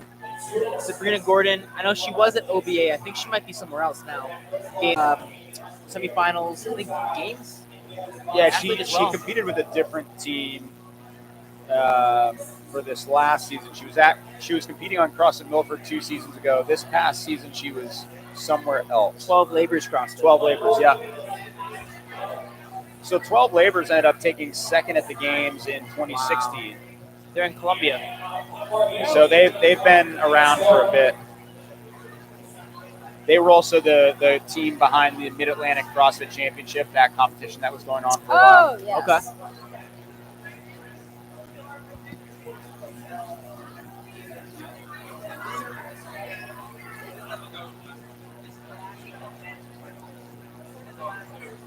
I'm interested to see Katrina and Christine go head to head again. Absolutely.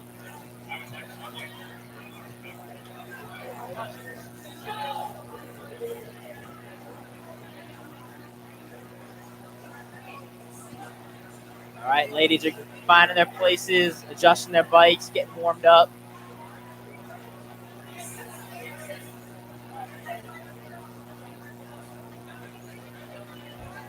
Yeah, Sabrina was a semifinals team last year, 2022 individual, 26 overall at the Atlas Games. Nice. Wow. And then at the Games 2023 on a team, 8th place. That is very good. Yeah. Not too shabby. Yeah. And we got Sydney, fan favorite in the seat as well. I believe she was on a team as well.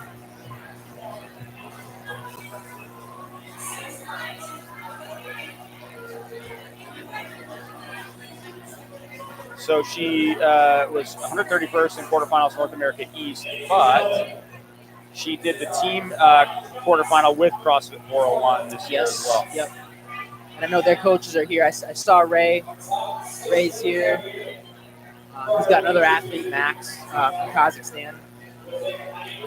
Or he might be from Ocean State, I'm not sure. Then we have Katrina. Yep. She's competing at a CrossFit New England, but has competed at an Ocean State CrossFit as well. Yep. At the Granite Games in a couple years ago. Yep. And they took 15th as a team at the Granite Games 2022, and then 14th at the East semifinal this year. Nice. So coming fresh off that. Oh, they get the comments starting. Joe Pollock screaming, "Let's go, Sydney!" Let's go. There we go. I was waiting for this. I was waiting for this.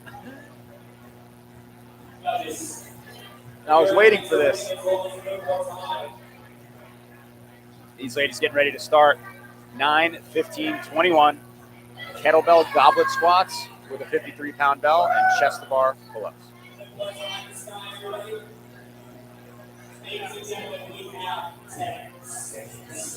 Starting in 10 seconds. Last heat of elite women. 3, 2, 1, go. And here we go. All of them blazing fast through these squats. 53 pounds. Christine making that look like light work. That's because she squats about 10 times more than that. Great gymnastics from Christine as well, though. From everybody. Incredible. Katrina pretty fast on that. Katrina, Christine, and Tori all neck and neck here, a little bit ahead of the rest of the pack. Emily and Sabrina only a touch behind. Same with Sid. Very even heat. Emily's over at CrossFit Tilt, previously CrossFit Dartmouth. Katrina and Christine Middleton synchro on the squats there. They're going neck and neck. And they're almost synchro Just on like the they chest were in bars. the first event. Yeah. Tori right behind them. That'll round out your top 3 in this heat. All these ladies making really powerful. They are on their third set, just past the 1 minute mark. Katrina got ahead a little bit on the goblet squat there. If she can keep that speed, she might get to the bar first. Christine really fast on the squats. Tori Dyson slowing down a little bit on squats. Sabrina Gordon right behind her. Sydney Pollock already on her last set of squats. Oh, and Katrina is first off the goblet squats onto the bar for those last 21 chest squats. She's about 5 or 6 reps, now 7 reps ahead. Tori Dyson right behind her. She goes on broken players. It's going to be close. Christine breaking. And Katrina down. 159 unofficial. Tori Dyson is going to finish going unbroken. She's going to beat Christine Middleton. Tori out of CrossFit. Christine finishing now as well. Nice. 1, 2, 3. Christine came in around 216. With a 10-second differential there. Ample time to rest before they have one. Sydney finishing up her last set of pull-ups. Sabrina working on her last set of pull-ups as well. Kat's changing her shoes right now. It's interesting. I wonder, maybe she's removing the knee sleeves, doing something, taking off. Sabrina Gordon on her last 3 pull-ups. Sydney is cranking through her pull-ups. Sydney is done. Sydney finishes out. Good job, Sid. That's a solid performance from Sydney. You got Emily Burnett still working. Sabrina Gordon just finished up. And last athlete on the floor is Emily Burnett.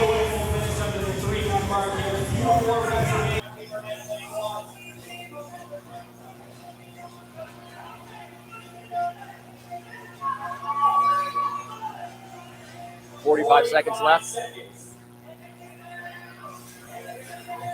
Ladies are chalking up, getting their kettlebells ready ahead of time.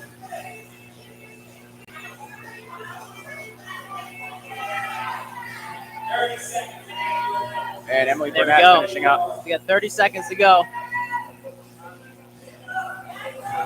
Everybody coming in under the time cap for this heat of elite women. Kat putting the belt on now, loose. Sydney's with the belt on, loose. Now Makes for we'll an see. easy transition when she gets off the bike. That's smart. Absolutely. We'll see what happens on this bike. 3, 2, 1, go. And they're off. Really good transition from Katrina. Starting hot, Tori. Now starting to find her pace a little bit. Just like you were saying, Justin. Find your pace quick and then stay there. And just settle in. Sydney's looking calm. Long arms, long legs. Oh, yeah. She should do well. There's plenty of breathing. She is solid on the bike, so I expect her to do really well here. Interested to see how Katrina does. Probably the smallest athlete in the team. I think she's trying to just probably do damage control here on the bike. And she's strong, but I think that 53 kettlebell is going to be challenging for her. Smiling.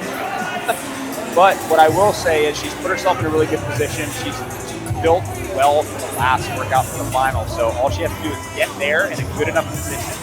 And I think that she can, finish really well in that final workout.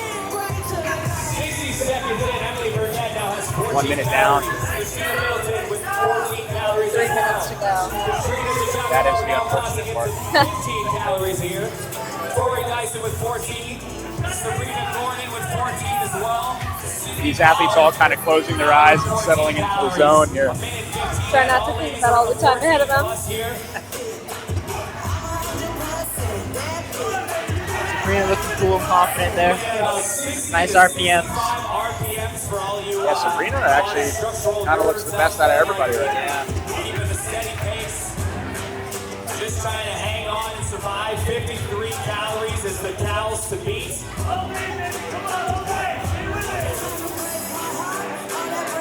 I love this test. The heart rate spiked up to the engine, then figure out, calm down, move a technical weight. Move a big technical Yeah. weight. These ladies looking good here. We are more than halfway done.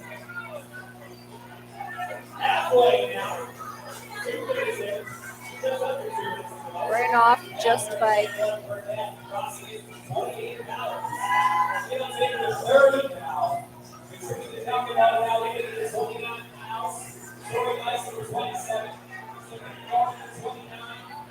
Got Christine Middleton and Katrina. Christine in and that shot Katrina there. pushing. Tori right next to them in lane 3.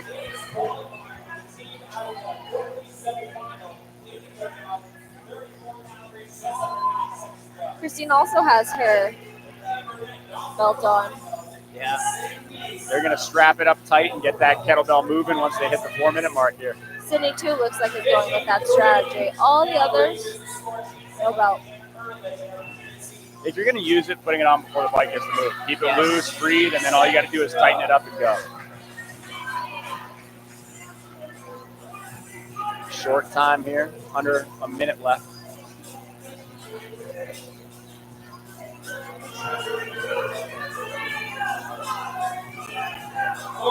Seconds. 40 down for Gordon.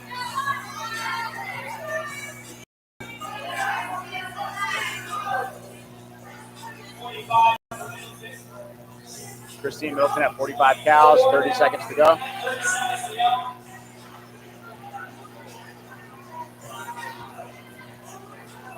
Looks like she will overtake Kelsey Hogan in first heat.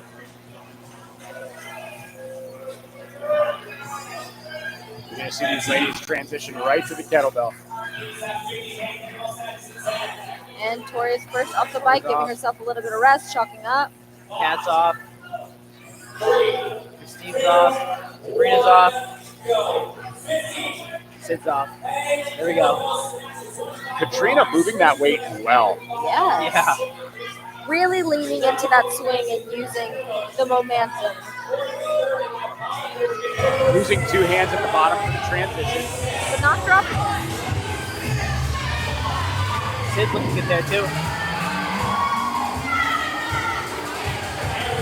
Taking a quick break.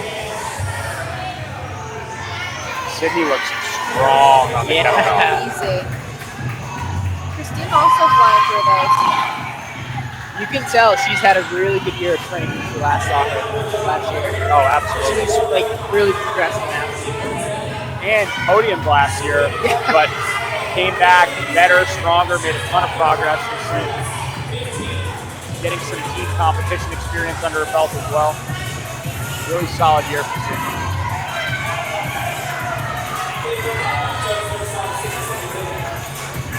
Sabrina making these look easy. Yeah, don't sleep on Sabrina. She's in the mix. Oh, yeah. Christine also would have been Sydney looking strong.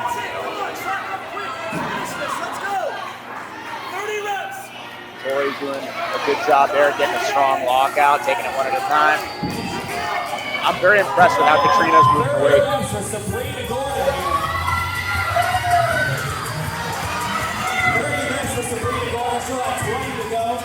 Sabrina's on her last 20 reps. Sydney is also has 30 down. That's Sydney's cycle speed right now. Yeah. She is going to have 15 reps to go. And she's about to power through those next 5 as well. Tori just hit the 30 rep mark. Sydney may be the first one to cross the line into our second section. Hey, let's go! Let's go! Checking out the competition. The crowd she is has some on time to fire. rest. Sabrina as well. Half the crowd has stood up out of their chairs. Yeah. Oh, man. Katrina transitioning. You see Sydney smiling. She knows she's got it. Sydney might take the heat, but Katrina is hurt to that line. Hey! 10:40 unofficially. Sydney's done. Cat coming in second. Close second there. 10:50 unofficially, just 10 seconds behind Sid. One more for Sabrina. Can we talk about how fast Katrina was on that kettlebell? Oh, Small but mighty. I take back everything I said about her struggling with the 53 round kettlebell. That was unbelievable. Tori's not far behind. Christine now moving into that last section. Yep. We got Emily Burnett pushing through on that last section. Tori Dyson.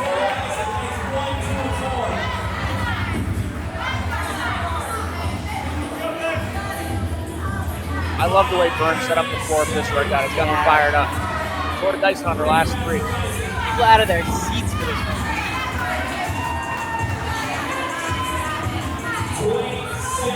Hand up for Tori. 2 left. Christine finishing up. Christine Middleton finishing up. Emily Burnett's done. Tori done. That's a wrap. Everyone made it under the 12-minute mark. Wow. Well done. Well done. Bravo to our elite women. Excellent, excellent job.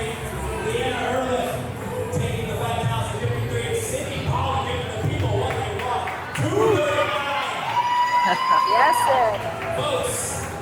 Crushed it.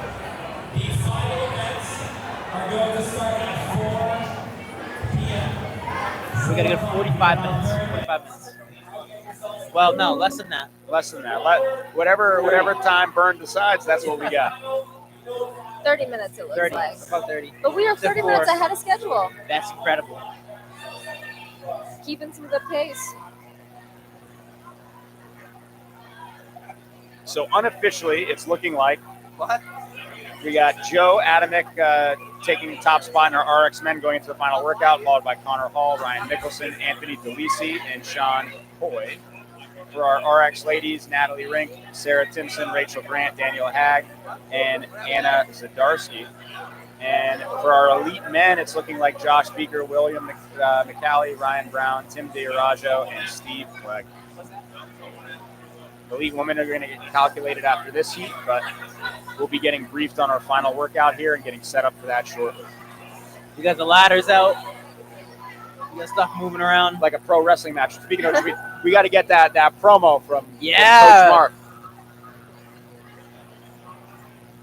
Rings are coming out. From the top rope. Yeah, we got to Mark get Beltran. We got to get Mark Beltran over here. I need a pro wrestling promo for the final Yeah. workout stat. Oh, there's Steve. Oh, should we grab I'd love to grab him too. Yeah, we should talk to Steve first because he has to warm up and whatnot. He hasn't got too much time. I would love to talk to Sydney too, actually. We'll talk that. We'll interview everybody. Yeah. Bring We everybody. have 30 over. minutes. Bring Yeah. everybody over here.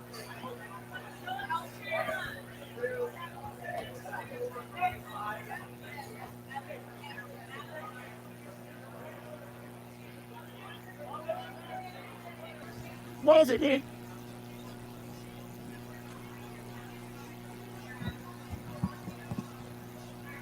All right. Amy West. Hello, what's up? What's going on? Hey, how you doing?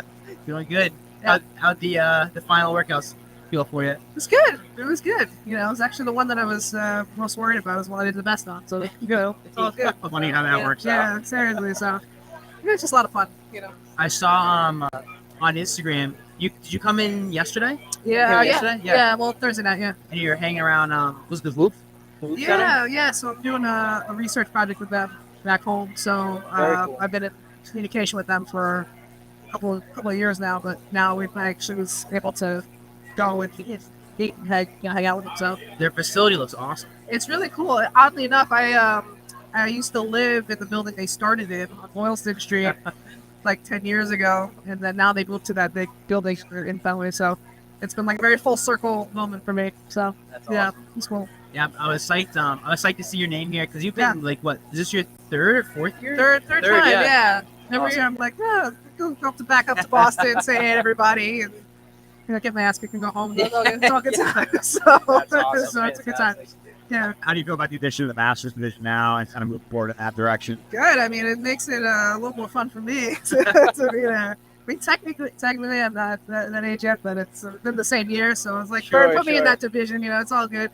But it's a little more fun, more competitive on my end, so it's fun. Enjoy it. Did you see how you ended up placing at the end? I think I came in second. Sweet. So, yeah. So I mean, I was like, sweet. Take home some prizes. Yeah, I got a shaker bottle, so I was There you go. Hey, You can never have too many shaker bottles. Exactly. So Because eventually you just got to throw it out and go. right, I got ones from like 10 years ago that need to go in the trash. So those ones get replace at least one of those. Yeah. So How are you feeling about the year in general, training and everything? good.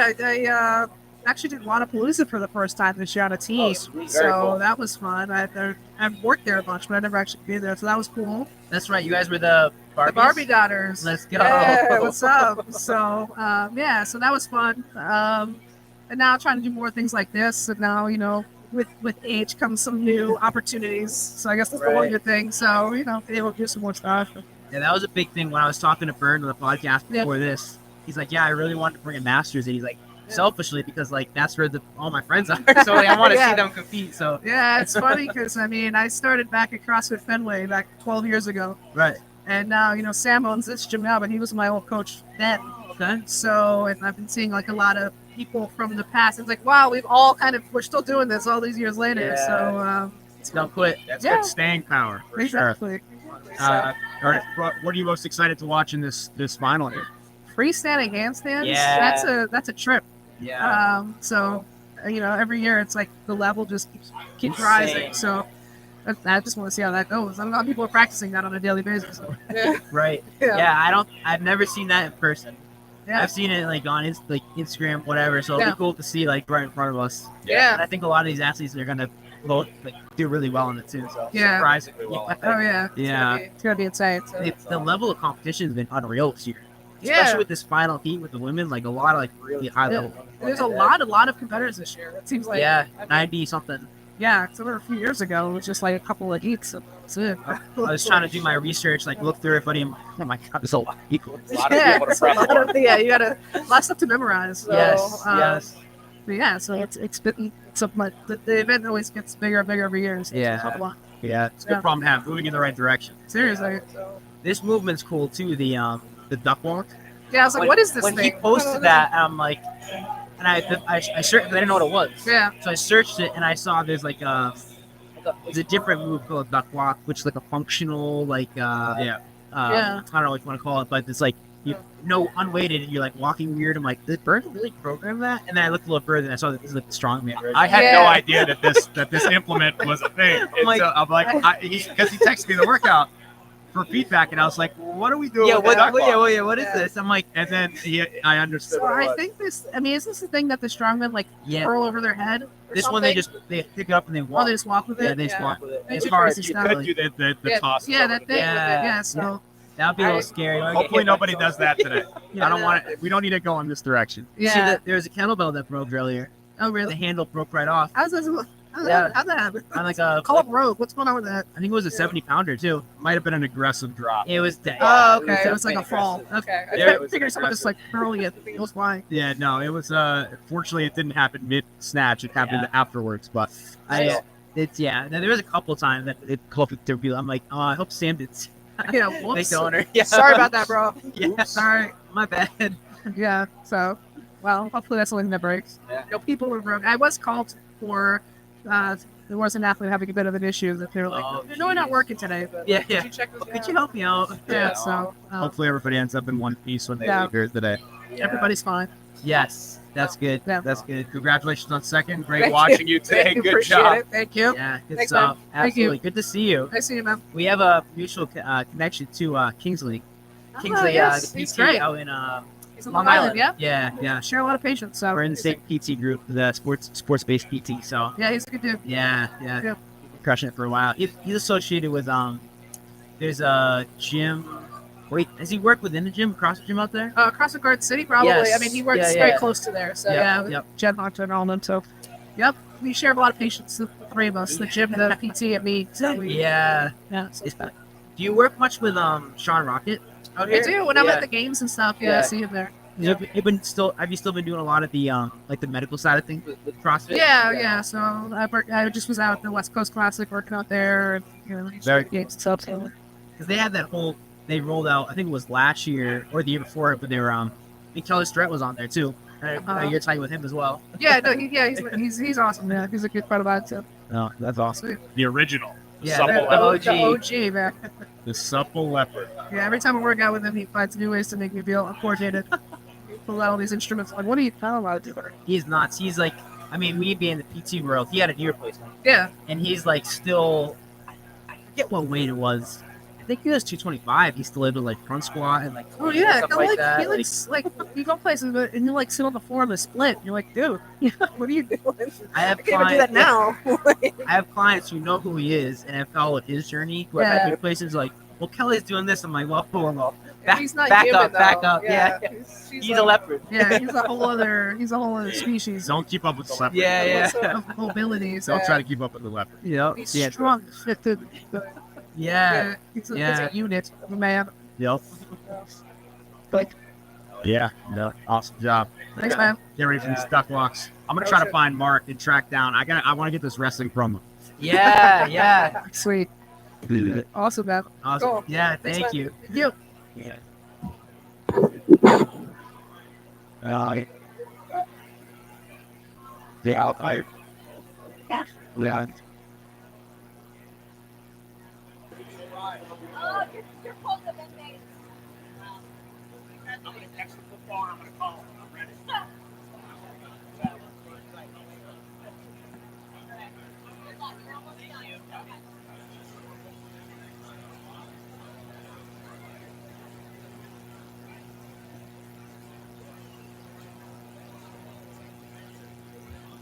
We're about to kick off the RX Men's Final. All right, we'll be starting in about 2 minutes. Yeah, about that time. We got 975. We got some muscle ups. We got these duck walk situations happening, which will be interesting to watch. Yeah, these guys are the guinea pig. Did you test this out? I did not test this one. I tested the other two. I gave input on this one, but it's why this is a cool workout. Yeah, I like it. Do you know what the weight is for the? A lot. 245s, 345s. I think it's 345s and a 25, and I don't know how much the actual thing Yeah. weighs. So at least what 135 plus 25. So I'm trying to see if the Just a heavy weight. yeah, just walk with heavy weight. Oh my Hey, goodness. get the pineapple. Wow, wow. Let's go. Wow. Connor just checked in with his pineapple almost rest day shirt and headband, matching, synchronizing the outfits. Very impressive. I'm really glad he made the final because otherwise we wouldn't have been able to see that. We wouldn't have seen glorious it. Outfit. outfit.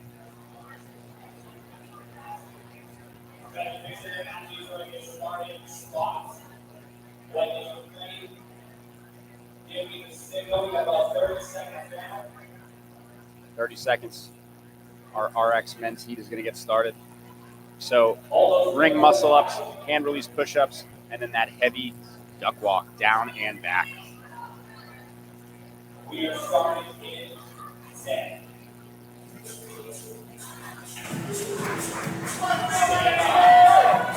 Here we go. And here we go. So we're looking at Sean Hoy, Anthony DeLisi, Ryan Mickelson, Connor Hall, and Joe Adamek. Joe is in first and he's in lane 1. Sean is in fifth and he is in lane 5. Opening set of 9 ring muscle ups here. Woo! Sean, nice grip on his hand. Anthony DeLisi already on his hand release push up. Same with Joe Adamek. And Ryan. Connor moving on to the push ups. Here we go, duck walk. This is a nasty combo of shoulders. That looks so awkward. It's so awkward. Athlete names.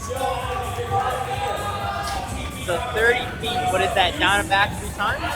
It's just down, so each length is 15, so down and back. 30 total, just like the Hampton walk. Ryan Mickelson had to clear the line there as Judd making sure he's getting over. Anthony DeLisi got to reset his swing a little bit. Joe Adamek getting some muscle ups in there. Connor Hall getting back to the rings. Ryan Mickelson jumping up for his set here. Sean Hoy working through his muscle ups. He's got a pretty decent hand tear there. Connor Hall looking smooth on those ring muscle ups. Looks like no one has gone unbroken so far. Round of 7 here. Oh, he's pushing. They made it. Those hand release push-ups are going to make that lockout much harder. Jump back to push-ups. Calling the judge with Sean there. Didn't make a hand release. Had to redo that rep. Didn't kip out of that zip. With these rings, they're swaying a little bit side to side, so if the Connor. kip is uneven, Connor moving back to the push-ups, followed by Anthony. But if that kip is uneven, you're going to see people swinging side to side a little bit. Sean on that duck walk.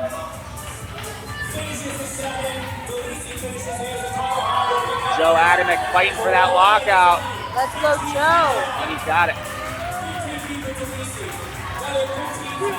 Right now, we got a showdown between Anthony DeLisi and Connor Hall. And they are reaching the rings at the same time. Round of 5 now. Round of 5 to finish it out. These hand release push-ups are to a deficit, which looks simple, but is nasty in combination with that ring muscle up. Yeah, that's tough. Crash at 55. Connor's going to try to hang on here. Anthony chalking up again. Nice fast duck walk there. That lockout is getting really hard with those hand release push-ups. Connor also stopping to chalk up. Connor's got 2, Anthony's got 2. Right now they're even, they're neck and neck. They have 3 reps to go in this last round. We're seeing that lockout get really hard for these athletes. Those hand release push-ups are making it much harder. They are almost synchro. They're literally neck and neck. They each have 3 reps, 2 reps to go. Both of them try to hang on, put in, shake out their grip. Connor getting to the rings first, locking it out. Anthony locking it out. Now Anthony's going to try to, nope. Okay, Connor has one more. Connor's got 1 more. He's almost there. Go, Showdown. Connor. He's got to get back on those rings.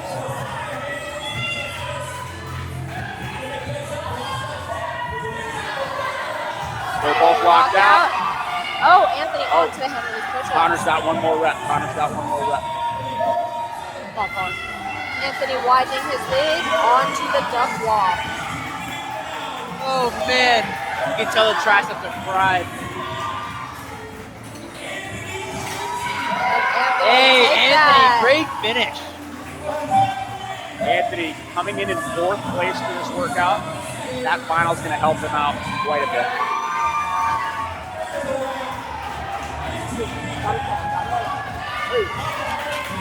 And Connor's done.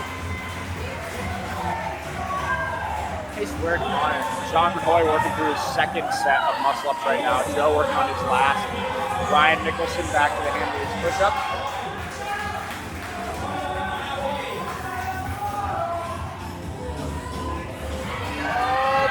Big push. Good stuff. Joe onto his last set of push-ups. Sean back on the push-up kick. Good quick duck walk there. Ryan is done.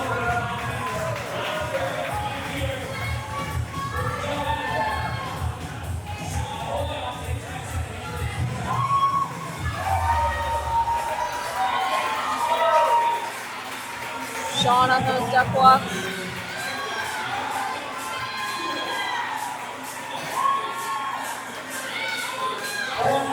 Sean finishing up his 2nd round here. He's going to have the 5 left after this. Good, Sean. Got the whole crowd cheering for him.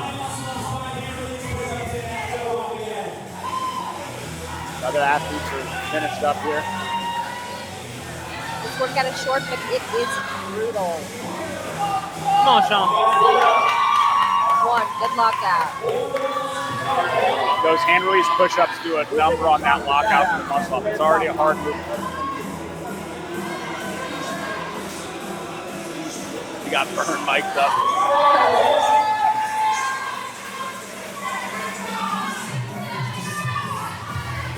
Two down, 3 to go for Sean. Come on, Sean. Go. Get it. Checking his hands, got 2 more.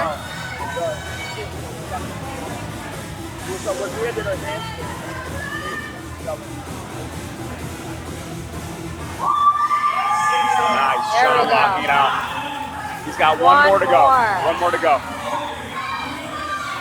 Crowd's behind him. One more rep for Sean Roy. Closing out an impressive day. Come on, Sean. See it. Last one. So awesome. Let's go. Locked out. Hand release push-ups now. Just 5 of these.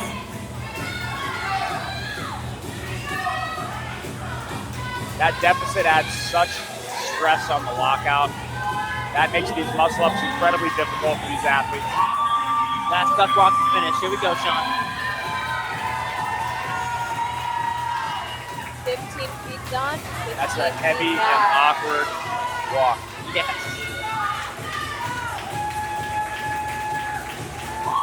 And Sean Let's is go. done. It'll be interesting to see how the final rankings shake out because Anthony DeLisi won that, but he was coming in 4th place. Connor Hall to the 2nd right behind him. Right. And then I believe they had Ryan Nicholson between them and Joe Adamek, who was coming in 1st. So there's definitely going to be some shuffling of that leaderboard going into the final rankings. Sean, all smiles coming out of that one. Having fun.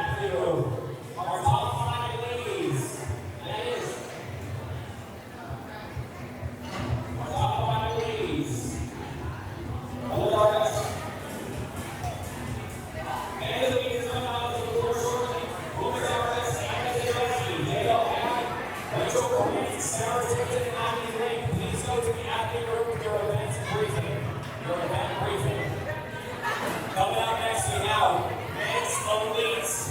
men's elite division coming out for their final. It's going to be a Our men's elite is going to be Steve Clegg in 5th, will be in lane 5. Tim Diarajo in lane 4, coming in 4th place. Ryan Brown in lane 3, coming in 3rd place.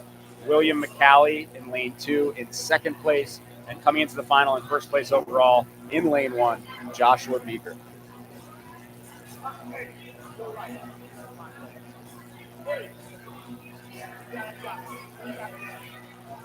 Bern organizing the floor a little bit, giving these athletes space for the freestanding handstand push-ups that the elite division will be performing. That is going to be interesting to watch. It's one of those skills that takes a lot of practice to get comfortable with it. If you've never tried it before, today's going to be an interesting day trying it for the first time. Absolutely.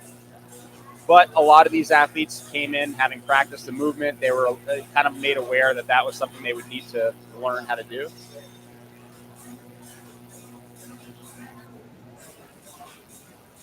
Now, what's the best way to get into that position?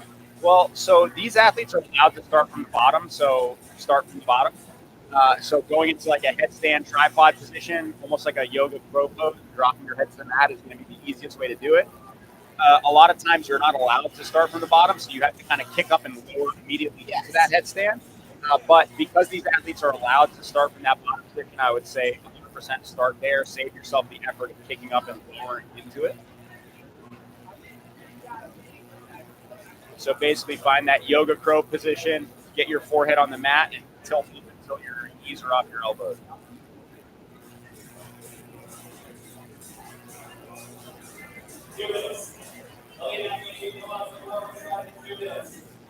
Elite men are going to be starting here in 2 minutes. 2 minutes.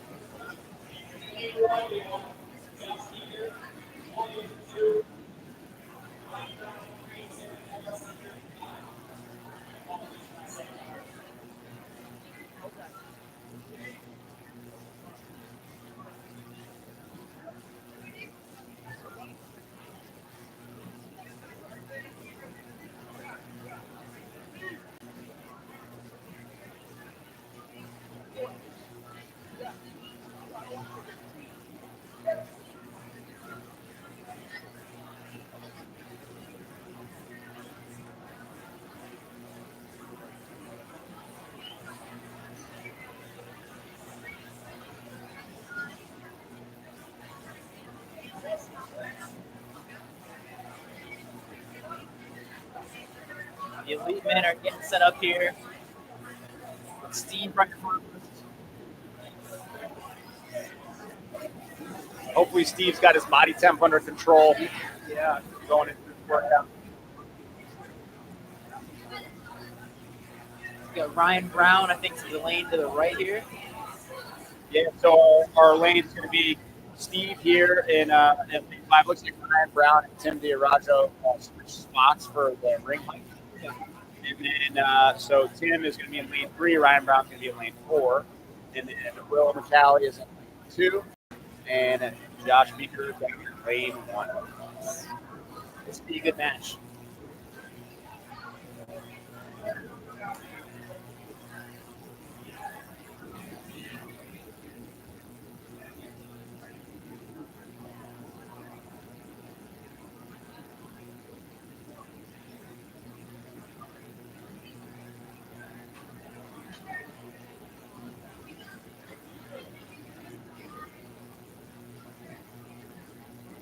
Doing a quick ring adjustment here.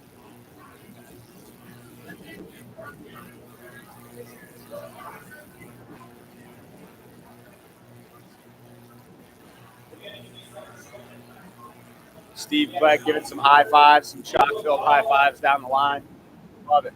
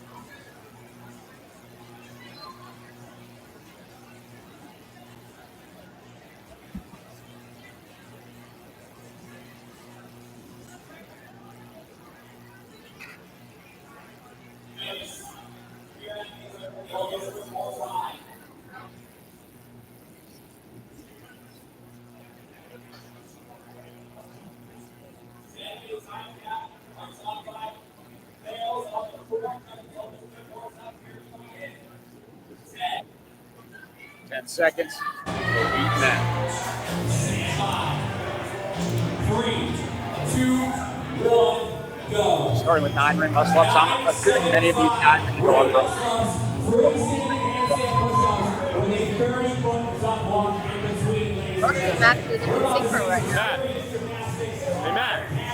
with these rings are it's important to control that hip and balance and start moving in either direction and have a little time being to get a rhythm as you walk out. Not here. Only one is take a break. Take a break. They end up being smart. Freestanding handstand push up. Again, they're allowed to start at the bottom.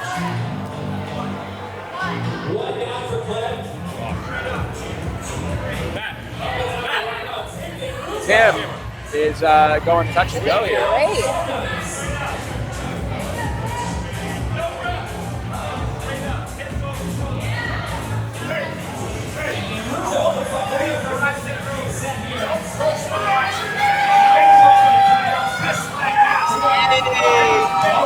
Let's go.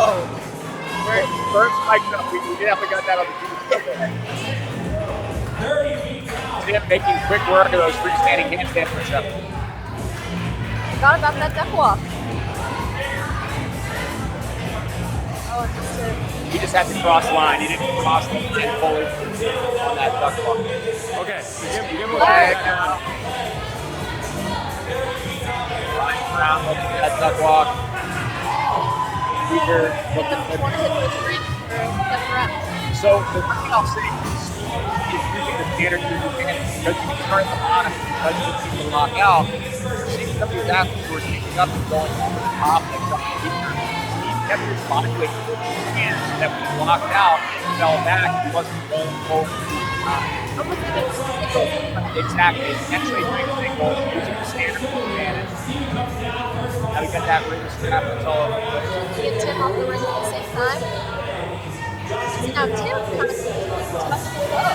So Tim is able to string these together faster if you're able to do it. But in the case of Steve, so now Tim's taking his weight back towards his hands. In an ideal world where you're doing your weight more towards your hands than towards your head. Like that. And that's specifically the standard allows you to start at the bottom. If it doesn't, then it's more different. You have to kick up and lower weight.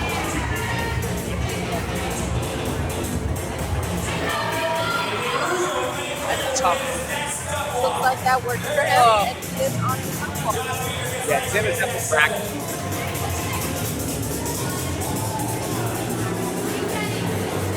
No one else is on the duck walks yet. So he's in a pretty good position. Good. Just 5 reps. It's cool watching these kids try something new. Fun movement.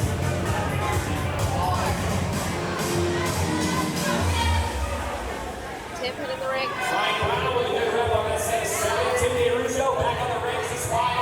Brian Brown working these. Tim's on his last 5. Expected to go unbroken with these. That's certainly the plan, but again, those freestanding handstands are challenging, so Tim's gonna have to break up these muscle ups a little bit. Between the hand release push-ups and these freestanding handstands, triceps getting a lot of fatigue. Looks like he has one more. 5 rings. With the turnaround, touch and go. 30 feet down for him. 5 sets of muscle-ups. Back on 5 muscle-ups. 5 freestanding handstand push-ups for him. And he's got 30 more feet. Steve Clegg working through these muscle ups. One for Tim. Josh Beeker and Ryan Brown working through their muscle ups. On to the duck walk. Onto his set of handstand. Tim making short work of this workout and hanging on to the duck walk. Not even dropping it. Making his way through the line, and he is done.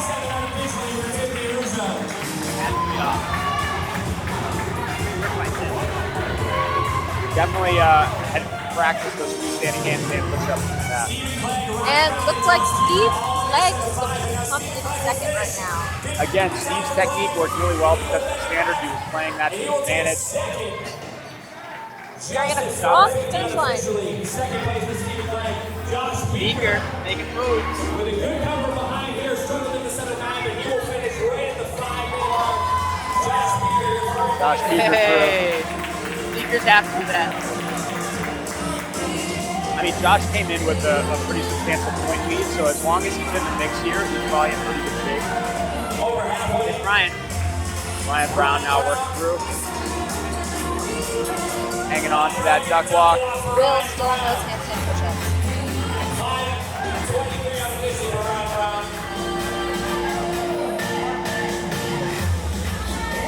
Solid day of competition for these guys. Will McCallie is still out there working through his freestanding handstand push-ups.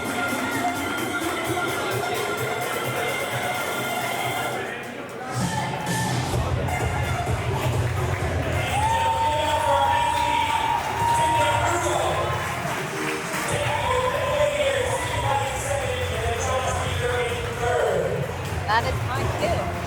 There you go. You're up. Thanks for being in the booth. Just kidding. JK. Just kidding. Hanging around.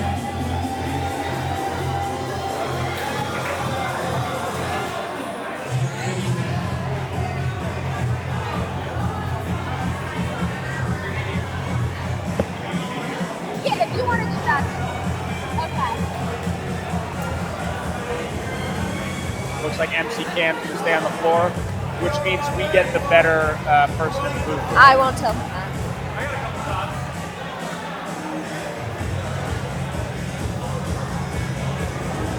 Okay, setting up for RX women. Yeah, keep getting behind.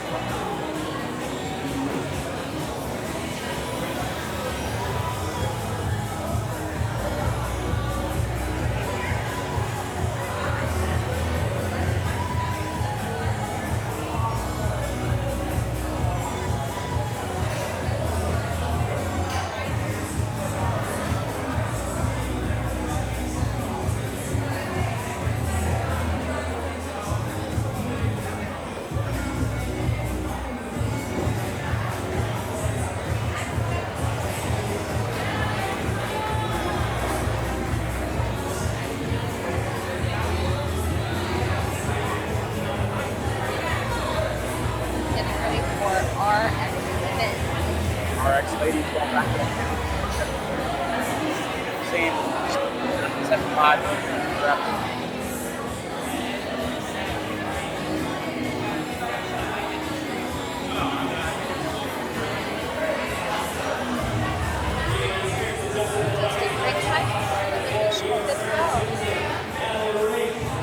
Question. Walk rate can stay the same. Looks like that might be. That is unfortunate for our RX.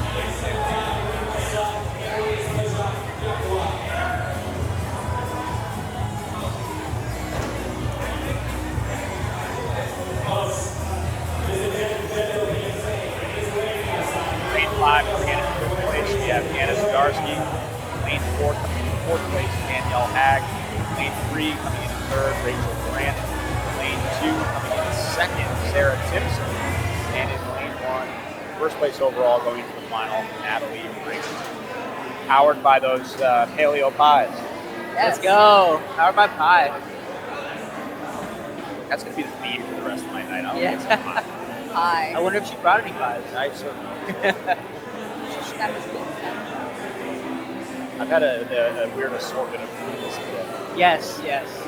All snacks, no real meals.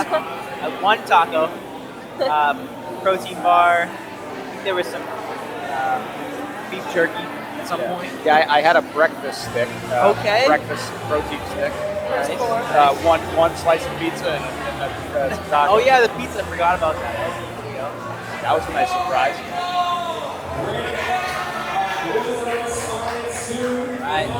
RX ladies starting soon. These are your top 5 RX ladies after a tough day of competition. Yeah. Quick final event, challenging final event. Get the ladder coming out. Making a quick adjustment. Benny Bates competing 1 minute and adjusting ring heights next. Once a coach, always a coach. Can't turn it off. Use code Coach Ben for 50% off your first order at Katrina. Oh, Coach Ben, use that promo code. Love it. Is that a real code? Yeah, it is. Oh, all right. There you go. Shout out to Coach Ben. Shout out Coach, Discount code. Here for everyone. I don't have a code for Nutrient Meals, but I eat them and they're good. So I haven't tried them yet. Use Ben's code. I used the Kettlebell Kitchen for a while, but since they went under, I haven't tried. R.I.P. Kettlebell Kitchen. They were good. I like the Kettlebell Kitchen. They had a nice like yuca potato. Yep. They turned me on to that. Never had yuca before. Pretty good. Pretty delicious. Well, so Nutrient Meals was started by these like Italian brothers who run a restaurant. So they know how to make Italian food for sure. So I highly recommend trying some of their Italian meals. Quite good. Is it a similar setup like a fridge in your gym, or is it order to the house, or You can do either or. Either or. Either or. So I get it delivered to the gym, but I know a lot of people get it delivered at home. Do whatever you want. Light work for Ben Bates. Yeah, just sprinting around with a ladder in hand. Dad to be. This guy. Unbelievable. Benny Bates, little bit. Andy Vincent. Also, yes, to confirm, duck walk weight is the same weight for all divisions. No way. I think they just put as many plates on there as they could. And I said, this works. There we go. 10 seconds to go. 10 seconds. Your RX women. 3, 2, 1, go. There we go. 9 ring muscle ups.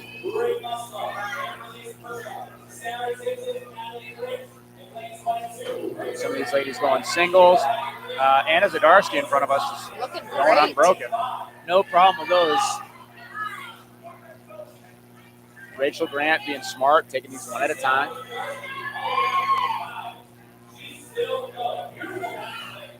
Anna might go unbroken this first set. Sarah Timson going a couple reps at a time. Anna She did. did go Unbroken. unbroken. Unbroken. Now moving on to those hand release push-ups.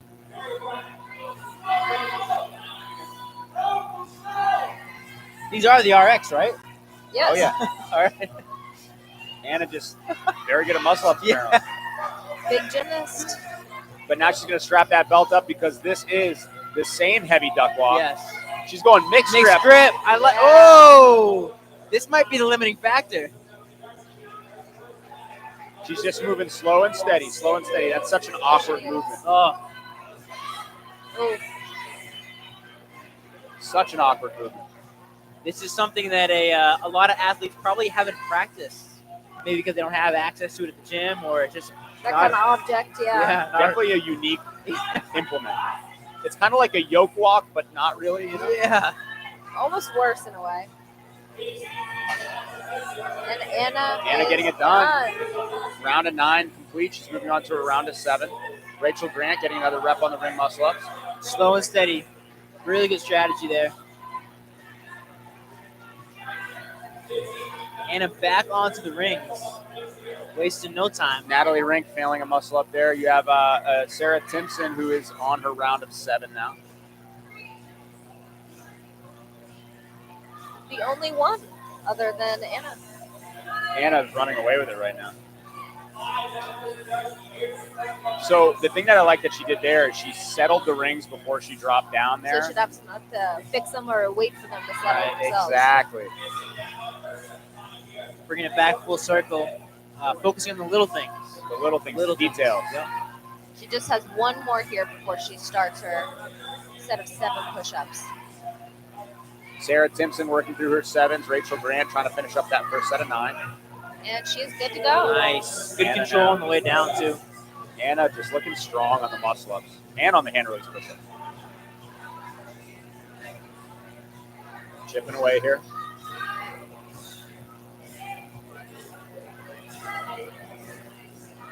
Now she's going to get back on that awkward duck walk. Round 2. Rachel chipping away. Still looking good. Reps are getting not another sloppy rep. at all. Ugh. Working so hard for those muscle ups. And here Anna goes. Slow but steady. Natalie Rink chipping away. Getting another rep. I don't know how many she's got done. There seems to be pointing at the ring. Maybe the strap is in a weird angle or something like that. So Natalie Rink has done Cam her is, first set of 9. Coach Cam making the adjustment there. With the mic in hand, making the adjustment. I mean, that's what happens when you're tall, I guess. Sarah Timson working through her 7s. And Anna is about to be on her last round of 5 here. Woo! The face says it all. That yeah. weight is heavy. Yes. Natalie Rink making it look light, though. Nice, Rachel. Good press out there. Rachel has 2 more reps left in the round of 9. And Anna is starting on her last set. Ring muscle ups. 5. Expect her to go unbroken these.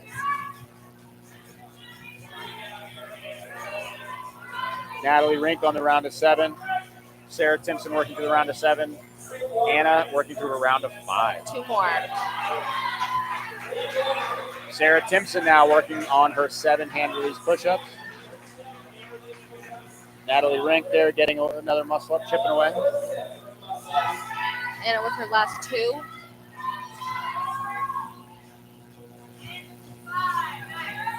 Anna finishing up her round of 5 muscle ups. She's on hand release push-ups now. 5 push-ups. That's it.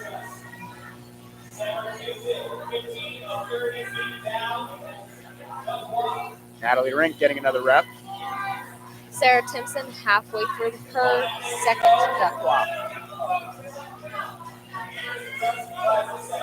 And on her last one. Almost there. Oh, halfway. Sarah made quick work of that.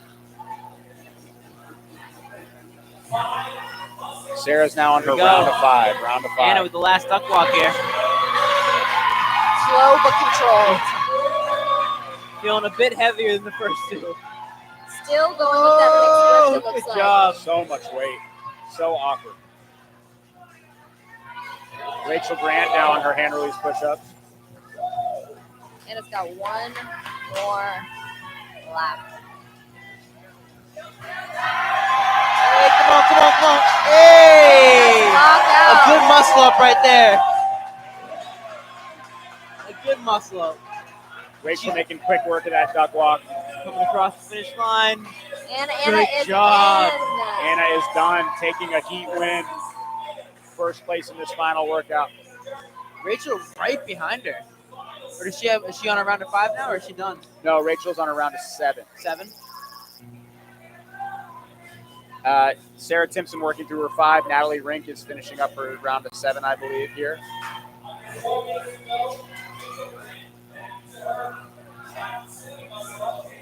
Oh, another one! Another good muscle up there. Let's go. Lock it out, lock it out.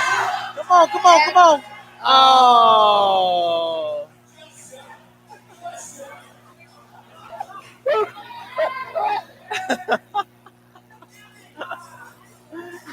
Bern Prince is excited. Bern is excited. Natalie Rink getting another rep. There we go. She's now on her hand release push-up. Oh, that dip is fatiguing on all the athletes on the floor here. This is a nasty combo. The hand release push-ups make the dip so much harder. Oh.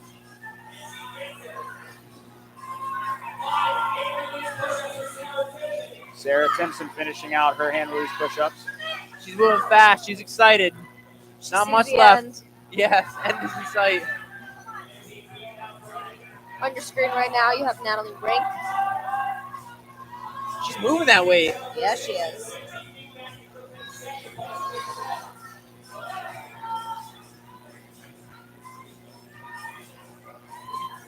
Chalking up to start on the final 5 ring muscle ups. Sarah Timson just finished through. Yeah, Natalie Rink now on the last set of ring muscle ups. Rachel Grant working through her 7s. And Danielle Hag trying to get a couple more reps. 2 minutes. Oh.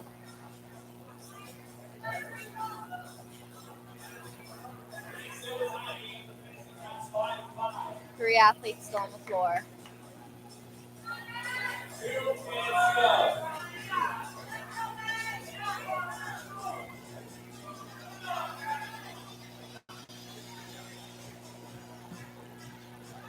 A long day of competition. These athletes are tired, a little sore, trying to push through this last workout. And that'll be another rep for Natalie.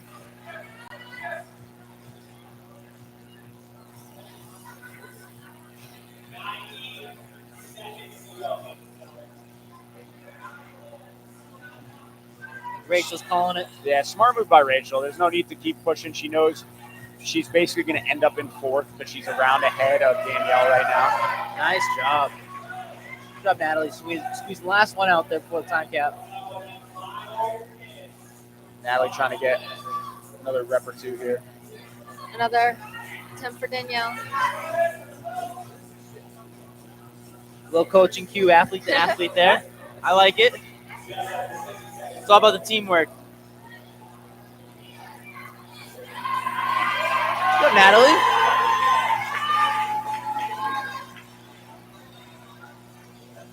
And at this point, she's not doing it for anyone but herself. Exactly. Oh, absolutely. There's something to love about that, Yeah. though. You know, true competition.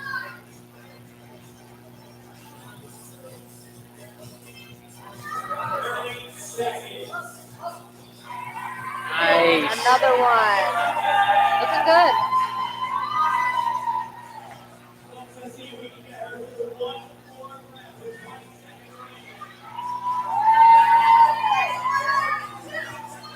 Oh.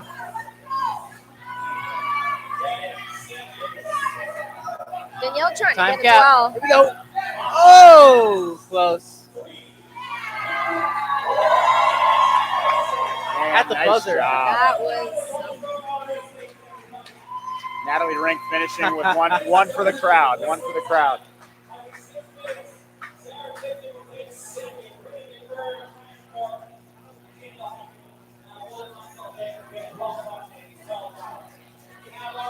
Rachel Grant gets the hometown crowd behind her, the Invictus crowd watching her. Solid end to a day for the RX ladies. Our final heat of the day is going to be our elite women coming up next.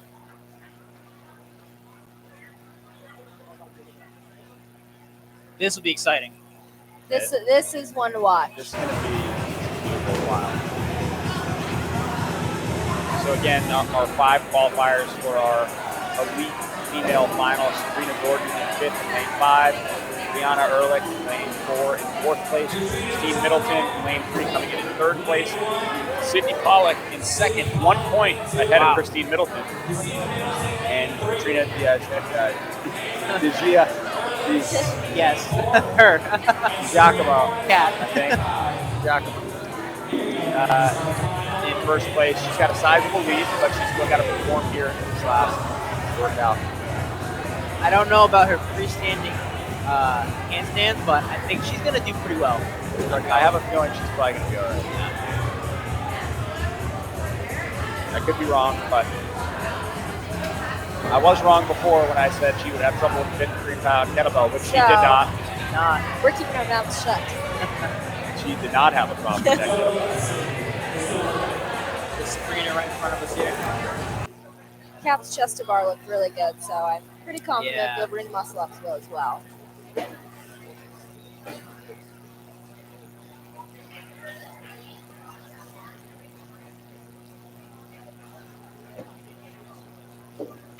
These ladies are savage. Yeah.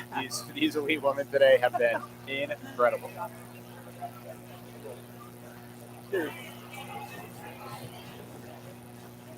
Christine Middleton definitely squats more than I do. Yes, absolutely. For Yeah, sure. Me too. Me too.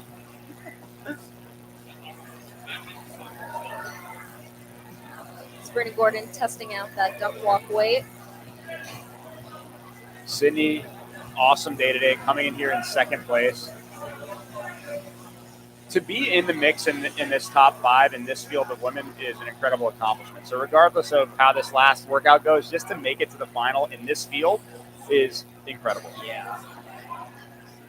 Sydney just did a quick demo on that freestanding handstand and looked really confident. So I think she's going to do well with this. I have a sneaking suspicion she's going to do all right. She Which did really is well. impressive because she is so tall, which She is, is. just more surface area to deal with. I have learned that Sydney can do just about anything. Yeah. Between last year and this year, oh man, I'm not surprised anymore. Her coach Ray is dancing. She's got him on the feed right now. Get it, Ray. Ray, owner and coach over at 401.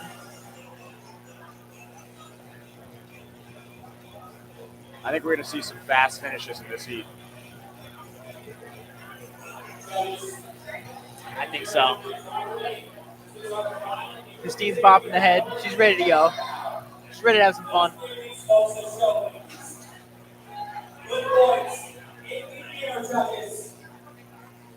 All right, about that time. Looks like we're ready to go. Judges' hands are in the air. We're starting in 10 seconds. We on?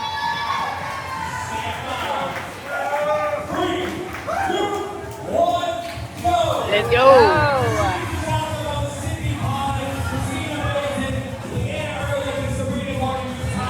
Cat is quick.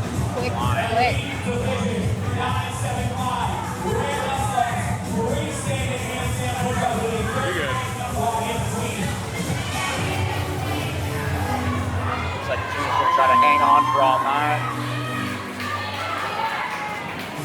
I thought Sydney was done. She's just chalking up. Katrina's done.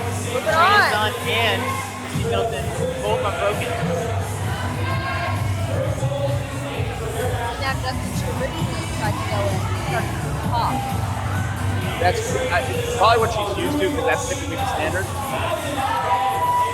Cat potentially unbroken. So that wide frog kick works really well on the freestanding handstands to help keep the balance. She is making work of the one. Sydney getting 2. Christine finishing. Christine on that duck walk as well. Sydney 5 down. That duck walk is awkward. It's heavy. Sydney's got 1 more to go. Very graceful dismount. Yes. Quick recovery. Toes pointed. She's got some sort of gymnastic background. And she's just a savage. Wow. And she's just a savage on the duck walk. Those long legs coming in handy. She's like, what weight? Yeah. Oh, this? She's running. That's a tough run.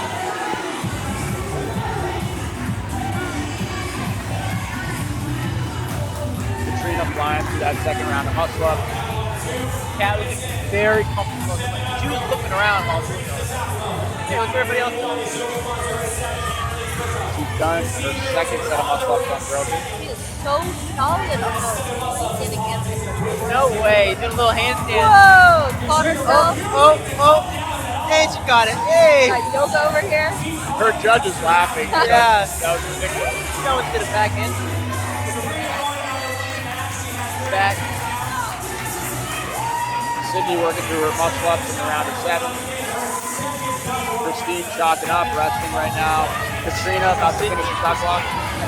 Head to head. And they've been head to head going into this workout. So whoever takes this is going to likely end up placing higher.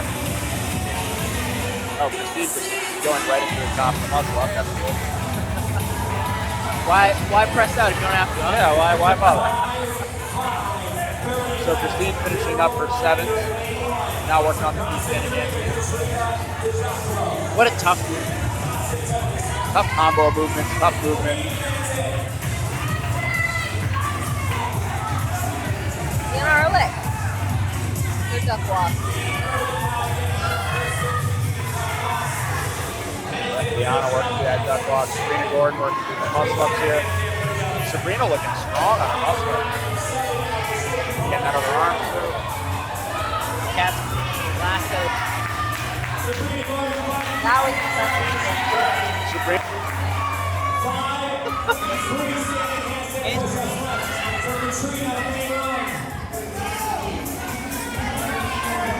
So Sydney is trying to catch up to Christine on this duck walk right now. Christine started her duck walk. Sydney is finishing up her freestanding handstand. And we know that she's about to do a duck run. Is that cat on her final duck walk? Yes. She's about to finish. Crowd is tight for her. And Sydney doing a duck run. Hey, that's Cat with a finish. Cat is in.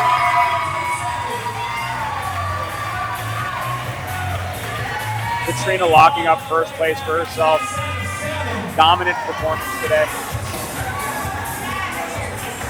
Sid and Christine head to head with the last round. Who's going to be able to maintain? Christine's muscle up still looking so strong. She technically could do rings first, then you take a little breather. She's 3 reps down now. Christine has 3 in the bank. Sydney about to jump up.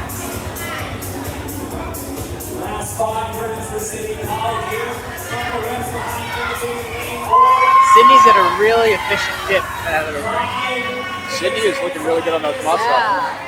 So Christine is now moving on to the freestanding handstand push-ups. Sydney is really strong on the handstand push-ups and on the duck walk. She's closing in.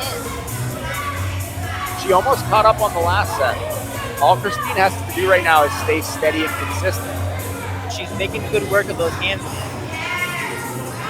She's got 1 handstand left. Oh, Sid. Last Oh, one Sid. for Christine. Nice. All right, she's on to the handstands. She's got to stay in control. As Christine starts on last walk. Man, that duck walk sucks. Sabrina looks good at the duck walk. She's running.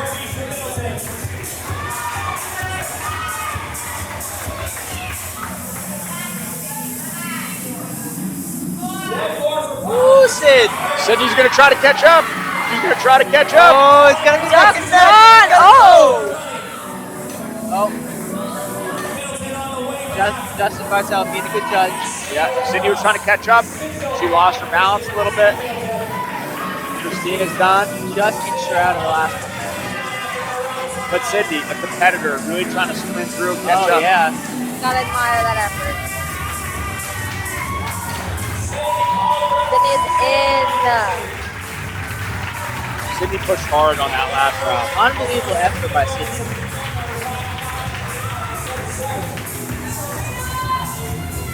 Liana firing through those muscle ups. Yeah. We got Sabrina Gordon pushing through now. Rihanna moving back to our freestanding handstand push-ups here.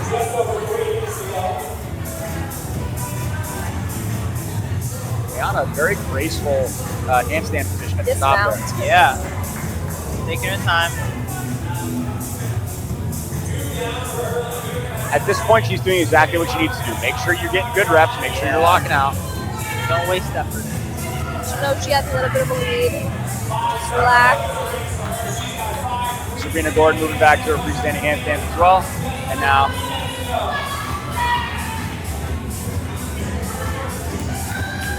Rihanna finishing up her round of 7. Good job, Sabrina.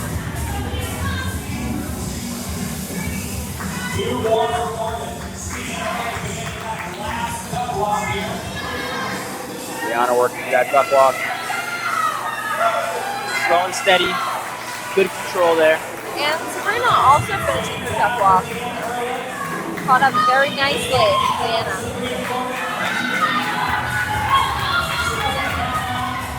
So if that weight touches, that's a no rep. The duck walk. And Sabrina's done. There we go. Out. Rihanna powering through. Final few steps here.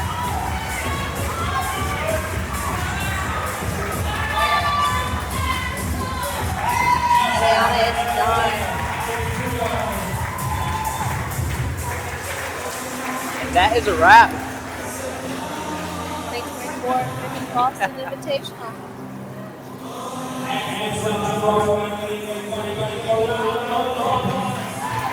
Nice job.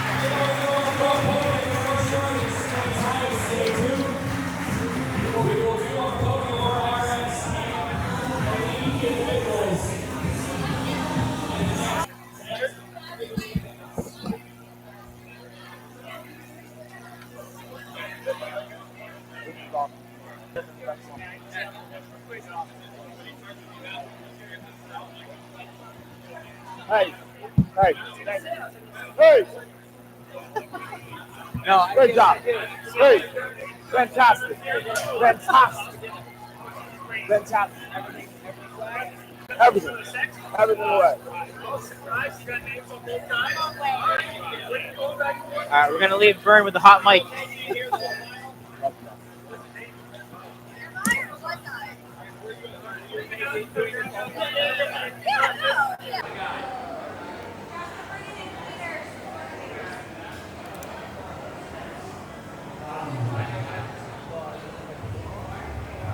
Is it working?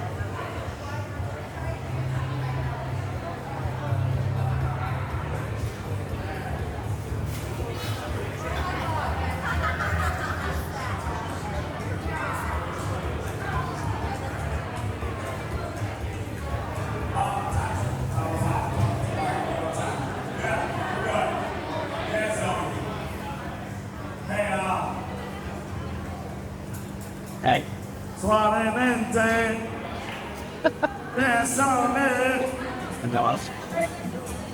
Here we go. I love you, Mac. Hey, first, shout out to the DJ Mac that was there all day. Look.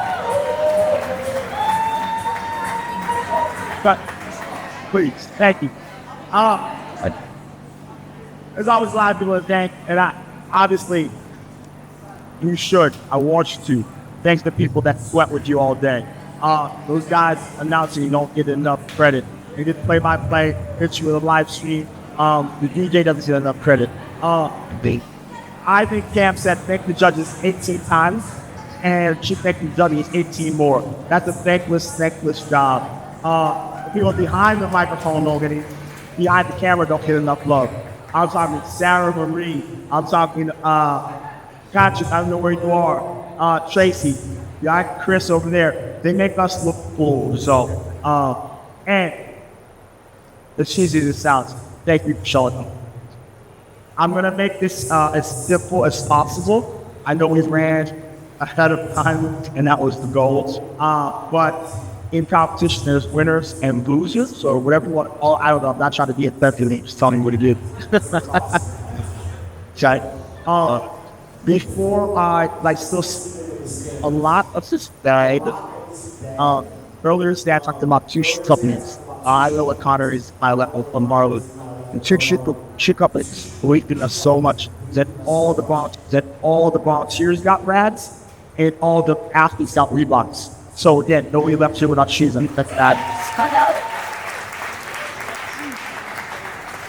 In this bag, in these bags, is a whole bunch of CBD products and some money. All because Chair CBD Company, 2, believe us so much that they want to sponsor competition product.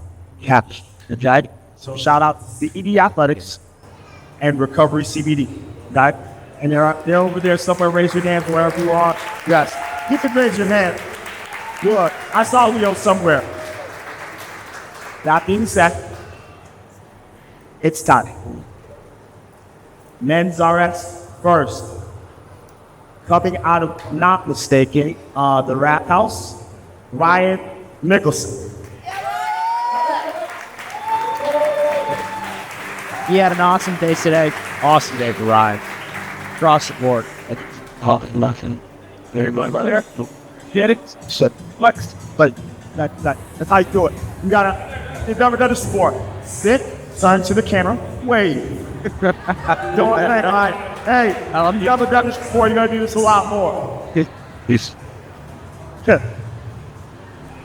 So, he had to clear it with his lovely fiance first.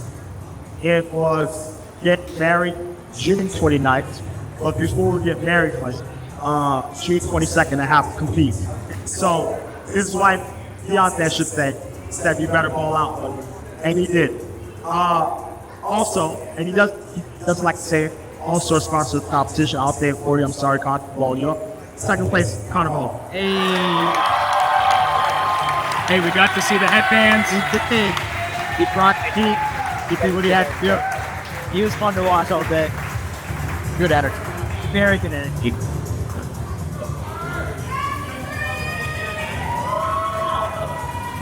Made a move in that final.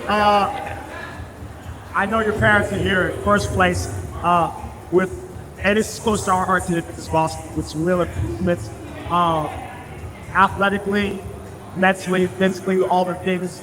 A little bit of a pain in the ass to be on the class, but we all know that. We all have that person. And he's a pain in the ass because he cares. And it showed today. First place, and there's cash in here, Joe. So check it. Joe Adamek. Come on. Joe stayed on top for the first workout and the rest of the deck. This money and then 2 others. Okay. I'll stay. All right now. Drinks on Joe tonight. Hey, Scorpion bar. Thanks, Raymond. Shout out. Thank you, gentlemen.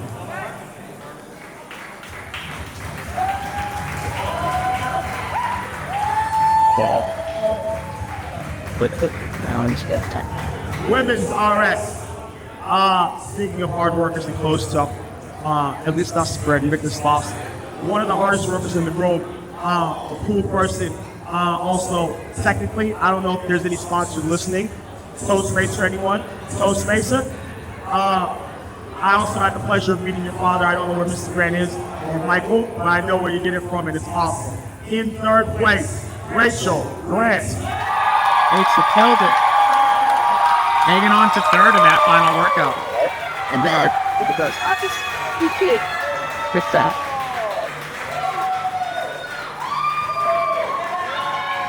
I love it. Rachel's fired up to take her. Good for her. She did awesome today. Great day, consistent across the board. Yeah.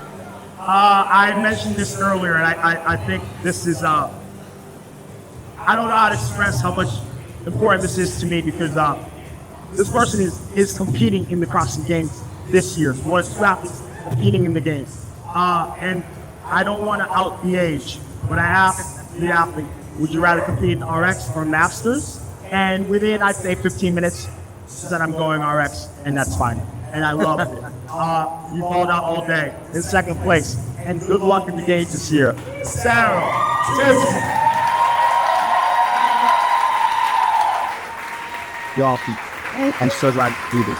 Look at this. Beautiful. One of the games this year. I'm glad we got a chance to talk to her today, too. Yeah, it was good. If I'm not mistaken, one of the most popular people at CrossFit Tion, Terminator, better half of that, which stats that use Instagram name. Whereas, yes, I'm pretty sure, yes, that's what it is. Came in, balled out, has been tearing up competition locally, and tore this up. First place, female RS, Natalie Rick. Natalie, powered by 5. Powered by 5. Let's go.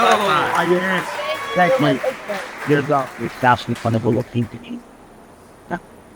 Hey, people that have been winning money, when you look at the envelope, please count. Because if it's over, let me know. But if it's under, I'm going outside. All right? So pay attention, please. All right, let's get to it. Yes, my bad. I didn't mean to rush. I didn't mean to rush the section. Don't rush the moment, my friend. You're doing great, Bobby. Thanks. I don't know if I thought, maybe the silent assassin, I don't know. He's been a part of this comp for, I think, going on 3 years now. Good dude. I only see you once a year, and I just feel like, I don't know. I wouldn't say close, but you're a good dude, man. Ryan Brown. Come on down. I think Silent Assassin's good. He just kind of did really well. Just gets it done. Gets it done.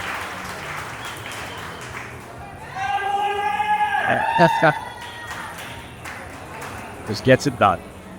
I've had sentimental stories about everyone. This second place person, never met him, didn't know who he was.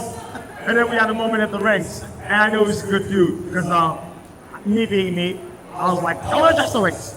And he was so cool about it. From New Hampshire, William McCall.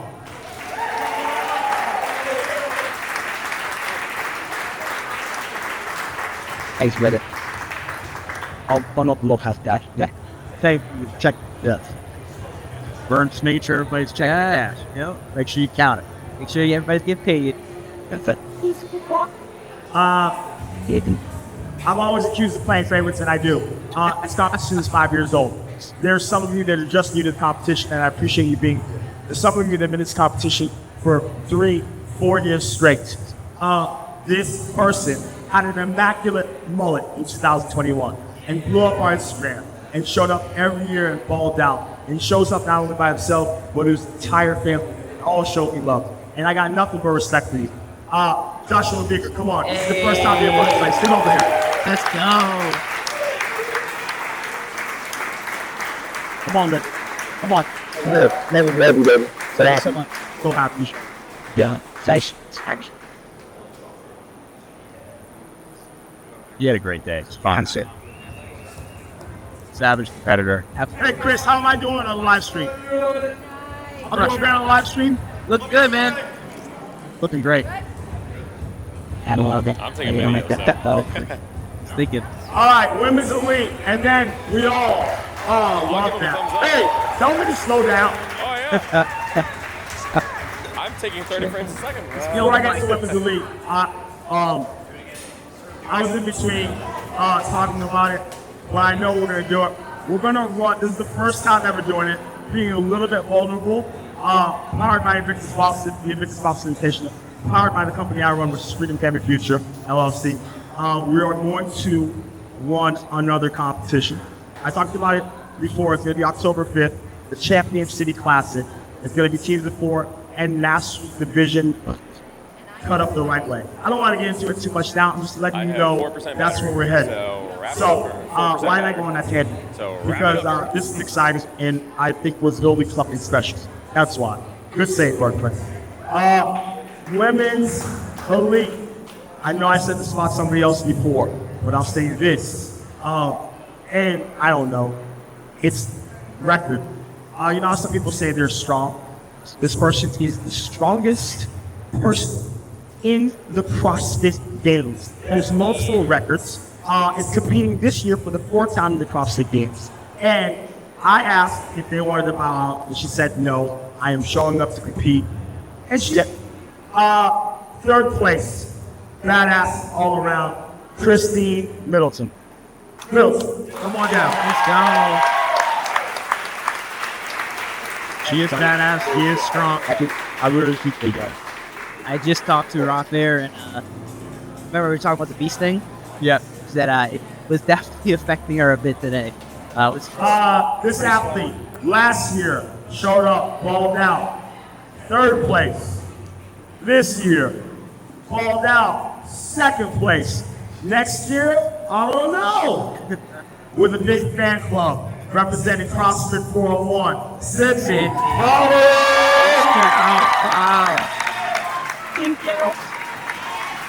Good. Who checked out? Final event. Good performance, good showdown between these two. You may recognize the person from numerous videos with Ben Bergeron on Perfect Sport. You may recognize it from Space Wellness. You may recognize them because her family and friends roll super deep. Came in and everybody saw it. Did the first handstand push-up and failed miserably, and I was like, oh. And then proceeded to do basically 27 free handstand push-ups in a row. You're a badass, dominated the competition. I'm pretty sure there's a lot of event wins. Either way, I am so happy you came. Come on down, Kat. First place lead. Thank you. Thank you. Hopefully that needs to help me. Definitely. Whoa. Last time. Those are some badass women right there. Absolutely solid day of competition. It's all. Something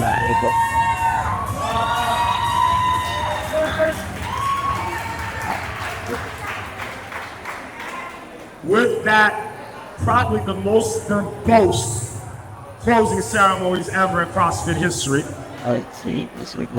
We're gonna clean up. If you could help us clean up, awesome. If not, there is staff recording at Scorpion Bar. Text me or DM me later. I gotta take a nap first, but thank you very much for putting up. Good night.